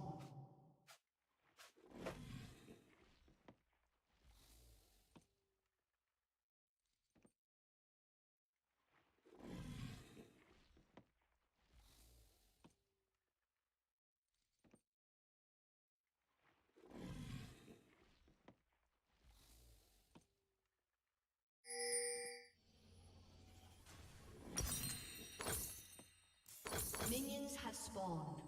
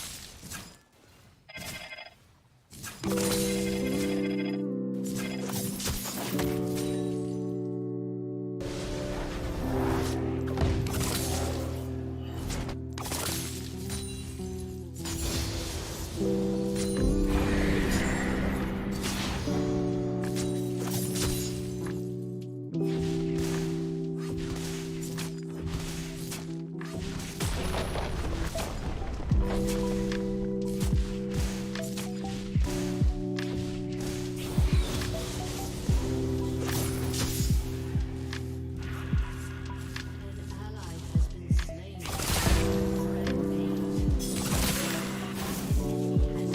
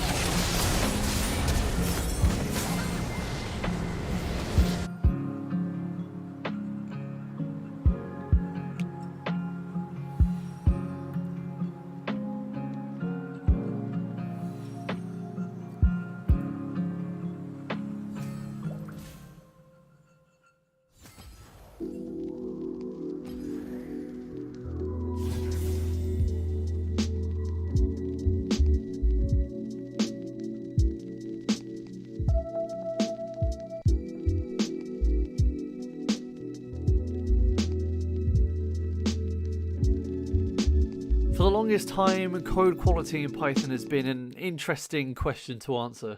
There have been plenty of tools around, Flake8 is a particularly popular one. I've never really used Flake8. I tend to use the individual tools more. The Black, ISort, Bandit separately. There's Pylint as well. There's all these choices, and they all have their own issues from, speed to convenience to whatever. Well, there is a new tool that's been around for a little while called Rough, and it's been written in Rust for all those Rustaceans out there, and it is blisteringly fast. It is very easy to use. It is insanely quick. My work code base is 215,000 lines long, and Rough linted the entire thing in less than a second. It really is that fast. And today I'm going to be showing you how to do a basic setup of it, how to install it, how to get the PyProject.toml working, and I'm also going to be showing you in the spirit of videos I tend to do on this channel, showing you a few codes kind of in action. It works the same way as Flake8 when it comes with codes. For those of you that haven't worked with Flake8 before, I will go more into detail about that, but I'll probably also make a separate video kind of going through all the different codes as well. But I'm going to be covering some more of the obscure ones. There's the ones that everyone that's used Flake8 or Rough before kind of knows about, but I'm going to be going over some of the more useful obscure ones. So to actually install Rough, all you need to do is run, when my terminal decides to load up, pip install Rough. Just like that, and it will install. I don't think it has any dependencies. No, it doesn't. And it's 0.0.252 at time of recording, so it's by no means stable. They're adding a lot of stuff. Stuff keeps getting added, and a few things will change here and there. Generally speaking, I think it is relatively stable. It's mainly bug fixes that tend to break anything, if anything at all. Once that's installed, we can start using it immediately. So I'm going to create a new file, which is called test.py, and import random, and then I'm going to run Rough on this because it will flag up an error. You see, I have the Visual Code extension installed. Let me actually show you that real quick while I'm here. So there's this VS Code extension by Charlie Marsh. This is the one you want. And this essentially just, loads Rough into VS Code. Really nice. All you have to do is install it and it's there already. Uses the PyProject.toml in your directory, but we'll be talking about those in a bit. I was talking about that because it's saying, it's giving us the yellow underline. If we scroll to the bottom here, it's a random import but unused Rough F401. And if we do Rough check, which is the command we use to check, dot, it will find this error, F401, random imported but unused. One really nice thing about Rough is that you can have potentially fixable options. And I've added this line just to kind of show this off a little bit better. But if you were to run Rough check dot with --fix, the things that it can fix, it can't fix everything, but the things that it can fix will be fixed. So as you can see, the import has been removed completely. It's no longer a problem, which is actually a really nice thing to have because I don't think Flake8 really has any of that capability, and I'm pretty sure Pylint doesn't either. One thing I'm less sure about with it is that you can do show fixes to actually show what it's going to do, but it doesn't seem to do it all the time. I'm not sure if it's just the specific plugins or whether it's Rough itself. But the --fix kind of just does its own stuff automatically. I'm not necessarily a huge fan of that, but maybe I'll get used to it as time goes on. I don't know. So now we've gone over the bare basics of the installing and usage of Rough, we can talk about configuration. So Rough is very configurable as you would expect it to be. It does have a default configuration, and that default configuration looks, I've messed that up massively, but it looks something like this. Ignore the fact that I can't use macOS to save my life. So it selects your E and F codes automatically. So what that means is that every code that starts with that will be selected. So if you have, your F, I think this one was F40 something, or F401. You could have F4 in that as well, and it starts with F4. But if you were to put F4 in here, for example, we would only select ones that start with F4. If you were to put F5, this error wouldn't be flagged, which is how those codes work. For those of you that have never used Flake8 before, you have your fixable things that basically just tries to fix everything it can. It has your excludes, it has your, certain things to make Rough more usable. However, we can define our own setting once I actually figure out how on earth to separate these two windows. So all you need to do that is create a pyproject.toml file, and you can have your tool.rough in here. So everything under this header will be read by Rough as a configuration option. So some that you might particularly want to use are extend select, and we'll come back to that in a second. But essentially that extends the default selections. So Rough selects E and F by default. If you want to use more, it's recommended that you use extend select rather than just select, as if you select, you'll have to specify E and F manually, unless you don't want them, in which case you're probably better off. I don't know. You then have your ignore, which works very much the same way. So if we wanted to ignore this F401 error that we had before, then we can put that in here, and we will ignore just that error. As I was saying before, if you put F4 in here, then it would now ignore all F400 to F499 errors. So that's how that works. I'm going to get rid of that for now because I don't want that to happen in our demos. I'm also going to turn show fixes equals true. Again, this is the thing that doesn't work 100% at the moment, but it is nice to kind of see what it's going to fix when it can give you it. And you also have a target version. So this isn't the version of Python that you're using currently. By default, this uses Python 3.10, but this is basically if you need to create code compatible with earlier versions of Python, you can specify a different version here. So for example, my project that I've used this for originally needs to support Python 3.7, so I can put Python 37 in there. And this doesn't affect much. This only affects, I believe, a single code. But it is useful to have, just in case I'm wrong and it actually affects more than that. I'm not 100% sure. For specific tools, if they have options, you can say do tool.rough.isort, I think would be, and you can have your own settings here. I don't have any examples of them at the moment. But the one thing I did want to show you was particular codes. Now, I'm only going to show you 3. I have a setup that has a lot of codes enabled by default, but I'm going to show you some obscure ones that you may not have heard of, even in Flake 8, that I think are actually really, really useful. And that is C4, TCH, and SIM.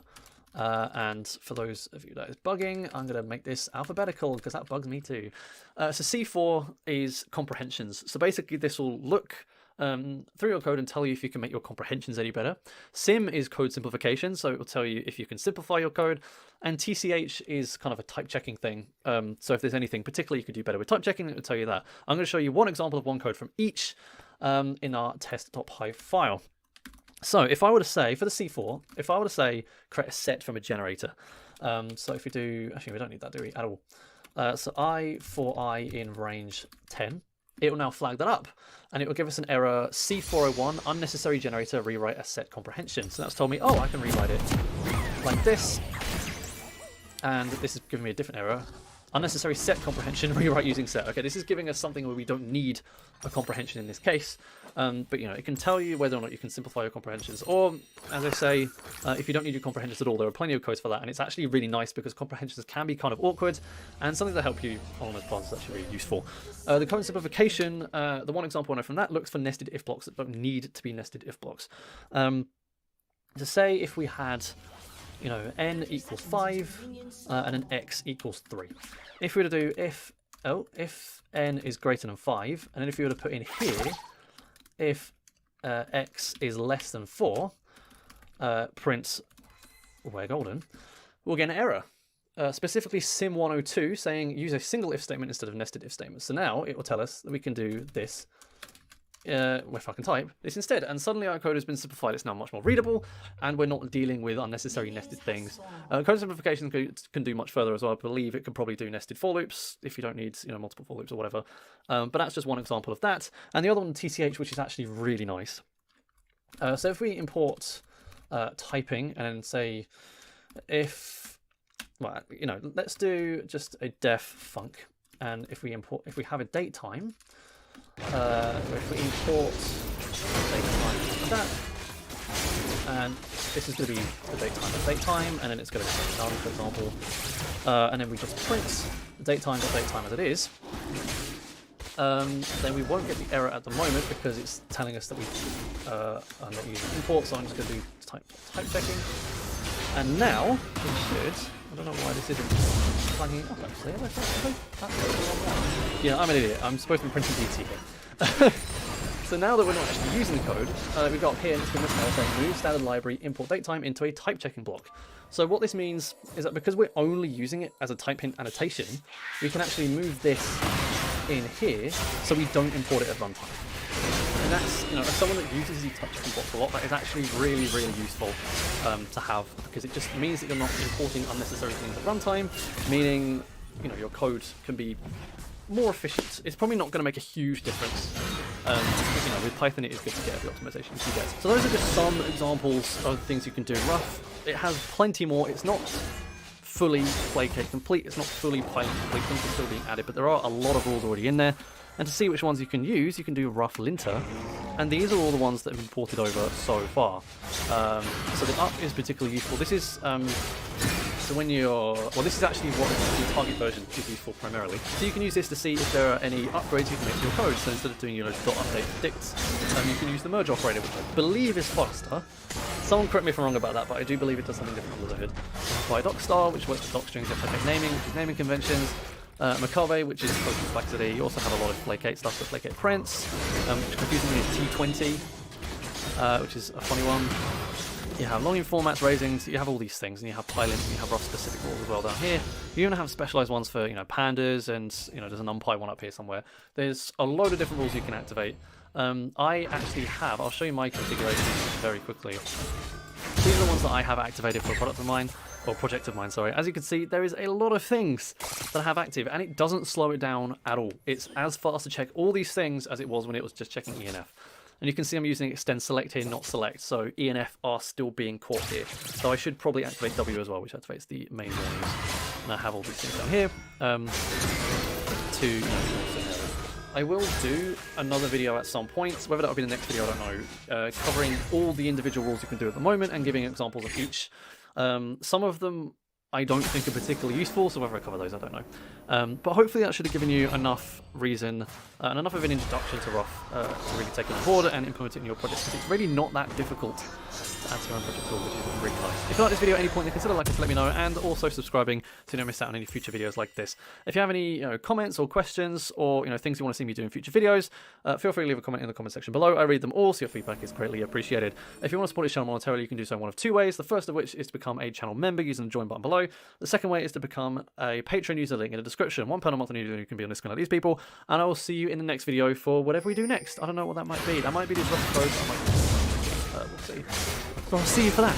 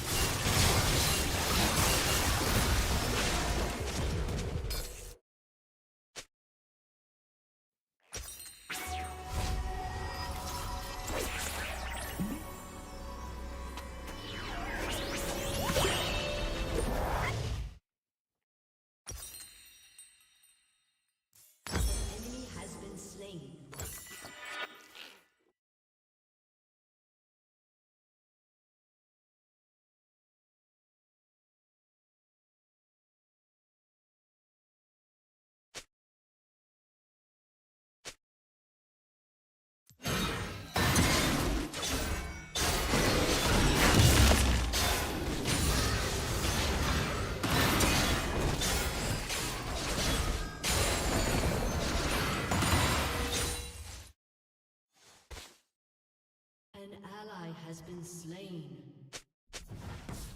Killing spree.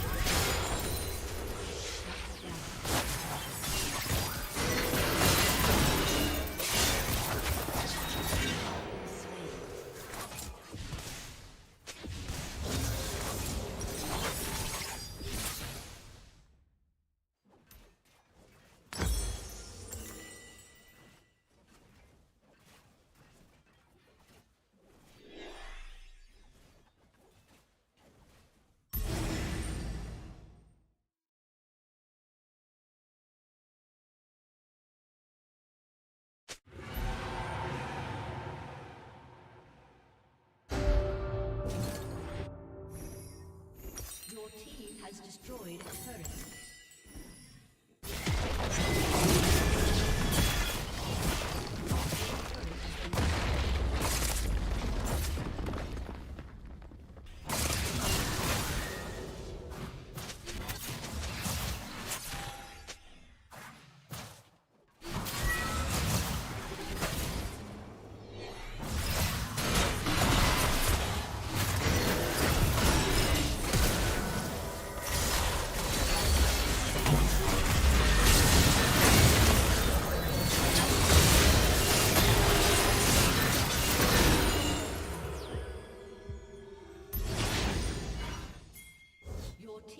Destroyed a turret.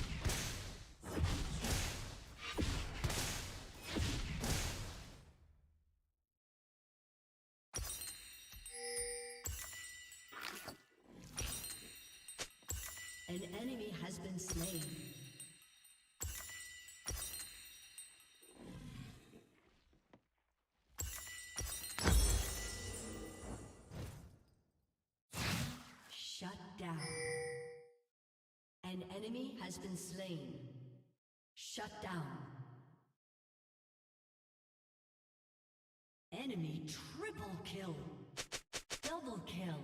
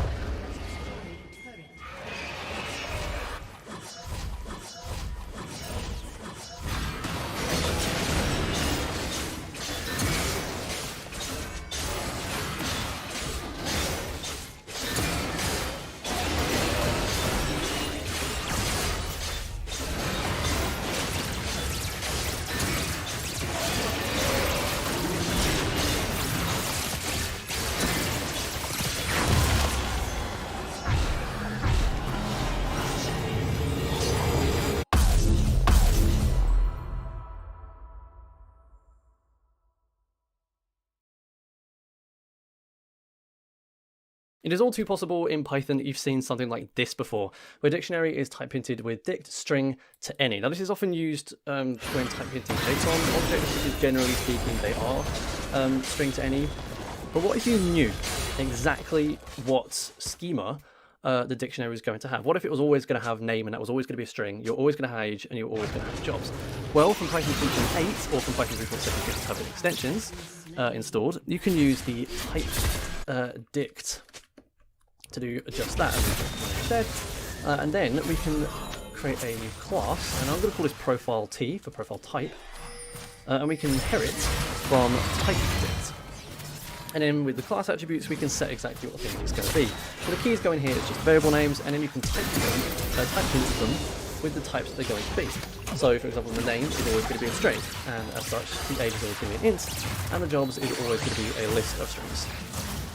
And now, if we set this to a profile T, like this, we have a more complete type, or a more specific type for our profile. So if we go to jobs, we're then going to get an error from MyPy saying that we're missing the key jobs. We bring that back and add one called gender, and I'm a male. I keep spelling it like that, I don't know why. But we can see that we have an extra key gender. The same goes for if we try and update anything out of turn. So if we try and update profile age to be 24, then we get an error here saying it's an incompatible type. If we then try and add the key that's not part of it, we'll get the same error as we have on no gender thing. Now, of course, it's not always going to be the case where every dictionary you type in using typedict is going to have every single key included. Sometimes maybe the jobs might be missing. APIs do this a lot, and it's really annoying. But what we can do is we can import not required from typing, and then we can actually set, say, jobs to be not required. And if we do that, then we can get rid of jobs, and we don't have any issues. But if we get rid of age, it's all good. We have the error saying that we're getting the age. So this is only available in Python 3.11, or if you have typing extension installed 3.7, I believe. If you don't have Python 3.11 and you don't use extension, you can pass total equals cost. But this isn't quite as complete because this makes any keep option. So we can now get rid of age, and we're not going to have an issue. But I believe we can't add new ones. There is also a required as well, conversely, so not required, though these things are required by default, so I guess it's just there if you want to be a little bit more explicit with your types, I suppose. And that's more or less everything I wanted to cover, besides just one little thing. So there is actually an alternative syntax that you can employ when defining type hints.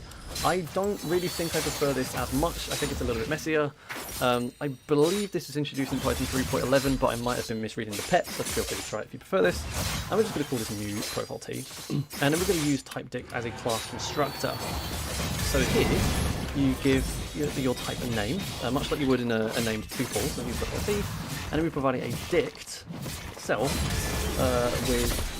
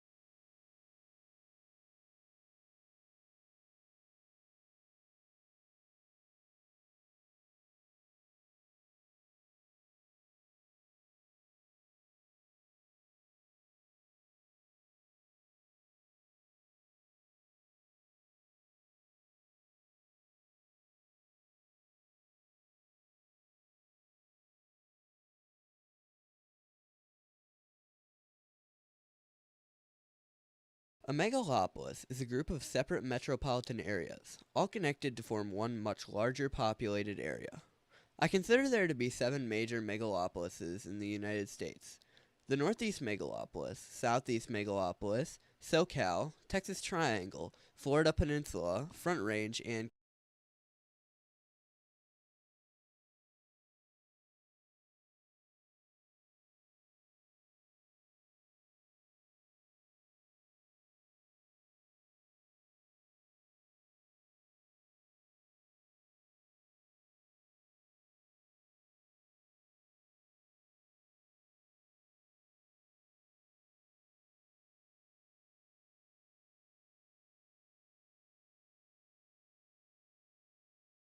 I want to share one of the worst software habits I've ever had. I used to pop up tabs constantly when I was browsing the web. If a window got too many tabs, I'd make a new window and then I'd fill up that one too. Week after week I'd do this. I could end up with dozens and dozens of open tabs. Eventually the browser would get so slow that I'd quit using that browser and switch to a different browser. So I'd fill up Safari, ditch it, fill up Chrome, ditch it, fill up Firefox, ditch it, fill up Brave. I think you know where I'm going. Then when I've got no browsers left, I go back to Safari where I just close all those precious tabs and forget about all of them. Now hopefully you're not that bad, but safe to say, a lot of us are neck deep in tabs. And tabs are being used in a way that I'm sure nobody ever intended them to be. In this video, I'm going to talk about the tab problem, the tab solution, and how the web browser can be a better workspace and place to think. Hi, I'm Nick Milo, and I'm here to help you do your best thinking and most inspired work more often. Let's take a moment to understand tabs a bit. Tabs were not designed to be a way to manage information. They were just a simple way to flip between a few pages. But browsers have become information management systems. For most of us, they're the main way we access information. And the thing is, they are bad information management systems. And one of the chief reasons they are so bad is, you guessed it, tabs. I mean, how many tabs do you have open right now? Go look. Post your number down in the comments below. Actually, I asked the community this, and about half of you, 44%, had more than 13 tabs open. Another 21% of you had 6 to 12 open, which is still quite a lot. Tabs are essentially a pile of pages. Your browser is a workspace. We do a lot of thinking here. So your workspace becomes the equivalent of a desk with piles of stuff on it. Plenty of brilliant people work this way, so don't beat yourself up over this too much if this is how you work. But I think tabs make us feel confused, overwhelmed, and a little disheartened sometimes, because you end up playing this information management game that you are just slowly and inevitably losing. So the tab problem is this. Browsers are bad information management systems. And the main reason they're so bad are tabs. So if that's the problem,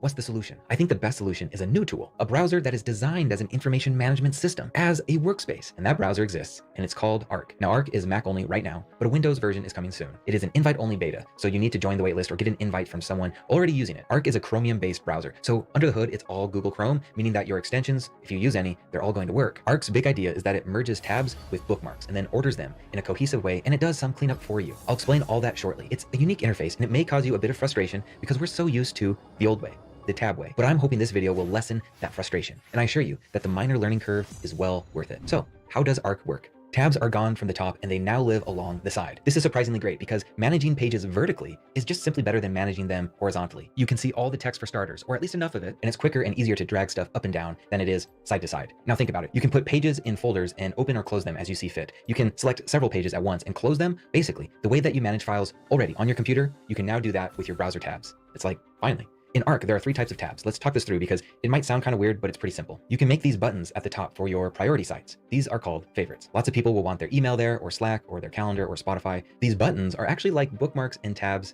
at the same time. Whoa. These stay here until you remove them. So if you close one of these tabs by hitting Command W, you've closed the window, but the button stays put because it's also a bookmark. In order to remove it, you have to right-click it and archive it. If this seems confusing or odd, once you understand how this interface works overall, it will make sense. This middle section, these are called pinned tabs, and they are similar to the favorite buttons with one difference I'll get to shortly. And then in this bottom section, these are the old-fashioned tabs we love and hate. When you make a new tab, it appears down here, and they close like normal tabs. And ladies and gentlemen, here's the twist. These tabs auto-close after a certain amount of time. The default is 12 hours, which I find a bit short. I set it to 24 hours, and I'm happy with that. You can make it a week or even a month. You'll be surprised at how infrequently you notice these tabs auto-closing. So the Arc browser does some cleanup for you and protects you from yourself. And if you want to pin one of these tabs, just drag it up here. Want it to be a button? Yep. Drag it up here. And closed tabs are all still readily accessible in your archive, which is very similar to history. You can reopen by hitting Command T, which is the shortcut for a new tab. So if you think, oh, where did that Wikipedia page go? Command T, type some bit of the name, and boom, it reopens. Now it seems kind of trivial to call this the archive, but that's actually an interesting conceptual shift. All the pages that come through your browser become part of your archive. Your browsing becomes a searchable index, your own little library. Now, I suspect this feature isn't quite fully cooked yet, but I think the archive feature is quite promising. And you can switch among open tabs with Control Tab, similar to switching among apps. This actually looks a lot like the Windows app switcher. You should try it out now. Good start, right? Arc makes tabs easier to manage, it cleans up some of your messes, and it gives you a good way to access those old closed tabs. But you might be thinking, not a lot of space over here, right? Seems like this sidebar will get crowded and confusing. Well, actually no, because you have as many bars as you need. Arc has spaces. If you swipe left or right with a trackpad, or hold shift and scroll with the mouse wheel, you can flip between these spaces. And those favorite buttons at the top, they persist across all spaces. You can always get to those, but the rest of the buttons only appear in the space you put them in. So you can have a workspace with Slack and Gmail and Figma, and you can have a play space with YouTube and Discord and Twitter. Just hit this plus button and make a new space. And you can name them, give them an icon, give them a color, and check out this detailing. You can even add noise to the color to give it some cool texture. This program is filled with these delightful little details like this. These developers really put a lot of love into this program. Now, to rearrange spaces, by the way, you can just click and drag the icons. Also, it's quick and easy to hide this sidebar. You hit Command S, which is safe historically, but we mostly don't need to do that in web browsers, so it's really an underused hotkey. So the S stands for sidebar, and it's very easy to get to this with your hand. Then you are in this full screen immersive environment. This just feels better than having all that browser UI junk around you. It's so much nicer for focused work. If you need to work in Figma for a bit, let's say, you can just hide everything else and just concentrate on that, just like you're in a dedicated desktop app.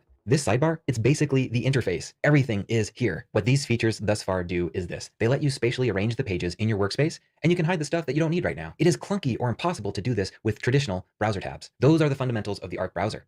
Arc takes those windows that were floating around in the tab bar and in different windows and in your bookmark bar and your history, and it puts them into an ordered and cohesive space. Just this alone is an upgrade from the other browsers. But Arc is way better than this. Around these big core features, they somehow have added lots of smaller and equally great features. Arc is exceptional for focused work because it reduces clutter and it has this great full screen mode. But sometimes we're multitasking. Sometimes we're doing light work and we want to watch Netflix at the same time. So it's equally great for all those multitasking activities. Another cool feature that I use numerous times per day is picture in picture. So if you're watching a video and you switch to a different page, you get this awesome pop-up video player. I've been really surprised at how much I love this, how seamlessly it works. It's great for work, like watching a tutorial while you want to work on the application you're in at the same time, and it's great for play. Sometimes I'll have a TV show running here while I'm doing some cleanup stuff on the computer. Equally nice, Spotify controls will stay over here in your sidebar. It's these little touches that make this browser into something truly, truly special. Arc has another amazing and yet simple thing that no other popular browser has: split views. I'm on YouTube and I want to sort email at the same time. I can just open a split view and I've got them both. Another thing that helps prevent tab hoarding is a feature called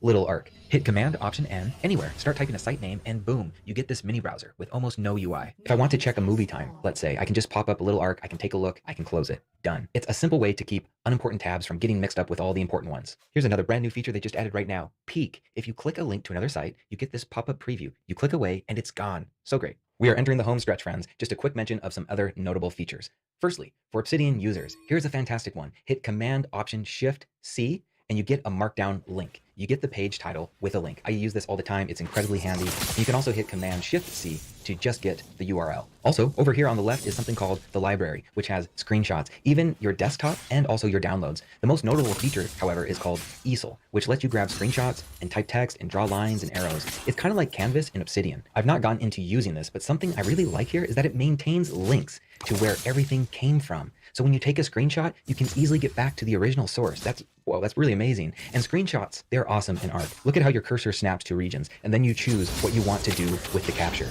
There it is. The best solution to the tab problem is the Arc browser. I strongly recommend checking it out. It rethinks how we interact with the internet and with information. And it's a really nice complement, and it's a part of your personal knowledge management system because it creates a new information realm where most everything you've encountered can be found in a way that feels rather orderly. It's different. It takes some getting used to, but I think it's clearly better once you do get used to it.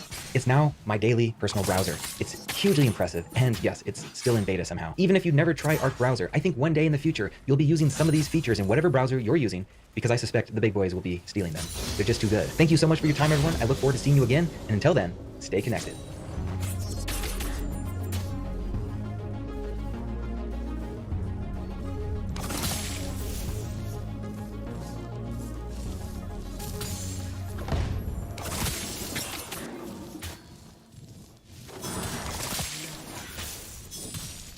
Enemy double kill.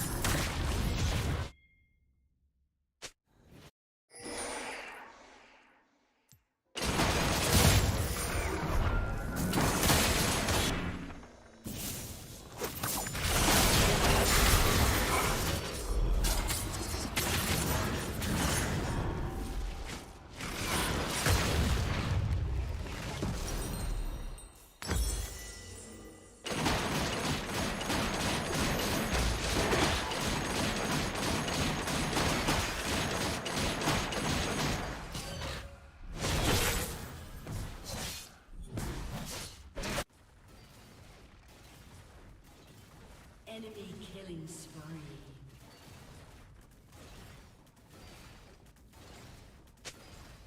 Enemy double kill. Shut down.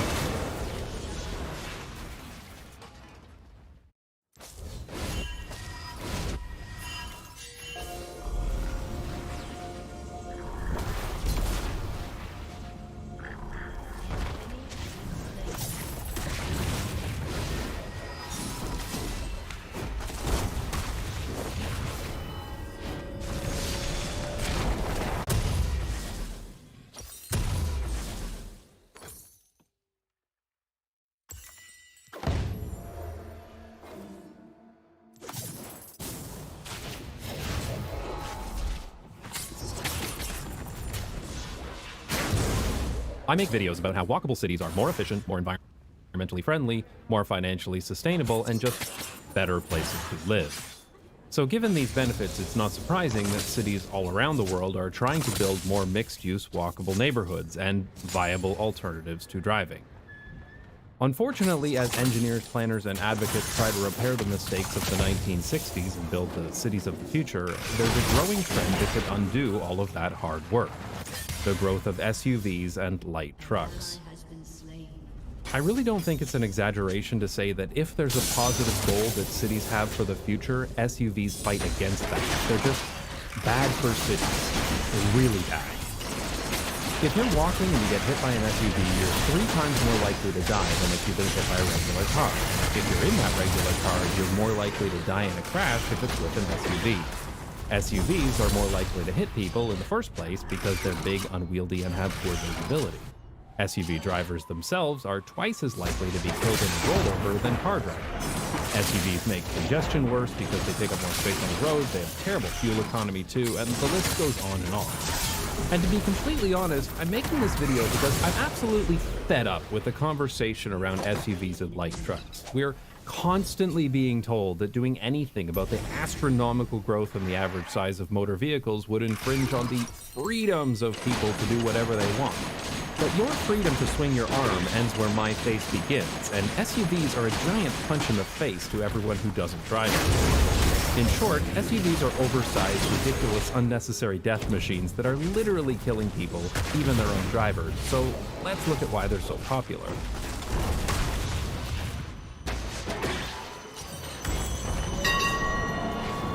If you went back in time about 40 years, you wouldn't really see any SUVs. If you lived in a rural area, you might see a small pickup truck or a bare-bones Jeep used for hunting or farming. But until fairly recently, pretty much everybody drove a car or maybe a van. But today, light trucks and SUVs make up almost 80% of all new car sales in the US. 80%. The auto industry has been heavily pushing these vehicles for years, and it's been done to avoid regulations, meaning more profit for car manufacturers. This is possible because in America, SUVs are classified as light trucks, which aren't subject to the same safety and emission standards as cars. Light trucks originally referred to commercial vehicles that needed to carry or tow heavy loads or traverse difficult terrain. To facilitate this, light trucks have large engines and stiff frames, both of which are disastrous for fuel economy and safety, but more on that in a second. And it all started because of these f***ing chickens. In 1962, Europe placed a heavy import tax on American chickens. In retaliation, America levied import taxes of their own. They specifically targeted European light trucks that were typically used by small businesses. And since foreign automakers were already producing better and cheaper cars, the declining American auto industry really wanted to shift to a vehicle where they didn't have to compete, because competition is for suckers. So that carved out light trucks as its own category in America, but what really kicked off the explosion of SUVs was, ironically, fuel efficiency regulations. The corporate average fuel economy, or CAFE standards, required all automobile manufacturers in the US to improve the average fuel economy of their entire fleet or face financial penalties. But here's the catch. American automakers lobbied hard so that light trucks were classified differently than passenger cars. This was necessary, they argued, because unlike cars, light trucks were used by honest, hard-working, red-blooded American patriots like this guy. I asked an AI art program to make this picture for me, which is why he has this dead look on his face and his pickup has an extra door hanging off the side. So rather than build cars that met CAFE standards, auto manufacturers were incentivized to get as many people to buy light trucks as possible. The first SUVs could be classified as light trucks because they were built in the same factories and using the same body-on-frame construction as traditional pickup trucks. These SUVs were basically pickup trucks with a longer roof. This allowed American car manufacturers to save a lot of money by using existing design parts and factories, and of course, it also allowed them to avoid any regulations for passenger vehicles, including safety regulations, because these were, after all, light trucks. So this saved the auto manufacturers a lot of money and avoided regulations, but there was a problem. How were they going to convince people to buy a vehicle that was impractical, uncomfortable, ugly, and dangerous? The book High and Mighty, written by a Detroit automobile journalist and published in 2002, documents the history of how SUVs came to be, and it was one of the books that helped radicalize me against car dependency. And while this book is rather out of date today, the history of the SUV is still very relevant. The earliest SUVs were Jeeps marketed to rich guys who went hunting on the weekends. Marketers used this outdoorsy image to lure people who wanted to be cool. Hey, you might live in suburbia and work a super lame desk job in a business park, but you're still the kind of guy who might maybe someday go on a camping trip, and this is the car to do it in. No, don't look at that significantly more practical car over there. Station wagons are for losers and boomers. And this marketing approach saw some modest success, but the real winning strategy was to make scared people feel safe. Early focus groups showed that Americans were obsessed with crime and violence, so automobile manufacturers took advantage of that. The city is a big, scary place. Protect yourself with a big, stupid car. That's how we got ads that say, think of it as a 4,000-pound guardian angel. And this one that says, let nature worry about you for a change, which addresses the incredibly common suburbanite problem of crocodiles attacking you from trees. This also turned road safety into an arms race. Whoever has the biggest vehicle wins, and so vehicles became bigger and more aggressive every year. It's got to the point where you can't even buy a small, practical, fuel-efficient car in America anymore, even if you wanted to. When we lived in Brooklyn, for example, we owned a Toyota Aygo, which was perfect for our family, but Toyota doesn't even sell this model in America. I wonder why. So where does it all end? When everyone is driving tanks? Tanks! What a funny joke, right? Except that this is one of the largest Sherman tanks from World War II. And this is a Cadillac Escalade. Yeah. Incidentally, the website where I got these images of cars, SUVs, and trucks, but not tanks, is carsize.com, an excellent and addictive site that lets you easily compare the sizes of many different kinds of vehicles. They were also nice enough to let me use their vehicle photos in this video, so check them out. I put a link in the description, but like, just type in carsize.com yourself. It's really not that hard. It's incredibly depressing that SUVs were marketed as being safer because their classification as light trucks has been disastrous for actual safety. One of the most dangerous things about SUVs is their bumper height. American cars are required to have bumpers between 16 to 20 inches off the ground, but surprise, light trucks don't have to deal with that regulation, so they can have their bumpers pretty much as much as they want. SUVs were also stiffer than cars. The original light trucks were built to haul or tow heavy weights, which means they needed a heavier, stiffer chassis. Rather than crumpling in a crash like a car frame, which distributes energy and acts as a protective cushion, the chassis on a light truck acted like a battering ram, and the people inside became the crumple zone.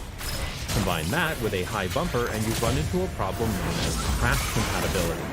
When two normal-sized cars crash into each other, they are compatible in that their safety features are pretty much aligned and designed to work together, which provides more protection to the drivers of both cars.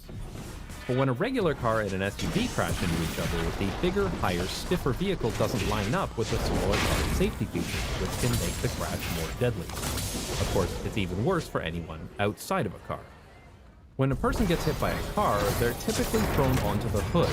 This can cause injury to the lower legs, which sucks, but generally doesn't kill you at low speeds. But the higher front end of an SUV means the impact is centered near the torso and head, which is much more deadly. People hit by SUVs are also more likely to hit their head on the ground or go under the vehicle thanks to their high ground clearance, and in case it isn't obvious, it's a bad thing to be underneath a gigantic, heavy, light truck. And what makes this all even more insane is that most of the features that make SUV drivers feel safe actually make them more dangerous. Many buyers say they wanted an SUV because you sit up high while driving them, which gives better visibility, but that's not really true. It might make it easier to see farther down the road, but it's actually harder to see stuff right in front of you. The advocacy group Kids in Cars put 17 children in front of SUVs and they couldn't see any of them from the driver's seat. Since the introduction of SUVs, there has been a massive increase in what are called front overs, a person, usually a child, getting run over by an SUV by a driver who can't even see them. Kids in Cars have been documenting the rise of front overs in America, and the results are shocking. But before we move on, I want you to look at this chart and understand what you're seeing. This is saying that over a 10-year period, over 500 American children were killed by being run over by SUVs, usually by their own parents in their own driveways. This is insane. This is legitimately insane. In any civilized society, this information alone would be enough to regulate the hood design of SUVs and light trucks. But instead, the industry solution for this is proximity sensors and front-facing cameras, because car companies are happy for any regulations that means they can sell you more stuff. Now, I personally believe that drivers should be looking at the road and not a screen inside their SUV, but hey, what do I know? I'm just a weirdo who objects to children being run over by trucks.